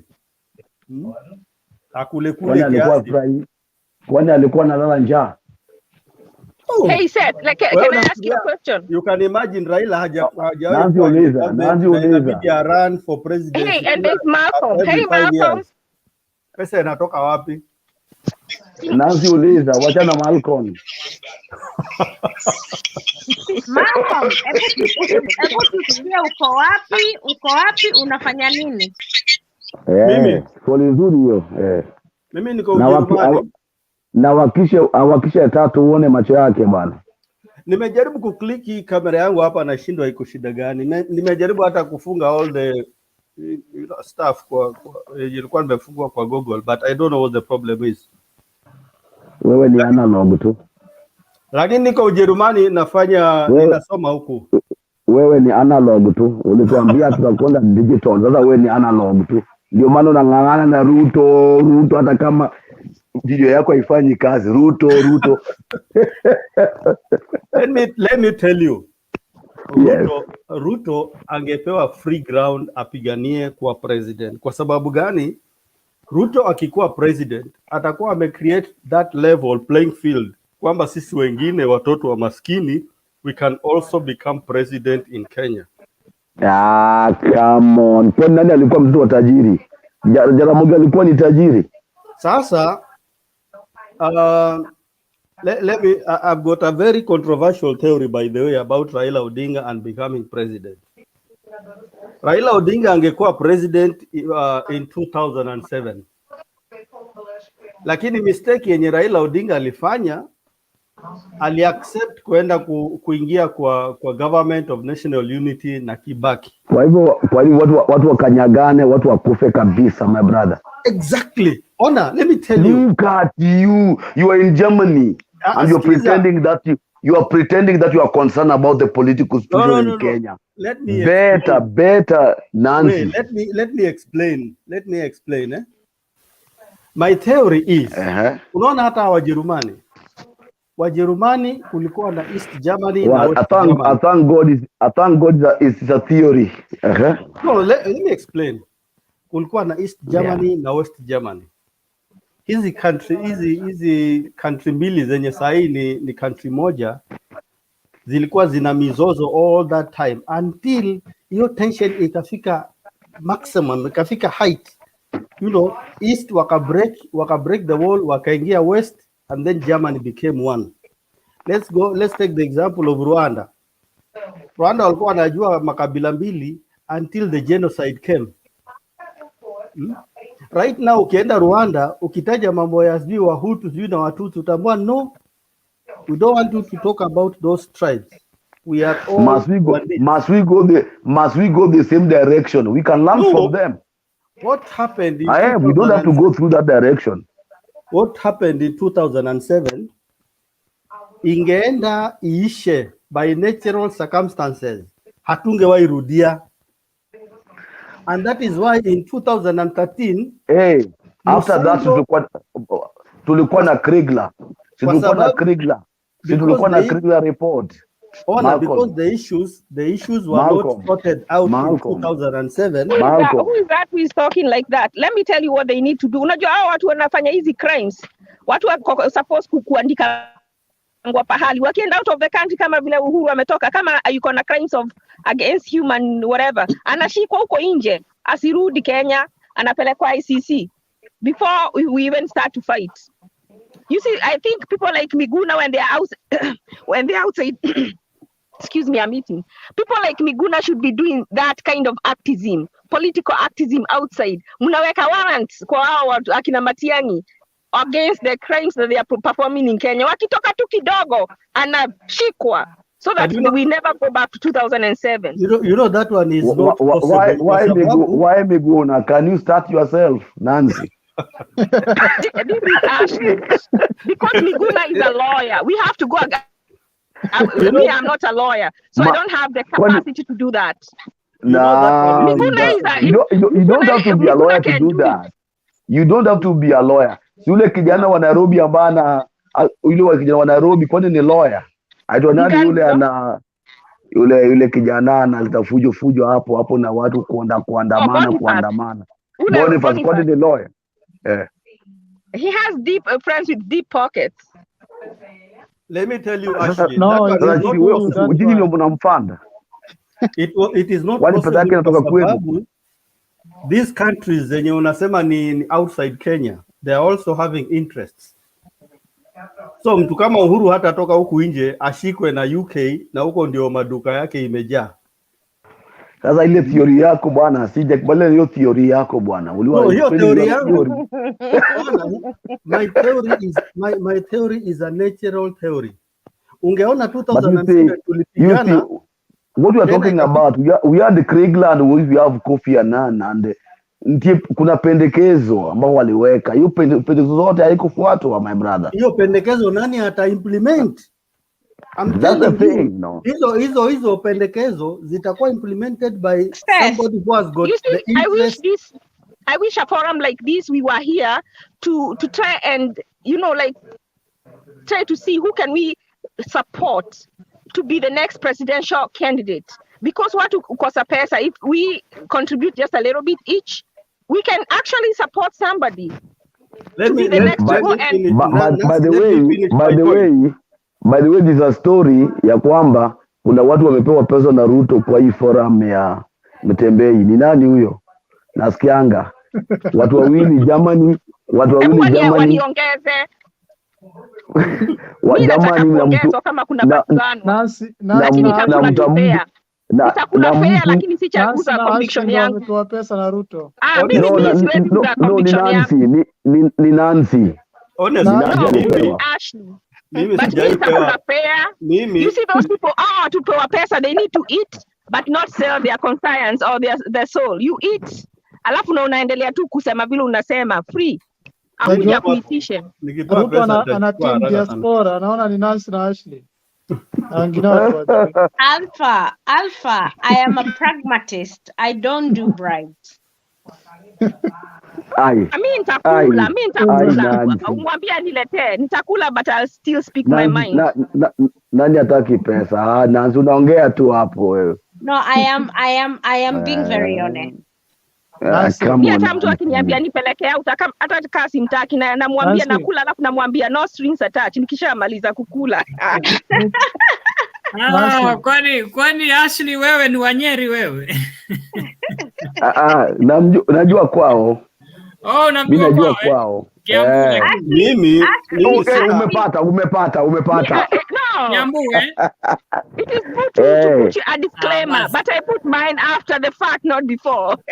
Ashley, ni wale wanatumiwa fair, wanakula na wanasema what did you expect? Watu wa Kiambu are very bright. Sasa mimi niko na tupige kura hapa. Watu wa Kiambu wako chiki lakini. Tupige no, they are very bright. They are bright lakini ile kali sana ni wako chiki. Guys, wait a minute. Kish. Tunapiga kura. Kish. Alpha. Subirini 1 minute. 1 minute. 1 minute. Yes. Margaret, are you still there? Margaret. She's back. Margaret. She left. Okay. Sasa aya, Alpha tunapiga kura ya nini? Tuko 6. Sasa kama Margaret amelala tuko 6. Aya. Tupige kura Raila na Ruto. Nani awe rais? Sasa hiyo utaangushwa jamaa wangu hapa. Ona. Ndio ni jamaa Raila. Alpha ni kama unaenda kwa Masimba alafu unasema hebu Simba wote wapige kura. Ruto cannot contest with Raila. Ruto can only contest with me, but not with Raila. So hiyo vote yako hiyo hatutaki hiyo. Sasa tupige kura. Mimi nataka kuongeza nani? Mimi ni Raila nasi. Sasa wacha nikuulize Alpha, nilikuuliza unafikiri Raila anaweza enda kuongea na Putin? Kama anashindwa ananyang'anywa chapati kwa mdomo na kina nani Uhuru. Raila wewe una madharau wewe una madharau. Ashley. Wewe said Raila yuko very popular. Raila yuko very popular America, Europe, all over the world. Said wacha nikwambie. Niambie problem ya Raila. Unajua Raila is made in the streets. He is not made in the boardroom. Raila ni mtu wa kupiga kelele na kurusha. Malcolm, eka kamera tafadhali tukuone. Sio mwanamke. Come on. Sasa wacha niongee. Eka kamera, acha stories za kuweka hii kamera imeshindikana. Mara Raila anapokonywa chapati kwa mdomo. Mara Raila is made of the street. Raila is a man. No. If you listen, Mutembei's debate, you have sometimes he debate inaona watu wengi in this world.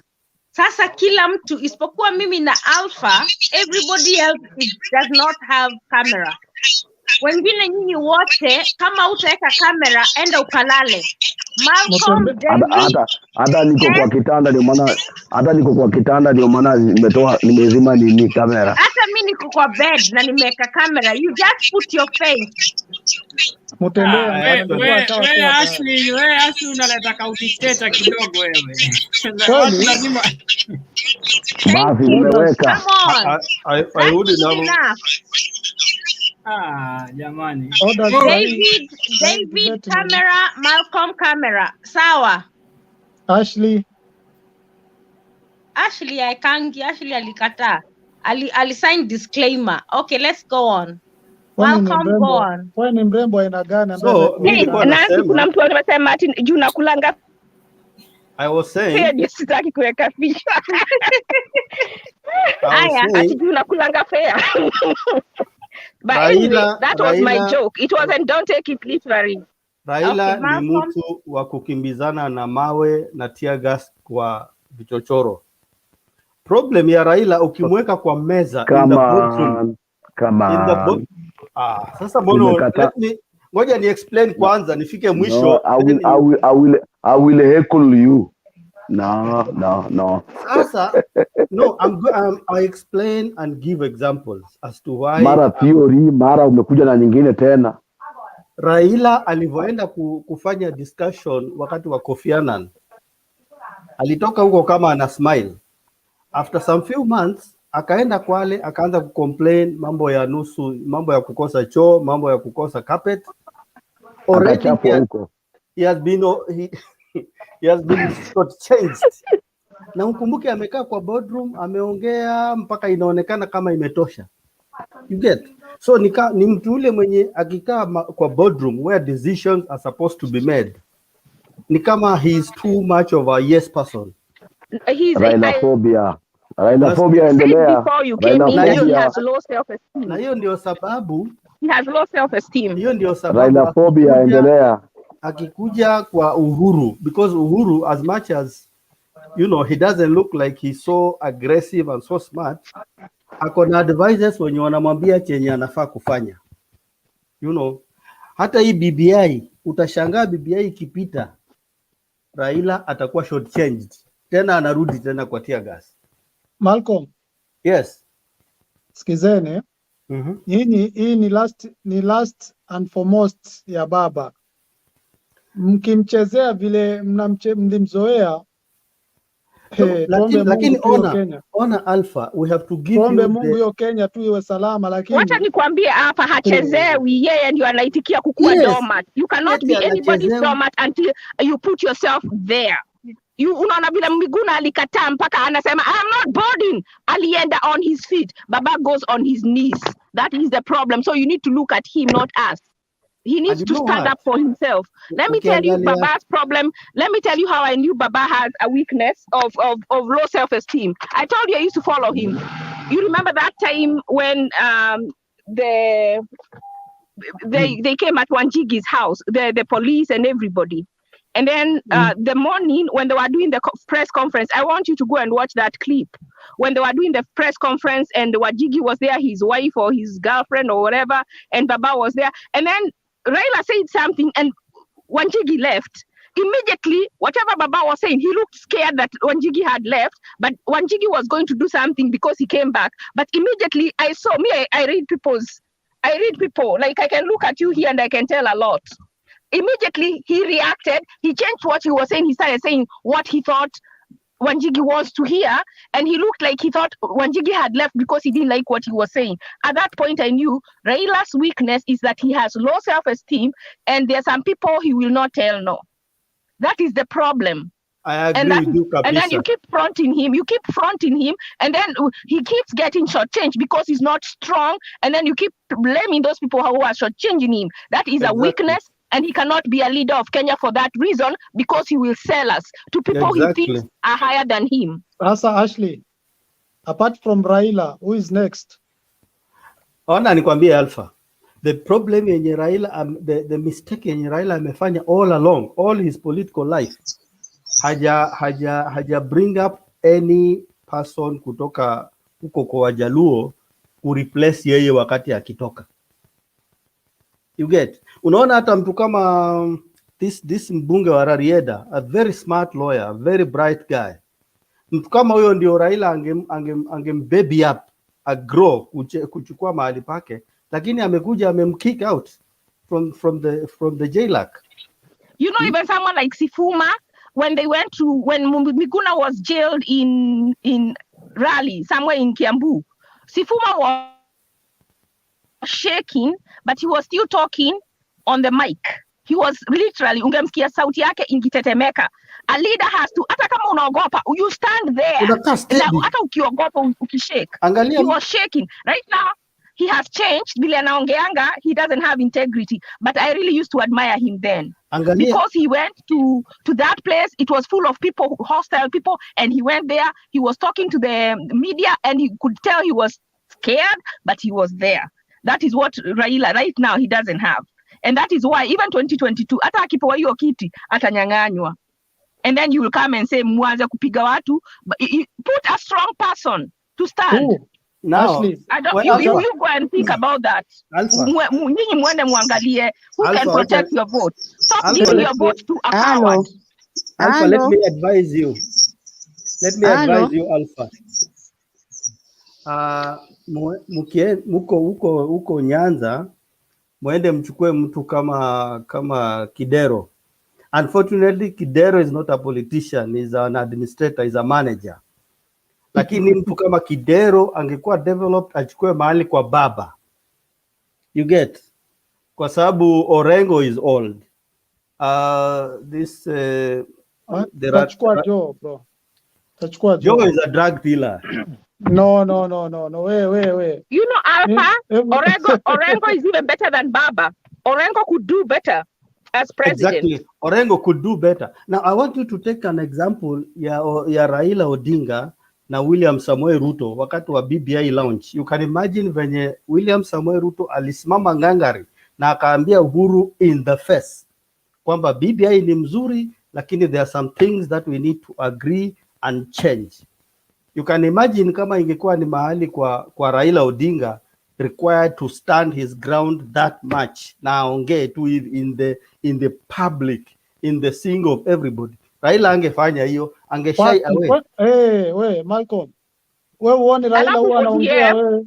OEM huenda hivi kama mtu kama Babu Owino, huyo ndio mnachagua, and matusi tu. Akienda, they don't tell people policy, they wanaenda kutukanana. What kind of leaders are these? And you see, alafu mnasema ati mnadharauiwa. What kind of people are you fronting? Now, people who go and shoot like professional criminals. Unaona vile ana shoot. Nyinyi watu mnataka kusema wote ni Wajaluo. Those are the people you put to front to represent you. So when people look, that is who they see. So they see ODM is violent because mtu kama baba akifungua mdomo anaongea nonsense. What tiarara na watu wamelala njaa. What is that? Lakini waulize pati kubwa katika nchi yetu ya Kenya ni pati gani? We don't care about party. We are trying to see how are Deputy party leader. Let's not worry about these parties are not putting food on our table. Alpha, let me tell you something, Alpha. Mimi, I come from Coast. Raila Odinga has been our god, a small god in Coast. Tumejua Raila Odinga, Raila ndio anafaa kutukwamua kutoka kwa umaskini ile tuko nayo in Coast. Unasikia? Lakini that does not negate the fact kwamba Raila akona a certain deficiency. He's good to drive change from outside government. Lakini ukimweka mahali kwenye he's supposed to demand, hivi akiangalia watu wa demand kwamba lazima ABCD ifanyike in a boardroom setup, Raila shies away. He shies off. Maybe now Ashley anasema akona low self-esteem. Maybe it's a character of resilience. And by the way, he's a victim. He's an abused victim. Vile alienda hizo vitu zote, he was breakiwa up when he was put in jail. Whatever they used to do to them, he was broken up. So he's actually a victim. Yeah, he crashed him. And what you put, mnatuwekea mtu crashed. You are putting for us a person who is crashed, who cannot deliver, and then you blame people. put us a person who can deliver. Alafu tulisema for the, you know, even huku kuna nini wanaitwa veterans of war. He's a veteran of war. Wacha tumpatie hiyo heshima yake ili alifaitia when he was a youth. Let us make him the people's president. Akue yeye ndio advisory, the only position ever in Kenya to be created officially as the people's president. Ikue Raila. Ngoja kinayaga kesho aje waongee hivyo. Unfortunately hakuna ofisi kwa serikali. Hakuna people's president, my foot. You know what? Uhuru can put it as an executive order. And I know kwa nini Raila niende akaritaya apatie vijana wadogo wafanye kazi. Let me tell you, the Odinga family has really contributed. He might have failed now. We have to give him credit, and we also have to say he's a human being. Even his dad refused to take the position of president until Kenyatta came out of. Yani, they have really done a lot. Let us, and his dad died without having gotten the respect. So what I think, what we owe them in the interest of bridging bridges is to make him the people's president. That's all we can do. But he cannot represent Kenya as a president. He doesn't have what it takes. Ashley, I really agree with Ashley. Burning Bridges initiative, and it was dead, and it is BBI, rest in peace. Rest in peace, BBI. And now, lazima tufunge because we've gone past 34 minutes after the show should close. So I'm giving you guys, everybody, a chance to give their closing remarks. See, maybe Nancy unge pass kwa mtu mwingine alafu nini endelee ama? No, you know now, Sai, after 8 hours, the recording has stopped. Yani kichu uko job wachi hali ama ni nini utaki kulala? Maliza. Mimi unajua sasa siasa ikianza kubamba hivi huwa napenda sana hivi. Huyo ashamka huyo. Kish, unajua mimi na point kadhaa kabla wafunge basi. Sijui kwanza nianze. Haya nianze alafu wacha nianze.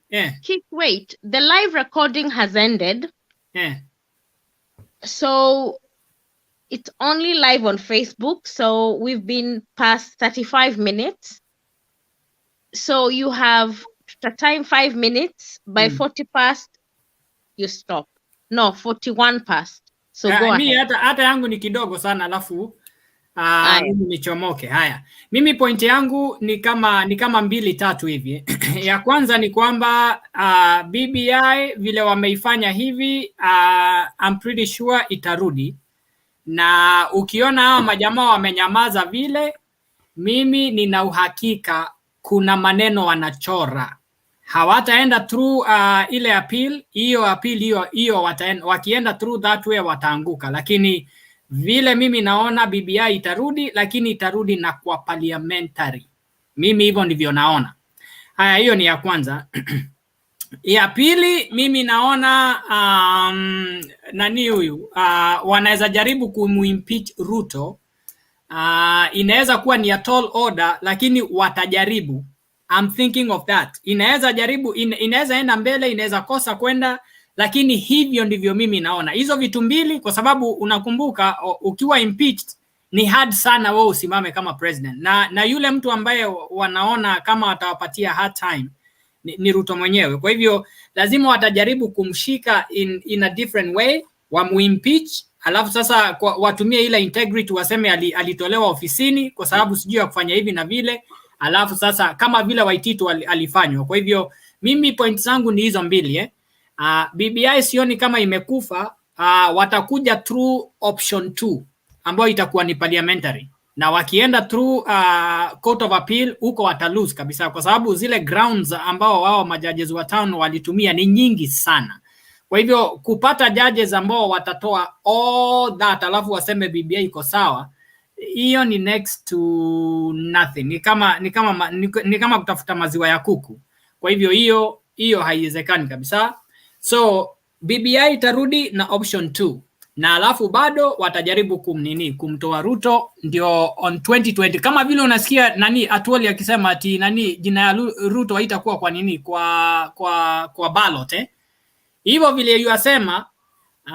Kuna vile naona kuna mtego wataeka very very close to the end of this year, maybe wanaweza mtoa, alafu kabla aseme anaenda kotini kusema maneno na hivi uchaguzi ndio huo pap sasa, alafu Ruto atakuwa amepotelea hivyo. Haya, asanteni. Lakini now whichever way you look at it Ruto akikuwa I'm not seeing Ruto being impeached. Kwa sababu gani? Strategically is going to put wakina Uhuru na group yake in an awkward situation. Kitu ya kwanza, wakimimpeach atapata kura za huruma, massive votes. That is one. Two, it is not a good idea kwa sababu sisi tunajua kabisa Ruto anasukumwa kwa sababu ya the presidency. So it's not a good idea kumimpeach kwa sababu wakiattempt hivyo, the whole masses of Kenya wataona kwamba the government ya Uhuru Kenyatta is being unfair to Ruto kwa sababu ya 2022. So as much as that looks like imepigiwa upatu sana kwamba Ruto akuwe impeached, it's not according to me, it's not the best way to do it. BBI itapita lakini itapita not legally, but the way we have known our government of Kenya, it can push through anything. You know, hata kama ni kuua kila mtu, provided ile kitu inatakikana ipite. So what will happen, our majudges hata ikienda appeal, our majudges watakuwa threatened, you know, na watashikiwa hata bunduki kama vile Kivuitu walifanywa, so that wapitishe BBI. So BBI itapita. But now ikishapita, the next move, I've always thought kwamba Uhuru anataka kuendelea. So BBI ikipita itakuwa imemfungulia window to vie again, you know, to come in as a prime minister or something like that. So mimi, I have always been worried with the position ya Raila Odinga. BBI ikipita, Raila Odinga kuna possibility ya kutupwa kwa dustbin, and that is my concern, you know, but it can happen, and if it happens, okay, tutaona vile kutaenda. Watu wetu wa Nyanza watapiga nduru, wakina Alpha watarusha mawe, and then a section of wale watu wanaunga mkono wa Raila Odinga watakuja kwa William Samoei Ruto ndio tukue against the government. Then William Samoei Ruto atajipata kwa opposition kwa sababu Uhuru na group yake watarig the election. You know, William Samoei Ruto atakuwa leader of opposition in the government, and maybe Uhuru Kenyatta atakuwa prime minister tena, and somebody kama Matiang'i or somebody there will become the ceremonial president. That's my perception, because I know by all means BBI will be forced through our throats. We like it, we don't like it. Vile tu alifanya Msando, that's what is going to happen with BBI.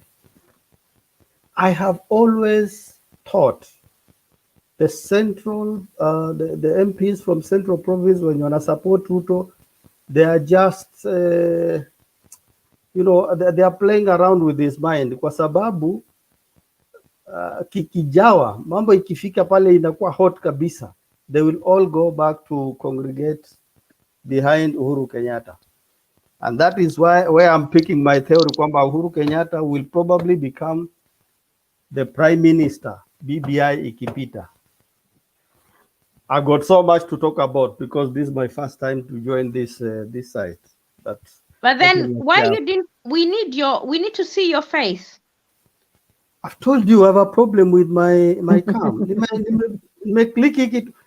There was a guy who alikuwa anasema mimi ni analog. I thought he would help me out. Guys, hi guys. I think anybody else will have a point because I'm gonna call it a night. David. Thank you. I've met a few guys there, Alpha, Nancy, Ashley. Margaret and many other guys. Thank you. You've really had a very long discussion. I've sat here for too long. People are now even complaining. But it's our Kenya. We love it. We follow every bit of political discourse. But I want to ask those of us who are supporting different groups, let us be sober enough. Let us see what comes, whether it's meant for us or for an individual. Let not just support simply because it is favoring our side. Secondly, I have no doubt in my mind, BBI is a conspiracy of President Uhuru Muigai Kenyatta to hang around to power, and is using the former Prime Minister, the Right Honorable Raila Odinga, as an excuse to push his agenda. This one must be known. But because Raila Amolo Odinga, he also wants to be around power, he's saying, okay, the end can justify the means. And because ODM supporters want to punish Ruto because Ruto messed them up with the previous elections, that's why they hate him with the passion. I want to appeal that let's not settle scores using the lives of our colleagues and relatives in Kenya. Let us have a genuine and a candid process to save our country. Our country is so beautiful, full of rich resources. Let's not mess it up. And when we are talking from diaspora, we are not trying to kind of dictate. We feel that what we are seeing here can as well be done in Kenya when we embrace integrity. Lastly, Nancy, if you can allow, I want to repeat this. We will not become good players by changing the rules of the game. We can still play the game practice with the same rules and score and score and score. This tendency of changing the constitution every other time when our side is not favored is fatal, is dangerous, and unprecedented. Thank you, guys. Have a good night for those who are at night, and have a good morning for our friends in Kenya. Thank you. Thank you, David. Anybody else who have last point? We are closing. Conclusion ya kufunga. Mimi maoni yangu BBI itarudi on track. Kama kawaida itapita. Tuombe Mungu Ruto asimpichiwe kwa sababu hiyo naona ndio inafuata. Sababu yeye anafurahia kwamba BBI imeblokiwa. Alafu tuombe Mungu baadaye jioni tuonane tena inshallah. Muwe na siku njema. Inshallah. Asante. Inshallah. Good night. I'm on the road, so I won't speak. Good morning. I'll see you guys tomorrow. Thank you, Ashley, as always. Girl power. Appreciate you, girl. Alpha. Baadaye Ashley tukuone bana. Alpha sijui uko Unajua wapi huko kwenye mkiniona huko. mnaweza hepa. Alpha uko wapi huko? Niko Vienna. Margaret. Vienna hapo chini. Curiosity killed the cat now. Anyway. Vienna ni neighbor hapa bwana. Mimi niko Ujerumani hapa. Uko Ujerumani, county town gani?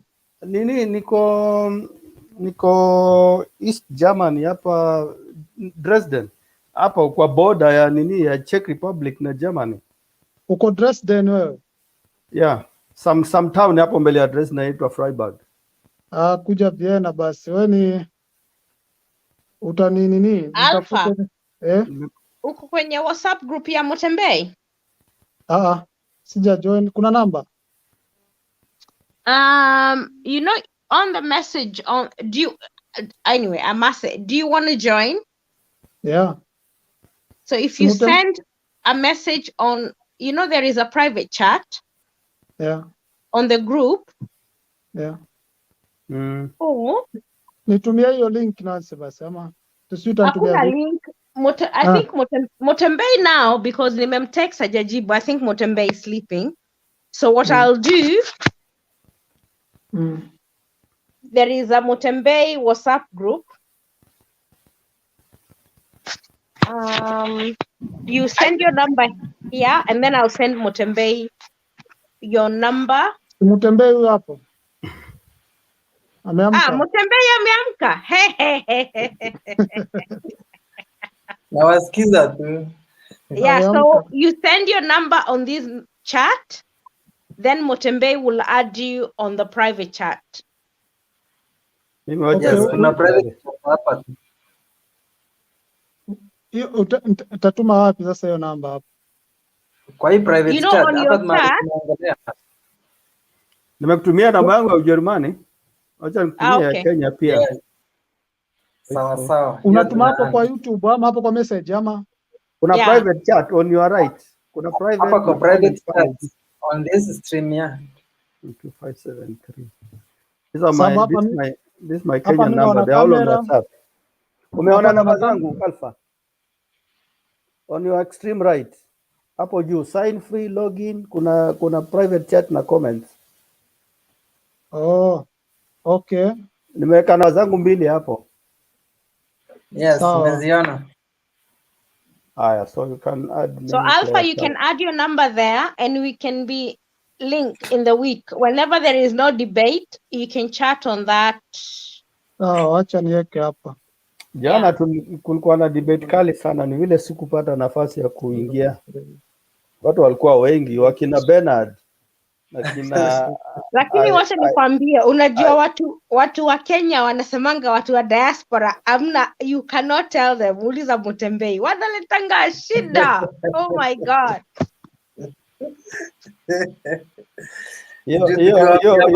Lazima kuwe rahisi, hamtaki kuamini.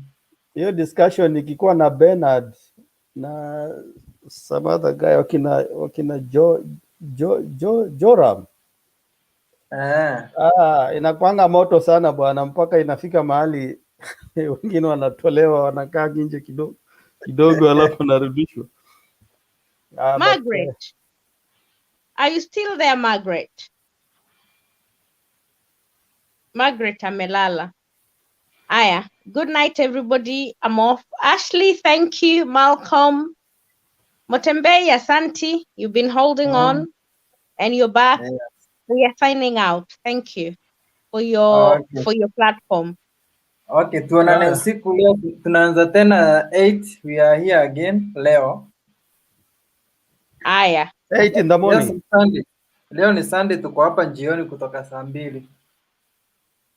Aya, so sawa. Okay. Good night. Bye guys. Good night.